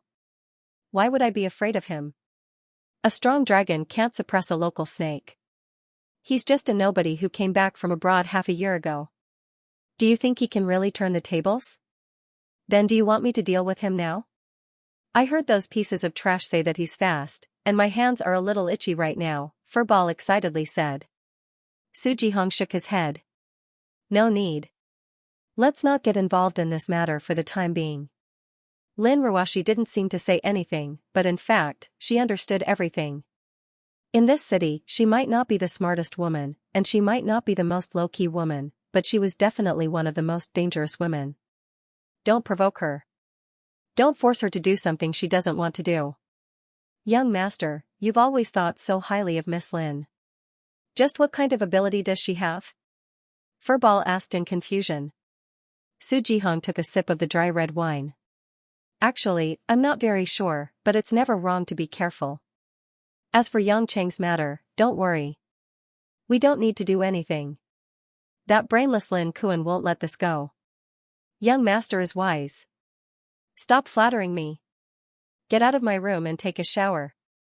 Actually, I just showered last week. Early the next morning, Yangcheng drove to the West District Market to buy breakfast. As expected, Oldley had set up his stall at the same place as before. His face was full of joy and he seemed to be in a good mood. It seemed that after knowing about the Chen family's father and son, the burden in his heart had been lifted. Seeing Yangcheng walk over, he smiled and greeted him. Little Yang, you're here. I heard from them that you went to work at a company. Well, that's what a young man should do. It's all work. There's not much difference. Yangcheng smiled. Unfortunately, I don't have much time to talk to you guys in the future. Sitting in the office isn't as comfortable as sitting here. Oldley mischievously smiled. That girl Jingjing was very happy last night. Did you say something to her? Yangcheng thought for a moment. I made an appointment with her to visit her at school today. Oldley had a look of realization. He patted Yangcheng's shoulder. Young people should get along well. My Jingjing is innocent. Don't let her suffer. Otherwise, I won't forgive you. Looking at Oldley's I knew it expression, Yangcheng really wanted to explain a few words. But when the words came to his mouth, he couldn't say it. He could only nod awkwardly. Once again, he entered the office with big and small bags of breakfast. A group of women in the public relations department were already looking forward to it. Seeing the variety of breakfast, they chattered and praised Yangcheng. Not long after Yangcheng sat down, he was about to turn on the computer to start a new day of professional gamer when he saw a tired Mo Qianni walk into the office. Mo Qianni glanced at Yangcheng and then looked at the pile of buns and youtiao left on Yangcheng's desk. She suddenly became angry. This guy, as a husband, took care of his wife in the hospital and still remembered to buy a lot of breakfast for the women in the office. She couldn't help but ridicule, you really take care of your colleagues. Buying breakfast is so dedicated. I just don't know if you will bring some for someone. Miss Mo also wants to eat. It doesn't matter. Anyway, there is still a lot. Yangcheng picked up a meat bun from the table and generously sent it to Mo Qianni. You know who I am talking about. Mo Qianni whispered. Yangcheng helplessly smiled. Ruashi should eat something light and healthy. Mother Wang will naturally send it over. I can't bring meat buns and youtiao to a patient who needs to recuperate. Heartless, no need to find excuses. Although this explanation was reasonable, Mo Qianni didn't accept it. Realizing that this woman's prejudice against him had reached a certain degree, Yangcheng didn't want to waste his effort. He shrugged and took back the bun. Mo Chenni accompanied Lin Ruashi in the hospital for the whole night, so she was also hungry.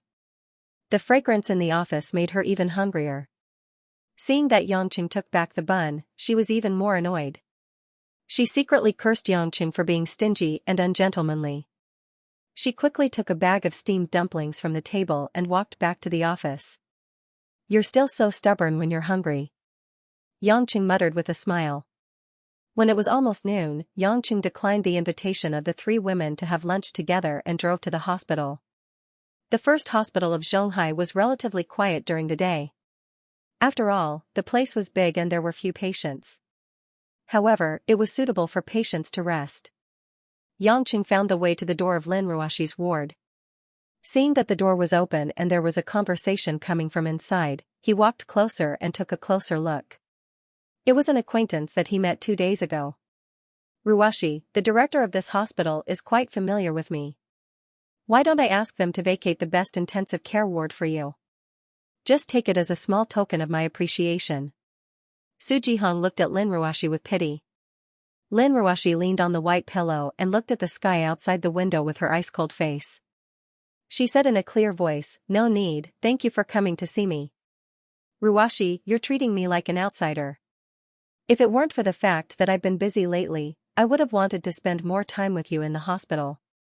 People like us lack this kind of quiet time together," Su Jihong said emotionally.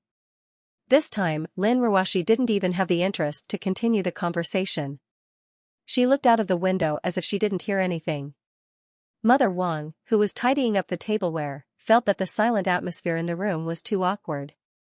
Just when she was about to say some polite words for Lin Ruashi, she saw Yangqing standing at the door of the ward. She immediately smiled and said, "Young master, you're here." Yangqing smiled and nodded at Mother Wang, then said to Su Jihong, "Young master Su is really attentive. You came earlier than me, your husband." Su Jihong smiled modestly without changing his expression. "Mr. Yang must be joking. I've been friends with Ruashi for many years. When I heard that she was sick, I rushed over." "Oh." Yangqing had a look of realization on his face. He moved forward and laughed strangely. "Since young master is here to visit, you should have brought some gifts, right?" Su Jihong scolded in his heart, "Shameless." He said, "I only brought some fruits." He pointed to the fruit basket beside the bed. "I know that Ruashi doesn't like extravagance, so I just wanted to express my sincerity." Yangqing walked to the side of the basket and picked up a red apple. He weighed it in his hand and said disappointedly, "It's a real apple." Su Jihong said doubtfully, "Of course it's a real apple. What does Mr. Yang mean?" "Hee." Yangqing said with some regret, "I thought that a rich man like young Master Su would give an apple made of gold. Who knew that it was just an ordinary apple with no other meaning?" Su Jihong only felt that his lungs were a little swollen. How was this man's brain born? Golden apple. Wicked. Untouchable. Rascal. Mr. Yang really knows how to joke. Hee. Su Jihong said with a forced smile. Lin Ruashi, who was sitting on the bed, didn't look back at the two. At this moment, she glanced at them. Seeing Su Jihong's forced smile, the corner of her mouth slightly twitched. If it wasn't for the Su family's power and business cooperation, Lin Ruashi even wished for Su Jihong to disappear from this world. After all, if it wasn't for him, Lin Kuan wouldn't have caused so much trouble, causing her already exhausted heart to become haggard, and now she was lying on the sickbed. It was a pity that she couldn't do anything to Su Jihong, so in a sense, what Yangqing did was also what Lin Ruashi wanted to see. Yangqing obviously wouldn't give up so easily. He waved his hand and said, "I know young Master Su's ability. A golden apple is definitely not a problem. It just depends on whether you're willing to give it or not." Of course, such a precious thing, although it might not be worth anything in young Master Su's eyes, it was still not good to casually give it to someone he wasn't familiar with. "So us husband and wife won't force it. If young Master Su can give us a real apple, we'll be deeply grateful." With that said, Yangqing pulled out a napkin and wiped the apple in his hand. He opened his mouth wide and took a big bite. He said with great enjoyment, "Not bad, it's very sweet. Young Master Su is good at picking apples. It seems like it's not bad to change jobs and become a fruit farmer someday." Su Jihong almost fainted from anger.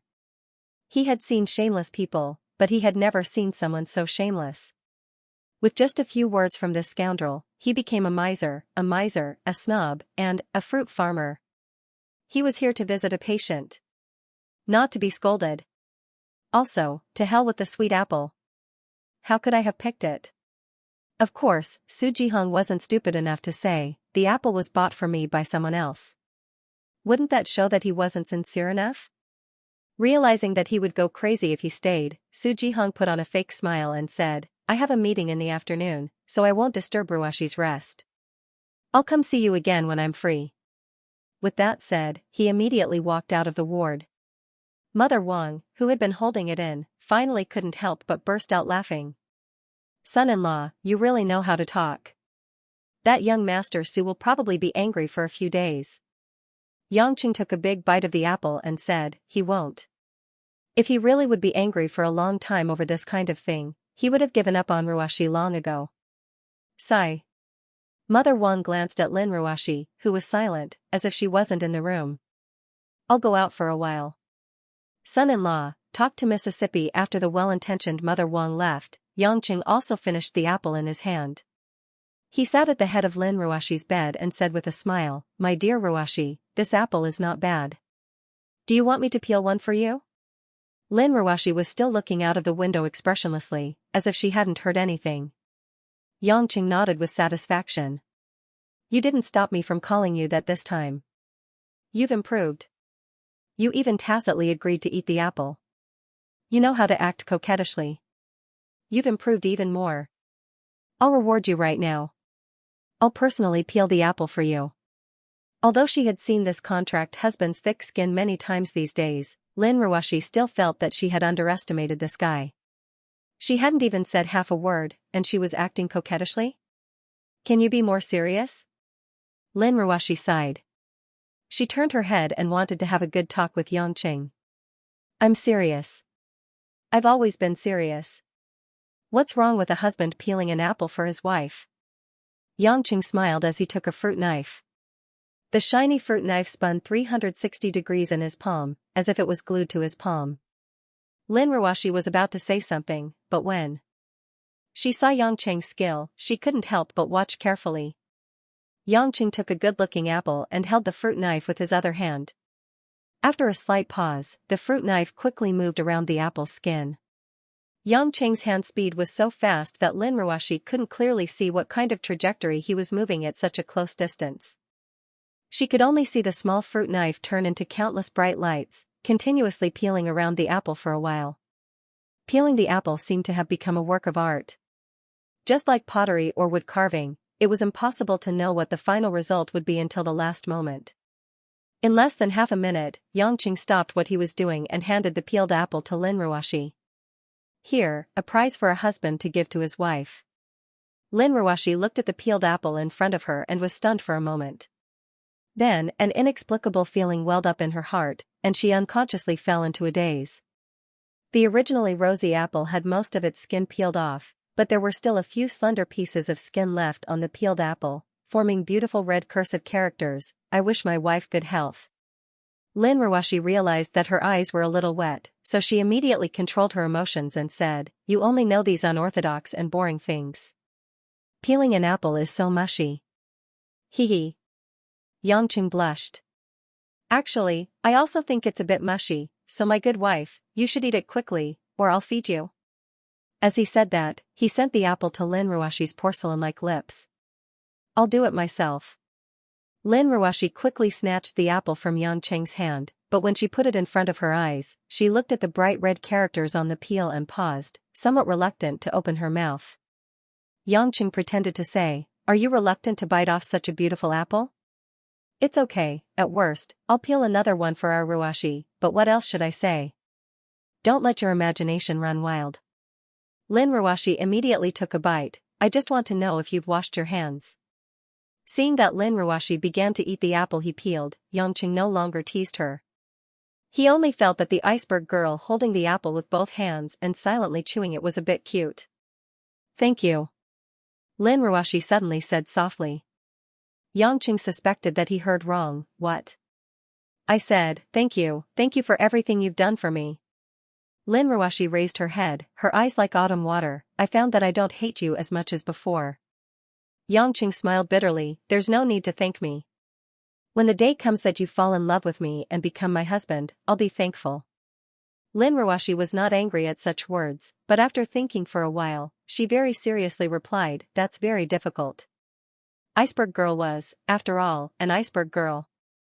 Although she said a few words for the first time, after she finished speaking, she returned to shut-down mode.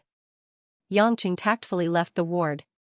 Since he didn't eat lunch, he was a bit hungry. After driving to a small restaurant to settle his meal, he didn't plan on returning to work. Instead, he asked for directions and headed to Zhonghai No. 1 Middle School to find Li Jingjing. Towards that innocent girl, Yangqing had always been worried about how to deal with the relationship between the two of them. He couldn't bear to hurt her, but he also didn't want to see her sad. But ultimately, Yangqing knew that in his heart, he had never completely thought of giving up on Li Jingjing. Men were just looking for some high-sounding reasons for their desires. No. 1 Middle School was one of the most important schools in Zhonghai, so he could easily find it by asking for directions. After parking the car in the vast open-air parking lot outside the school, Yangqing got out of the car and realized that he forgot to ask Li Jingjing about the specific location of the meeting. But he wasn't in a hurry to call and ask, after all, it was better to keep some surprises.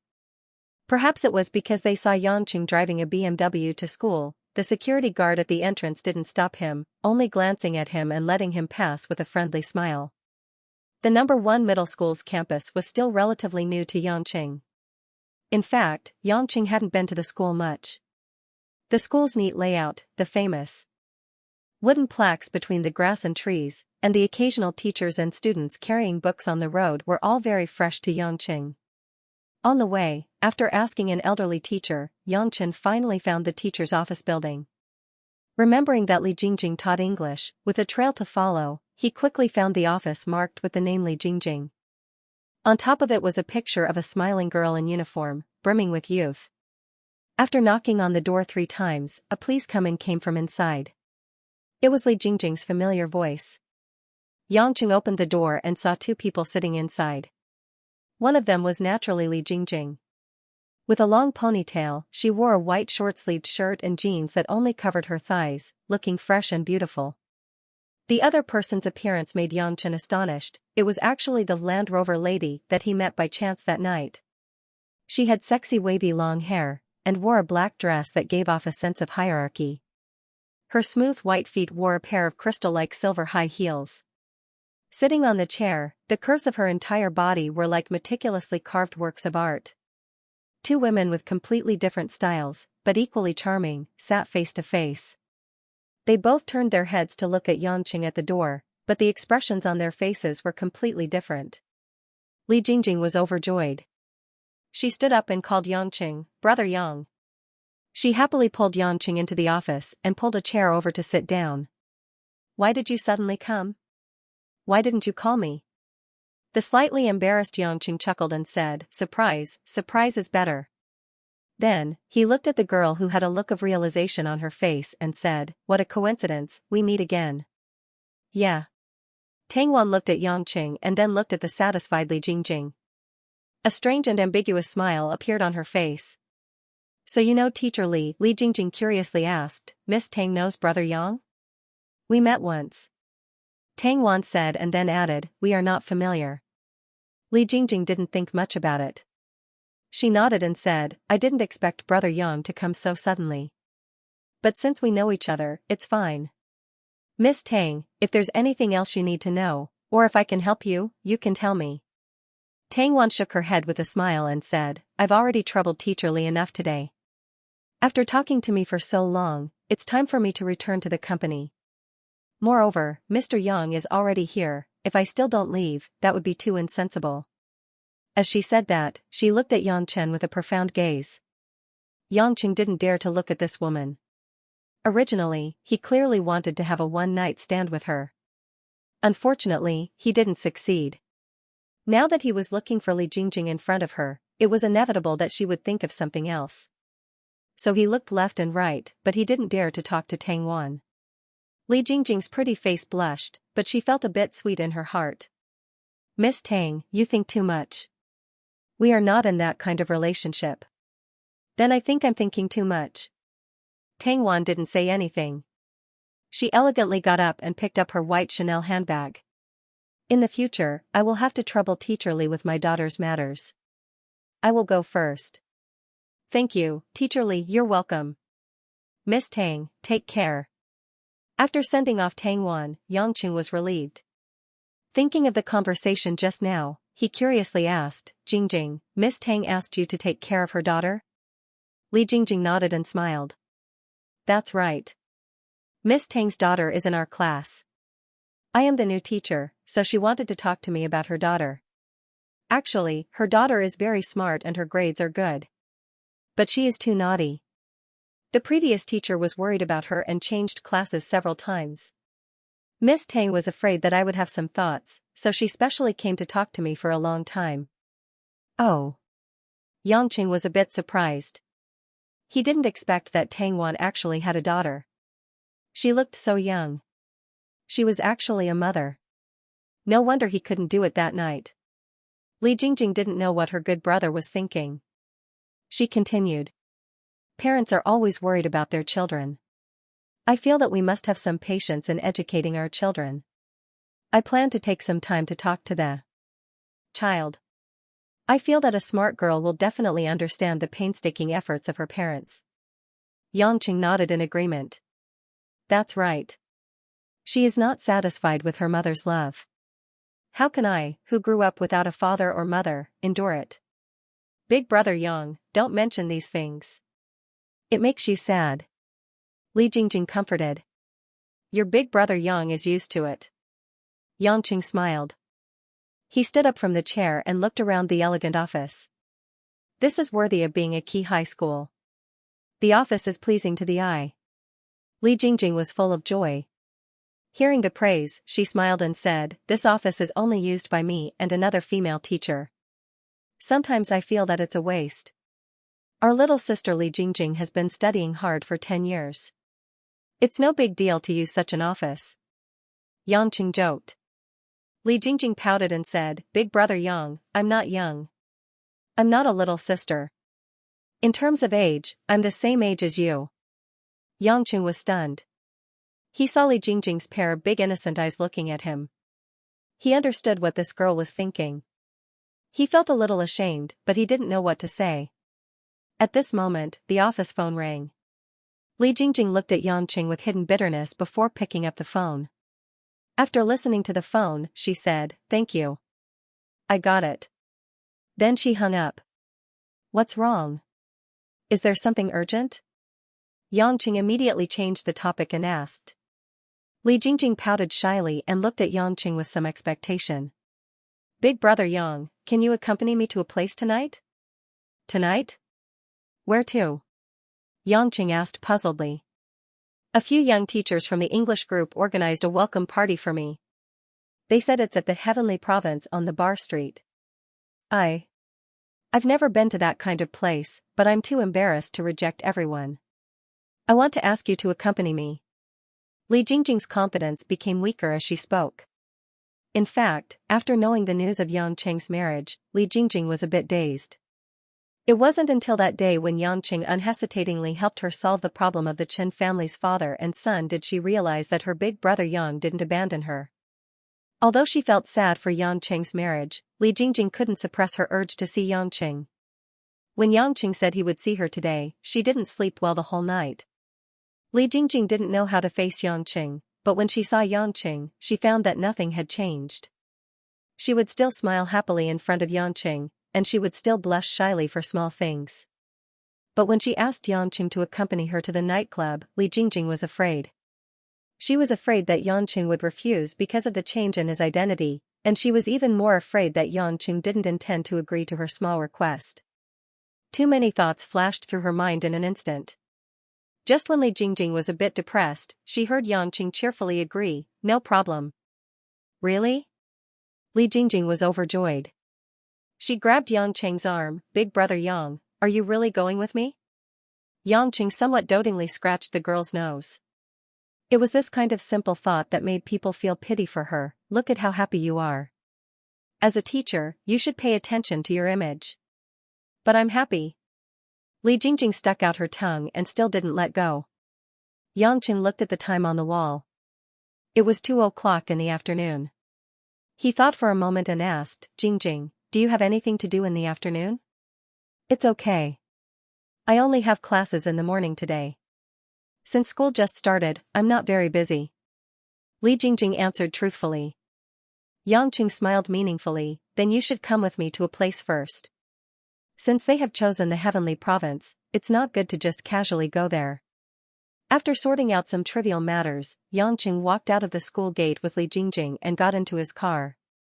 Li Jingjing looked at everything in the BMW in astonishment. Big brother Yang, when did you buy a car? Although she did not know the brand of the car, the girl could tell with her eyes that the car was not of a low grade. Oh. Now that I have a new job, I need to drive, so I bought it. Yangqing didn't explain much. He couldn't just say that he took it from his wife's garage. Li Jingjing didn't understand and didn't think much about it. She asked, Big brother Yang, where are you taking me? It's still so early. The teacher said that the party will start at 6 o'clock in the evening. Buying clothes. No matter what, you are still my, Yangqing's sister. If you go to the heavenly province and lose to others, it won't be a good thing. Yangqing laughed. Is it shameful for me to dress like this? Li Jingjing lowered her head in inferiority. Yangqing helplessly sighed, Jingjing, I didn't mean that. It's just that you haven't been to the heavenly province, so you don't know. According to my understanding of the bar street, it's not like other KTVs and bars. Simply put, it's a high-end nightclub. Your colleagues chose to go there, so it's obvious that they are all rich people. It's not a big deal for you to dress simply, but if you go there to participate in the welcoming party that they prepared for you, not only will it not be good for you, but it will also embarrass them. Of course, in case some people are particularly snobbish, you can change your clothes to make them shut up, and it won't affect your mood. I think the school teachers treat me very well. They shouldn't laugh at me. Li Jingjing bit her lip and hesitantly said. Jingjing. Yangqing said while driving, you have also graduated from university for a while. You should face the reality of society. There are some things that you can't do casually, but everyone else can. Since you have entered this society, you can only try your best to adapt. There's nothing to be sad about, and there's nothing to hate. I understand. Li Jingjing nodded, thank you, big brother Yang. It's not that I can't figure it out, it's just that I'm still not used to it. I'll help you get used to it. Yangqing relaxed and smiled. In less than half an hour, the car stopped at the Zhonghai building. In the building, one could buy various brands of clothing products from all over the world, saving Yangqing the trouble of helping Li Jingjing look everywhere. This was the first time that Yangqing went to a big shopping mall after returning to China. In the morning, he went to the bank to cash the check that he extorted and made a card, so he finally had some capital in his pocket. He took the elevator with Li Jingjing upstairs with some confidence. If it was before, even if he wanted to buy clothes, he would have to borrow money from someone first. Li Jingjing never came to such a magnificent place where the air was filled with the smell of perfume to buy clothes. She nervously held on to Yangqing's arm. Her beautiful face was as pure as a lily, and coupled with her cute and helpless appearance, many customers couldn't help but look back. Along the way, after passing by some brand stores such as Louis Vuitton, Hermes, and Chanel, Yangqing frowned and smiled bitterly to Li Jingjing. It seems that these stores are more expensive than I thought. Why don't we go to Paris Family to take a look? Although he had some money, it wasn't enough to buy clothes that cost a few thousand. Li Jingjing didn't understand the meaning of these brands. She only felt that the style of those clothes was very beautiful, but some of them were very shameful. At this moment, she obediently nodded and said, I'll listen to Big Brother Yang. It's better not to buy anything too expensive. I'm afraid that I don't have enough money, she said as she touched her small bag. Yangqing smiled and couldn't help but pinch the girl's elastic cheeks. I'll buy the clothes for you today. But.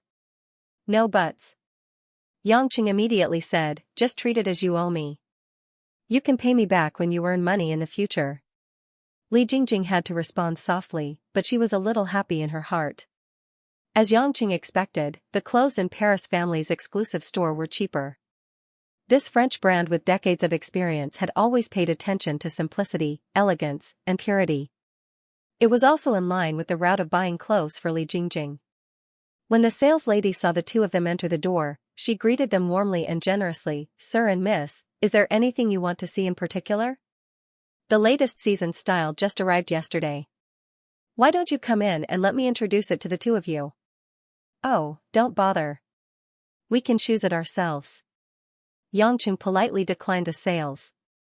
Lady's kindness. He took Li Jingjing's hand and walked to the women's clothing area. While looking at Li Jingjing's figure, he personally chose for her. Because it was still a working day, there weren't many customers in the store. When several sales ladies saw the young man helping his girlfriend to choose women's clothing, they curiously looked over. Li Jingjing was constantly being looked up and down by Yangqing. She felt a little strange in her heart, but at the same time, she was touched. Seeing that Yangqing was so serious about helping her choose clothes, all the previous sadness seemed to vanish. At this time, Yangqing suddenly nodded thoughtfully. He turned to Li Jingjing and said, "Jingjing, take off your clothes." "Huh?" Li Jingjing was stunned, and then her face blushed. "Yang. Brother Yang, what did you say?" Yangqing realized that his words were somewhat inaccurate, and he couldn't help but smile. "I mean, you can go to the fitting room. I'll let them send the selected clothes to you. You can try on each set, and then choose the one you think looks the best." Li Jingjing was relieved. Seeing that the surrounding saleswomen were looking at her with a smile, she really wanted to find a hole to hide in. After Li Jingjing was brought into the fitting room, Yangqing quickly walked a few laps in the women's clothing area. He took down several sets of clothes that he had memorized before, separated them into a pile of clothes, and let a saleswoman send them to the fitting room. Several saleswomen saw Yangqing dazzlingly match 4 or 5 sets of clothes, and they couldn't help but be surprised. Since they could work in such a big brand store, they naturally had a certain sense of fashion aesthetics. Yangqing's choice of matching was obviously not random. Although they didn't see how Li Jingjing looked in it, they were very clear that it was absolutely a very decent match. "This lady is so lucky to have such a considerate boyfriend, sir," a saleswoman said sincerely. Yangqing didn't explain anything, and shook his head with a smile. Another lady asked curiously, "Sir, are you a designer? Or are you a professional in fashion clothing? It seems that you are very familiar with our Balenciaga brand." "I have a few friends who are more accomplished in this area, and I just know a little bit," Yangqing replied. This was the truth. Balenciaga could only be regarded as an upper-middle-class brand, and the tailoring of the clothes wasn't too advanced fashion design. With Yangqing's many years of experience in dealing with those antiques, it wasn't difficult to analyze this kind of ordinary foreign brand. When women pursued beauty, they were always particularly careful and patient, so men always had to wait for a long time to see the well-dressed finished product. After almost half an hour, Yang Chen and the few saleswomen chatted until they almost talked about peeing their pants when Li Jingjing shyly walked out from the fitting room. When everyone looked over, they subconsciously held their breath for a moment, unable to say a word.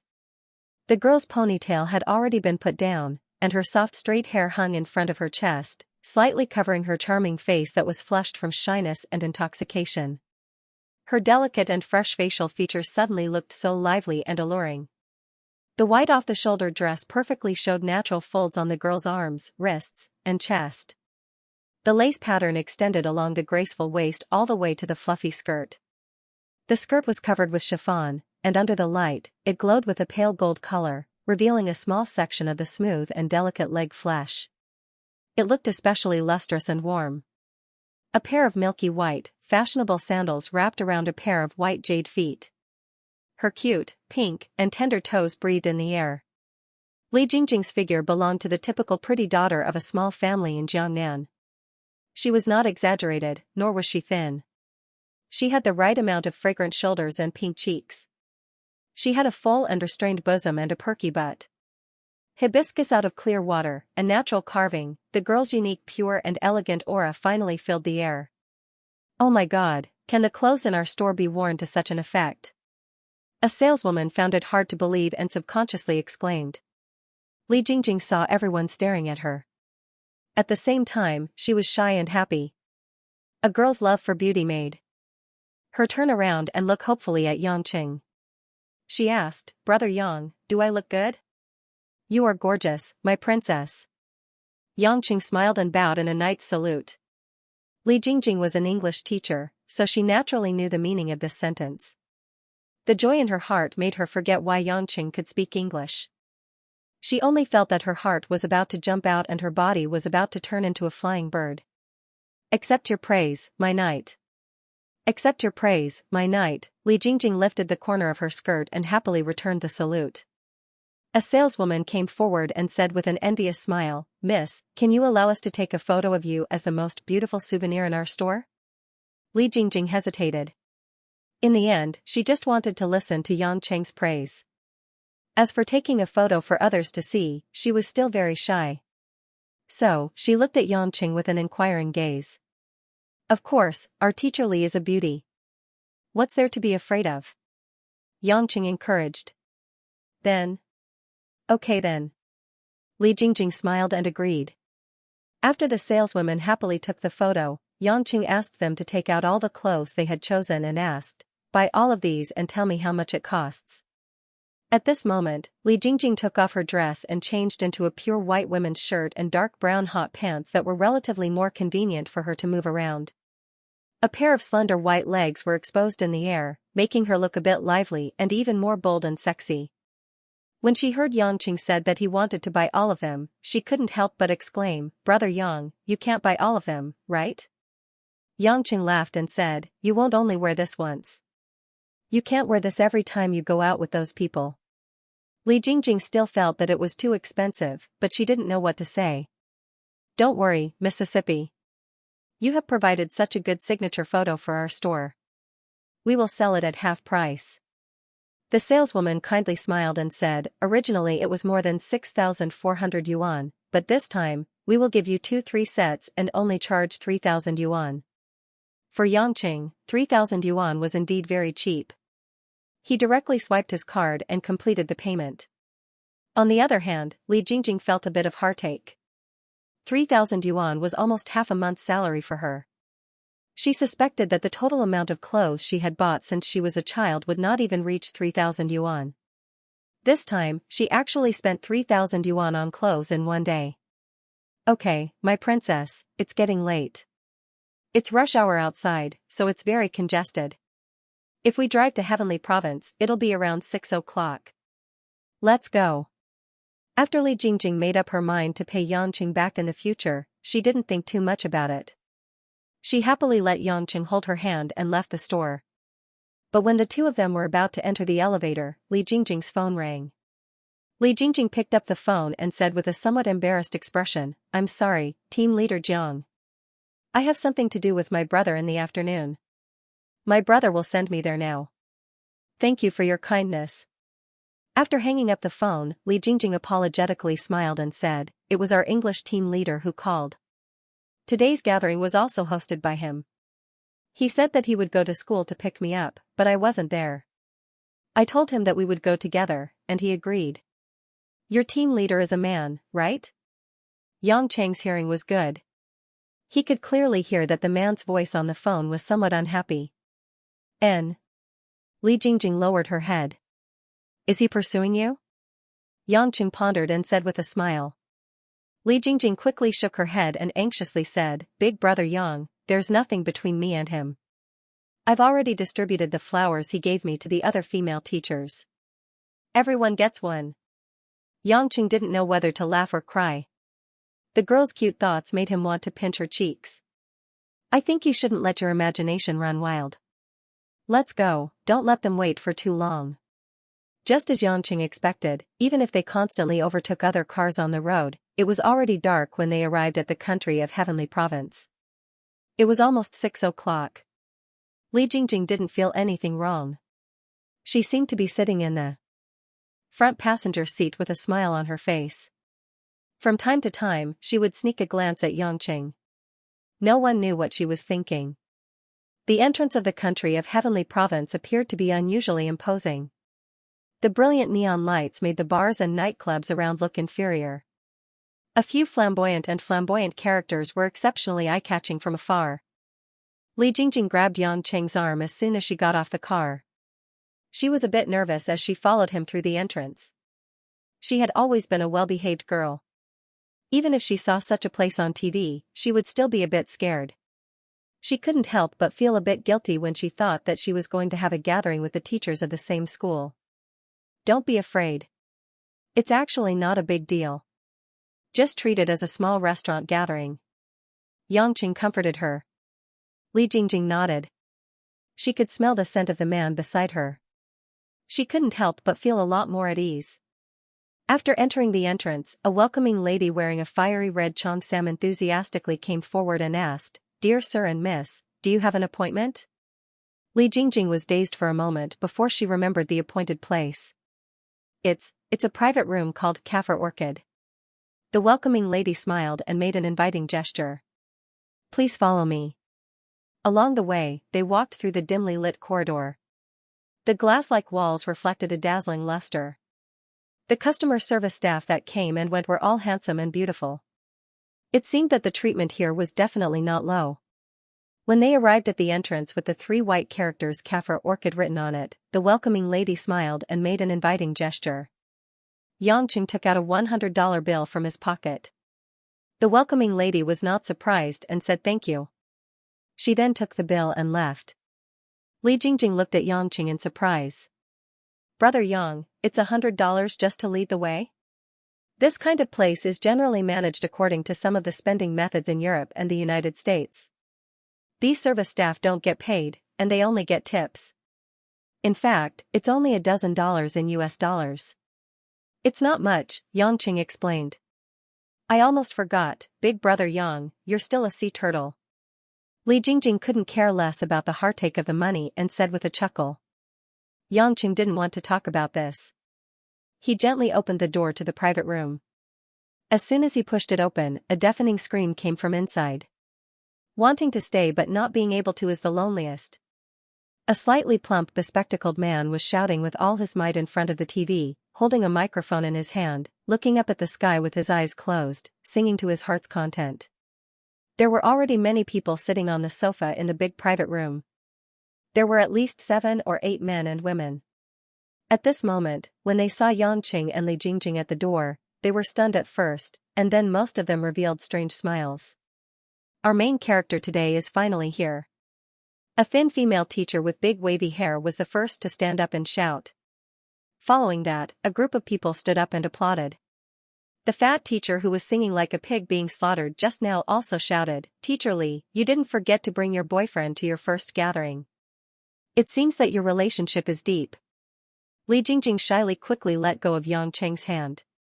Her face in the dark private room was so red that water was about to come out. "It's not what everyone thinks. Big brother Yang is not my boyfriend." "Then what is it?"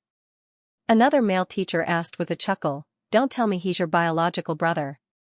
Seeing that Li Jingjing was so anxious that she couldn't speak and had an anxious look, Yang Cheng had to go forward and explain, "Jingjing's father and I are friends across generations, so I take care of her as her big brother. Today, I happen to hear that everyone is holding a welcome party. She is too shy to come to the KTV alone, so I'm just accompanying her." A beautiful female teacher who was dressed up chuckled and said, "So it's like this. Handsome guy can sit next to me today. Teacher Li shouldn't mind, right?" As she said that, she winked at Li Jingjing. When Li Jingjing heard that, she subconsciously shook her head. "No, big brother Yang has to accompany me." As soon as her voice fell, everyone let out good-natured laughter. Yang Cheng also helplessly looked at the flustered and helpless Li Jingjing, whose face was flushed. This girl only knows how to make things worse. Just when the atmosphere in the private room was happy and harmonious, the door was pushed open again. A man wearing a Prussian shirt walked in. He looked to be in his early 20s. His hair was neatly combed, and his face was well-defined. At a glance, one could tell that he had a scholarly temperament. Seeing the person who came, the teachers greeted him, "Team Leader Jiang." The man warmly smiled and greeted the teachers, then looked at Yang Cheng and Li Jingjing. When he saw the fashionable Li Jingjing, who was wearing hot pants, revealing a pair of slender white jade-like legs, his eyes flashed with a few traces of fire, and he praised, "Jingjing, you're really beautiful today. If you were to dress like this in school on a normal day, I reckon that all the teachers and students in the school would have to look at you." The other teachers were also very cooperative, praising how beautiful Li Jingjing's attire was. This kind of praise was somewhat exaggerated, but all women loved to hear others say that they were beautiful.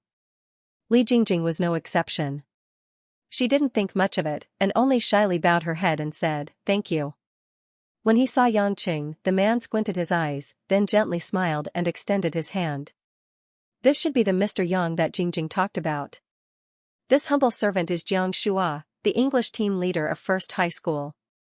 May I know how to address Mr. Yang, and where do you work? Yang Qing secretly thought in his heart, another smiling tiger. He didn't think much of it as he shook hands.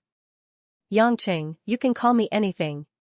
I'm just a small company employee, buying breakfast and running errands." When he heard this, Jiang Shua's eyes immediately flashed, and his back straightened. With a bit of arrogance, he said, "Mr. Yang doesn't need to be so modest. Everyone is still young, and if you work hard in the future, there will be a day when you'll be successful.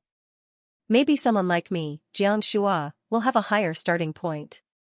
Oh, maybe Mr. Yang doesn't know, but my father, Mr. Jiang Meng, is the principal of First High School and the deputy director of Zhonghai's Education Bureau. That's why I was able to become the English team leader and the deputy director of teaching at such a young age because of my father. I'm ashamed to say that other than publishing a few papers in some national educational journals and taking a team abroad a few times, I haven't done anything decent. Who knows, in the future, Mr. Yang's achievements might even be above mine. Team leader Jiang is too modest. Who here doesn't know that team leader Jiang is the future hope of our First High School, and the most eye-catching new star in the education world?" A middle-aged female teacher immediately said. "That's right." The skinny female teacher also smiled and echoed, "Who knows, maybe in a few years, team leader Jiang will become our First High School's principal. In terms of ability, no one can be as convincing as team leader Jiang." All of a sudden, the teachers all said a bunch of words of praise, and Jiang Shua humbly smiled, waved his hand and said, "I don't deserve it." Yang Qing's eyes were opened, and he rubbed his nose to hide his smile. He had seen shameless people, but he had never seen someone more shameless than him. "Looks like I'm not alone, at least this brother in front of me has skin as thick as a city wall." Li Jingjing had a simple personality. When she heard everyone praising Jiang Shua, she went along with the tide and said a few nice words. These words made Jiang Shua feel like he was sitting on clouds. He directly felt that Li Jingjing actually wanted to get close to him and get some benefits. He couldn't help but feel proud of himself. How could a worker of a small company compare to a rich kid like him? Jiang Shua felt that he had thought too much before. There was no need to pressure Yang Qing. At this time, Jiang Shua felt that he had to be more mature and calm. He had to express a sense of respect, so he immediately greeted everyone, "Everyone, please sit down. All the expenses today will be paid by me. Don't be polite."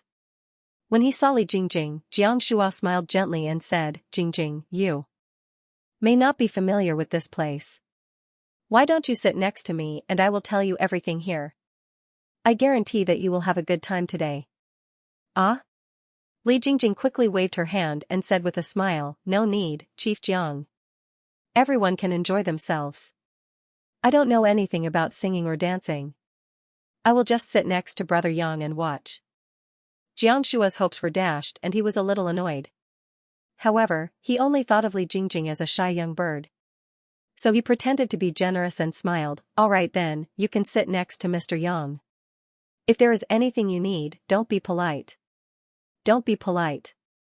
"Of course, I won't be polite. Isn't being polite to group leader Jiang disrespecting group leader Jiang?" Yang Qing smiled and said, "Why don't we have a few bottles of red wine to liven things up? Everyone will have more energy to sing." Jiang Shua felt a burst of contempt in his heart. He secretly cursed this bumpkin for taking advantage of others. However, he naturally wouldn't care about a few bottles of red wine. He waved his hand and smiled, "Of course, what red wine does Mr. Yang want to drink? Just go out and order a few bottles." The teachers sitting around were also in high spirits.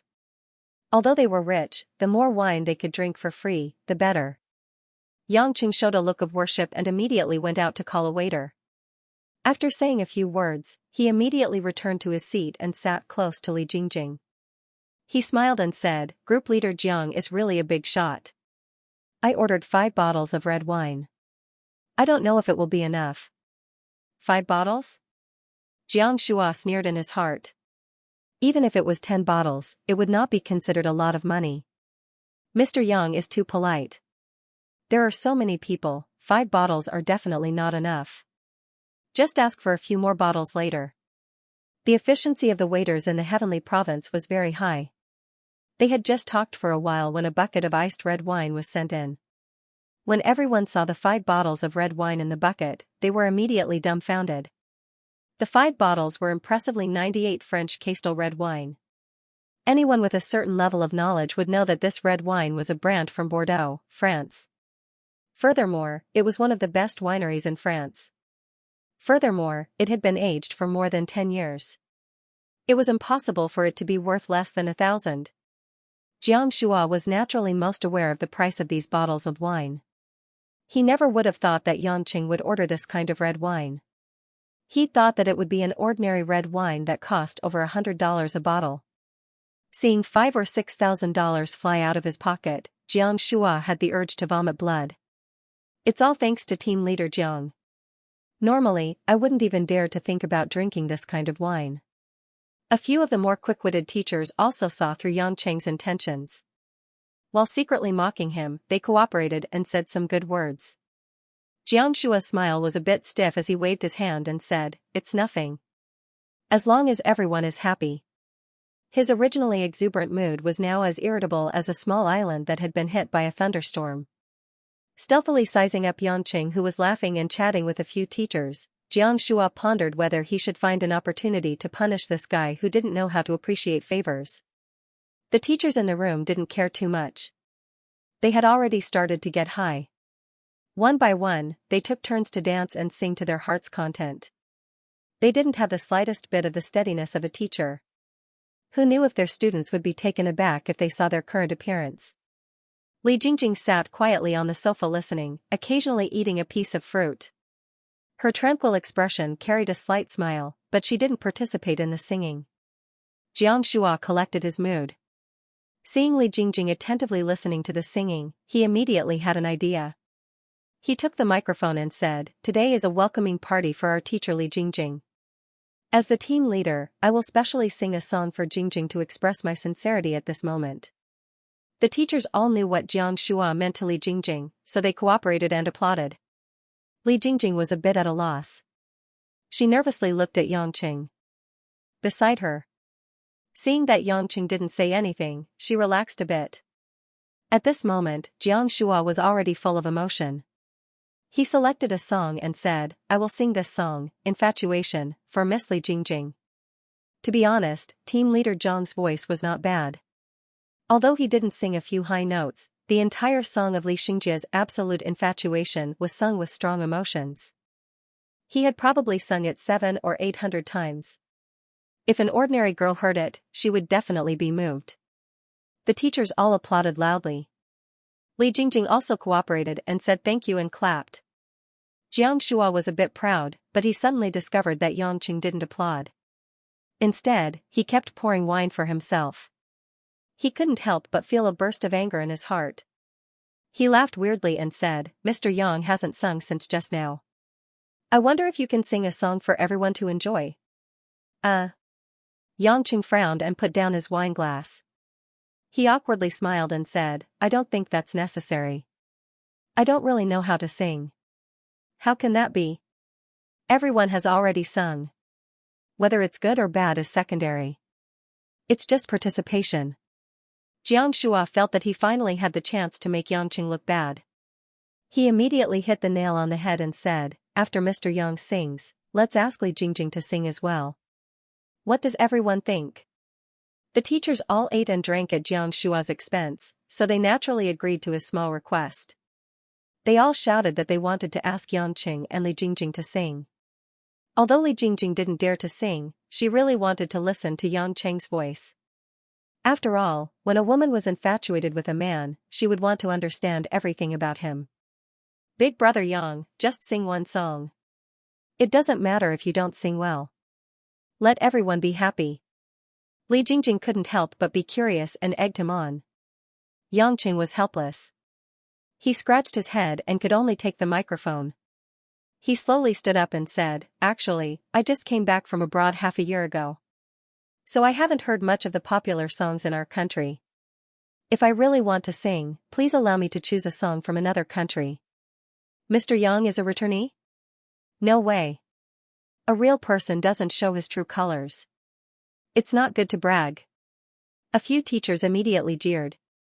They obviously didn't believe that the man in front of them was a returnee. Otherwise, how could he be an employee of a small company? Xianxia felt that Yang Cheng was evading. He smiled proudly and said, "It's no big deal. Mr. Yang can choose a foreign language song. We are all English teachers here, so we can still understand." That's right, that's right. The teachers were also interested. Yang Cheng cleared his throat, chose a song on the computer, and played it. He smiled at everyone and said, "I'm sorry, I don't intend to sing an English song. Next, I will sing a Spanish song by Latin singer Enrique Iglesias, Quizás. When translated into Mandarin, it should be, maybe." The soothing music with a strong Spanish flavor filled the private room. Yang Cheng's voice was slightly hoarse, and he began to perform the song just right. "Estás perdiendo el tiempo, pensando, por lo que más te quieres. ¿Hasta cuándo? ¿Hasta cuándo? Why así pasan los días?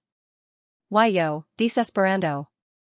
Almost everyone present widened their eyes in disbelief. Xianxia felt as if an egg was stuck in his throat. The melodious music matched with the slightly unrestrained and indulgent voice. A Spanish love song immersed everyone in a wonderful and touching scene. The moment the music stopped, everyone present except Xianxia applauded with all their might. Li Jingjing's eyes were a little moist, and she revealed a happy and intoxicated smile. Yang Cheng was a little embarrassed. He rejected the teacher's strong request for him to sing another song. He only said that singing is too tiring and didn't sing anymore. This time, no one suspected that Yang Cheng was afraid of making a fool of himself. After all, everyone was a foreign language teacher. They understood that knowing a foreign language and singing a foreign language song were not on the same level. Many times, to test a person's foreign language proficiency, one only needed to look at their ability to listen to foreign language songs to roughly judge. The fun that followed was still very joyous, but Xianxia, who was forcing himself to smile, constantly cursed the women in Yang Cheng's family in his heart. Unfortunately, he didn't know that even Yang Cheng didn't know them. Because they started playing a little early, and they still had to go to school the next day, the teachers decided to go home before 10 o'clock. As they walked out, everyone's faces were a little drunk, and their voices were a lot louder. Yang Cheng was chatting quite enthusiastically with a few of the male teachers. He was walking past a corner when he caught a glimpse of a familiar figure walking in from the corner of his eye. Why is he here? Li Jingjing, who had been paying attention to Yang Cheng, saw Yang Cheng frown and asked with concern, "Brother Yang, what's wrong?" "Oh," Yang Cheng smiled at her, "it's nothing, I think I saw someone familiar, but I must have seen wrongly." The group left the country of Heavenly Province. Before leaving, Xianxia painfully paid over $10,000, and then walked towards the parking lot. Although he was depressed all night, Xianxia didn't forget his main goal. He quickly walked to Li Jingjing's side and said with a graceful smile, "Jingjing, how about I send you back? I bought a new car, and I can take you for a ride." As he said this, Xianxia pointed to a brand new silver-gray Toyota Camry not far away. Under the illumination of the street lights, it indeed looked very beautiful. The teachers were a little envious. This car costs over $200,000. Now that gas prices are still expensive, group leader Jiang still needs to change to a new car. Comparing people is killing people. Although the teachers' salaries weren't low, most of them only drove Ford, Bora, and other small cars that cost over $100,000. Li Jingjing smiled with some difficulty, and said in a small voice, "Group leader Jiang, I don't think I'll trouble you. I'm already very apologetic that you treated me like this today. I'll take Big Brother Yang's car back. Big Brother Yang is also familiar with where my house is. Xianxia pretended to be curious and asked, "Oh? Mr. Yang also drove here? I thought it was a taxi. May I know where Mr. Yang's car is?" Yangqing burped. His stomach was full of wine and fruits. Even though his alcohol tolerance had recovered, he still felt a little uncomfortable. His mind was still thinking about the figure he had just seen. Hearing Jiangshua's question, he casually took out the BMW key from his pants pocket and pressed the unlock button. Everyone turned their heads to look. They saw a white car emitting light parked in an inconspicuous location. The blue and white propeller-shaped logo on the front of the car made everyone suck in a breath of cold air. "My God, isn't that an M3? A teacher who had some knowledge of cars shouted with shining eyes, "This car sells for over 1 million in the country, $200,000 or $300,000. I've seen a few rich businessmen's sons drive them before. I didn't expect Mr. Yang to also drive this car, and it's even the latest model." Although the other teachers didn't know what the model of the car represented, seeing that it was a BMW, they understood what grade the car was. Jiangshua was also shocked. Then his face turned green and purple. No matter how stupid he was, he wouldn't be stupid enough to think that the person driving the BMW M3 was an ordinary company employee. Although he was puzzled about Yang Cheng's identity, he could only reveal a friendly and somewhat flattering smile. "Mr. Yang really is a real person who doesn't show his true colors. I, Jiangshua, have my eyes opened. Damn it. A rich person pretending to be a pig to eat a tiger. Why is he pretending to be a small employee? Group leader Jiang is the one who is generous." Yangqing laughed, "I've drunk enough today. Thank you for your hospitality. Goodbye." As he said this, he pulled Li Jingjing's hand and walked back to the car. The group of teachers enviously watched the white BMW start up and drive away. They all felt like they were dreaming. Yang Cheng's background also became the biggest mystery in these people's hearts. After Jiangshua sat in the car, he started it up and looked at the dazzling lights in the car. His original fondness for the new car was completely gone. He slammed the steering wheel hard, his scholarly face looking a bit sinister in the dark. Li Jingjing, who was sitting in Yang Cheng's car, felt that today was the happiest day of her life. She was even more excited than the day she graduated from university. The girl's face was brimming with a sweet smile, which made Yang Cheng, who was driving, not know what to say. "Are you that happy?" Yang Cheng couldn't help but ask. Li Jingjing nodded seriously, "But I don't think group leader Jiang is very happy." Yang Cheng looked at Li Jingjing thoughtfully and couldn't help but laugh. "So you know everything, girl, and you still pretend to be at a loss. Hee hee." Li Jingjing pursed her lips and laughed. "Actually, I don't know everything, but if I think about it carefully, I can still understand some of the things Big Brother Yang does. Listen, if that Jiangshua bullies you in the future and makes things difficult for you, just tell me. I will help you solve it, just like last time with the Chen family's father and son." Yangqing said solemnly. Got it, Big Brother Yang." From beginning to end, Li Jingjing didn't ask much about the Chen family's father and son. Her intelligence made Yangqing a little surprised, but he also felt relieved. This girl might know a lot more than he thought, but most of the time, she was willing to be a silly girl next door, silently caring for him. When they arrived at Li Jingjing's house, old Li and his wife were just coming back from a walk. Seeing Yangqing and Li Jingjing get out of the car, they both revealed a surprised expression. "Good boy. We're rich." Old Li saw Yangqing's car and couldn't help but be pleasantly surprised. "I knew little Yang wasn't simple. So fast, you changed your job, and even changed your one-wheeled car to a four-wheeled one."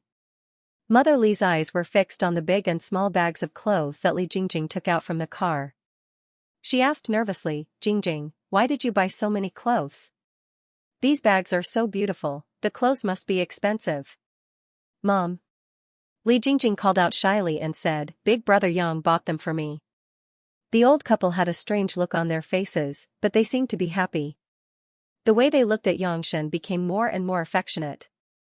Li Jingjing knew what her parents were thinking, but if she said that Yangqing was married, then she would definitely not be allowed to contact Yangqing in the future. So she had to endure the embarrassment, pick up a pile of clothes, and jog into the house. She even forgot to say goodbye to Yangqing. Oldly earnestly said, "Little Yang, Jingjing has had a hard time since she was young. Don't let her down." Yangqing, who didn't know whether to laugh or cry, didn't know what to do either. He could only nod and smile honestly. Explaining it this time would be superfluous and would only cause more trouble. After saying goodbye to the old couple who treated him like a son-in-law, Yangqing felt lost. While driving, he thought that if he hadn't accidentally met that iceberg woman, Lin Ruoxi, marrying Li Jingjing would have been a good choice. She was sensible and virtuous. But when he thought that his wife was still lying in the hospital, Yangqing dispelled this thought.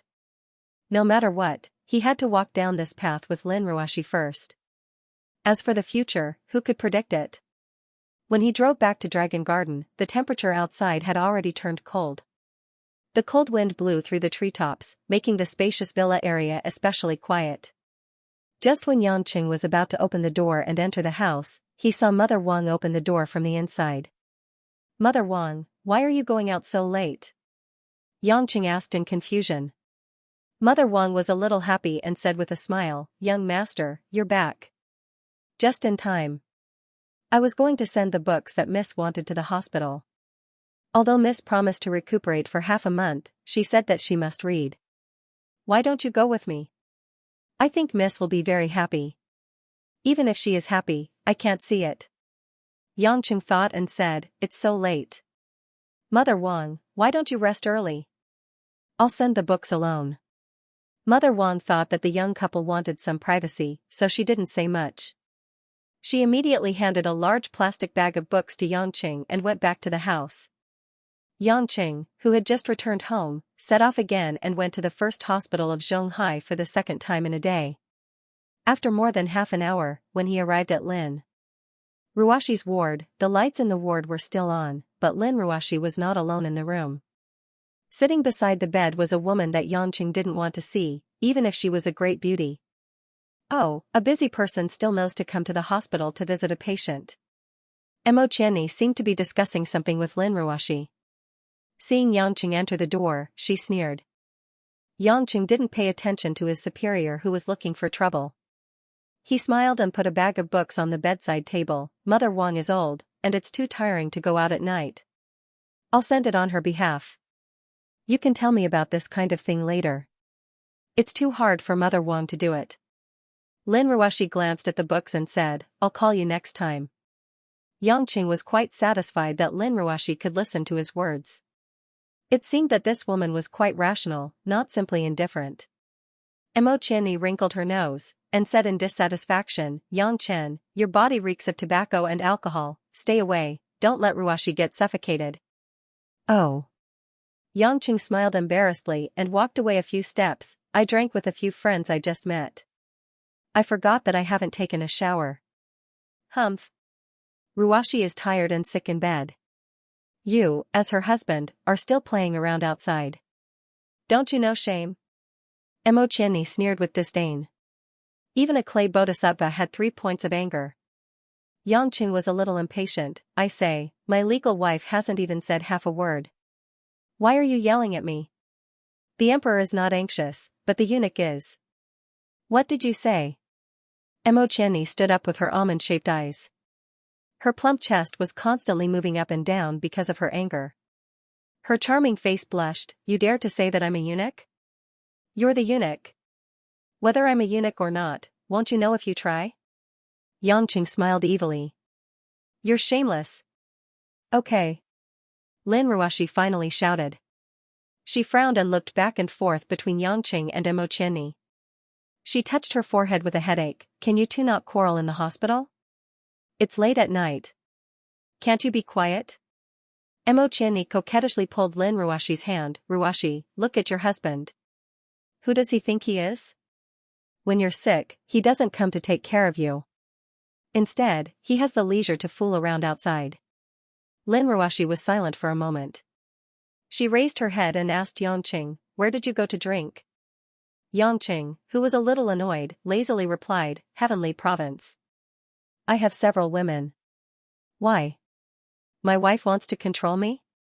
"Oh, got it." Lin Ruoxi nodded.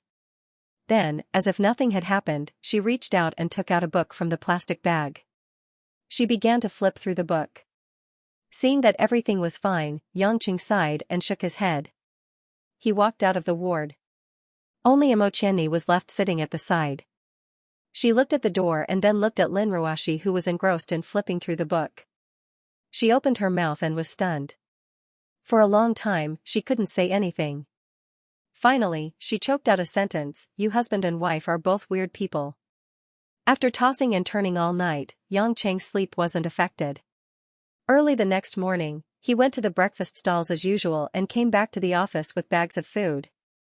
The beauties had long been waiting for Xianxia's arrival, and when they saw him, they all rushed forward to take away their favorite breakfast. A few of the more daring girls even left wet marks on Xianxia's face. Zhao Hongyan teased him with a smile, "Did you know that breakfast would be treated like this, so you rushed to make it?" Xianxia wasn't embarrassed at all. He chewed on his youtiao and said with a smile, "If you give me a kiss, I'll tell you. You only know how to flirt with innocent women." Zhao Hongyan rolled her eyes and ignored him. Suddenly remembering something, Xianxia carried a meat bun and walked to the nearby desk of his male compatriot, Chenbo. To his surprise, he discovered that Chenbo was actually dozing off on his desk early in the morning. "Hey, Chenbo, it's time for breakfast." Xianxia pushed him. Chenbo softly murmured, then rubbed her reddened eyes and straightened her body, looking like a proper daughter. Seeing the steamed bun that Xianxia handed over, she revealed a small charming smile, "Thank you for bringing me breakfast every day." Xianxia looked at him with a profound look and said, "Don't be too tired. If you need any help, you can tell us. Maybe we can help you." Chenbo's face suddenly turned ugly. There was a hint of panic in his pale eyes. He quickly blinked. "No, nothing. I just didn't sleep well last night." "Don't force yourself." Xianxia didn't ask any more questions. He patted Chenbo's shoulder and walked back to his seat to start playing games. Not long after, a beautiful woman walked into the office. She walked over to Lu Mingyu's seat and talked to Lu Mingyu about something. Lu Mingyu, who was wearing a moon-white dress suit, was clearly embarrassed, but in the end, she seemed to have no choice but to pack up the documents and follow the girl out. Just as the two of them left, the round-faced Zhang Kai, who was still eating her cake, rushed over. With a worried expression, she said to Zhao Hongyan, "Big sister Hongyan, big sister Mingyu will be fine, right? That department head Ma has been pestering her for so long, why hasn't he given up yet?" "That woman was sent by department head Ma?" Xianxia asked doubtfully. Zhao Hongyan frowned and nodded. "She's a director under department head Ma. Everyone in the company knows that she's department head Ma's lover. I just don't know why department head Ma is looking for big sister Mingyu. In the past, department head Ma came over himself. I don't know why he sent that woman over this time." Xianxia pondered for a moment, then took out his phone and sent a text message to Lu Mingyu. Not long after, Lu Mingyu replied to Xianxia. Xianxia only glanced at it, then put the phone back in his pocket. He picked up the 2 meat buns on the table and walked out of the office. "Xianxia, where are you going?" Zhao Hongyan said anxiously. "Department head Mo won't see you again. You're going to suffer again. My stomach isn't feeling well. I'm going to the toilet to eat." Xianxia turned around and said.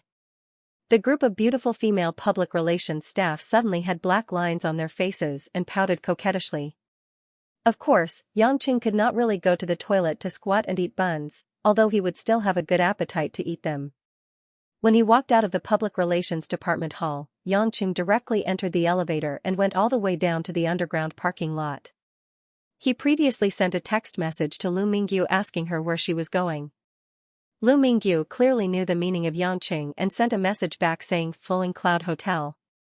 Although she couldn't be certain that this trip to work was department head Ma's trap, Lu Mingyu was still a mature woman with a strong sense of self-preservation. She wisely chose to tell Xianxia, at the very least she had to let others know of her whereabouts. As for what Xianxia would do after knowing this information, it was not something that Lu Mingyu could think of. Xianxia did not deliberately choose to follow her to Flowing Cloud Hotel. Instead, he drove as fast as he could to the hotel lobby. He took a newspaper and quietly sat on a sofa in the corner of the lobby. Flowing Cloud Hotel had a 4-star configuration.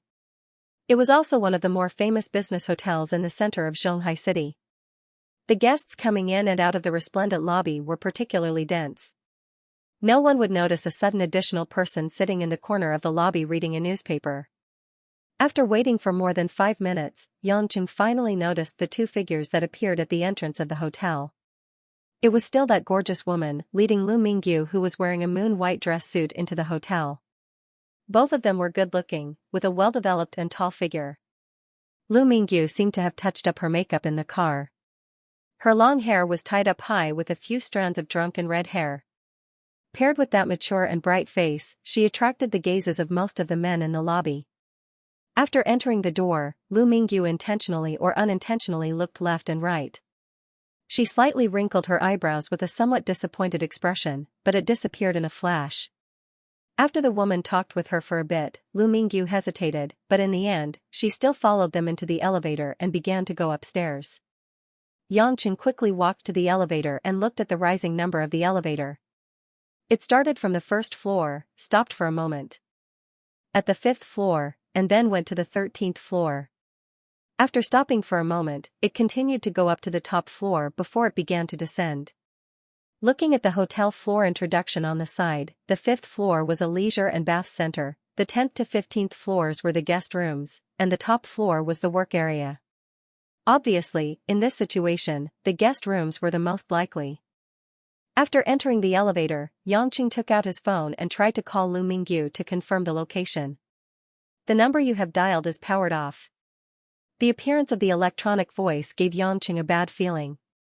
In order to not miss business, a public relations person like Lu Mingyu should not turn off her phone 24/7.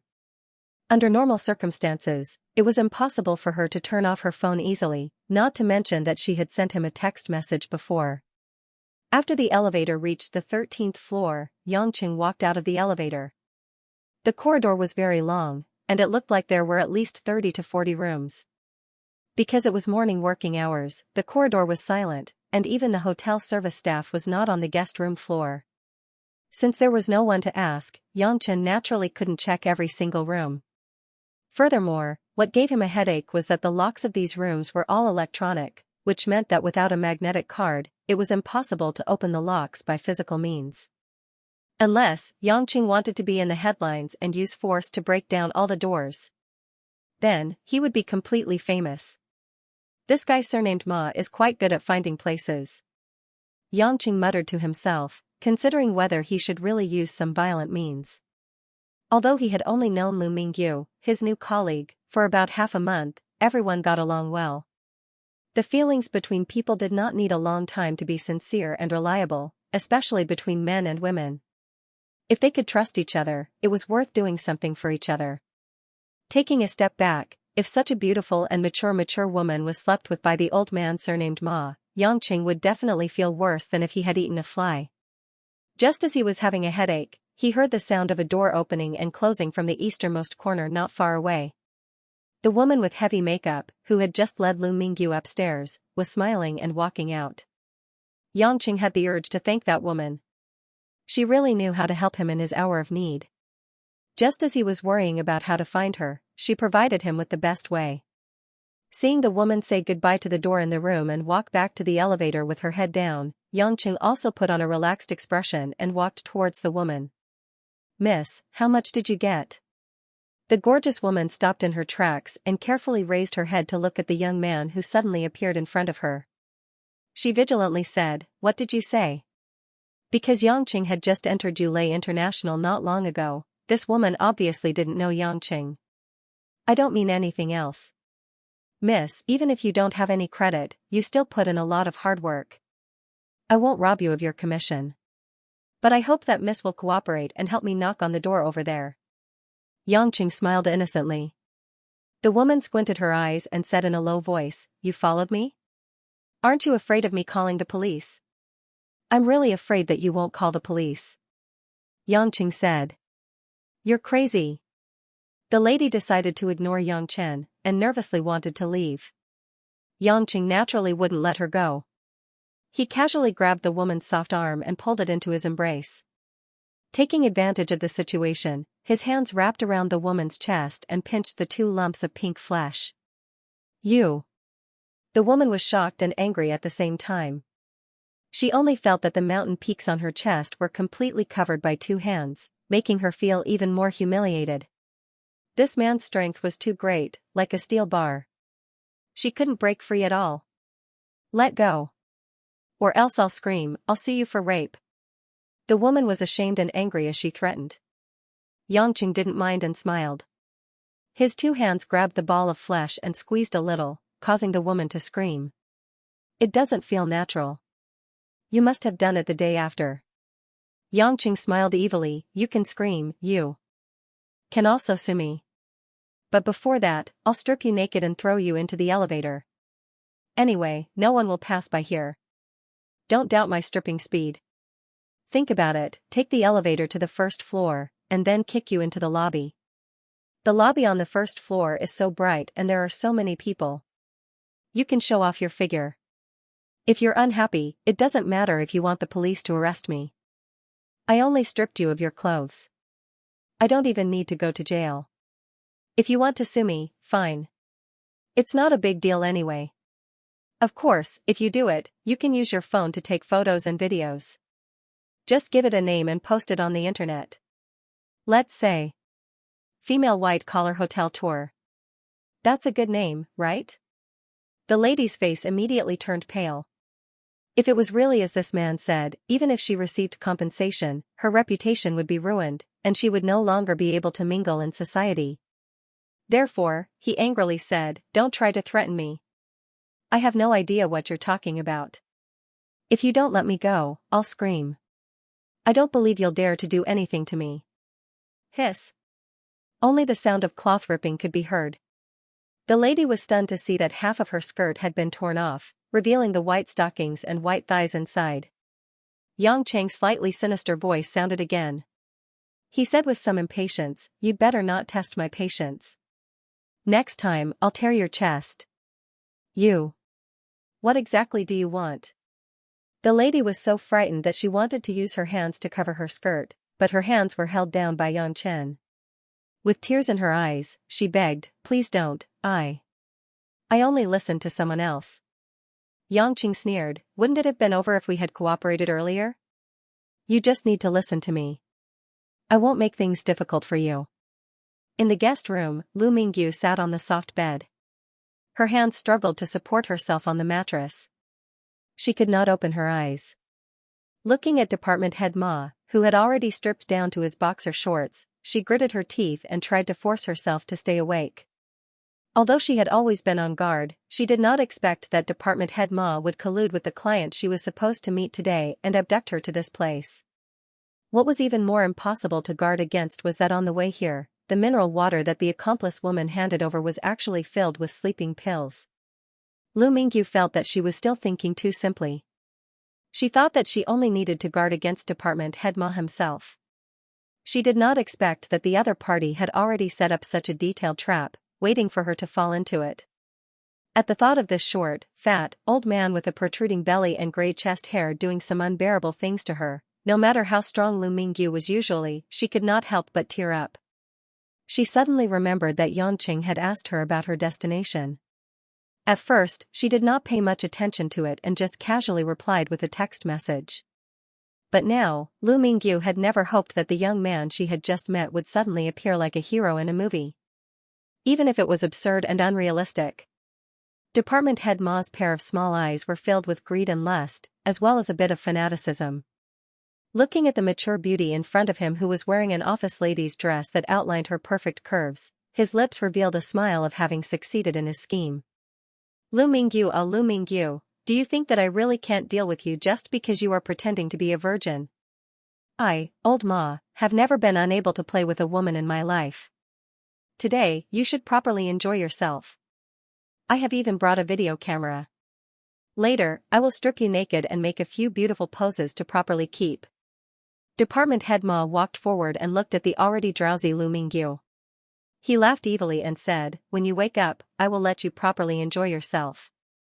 Then, you can consider whether or not you want to properly serve me. A trace of despair and pain flashed through Lu Mingyu's eyes, but in the end, she could not resist the drowsiness brought about by the drugs. She softly fell onto the bed, muttered a few words, and then lost consciousness. Department head Ma's index finger moved. Just as he was about to pounce on this alluring beauty, he heard the doorbell ringing from outside. Feeling a burst of unhappiness, Department head Ma frowned and retracted his hand.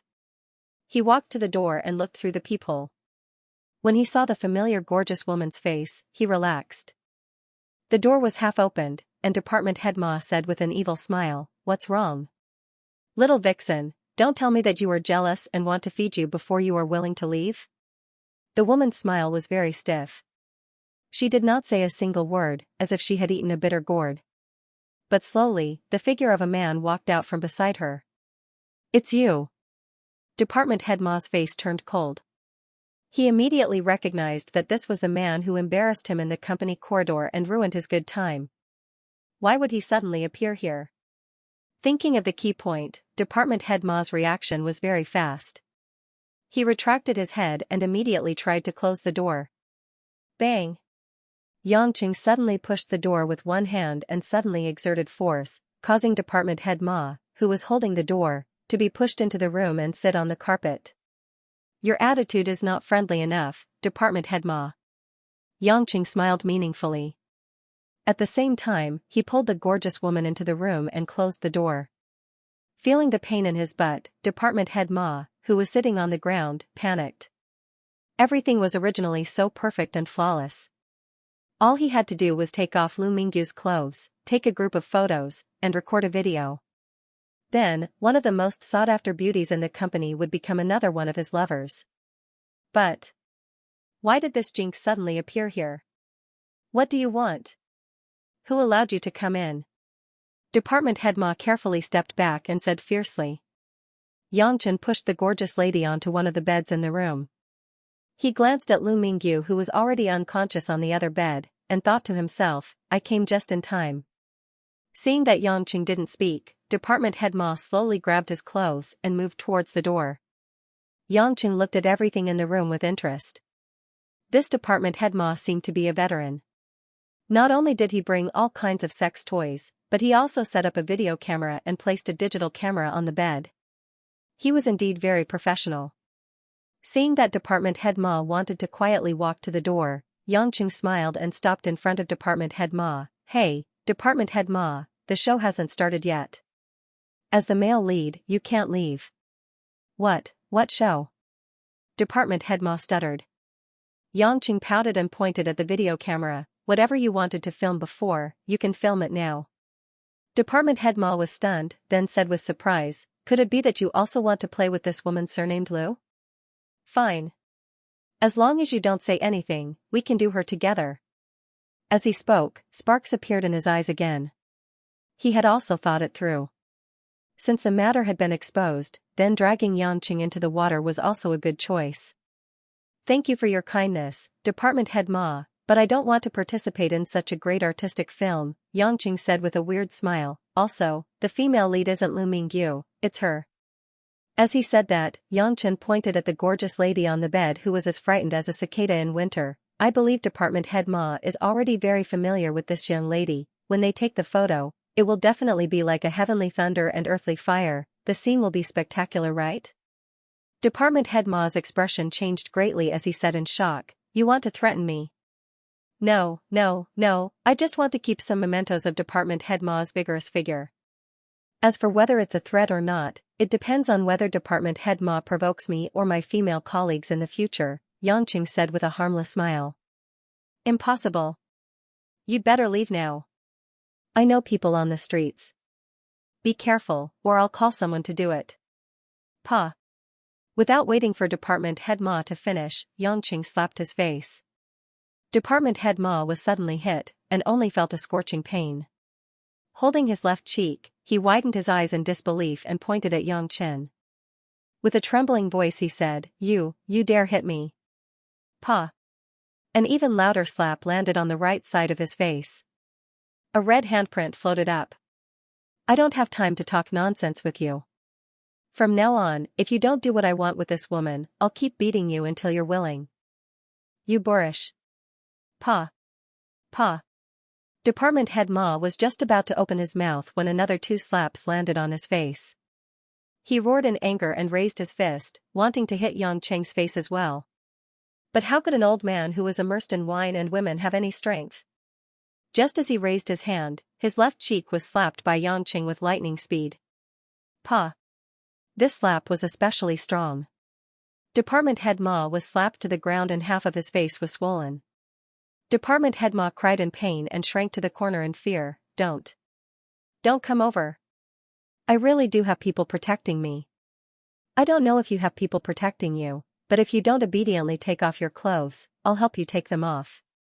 Yang Cheng said with a smile that wasn't a smile.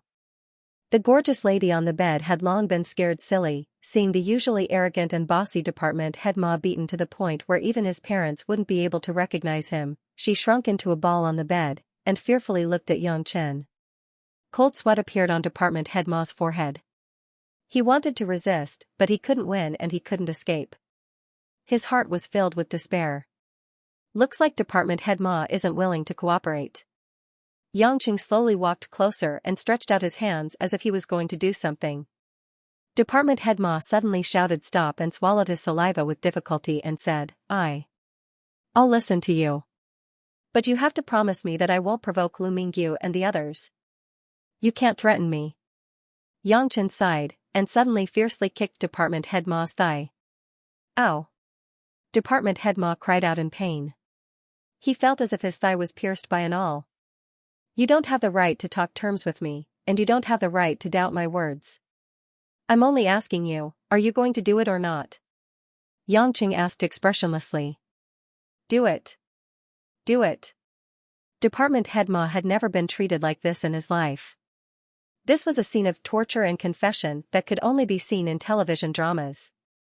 He never thought that it would happen to him.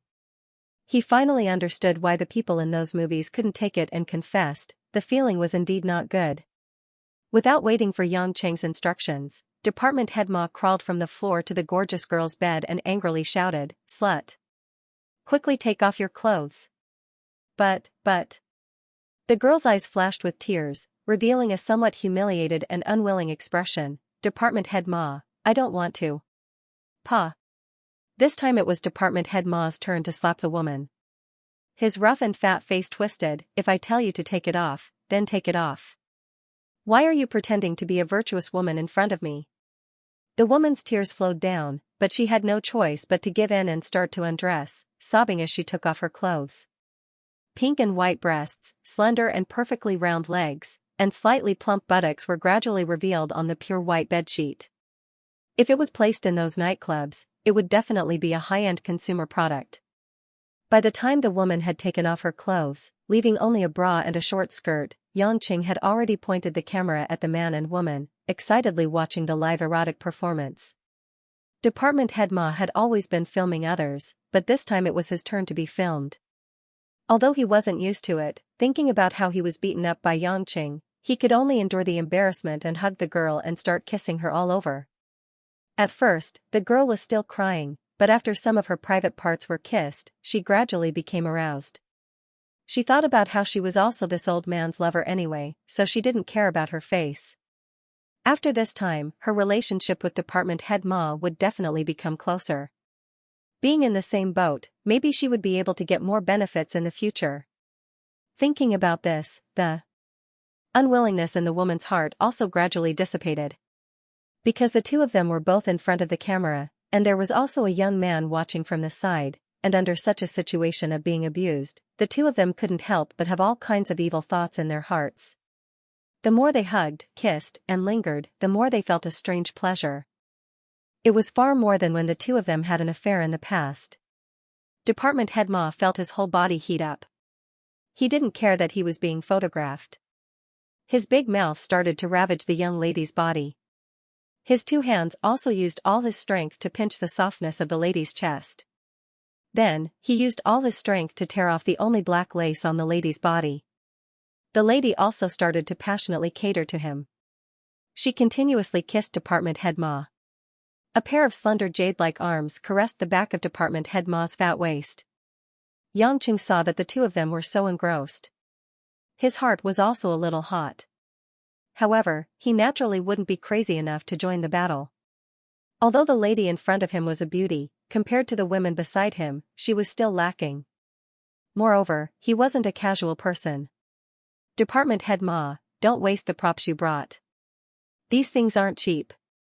It would be a waste if you don't use them. Xianxia said with a bewitching smile. Department head Ma pulled his head out from the gap between the lady's crowded chest, his face was fiery red, and his eyes were filled with raging flames. He couldn't care less about Xianxia's malicious smile, and quickly picked up a few toys he brought from the cabinet. He didn't care what they were, and started to use them with the lady. Woo-woo. Although the lady had received such treatment before, it was especially intense this time. Tears kept flowing. However, she didn't stop him. Instead, she tried her best to cooperate with Department head Ma's crazy actions. The whimpers also became especially strange and charming. The battle became more and more intense. When Department head Ma cut into the main act and started to work hard on the lady's body, it had already been more than half an hour. The two's foreplay was done well. The single bed was filled with the marks of the two's crazy actions. The stench of blood filled the air. Xianxia also saw that he was interested, and continuously suggested, Department head Ma. Don't just do one action. Change the position. The effect will be better. For a moment, the guest room really became a photography base. Other than directing the actions, Xianxia would occasionally take a few wonderful photos. He continuously pressed the shutter and changed the angle of the camera. He was much more professional than when he was working in the company. Unfortunately, there was still a gap between Department head Ma's actual combat level and his acting skills. In just 5 or 6 minutes, Department head Ma had disarmed himself and laid on the girl's white back, panting and unable to move like a pug. The girl, however, was not satisfied. She swayed her plump buttocks, wanting to end the scene. Department head Ma cursed vaguely. It was unknown what he was calling the maiden. He picked up a few strange tools, and with a series of actions, the maiden climbed to the peak. When both of them stopped, they realized what they had done. Seeing Xianxia taking out the video camera and the SD card from the camera with satisfaction, they couldn't help but show some despair. You will keep your promise and not tell anyone, right? Department head Ma asked cautiously. Due to the lingering fear, he covered his face with his hands and spoke in a very soft voice. As long as you behave yourself, I definitely won't be in the mood to play with you, Xianxia said. Department head Ma heaved a sigh of relief. But in order to be more at ease, he said, if I have the chance next time, I will definitely mention you to the HR department and the higher-ups so that you can be promoted as soon as possible. Xianxia smiled and said, that doesn't matter. But I think it's best that you quickly take your woman and leave this place. I don't want to see you again. As for your equipment, I will also take them all away. Department head Ma suddenly shivered. He grabbed the clothes that were thrown on the ground and quickly put them on. At the same time, he urged the girl who was lying on the ground to quickly put on her clothes. When the two of them carried their bags and were ready to leave as if they were fleeing for their lives, Xianxia didn't forget to remind them, leave the money for the room. I will check out later. Department head Ma staggered. He hurriedly took out a few large bills and placed them on the bed. Only then did he smile apologetically and rush out the door with the girl. It seemed that he didn't want to stay a moment longer. After the two of them left, Xianxia simply tidied up the things in the room before sitting at the head of the bed where Lu Mingyu was sleeping. He chuckled and said, Sister Mingyu, don't pretend to be asleep. Your face is so red. If I didn't know better, I would have thought that you had a high fever. Lu Mingyu slowly opened her eyes. Due to her shyness, her eyelashes were still trembling. Her bright and delicate face was especially pitiful. She slowly got up and weakly leaned against the head of the bed. She looked at Xianxia with some embarrassment and tilted her head to the side. She whispered, you knew that I would wake up? The scene just now was indeed not suitable for you to wake up, so I told them to leave quickly. Otherwise, I was afraid that you would suffocate to death. Xianxia answered truthfully. Lu Mingyu bit her lips and suddenly smiled sweetly. You are really bad. They were almost played to death by you. They were screaming like pigs being slaughtered. If I didn't play with them, they would think of ways to play with you. I don't think you are selfless to the point of sacrificing yourself for others. Sacrificing myself for others. That's nonsense. Lu Mingyu coquettishly pouted and rolled her eyes at Yangqing. But I still have to thank you. I have already accepted my fate. I didn't expect you to suddenly appear. For Lu Mingyu, everything in front of her had indeed changed too suddenly. Yangqing's appearance had directly pulled her from the bottom of the abyss to heaven. If it weren't for the training in the business world over the past few days, she would have long lost control and burst into tears. But there was no doubt that her gratitude towards Yangqing was exceptionally strong. Yangqing shrugged. It's no big deal. But I am very curious. Sister Mingyu, what do you think about the filming just now? Seeing Yangqing's strange expression, Lu Mingyu only felt her heart pounding. It was a little strange. She lowered her head and stroked her messy long hair. I only saw a little. I don't know anything. But I clearly remember that not long after they started kissing, you opened your eyes. Sister Mingyu, could it be that you selectively forgot? Lu Mingyu finally couldn't stand this ambiguous topic. She pounced over and patted Yangqing's back a few times. Her cheeks were crimson as she said, "That's right. I saw it. So what if I saw it? It's still your hooligan's fault. Sister Mingyu, you have to understand that the one who hurt you was Department Head Ma. I was especially concerned about you and came to save you." Yangqing said righteously. You knew that I was awake, but you still wanted them to do those despicable things. You must have bad intentions. Lu Mingyu complained, but then her beautiful eyes wandered and she asked, "You're already married, but you're not serious. Don't tell me that you and your wife also played like them?" Yangqing was suddenly at a loss for words. When he thought of those exciting things he did with Lin Ruoshi, he suddenly shuddered. Wouldn't that cut off his little brother? So he awkwardly laughed a few times. Let's end this topic here. Sister Mingyu, pack up. Let's go back to the company. Lu Mingyu had won back a point, so she didn't continue the topic. She frowned and nodded. The smell here is too bad. Let's go down quickly. When they came out of the Flowing Cloud Hotel, it was already lunchtime. Lu Mingyu was saved from death's door. Although she was a little scared, she was more happy. She looked at her watch and hesitated for a moment before saying to Yangqing, "Yangqing, I want to thank you properly. How about I treat you to lunch?" "Of course, but my appetite is quite big." "Sister Mingyu, did you bring enough money?" When Lu Mingyu saw that Yangqing had agreed, she happily rolled her eyes at him. "I'll make sure you eat until you're full and eat well." Sitting in Yangqing's car, Lu Mingyu was a little surprised. "I didn't know that you drive a BMW every day to buy breakfast for us sisters in the office. It's really hard for a rich young master like you." "I'm not a rich young master. This car actually belongs to my wife." Yangqing didn't feel embarrassed. "Sister Mingyu, you can just think of me as a gigolo who's kept by a rich woman." "Your face isn't white." Lu Mingyu giggled. "Moreover, you're much more useful than a gigolo." While the two were chatting and laughing, Yangqing started the car. After driving on the road, Yangqing asked, "Sister Mingyu, what are you going to do with the recorded video and photos?" Lu Mingyu was silent for a while and said, "You can keep it or throw it away." "You don't want it? So what if I want it?" "I think after this, Department Head Ma won't be delusional anymore. I'm just an ordinary corporate employee. I don't want to cause so much trouble. As long as no one deliberately hurts me, that's enough." There was a bit of helplessness in her tone, but she spoke the truth. Yangqing also guessed that this was the case. He nodded without much surprise and didn't continue the topic.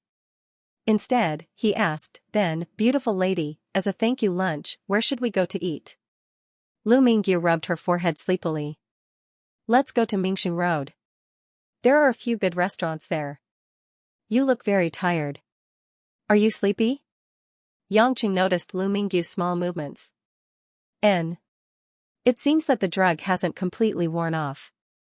Lu Mingyu didn't hide anything. She did feel sleepy again. Yangqing frowned. "Then don't go eat. I'll send you home." You should rest first. Thank you. A trace of warmth flowed through Lu Mingyu's heart. She suddenly found that the man beside her had a considerate side. Let's go eat. I'm just a little sleepy, but I'm a little hungry. Following Lu Mingyu's instructions, the two quickly came to a refreshing Cantonese restaurant. It looked like a chain restaurant. It wasn't high-end, but it was in line with the fast-paced dining habits of the city. Not long after the two sat down, the food was quickly ordered. Yangqing didn't have enough breakfast in the morning because he helped Lu Mingyu deal with the dangerous situation. He was already hungry, so he began to wolf down the food. Can't you pay attention to your image? It is as if you haven't eaten for 3 years. Image is for men and women who have ideas. I'm married. Image is worthless. Yangqing chewed the food and said. The two were chatting when a man and 2 women suddenly came from behind Lu Mingyu. The woman was dressed conspicuously and had a petite figure. The 2 men in suits behind her obviously followed her lead. What a coincidence.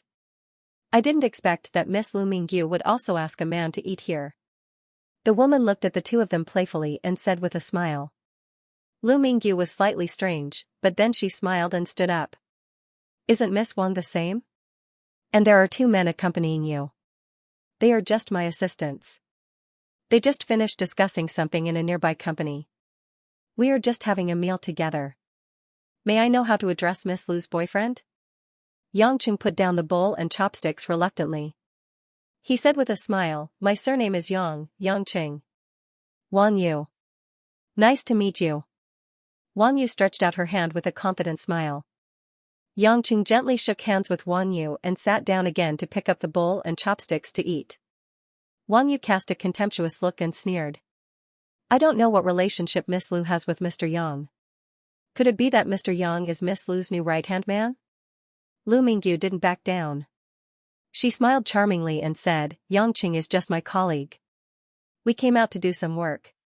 Speaking of right-hand man, he is definitely not as right-hand man as Miss Wang's 2 assistants. Moreover, they are both tall and strong. Miss Wang will definitely be satisfied with them. The 2 women were at each other's throats. Their eyes were like cold wind blades, making Yangqing, who was eating, feel that the temperature had dropped several degrees. Miss Lu is too polite. I can see that Mr. Yang can eat so much, so he must have a lot of strength. He must have put in a lot of effort to do things for Miss Lu.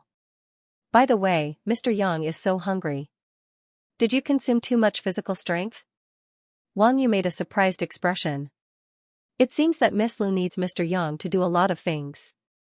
No matter how much a person can eat, he can't be as strong as 2 people.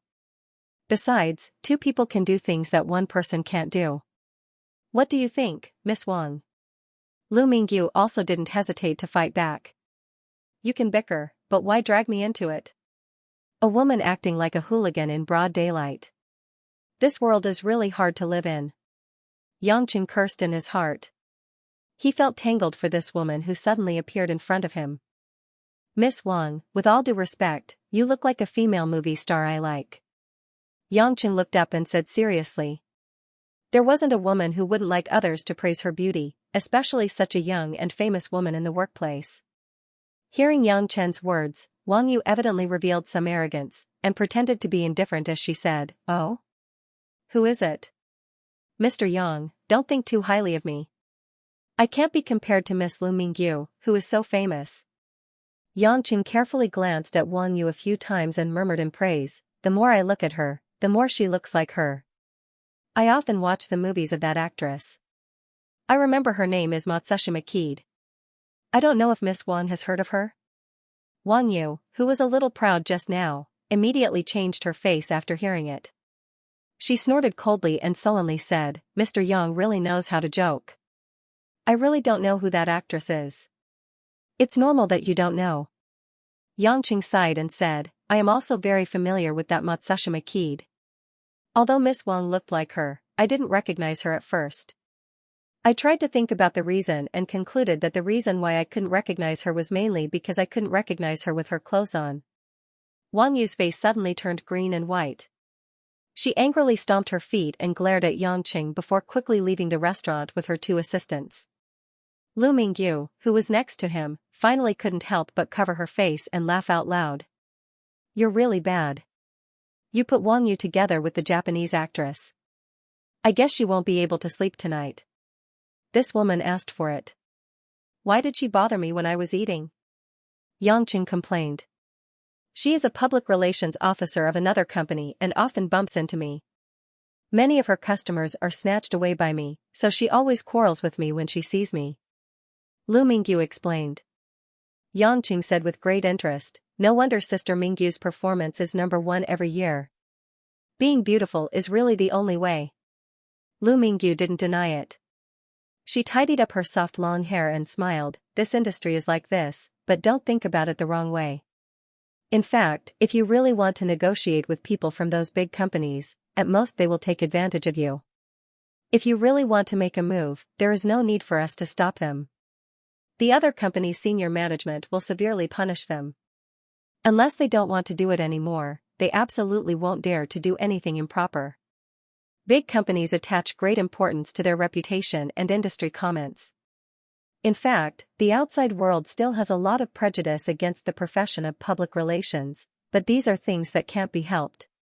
For example, Wang Yu's business was snatched away by me.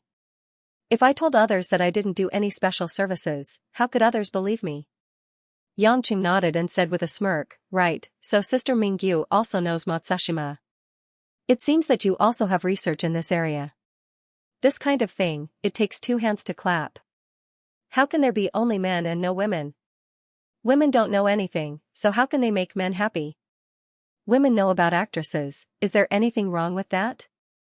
Lu Mingyu replied without any embarrassment. Yangqing really couldn't say anything else.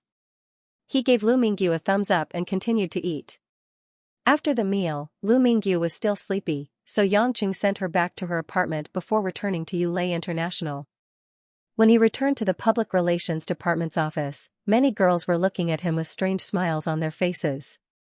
Yang Chen was at a loss, so he asked the lively Zhang Kai, whom he was more familiar with, Zhang Kai, what's wrong with everyone? Zhang Kai was eating snacks that looked like QQ candy. A well-developed figure wasn't just natural, but also acquired nourishment. However, it had to be just right. The areas that should be fat, and the areas that should be thin shouldn't be fat. Obviously, Zhang Kai had done an outstanding job. Where did you go? Zhang Kai asked in return.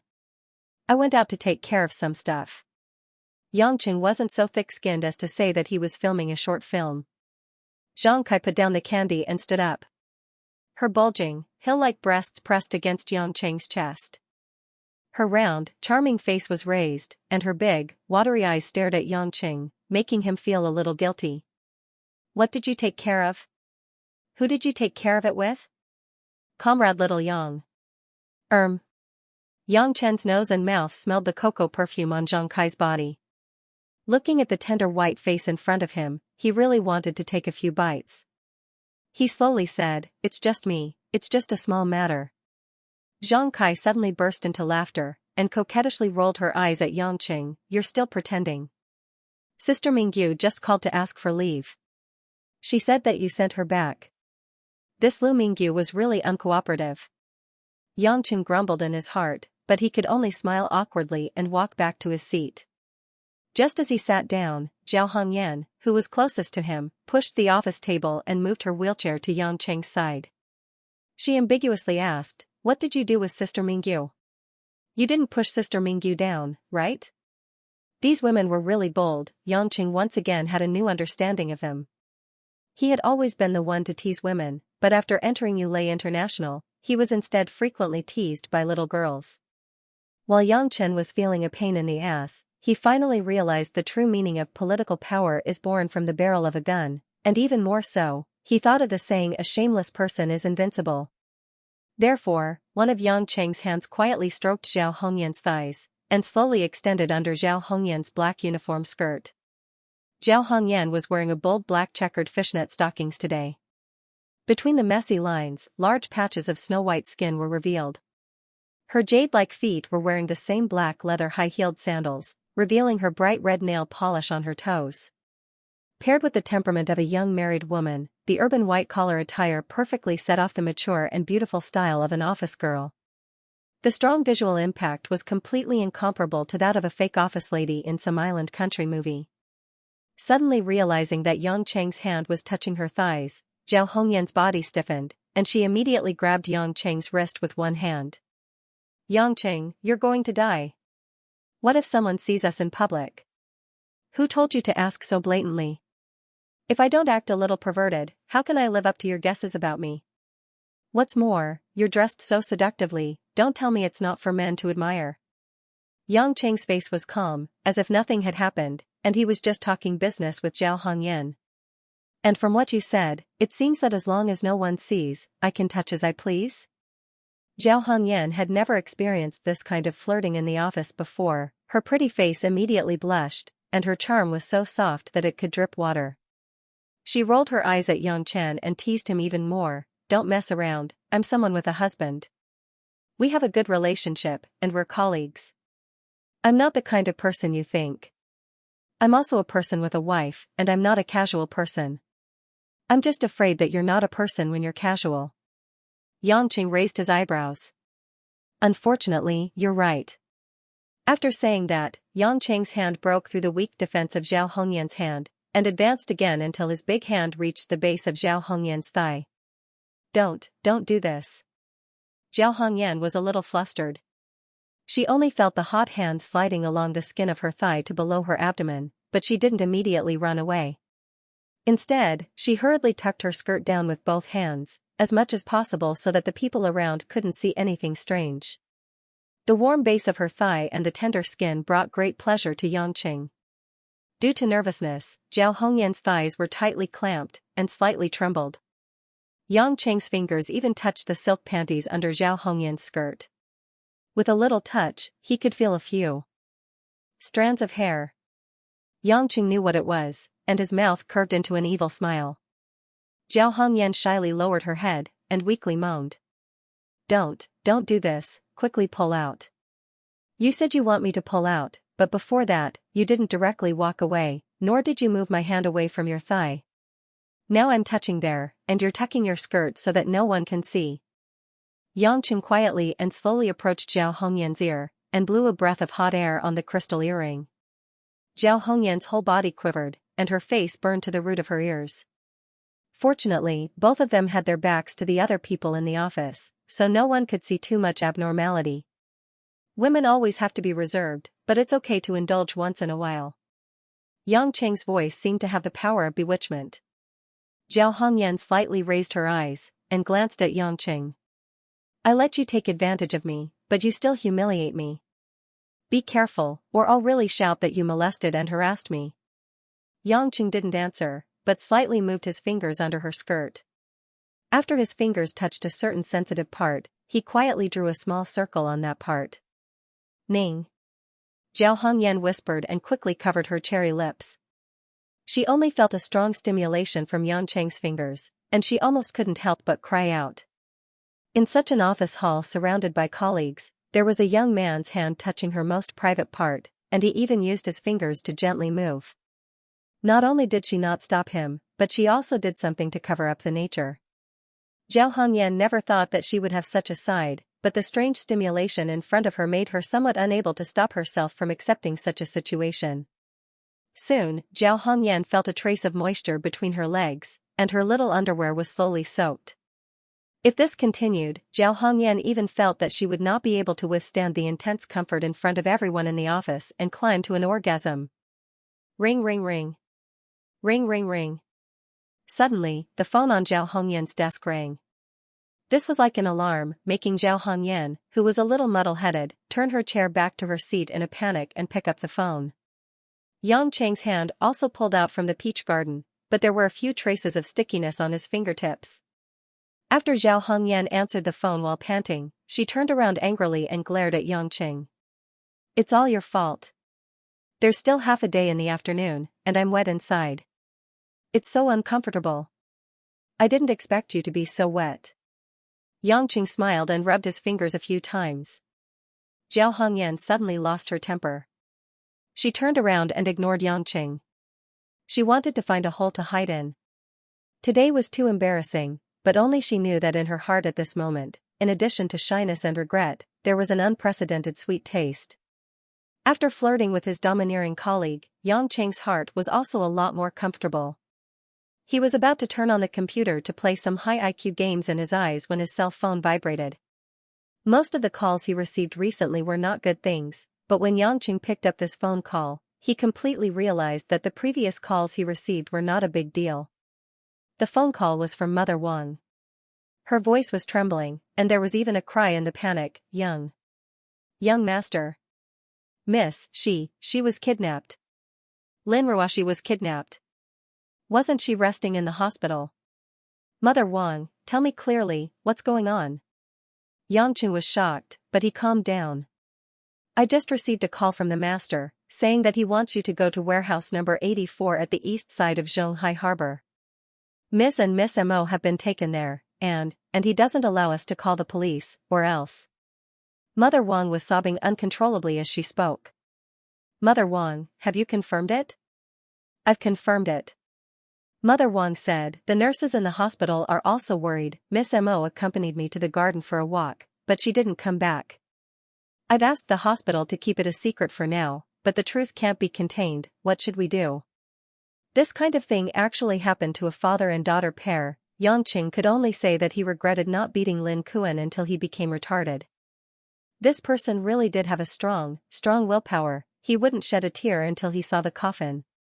Mother Wang, don't worry, I'll take care of it, wait for my news at home. Yang Cheng comforted Mother Wang with a few words, then hung up the phone. Yang Cheng felt strange. Logically speaking, with Lin Kuan's means, it was impossible for him to kidnap 2 living women from the hospital garden, and even transport them to Zhonghai Harbor. There must be some expert in this line of work who helped.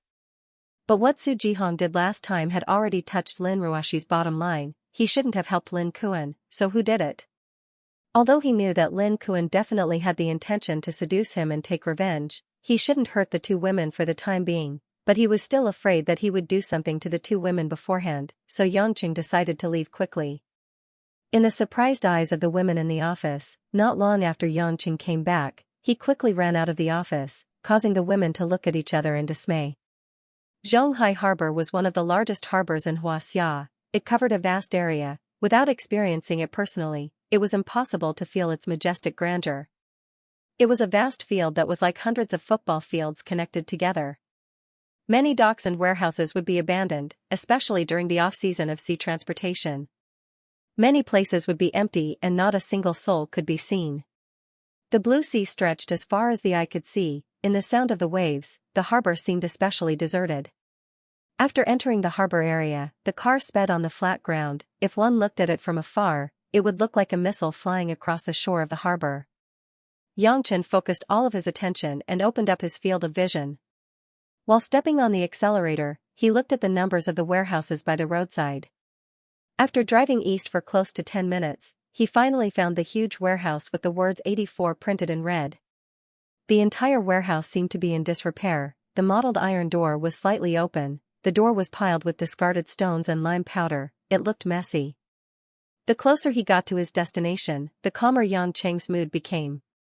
To be honest, the word kidnapping was always used by others. He didn't expect that someone would kidnap his woman, even if the cold lady didn't think so. It was enough to make Yang Cheng not know whether to laugh or cry. Slowly closing the door, Yang Cheng glanced around the warehouse. He couldn't help but frown. Although it was hard to detect, Yang Chen's keen senses allowed him to observe that several hidden corners of the warehouse had already been arranged to have professionals stationed there to monitor every detail of the warehouse. If he didn't guess wrongly, they even had medium long-range firearms in their hands. This was a professional group that was on an international level. Yang Chen felt that everything was starting to become interesting, and he even felt a peculiar excitement. After entering the warehouse door, he could smell an old rotten smell. Facing him was the empty warehouse floor. Sunlight shone in through a few broken windows, making the turbid air in the warehouse seem dusty. In the corner of the warehouse, Yang Cheng saw 2 weak figures tied together. Lin Ruoshi and Mo Qianni were sitting on a chair at the moment. Their hands and feet were tied to the chair by leather ropes. With their backs facing each other, they couldn't see each other's faces. In front of them, there was a group of strong men wearing all kinds of short-sleeved shirts. Some were tall and some were thin, but most of them had dark skin, obviously exposed to the strong sunlight all year round. What caught Xianxia's attention was that when the group of men saw him come in, they didn't show any special expression, as if they didn't take him seriously at all. They were still talking to each other. What made Xianxia even more interested was the weapons in their hands and back. Almost all of them were AK-47, M16, and other powerful assault rifles. There was nothing special about these guns, but they appeared in Xianxia. If it was overseas, such as the United States, even if someone was carrying an M16 on the street, Xianxia wouldn't even bother to look at it. But for such a group of people to appear in a country where even pistols were rare, it was too strange. Xianxia was very clear that the stubborn organization that called themselves Xiaxia's protectors was not bragging. To be able to avoid their eyes and ears and come to Zhonghai to kidnap people, they were indeed quite capable. Just as Xianxia was thinking about this, Lin Kuan, who had been smiling obsequiously with a few strong men, finally noticed Xianxia, and his face immediately revealed a vicious smile of hatred. "Mr. Lin, is this young man the person you want to capture?" A short-haired man wearing a white sleeveless shirt and military camouflage trousers seemed to be the leader of the group. In his hand, he was holding a Desert Eagle that only truly powerful soldiers could use, which was also the only pistol in the group, as he asked Lin Kuan in English. At this time, Xianxia had already approached, and hearing the man's English accent, he couldn't help but be startled. That was a Vietnamese accent, so these people were Vietnamese. "Yes, Mr. Long, I hope you can capture him. I want to personally send him to hell," Lin Kuan said fiercely. At the same time, sitting on two chairs, Lin Ruoshi and Mo Qianni also noticed Xianxia walking over. Lin Ruoshi looked at Xianxia with a complicated expression. Her pale face had a hint of despair, while Mo Qianni stubbornly had a hint of astonishment, as if she didn't believe that Xianxia would come alone for the two of them. The tall man with the surname Long sized up Xianxia, and expressionlessly said, "Mr. Lin, I have to say, the price you paid to hire us is really not worth it. If you want to deal with this man, you only need one of my subordinates." The few strong men at the side all revealed arrogant smiles, obviously approving of their boss's evaluation. Lin Kuan clenched his teeth and said, "No, Mr. Long, wait until I deal with this brat, then I'll get the shares that should have belonged to me from that slut. The money I gave you is nothing." After saying that, his face revealed a hint of fanatical desire, and he looked at Lin Ruoshi in the corner. In reality, these years of squandering without restraint, Lin Kuan's original 30% of Yulei International's shares had already been reduced to less than 1%. He continuously sold his own shares to other shareholders, and this gradually led him to a dead end. This time, he sold all his remaining shares in order to fight to the death.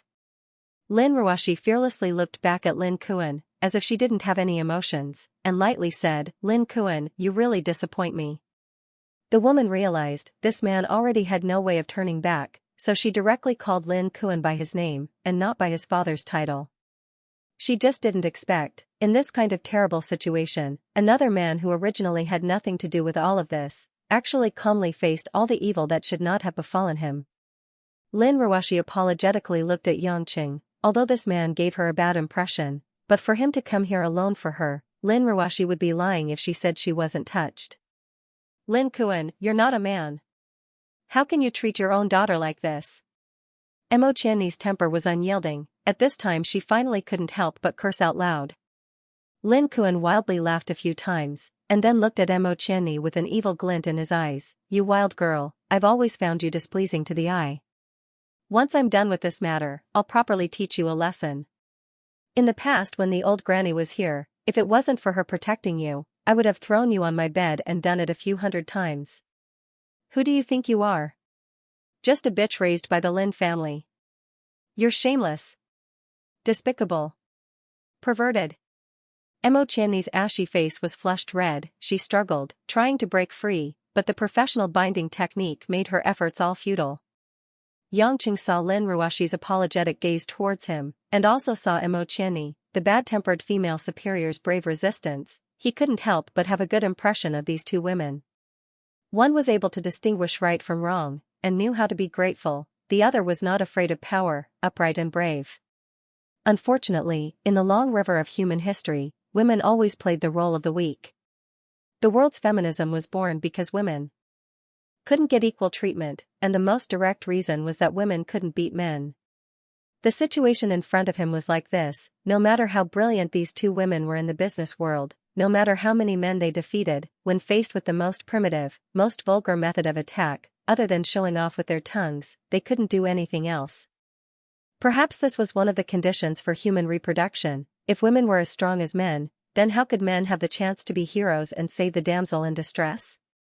The robust man surnamed Long didn't seem to understand Chinese, and didn't pay much attention to the argument between Lin Kuan and the two women.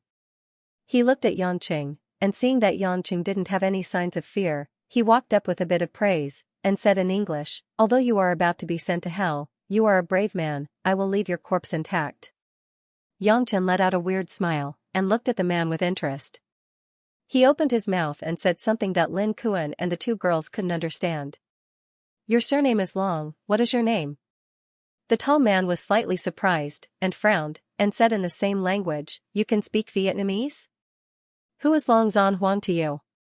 Yangqing continued to ask with a smile. If speaking Vietnamese made the man feel strange, then when Yangqing continued to ask the name Long Zan Huang in Vietnamese, the man's face was only left with shock. "Who are you?" The man's face became serious. As he spoke in Vietnamese, only the Vietnamese present could understand him, so Yangqing didn't hold back and said, "Let's find a more secluded corner, I'll tell you slowly." The man's eyes flashed, but he still nodded in the end, and gestured for Yangqing to lead the way. The confused Lin Kuan couldn't help but ask, "Mr. Long, what's the meaning of this?" "I'm the client, what's going on? Why aren't you arresting them?" "I paid the money. Don't bother me."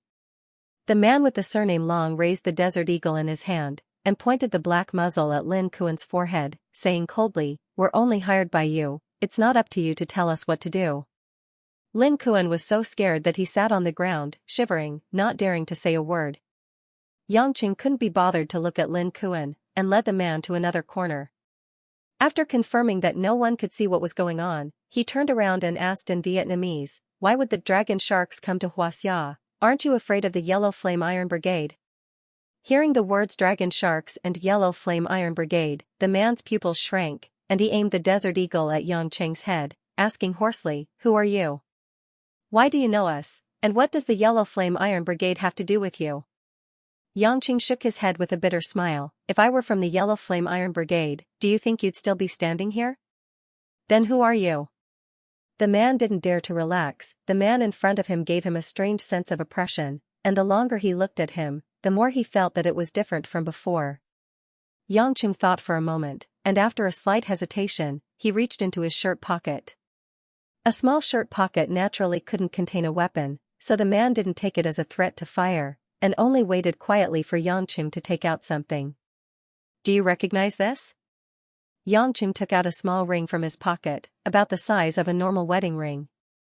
The material of the ring seemed to be platinum, but due to its age, its luster was rather dim. There were no jewels on it, just a metal ring.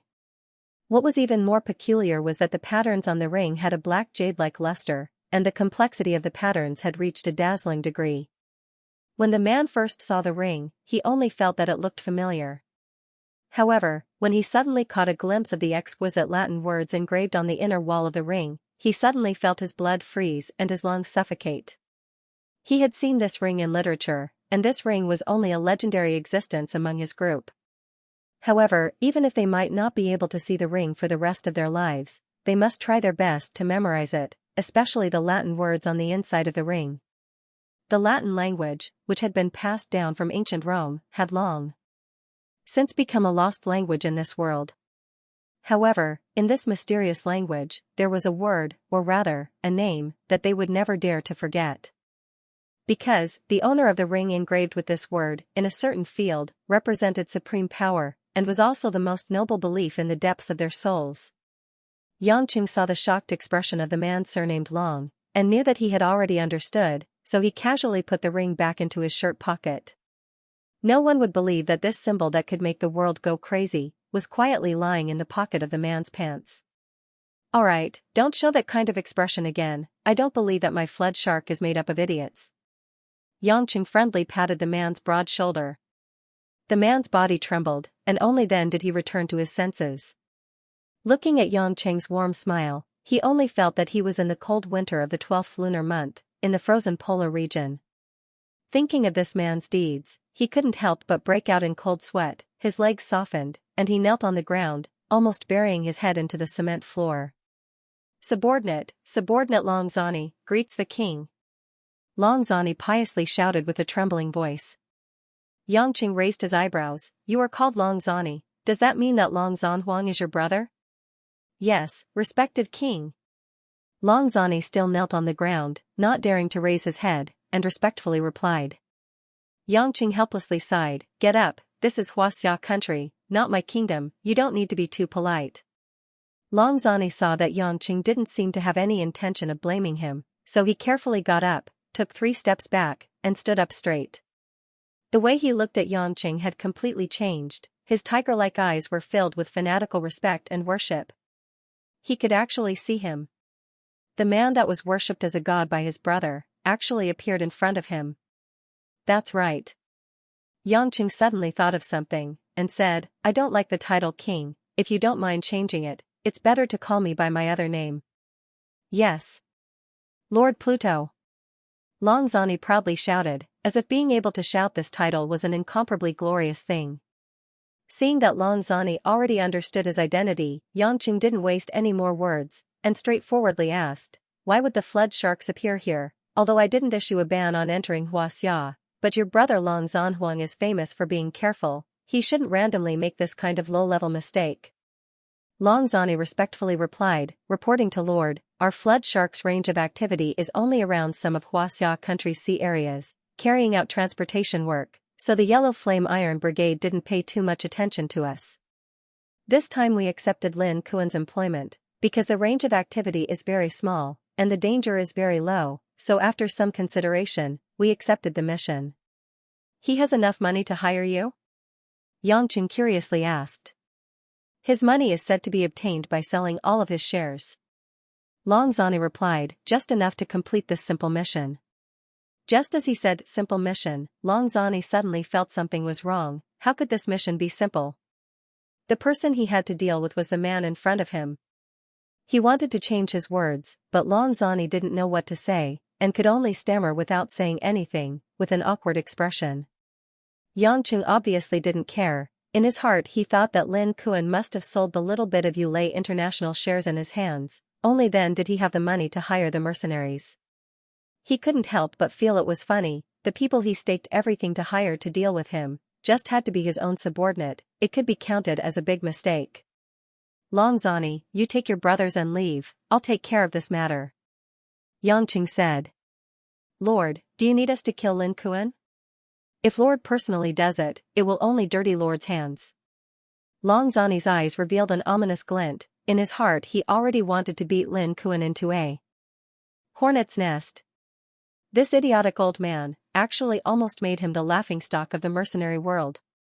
Sending the death god to hell. Isn't that a joke?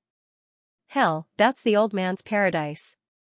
Xianxia shook his head, go tie up Lin Kuan, knock him unconscious and throw him in the corner, then you can leave, I'll take care of the rest.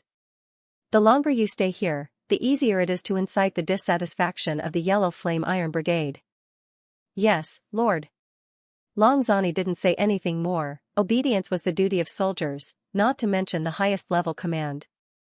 Lin Kuan, who was currently in a terrible state, was abnormally angry. This group of soldiers from the heavens, after spending money they still pointed a gun at their employer's head. If not for the fact that he had a favor to ask of them and couldn't beat them, he would have already chopped them a few times. At this time he saw Longzani walk back with an expressionless face. He once again put on an anxious smiling face. Mr. Long. Did you catch that bastard? Longzani didn't reply, using Vietnamese to speak a few words to the 2 closest subordinates. The 2 subordinates immediately nodded solemnly. In a few moments, they took a rope and tied Lin Kuan up. Lin Kuan's strength was nothing in the eyes of these people. After tying him up like a rice dumpling, they directly threw him on the ground. Your stupidity should have sent you to the Sea of Purgatory long ago. Longzani walked forward, After fiercely saying this sentence in English, he kicked Lin Kuan unconscious on the ground.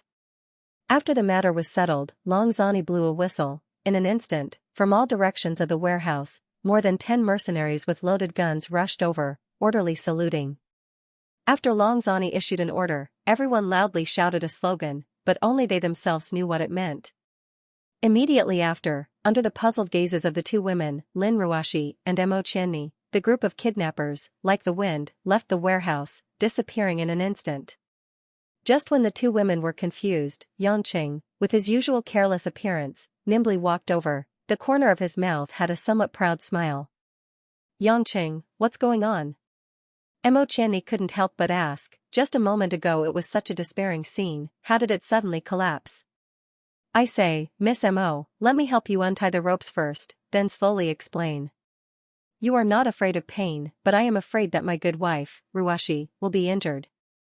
Yangqing looked at Lin Ruashi with a face full of pity, skillfully untied the complicated ropes. Lin Ruashi slightly glanced at him, and lightly said, "Your hands are faster than the people they tied up."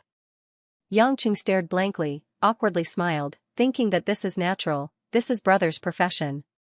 After the two women broke free from the ropes, they slowly stood up, and looked at Yangqing with a strange gaze. After all, everything that happened in front of them was too magical. How did this man do it?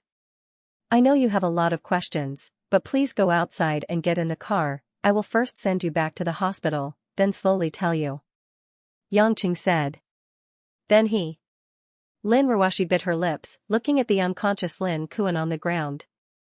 Yangqing sternly said, "Are you sure you still want to have sympathy?" Lin Ruashi stared blankly, painfully closed her eyes. When she opened them again, she revealed a trace of indifferent determination, shook her head and said, "Let's go." The three of them quickly got into Yangqing's car and rushed back to the hospital. Yangqing even called Mother Wang to let her know that he was safe. Mother Wang cried tears of joy and said that she would immediately go to the hospital to see Mississippi Mo Qianni, who was in the car, kept asking Yangqing what happened.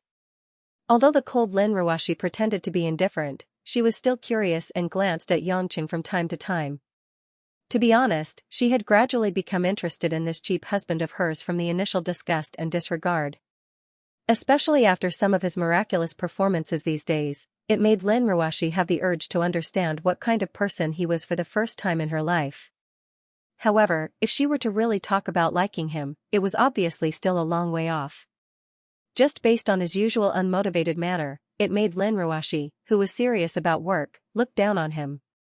Yangqing couldn't resist Mo Qianni's threats and promises, so he made up a lie. He only said that he had already called the special forces stationed in Zhonghai to deal with their criminal group. If they didn't leave quickly, they would be surrounded and killed by the special forces. Lin Kuan lied to them and said that there was no special forces here, so Lin Kuan was the bad guy. In the end, the other party wisely chose to take Lin Kuan's money and leave, and couldn't be bothered with the three of them. Even a 3-year-old child wouldn't believe such a lie, but Yangqing didn't let it go. In the end, Mo Qianni couldn't do anything, so she angrily sat in the car and ignored Yangqing. In fact, if it wasn't for the fact that Yangqing didn't care about his own safety and followed the group's request to rescue them, they wouldn't have let Yangqing go so easily. They would have definitely gotten to the bottom of it. Lin Ruashi didn't ask anything else, but suddenly interrupted and asked, "What language did you speak to that man in?" "Oh, Vietnamese." Yangqing knew he couldn't hide this. Mo Qianni couldn't help but look at Yangqing as if he was a monster. "You know English, French, Italian, Spanish, German, Japanese, and Vietnamese? Is it strange?" "Actually I know Thai, the two languages are quite similar." Yangqing shamelessly interpreted Mo Qianni's gaze as admiration and said with a bit of pride. Lin Ruashi was slightly moved. If it was just language, this man might really be a genius, but after thinking about it, she didn't think it was right. "Why did you learn Vietnamese?" Yangqing grinned. "Honey, I'm sure you've heard of it. Back in the day, Vietnam had a slogan, sacrifice a generation of girls to prosper Vietnam's economy. The girls in Vietnam are not bad. They are of high quality and cheap. You'll learn it when you go to Vietnam to play." After sending Lin Ruashi back to the hospital, Yangqing didn't stay for long, leaving the rest to Mo Qianni and Mother Wang. Fortunately, no one had called the police, so it saved a lot of trouble. After Yangqing walked out of the hospital, he made a phone call. The call was quickly connected, and a familiar rough voice came from the other side. Mr. Yang, the person you wanted to arrest has been brought back, waiting for you to deal with it personally. It's at Qinggong. Oh no, it's now called Zhang Residence, right? Yangqing smiled. Zhang Hu, on the other end of the phone, laughed a bit honestly. Thanks to Mr. Yang and Miss Chengwei's secret help, otherwise I, Zhang Hu, wouldn't be where I am today. Yangqing didn't bother with pleasantries and said, Zhang Hu, I'm going over now.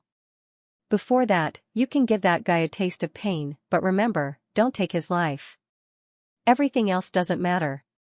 I want him to have no claws to scratch people. Yes, Mr. Yang, you can leave this kind of thing to me. Zhang Hu's voice revealed a hint of ruthlessness.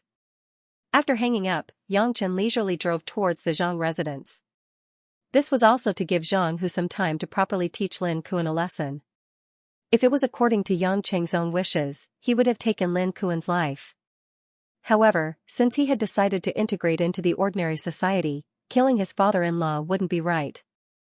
Moreover, although Lin Ruashi was completely disappointed in this father of hers, if she knew that he had killed him, it would be an unforgivable gap for the rest of her life. The feelings between people were the most difficult to understand. Just like between him and Lin Ruashi a few days ago, they were pure strangers, but now, he couldn't help but care about her feelings. When Yangqing found an empty spot to park his car and walked to the Zhang residence, about half an hour had passed. When the guards at the entrance saw Yangqing, they all bowed in unison. Yangqing saw a bit of fear in their eyes. It was probably because they had seen him break into this place at night, so it was still fresh in their minds. Mr. Yang. Zhang Hu's familiar loud voice appeared at the entrance. He was walking towards Yangqing with 4 or 5 muscular men. He was wearing a white shirt and a gold Rolex watch, which made this rough man look more like a big brother. Looks like you're living a good life. You're like a big brother now. Yangqing playfully laughed. Zhang Hu's face turned red. Hee, this is all because of Miss Chengwei's good leadership. I'm just a rough man, and my men are all hot-blooded brothers. I don't understand these things. Yangqing doubtfully asked, is Chengwei in close contact with you? Zhang Hu stared blankly for a moment, then smiled and said, I know what Mr. Yang is worried about. Don't worry Mr. Yang, I've avoided all the people that West Union Society planted around me. My contact with Miss Chengwei is also very covert. West Union Society's President Sidhu was drinking with me yesterday. That old ghost's meaning was that he was grateful that I pushed Chen Dihai away. Oh? Situmingza didn't suspect anything? Yangqing didn't believe that the dignified Western region's underworld tycoon didn't have a brain. Zhang Hu excitedly said, Miss Chengwei put on a good show a few days ago. Her Red Thorns Society underlings fought with my underlings over a piece of territory. A few of them died, and in the end, the territory was taken by me. Actually, that was just a place that Miss Chengwei used to negotiate with me. It was just a smokescreen. But after sacrificing a few low-level trash, Situmingza has already allowed me to officially enter the West Union Society's senior council. You can't be careless. Until the last moment, no one knows what the result will be. Yangqing always felt that things wouldn't be so simple, so he reminded him. Zhang Hu seriously nodded, but his gaze towards Yangqing was filled with strong confidence. So what if Situmingza didn't truly trust him? With the man in front of him, at worst, he could just charge into that old ghost's lair and kill him. Wouldn't that be the same as when he single-handedly killed Chen Dihai? Yangqing also roughly understood Zhang Hu's thoughts, but he was too lazy to say anything. Although he wasn't afraid of making a move, if he made a move himself, he would attract trouble. It would more or less cause his peaceful life to be unable to continue. This was also the reason why Yangqing normally didn't make a move. Where is that Lin Kuan? Yangqing asked. Only now did Zhang Hu know that the pitiful old man was called Lin Kuan. He pointed towards a warehouse in the distance and said, inside there. My sister Zhang Ying heard that it was something that Mr. Yang wanted to do, so she volunteered to go in. Your sister? Yangqing recalled that night when the pitiful delinquent girl foolishly asked him why didn't you run away. It seemed like after her brother became the boss here, her days were very comfortable. Zhang Hu smiled strangely and said, Mr. Yang might not know, but my sister has many tricks up her sleeves. Mr. Yang said that as long as you don't die, you can do whatever you want. After my sister heard it, she immediately went in. Yang Qing believed Zhang Hu's words because he had seen Zhang Ying being tied to the bed and tortured by Chen Feng. After going through those inhumane tortures, it was inevitable that her mind would be twisted. Naturally, she would also think of some perverted methods to use on others. With Zhang Hu leading the way, Yang Qing walked towards the inconspicuous small warehouse. From the moment he stepped through the door, Yang Qing could already hear shouts coming from within the warehouse. Those shouts were coming from Lin Kuan, but it sounded rather sad and painful. There wasn't much sunlight shining into the warehouse. It relied on a few incandescent lamps to illuminate the small space. The air was filled with a burnt smell. All around were piles of discarded furniture, cloth, curtains, and the like. The moment he walked through the door, the scene that entered Yang Qing's eyes, not only Yang Qing himself, even Zhang Hu and the other men beside Yang Qing had goosebumps all over their bodies.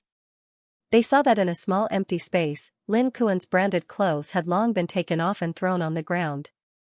Even his underwear had been thrown somewhere. Years of drinking and eating had caused his pale white flesh to become loose and heavy. His hands were tied by 2 ropes from the beam, unable to move. His legs were tied together by the rope, only able to bend up and down. If it was just this scene, everyone's expression wouldn't be too strange. But behind Lin Kuan, there was a skinny young man who was also naked. He was also hugging Lin Kuan's waist. He was constantly doing something that a man shouldn't do to a man. He was panting and letting out hoarse shouts of relief. Lin Kuan was actually being violated by a man. No wonder he kept making that kind of complaining sound. He had always been playing with others, but this time he was being played by someone else. At this moment, he probably didn't even have the strength to cry. When Yang Qing was abroad, he had seen a lot of scenes like this. But he had never seen such an ugly pair. Moreover, in front of him, every detail was clearly visible. Mr. Yang, brother, what do you think? My trick is not bad, right? At this moment, Zhang Ying, who was standing in the corner of the warehouse, saw the people coming. She smiled and walked forward, as if she was asking for credit. Yingzi, this trick is a bit ruthless. Zhang Hu shuddered. Zhang Ying snorted disdainfully, daring to provoke Mr. Yang, this is considered light. If it wasn't for the fact that I can't hurt his life, I can play even more ruthless. Zhang Ying said and looked at Yang Qing with a slightly seductive look. Yang Chen didn't dare to have too much contact with this eccentric woman, and couldn't help but smile. When he once again looked at the vile scene in front of him, he suddenly discovered that the youngster who was currently violating Lin Kuan, why did he look a little familiar? This person is Chen Feng? Yang Qing finally recognized the poor guy. He didn't expect it to be him. The current Chen Feng compared to the last time he saw him could be described as heaven and earth. His originally thin face was waxy yellow, his hair was messy as if he had rolled in the grass, his cheeks were sunken, and there were many scratches and bruises on his body. What was even more difficult to recognize was his muddle-headed, crazy-laughing expression. Rather than saying he was a human, it would be better to say he was an irrational human-shaped animal. The original Chen family's young master had now turned into a person that was neither human nor ghost. It could be said that the heavens were playing tricks on people. However, Yang Qing didn't pity him. Karma has its own retribution. Chen Feng's current situation was also the result of bullying others in the past. Zhang Ying's gaze towards Chen Feng was filled with viciousness. It was Chen Feng who ruined her life. She had no reason to not hate him. That's right, but he is no longer called Chen Feng. He is just a dog that I raised. As Zhang Ying spoke, she suddenly pulled the rope in her hand. Chen Feng, who was struggling with Lin Kuan, suddenly screamed hoarsely as he was dragged to the ground. Then, like a dog, he quickly crawled to Zhang Ying's feet and began to lick Zhang Ying's toes that were exposed outside her sandals. At this time, Yang Qing noticed that on Chen Feng's neck, there was a leather collar for pets, and the rope was in Zhang Ying's hand. Chen Feng's actions were completely irrational. It was obvious that he had received too much stimulation and became crazy. Every time I see this bastard, I want to shoot him, but my sister won't let me. Zhang said fiercely. Killing him is too easy on him. I want to torture him. He used to play with me, so I will let him be played by other men. Every night, there will be brothers and sisters who were bullied by him playing with him. It won't be too late to kill him when everyone is tired of playing with him. Zhang Ying said naturally, Mr. Yang, do you still need my pet to serve that old man? Yang Qing looked at Lin Kuan, who had already fainted from the pain, and said expressionlessly, you guys do as you see fit. As I said, as long as you don't die, it doesn't matter. After speaking, Yang Qing turned around and left. He was no longer in the mood to look at the scene in front of him. Whether it was Lin Kuan or Chen Feng, their results were no longer important. But in this world, plans can't always keep up with changes. When Yang Qing was driving back to the hospital, Zhang Hu called him again. The information he told Yang Qing made Yang Qing stunned. Lin Kuan had gone crazy. His many attempts at revenge had failed, and he had been thrown into the dustbin. Then, he had been kidnapped by the mercenaries. He had gone for wool and come home shorn. On top of that, he had lost the only shares he had in Yulei International. Lin Kuan, who was left with almost nothing, was already disheartened. Now, he was stripped of his last shred of dignity as a man by a bastard like Chen Feng. He was originally the son of a wealthy family who had indulged in pleasure for half his life, but in the end, he ended up in such a tragic state. To Lin Kuan, going crazy might be a kind of release. Yang Qing only told Zhang Hu to send Lin Kuan to the Zhonghai Mental Hospital. As for the other matters, Zhang Hu knew what to do. Just when Yang Qing was feeling sorry for Lin Kuan's madness, he suddenly received a call from Mo Qianni.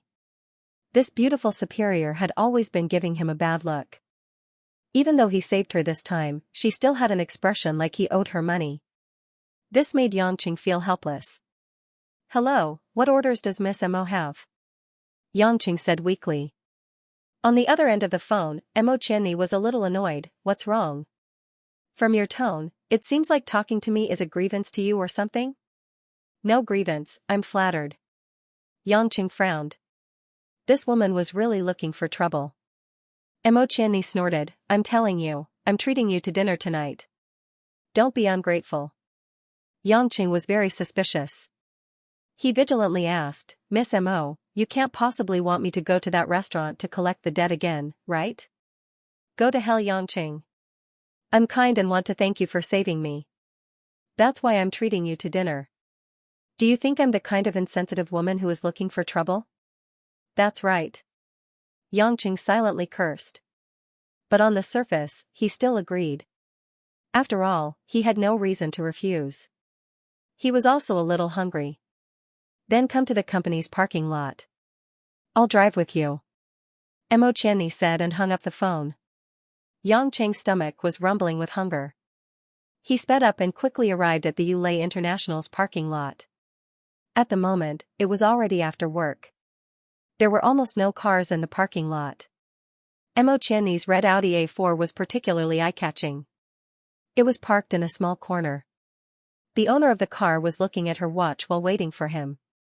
Mo Qianni had already changed into casual clothes. She was wearing a black gauze dress that perfectly wrapped around her slender waist and perky buttocks. She wore a pair of crystal-colored high heels on her slender, jade-like legs. A head of soft black hair was let down. It complemented her entire outfit. Her pretty face with light makeup was still full of intellectual beauty. It was in line with the traditional Eastern beauty's beauty. If he didn't know this woman was vicious and merciless, Yang Qing would also be like other men.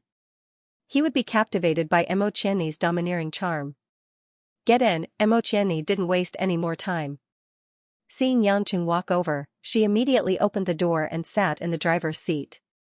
After Yang Qing got in the car, Mo Qianni turned on the stereo. The AUX mode was connected to a delicate silver iPod. An old song by Chen Shuhua, Time to Wake Up from the Dream, floated in the car. Mo Qianni didn't take the initiative to talk to Yang Qing again. She just drove by herself.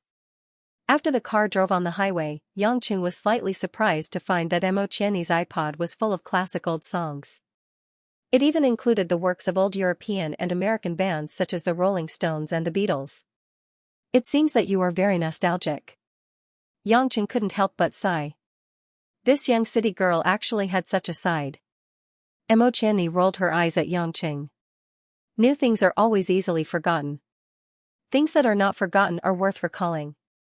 After that, she paused again.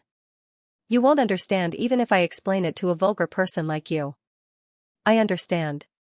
Yangqing said very seriously, 2 years ago, I thought that Hollywood's Jessica Alba was very beautiful, hot and sexy, but after she got pregnant, I felt that Monroe, who had been dead for many years, was more interesting. Mo Qianni almost spat a mouthful of blood on the steering wheel. If she didn't have to step on the accelerator, she really wanted to kick this shameless guy out of the car. The rest of the journey was unusually quiet. Only the soothing rhythm of the British rock music in the car could be heard. When the car stopped, Mo Qianni said, We're here. Get off. Yangqing looked out of the window in confusion. He wondered if he had seen it wrong. He couldn't help but point to the neon sign in front of him and asked, Are you sure we are eating here? Can't I? Mo Qianni asked with a bad look. Yangqing shook his head. I'm just wondering why you are eating here. I thought you would take me to some high-end elegant restaurant and eat Western or French food or something. That would match your identity. I like to eat at food stalls and street snacks, so unfortunately, you guessed wrong. Mo Qianni glared at Yangqing. Get off. Food stalls were food stalls. Of course, Yangqing didn't care as long as there was someone to pay for him. He didn't bring his wallet. Along the river in the suburbs of Zhonghai, food stalls were bustling with business like a long crouching dragon. One couldn't see the end of it at a glance. All kinds of tents were supported by bamboo or metal poles of different sizes. The colorful neon lights illuminated the food stall's name, and the stream of people on the street was endless. What made Yangqing a little surprised was that most of the people were white-collar workers in Zhonghai City. Many men and women came wearing suits and uniforms, and there were also some who felt it was too hot, and hung their suits and ties on their hands, talking and laughing as they walked along the street. The wind by the river could slightly relieve the heat at this time, so it wasn't particularly uncomfortable. It made the air in this area much better. However, the smell of seafood and fruit still gave this place a unique local flavor. Perhaps this was what people in the city needed. But no matter how lively the people were, Mo Qianni, who was wearing a black gauze dress, walking in the crowd was still a beautiful scenery. If it wasn't for the fact that she was glaring at someone and criticizing them, Mo Qianni was indeed an enchanting and alluring beauty. She had a dignified and beautiful appearance, and when she took light steps, her slender waist swayed, and her beautiful buttocks were especially provocative. When Yangqing walked with such a woman, it easily attracted the jealous gazes of many men. Do you come here often? Yangqing didn't know that there was such a place in Zhonghai City. He felt it was new and looked around and asked casually. Mo Qianni nodded. I haven't been here for a long time. There are so many shops, which one should I choose? Yangqing found that there were so many food stalls around that he was dazzled. Although they were mostly the same, there was definitely a difference in the level of cooking. Mo Qianni glanced at him and said, Just follow me. Yangqing didn't ask any more. He found that Mo Qianni was particularly quiet after coming here. It wasn't that she didn't speak, but it seemed that she was thinking about something and lost in some kind of memory. After walking for 7 or 8 minutes, under the guidance of Mo Qianni, Yangqing walked to a restaurant called Sichuan Fragrance Food Stall. Without asking, he knew that it was a food stall with Sichuan style. A fat woman with slightly white hair in the shop saw Mo Qianni and walked over with a happy expression. Girl, I haven't been here for a long time. I missed your sister-in-law so much. Mo Qianni also showed a sincere and gentle smile. She walked forward and hugged the woman, ignoring the oil stains on the woman's body. Sister Xiang, I've been busy with work recently. Today, I invited a friend to dinner. Since I have time, I came here to see you. Mo Qianni took Sister Xiang's hand and said with a smile. Auntie Xiang glanced at Yangqing who was behind Mo Qianni, and revealed a strange smile, with a look of understanding. This is your boyfriend, right? What do you mean by treating friends to a meal? You didn't even tell Auntie Xiang that you found a boyfriend. Mo Qianni blushed and quickly shook her hand. No, Sister Xiang, he is my good friend's husband. He happens to be my colleague. Today, he did me a favor, so I invited him to dinner. So it's like this. Sister Xiang smiled with a little regret. She said, "Girl's friend, don't be so polite. Sit down. This is your first time here. I will cook something delicious for you. You don't need to pay." Yangqing thanked her and found a small table with Emocheni to sit down. Sister Xiang served them tea and then went to the cooking place. "You are very familiar with this lady boss. Is she your relative?" Yangqing asked curiously. Emocheni took a sip of tea and wiped the fine sweat on her forehead. She said, "Sister Xiang is from my hometown. When I first came to Zhonghai a few years ago, I was unfamiliar with the people and the place. She helped me a lot and is a very good person." "So you are from Chuan province?" Yangqing was a little surprised. "Previously in the hospital, you said that you knew Ruashi a few years ago. Then didn't you come to Zhonghai when you were 13 or 14 years old? Why? Is it strange?" Emocheni asked. Yangqing shook his head. "I just admire you. A 13 or 14-year-old girl came to such a big city alone. Unexpectedly, you were able to reach this position in so many years. But why did your parents let you come here alone?" Emocheni's eyes were a little dim. She said softly, "My hometown is in the mountains. It was very poor there. We lived on a few acres of terraced fields all year round. My father died of illness when I was 13 years old. I didn't even know what illness he had until he died. My mother had a hard time raising me alone, so she remarried to another man in the village." Yangqing was speechless. He didn't expect that behind Emocheni's bright and beautiful appearance was such a dark past. "You didn't agree with your mother remarrying, so you left your hometown alone?" After a moment of silence, Yangqing asked. "No." Emocheni turned her head and covered her eyes with her hands. She said, "In short, I had a reason to leave there. Besides, there was no junior high school, and no university. I didn't want to waste my life there." Yangqing noticed that Emocheni's eyes were red. He knew that she didn't want to think about this, so he didn't ask any more. He changed the topic. "You brought me here to eat. You didn't bring me here just to reminisce about the old days, did you?" Emocheni rolled her eyes at Yangqing. "Sister Xiang's cooking is very good. I brought you here to see her, but I also want to thank you for saving me today. I should save everyone, right? One of you is my wife, while the other is my superior. I can't just leave you to die, can I?" Yangqing said honestly. "You saved her is your business. Thanking you is my business. As for Ruashi, she suffered a loss and wanted to be your wife. She doesn't need to treat you to a meal like me." Emocheni said. "Hey, don't be like this. What do you mean by wanting to be my wife?" Yangqing was depressed. "Is it bad to marry me? You see, I risked my life to save her. What a great husband." Emocheni said, "You should save her. It's not about whether you deserve her or not. Besides playing games, acting like a rogue, what else do you do? You have no ambition, and no quality. You are a graduate of Harvard and know so many foreign languages. In this world, it's not the incompetent people who are shameful. It's the people who have the ability but don't take action at all." Yangqing was stunned. He almost felt that he was too shameful. No wonder this girl could be the head of the public relations department. She was very good at talking. "What? You can't say anything? Do you think you're useless?" Emocheni asked aggressively. "I won't argue with you about this. You can think whatever you want. What's more, I didn't want to get married. Some things can't be explained in a few words." Yangqing smiled indifferently. Emocheni suddenly gritted her teeth. "I want you to be more motivated. That's why I'm telling you this.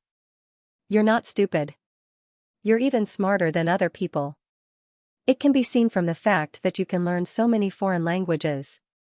But why can't you do a good job and work hard like other young men? Do you want to stand behind a woman and live off her for the rest of your life? Even if Ruashi is just using you as a cover for other men, one day she might not need you anymore. What will you do then? Living off a woman is not bad. Yangqing nodded. I'm driving my wife's car and living in my wife's house. I think my life is very good. If one day she doesn't need me by her side, I can go back and sell mutton skewers. You. Mo Qianni was furious. She was trying her best to persuade him, but he acted as if it was only right and proper for him to do so. After taking a few deep breaths, Mo Qianni felt her chest was a bit better. But the more she looked at the face in front of her, the more uncomfortable she felt. So, she shouted to Auntie Xiang, give me 2 bottles of white liquor, the high liquor. Auntie Xiang was cooking. After hearing this, she smiled and responded. White liquor. Is it sorghum liquor? Yangqing didn't know much about the traditional liquor in China. Yeah, if I don't drink, I'll be suffocated to death by you. Mo Qianni stared at Yangqing.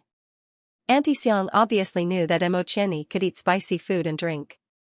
So, the dishes that were served, no matter if it was seafood or vegetables, were all spiced with chili oil. As for the 2 bottles of white liquor without labels, it was obvious that it was cheap but strong liquor. Do you know how to drink? Mo Qianni opened a bottle and looked up at Yangqing. Yangqing felt a bit dizzy when he smelled the fragrance of the wine wafting out. He had drunk quite a bit of foreign wine and often drank wine, but he had rarely touched this fiery and spicy sorghum wine. Seeing the charming Mo Qianni's "I can drink a lot" expression, he couldn't help but smile bitterly and say, I'll drink less, I'm not used to it. You're really not a man. Mo Qianni sneered and poured a small cup into Yangqing's small glass. Auntie Xiang had to entertain the customers, so she chatted with Mo Qianni for a while before she went elsewhere. Only the 2 of them were left sitting in a corner of the food stall, eating hot and spicy Sichuan food and drinking fragrant Kaoyang wine. At night, the riverside was illuminated by the twinkling lights. In the sky, a bright white moon was reflected in the water, dotted with stars, and the river rippled like the Milky Way. In the cool breeze, the noise didn't seem too ear-piercing. As Yangqing ate the spicy dishes and sipped the scalding wine, he gradually felt the surrounding atmosphere brimming with enthusiasm. His heart felt especially comfortable, so he was a bit lost in thought. Wasn't this the life he yearned for? There was wine, there was meat, there were all kinds of people walking around, he could feel the wind blowing, the tree swaying, the sound of water flowing, and the chirping of insects. All of this seemed so beautiful, making one yearn for it. After a long time, Yangqing came back to his senses and looked at Mo Qianni on the other side of the table. He couldn't help but stare blankly. Mo Qianni had already drunk a bottle of white wine, at least half a caddy. A drunken red had already climbed up to her delicate face, and her delicate white skin appeared especially rosy and attractive under the light. The woman's eyes were like the ripples of the lake, quietly looking at the dishes on the table, but she didn't move her chopsticks. She only held the wine glass with one hand, as if in a daze. That's about it. Did you always drink this much before? Yangqing felt that for a woman, half a caddy of white wine was already a lot. Mo Qianni looked at Yangqing with a somewhat innocent expression. She was obviously a bit drunk, shook her head, and said in a muffled voice, There wasn't anyone who could accompany me here before, I can't drink this much alone. Don't you have friends? Yangqing asked curiously. Mo Qianni burst into laughter, like a blooming red flower. Do you think the Friends of Yulei International's PR department head would like to eat in a dirty food stall? Yangqing was silent. Indeed, with Mo Qianni's current status, not to mention whether those people she befriended were true friends or not, why would people from that circle come to such a noisy place to eat for no reason? They would only feel that their social status was lowered, and they would lose face. In that case, I'm very honored to be the first person to accompany you to eat here, Yangqing said in a self-deprecating manner. And you're the first man I invited alone, Mo Qianni said with a bit of a mischievous tone. If other men wanted to invite me to eat, I wouldn't go. Fortunately, it's a food stall, or else if it was seen in other places, I would become the public enemy of all men, Yangqing said. Is it not good? I think the food here is much better than those 5-star restaurants. Mo Qianni grinned, as if she was a lot happier. Yangqing nodded. Although it was a bit spicy, the food here had more of a taste of life, which was also what he liked. As the two were talking, Mo Qianni's phone on the table vibrated. Mo Qianni elegantly picked up the phone and looked at the number. The smile on her face froze for a moment, then she pressed the call. Mom. N. Got it. I will go. Okay, you take care of yourself. After hanging up the phone with a calm face, Mo Qianni threw the phone away, picked up the wine glass, and drank the remaining white wine in the glass. Xianxia saw the scene and asked in confusion, "Your mom's phone call?" Mo Qianni glanced at him and nodded. "Didn't you hear it? Is there something urgent?" "No." "Do you need help?" "No need. You don't look so good. You're annoying." Mo Qianni frowned impatiently. Xianxia smiled awkwardly. "I'm full. What about you?" "Let's go if we're full." Mo Qianni didn't hesitate. She got up, picked up her belongings, and left the seat. Although Auntie Xiang repeatedly refused, Mo Qianni still gave her the money. She even gave her a few hundred yuan bills, saying it was to buy food for Auntie Xiang's child. Auntie Xiang seemed to know Mo Qianni's stubborn temper. In the end, she couldn't refuse and accepted it. The two walked back to the parking lot. Along the way, Mo Qianni seemed to be absent-minded. She didn't say anything as she walked in front. When they walked to the parking lot, the gravel road looked quiet and empty under the dim street lights. Suddenly, Mo Qianni turned around.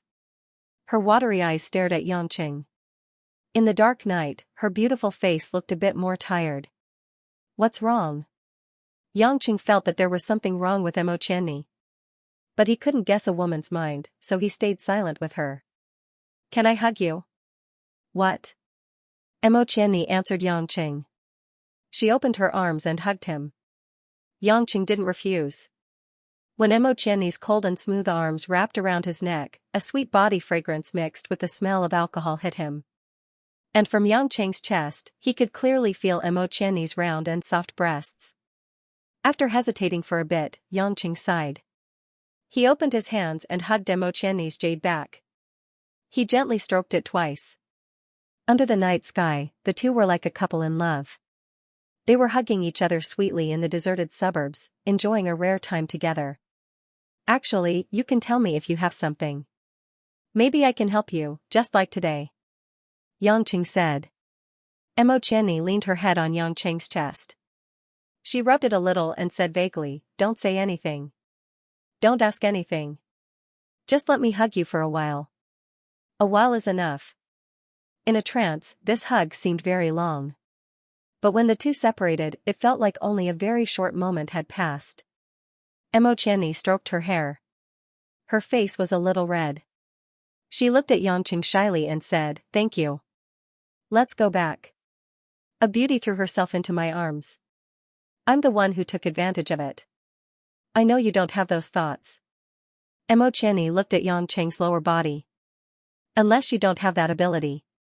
Xianxia's face stiffened. It was hard to be a pure man these days.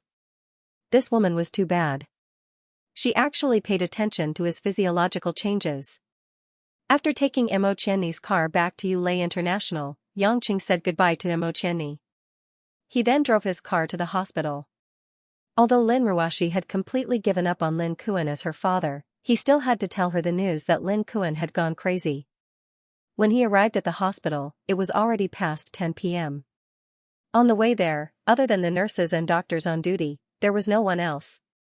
When he walked to the door of Lin Ruoxi's ward, he saw that the lights in the room were on. He thought that Lin Ruoxi wasn't asleep. But when he walked in, he guessed wrong. The lamp on the bedside table was still on. Lin Ruoxi, who was lying on the bed, had already fallen asleep.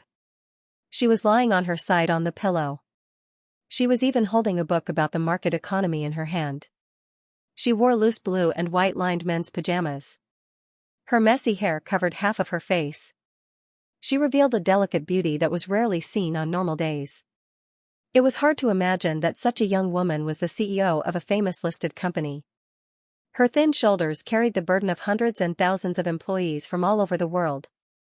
Xianxia couldn't help but admire his wife when he thought of this. Feeling that the air conditioning in the room was a little cold, Xianxia saw that Lin Ruoxi had fallen asleep while reading. Her upper body was exposed outside the blanket. He couldn't help but worry that she would catch a cold again.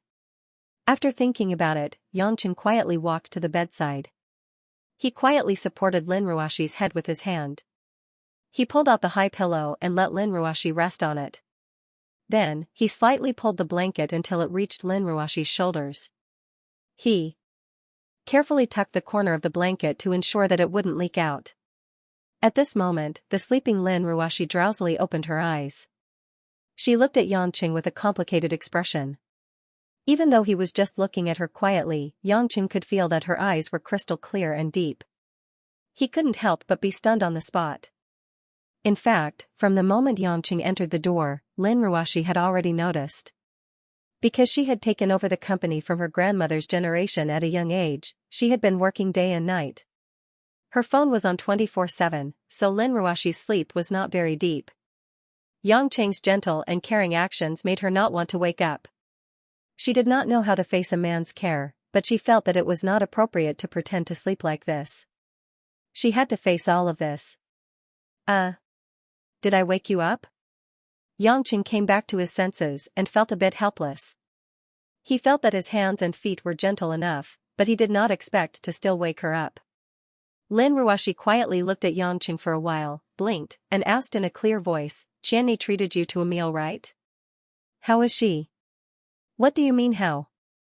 Yangqing was puzzled. Why was the first thing she asked about was Mo Qianni? "She's not in a good mood today," Lin Ruoxi said. "Of course not." Yangqing sat on the stool beside the bed and smiled. "How can she be in a good mood after being kidnapped?" "It's something else," Lin Ruoxi said with certainty. Yangqing frowned and thought of the phone call that Mo Qianni picked up during the meal. "Is it about her family?" "I only know that her family is coming and she's not in a good mood." "Indeed not in a good mood, but it should be fine now." Yangqing naturally would not say in front of his wife, "Because your husband, I, gave her a hug." Even if the iceberg girl would not care. After Lin Ruoxi said N, she closed her eyes again. The meaning was obvious. "I'm going to sleep, you can go." Yangqing smiled bitterly. He had not told her about his own matters, so he said, "I still have something to tell you. Don't be too excited after hearing it. It's about Lin Kuan." Lin Ruoxi opened her eyes again, but she didn't say anything. She just looked at Yangqing. He's crazy. Maybe he couldn't stand the failure of these things, so he went to a mental hospital, Yangqing said straightforwardly. Lin Ruoxi's body visibly trembled, but then she turned around and no longer faced Yangqing. She said, "I got it. You can go." Yangqing knew that she needed to be alone, so he left the ward. In the next few days, Yangqing's life became peaceful and comfortable. He still brought breakfast for the women in the office every morning. After some flirtatious and trivial matters, he became more familiar with Zhao Hongyan, Lu Mingyu, and Zhang Kai, the three women who were close to him. Occasionally, he would tease them, take advantage of them, and tease them until they pout coquettishly and hit him. This was also one of Yangqing's great joys outside of his gaming career. Department head Ma no longer harassed the women in the public relations department. According to Lu Mingyu, the old man had submitted his resignation to the company's board of directors and planned to find a chance to retire. Mo Qianni also resumed her normal work. In addition to her own work, she also took on the position of the company's vice president. Originally, the position of vice president was not occupied, because Lin Ruoxi had a strong aura. There was no need for a vice president or even an assistant. But once Lin Ruoxi fell ill, many things in the company became difficult to decide. Therefore, Lin Ruoxi issued a series of orders in the hospital, allowing many of the company's daily decisions to be directed by Mo Qianni, and let the CEO's secretary, Wu Yu, who was also the cold airport woman, assist. Although Mo Qianni was young, many of the company's veterans knew that she had a good relationship with the old CEO and the current CEO. Yulei International could be said to be the private property of the Lin family, and Lin Ruoxi's words had always carried enormous weight. And the board of directors also knew Mo Qianni's performance, so no one objected. The more interesting thing that happened during this period was that after the company's employees discussed it, they went to the hospital to visit Lin Ruoxi in groups. This was something outside of Yangqing's expectations. Because Lin Ruoxi usually had a cold and unapproachable appearance, no employees in the company dared to take the initiative to talk to her. But he did not expect that when Lin Ruoxi was hospitalized, they actually went to visit her with such concern and enthusiasm. The group of women in the PR department also prepared many carefully selected, nourishing and beautifying gifts to send to the hospital, and also bought a large bouquet of carnations. One of the girls in the PR department even brought a camera to the hospital, and took a realistic photo of Lin Ruoxi on the sickbed. In this photo, Lin Ruoxi, without any makeup, was holding a book in her hands, and her eyes were clear as she faced the visiting employees. That tranquil beauty that emanated from her bones made a group of female employees who had the potential to chase stars scream in surprise. They greatly envied the CEO for having such perfect skin and complexion without makeup. It was even more mesmerizing than makeup. At this time, Xianxia only realized one thing: beautiful women were always popular, and beautiful women who paid other people's salaries were even more popular. Of course, other than the company's employees, people from the business world in Shanghai also took the opportunity to visit Lin Ruoxi. Lin Ruoxi, who originally wanted to keep a low profile and recuperate, had to cheer up, and at the same time, talk to those smiling tigers that she usually avoided as much as possible while drinking Chinese medicine. Due to the need to deliberately keep their relationship as a couple low-key, Xianxia's time to go to the hospital became less. But on the second week, when he was delivering new books to Lin Ruoxi that night, Xianxia met a visitor that he did not want to meet no matter what. The person who came to Lin Ruoxi's ward was the policewoman Choi Yan, who had met Xianxia twice and had left behind unpleasant memories. But at this moment, Choi Yan was wearing casual clothes. She was wearing a white, tight, short-sleeved t-shirt from Levi Strauss, which made a pair of towering peaks and slender waist particularly eye-catching. She was wearing a pair of light-colored denim hot pants, and a pair of pink Nike casual shoes on her slender, fair, and beautiful legs without any excess fat. Clean short hair, a handsome and charming face, coupled with an exquisite and tall figure, it was impossible to tell that she was the chief of the West Side Police Department. She was more like a dynamic city beauty with a rich family. When Choi Yan appeared at the door of the room, Xianxia wondered if his eyes were playing tricks on him. But then, when he saw the slightly meaningful smile on Choi Yan's beautiful face with distinct facial features, Xianxia was convinced that he did not see a ghost at night. What a rare guest, Chief Kai. Xianxia welcomed her with a smile. I know that you don't welcome me, but I'm here to visit Ruoxi. Choi Yan glanced at Xianxia and walked straight to Lin Ruoxi's bedside.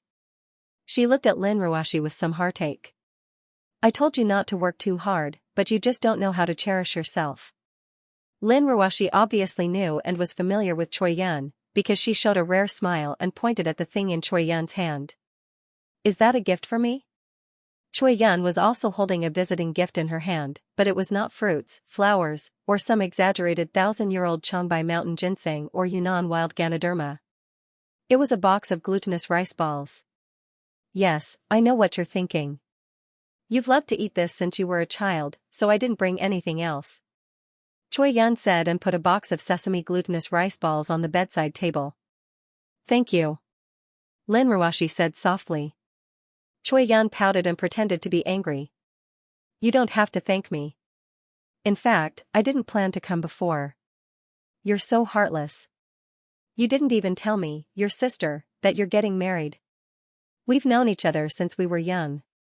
Lin Ruoxi lowered her head and chose to be silent.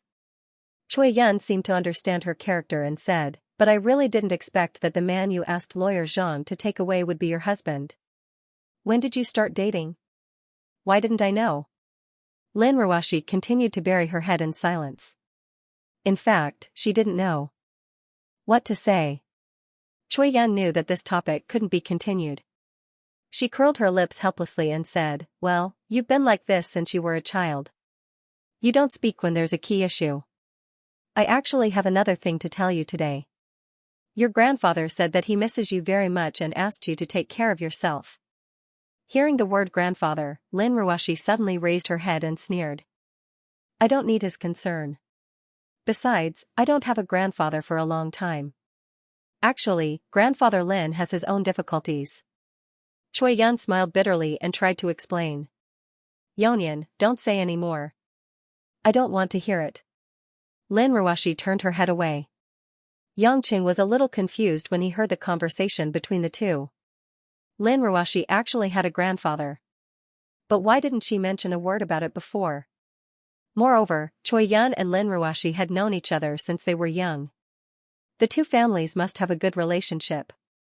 Moreover, Choi Yun knew about Lin Ruashi's grandfather. It was obvious that Choi Yun knew many secrets. But looking at Lin Ruashi's appearance, it seemed that she didn't like that grandfather very much.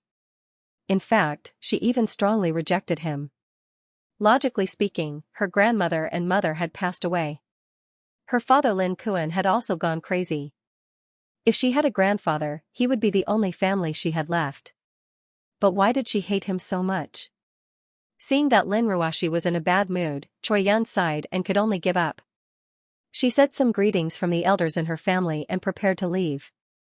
Seeing Yangqing standing at the door, Choi Yun narrowed her eyes and said, "Ruashi's husband, do you mind giving me a ride?" I knew it wasn't anything good."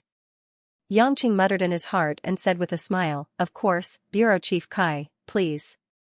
After following Choi Yun to the door, Yangqing planned to find an excuse to slip away. However, Choi Yun stopped him and said directly, "Yangqing, I have something to ask you." "Bureau Chief Kai, are you investigating a suspect?" Yangqing smiled bitterly. Choi Yun's expression was serious. She didn't seem to be joking, "So what if I am?" "That night at Chen Dihai's residence, you were the one who did it, right?" "Chen Dihai?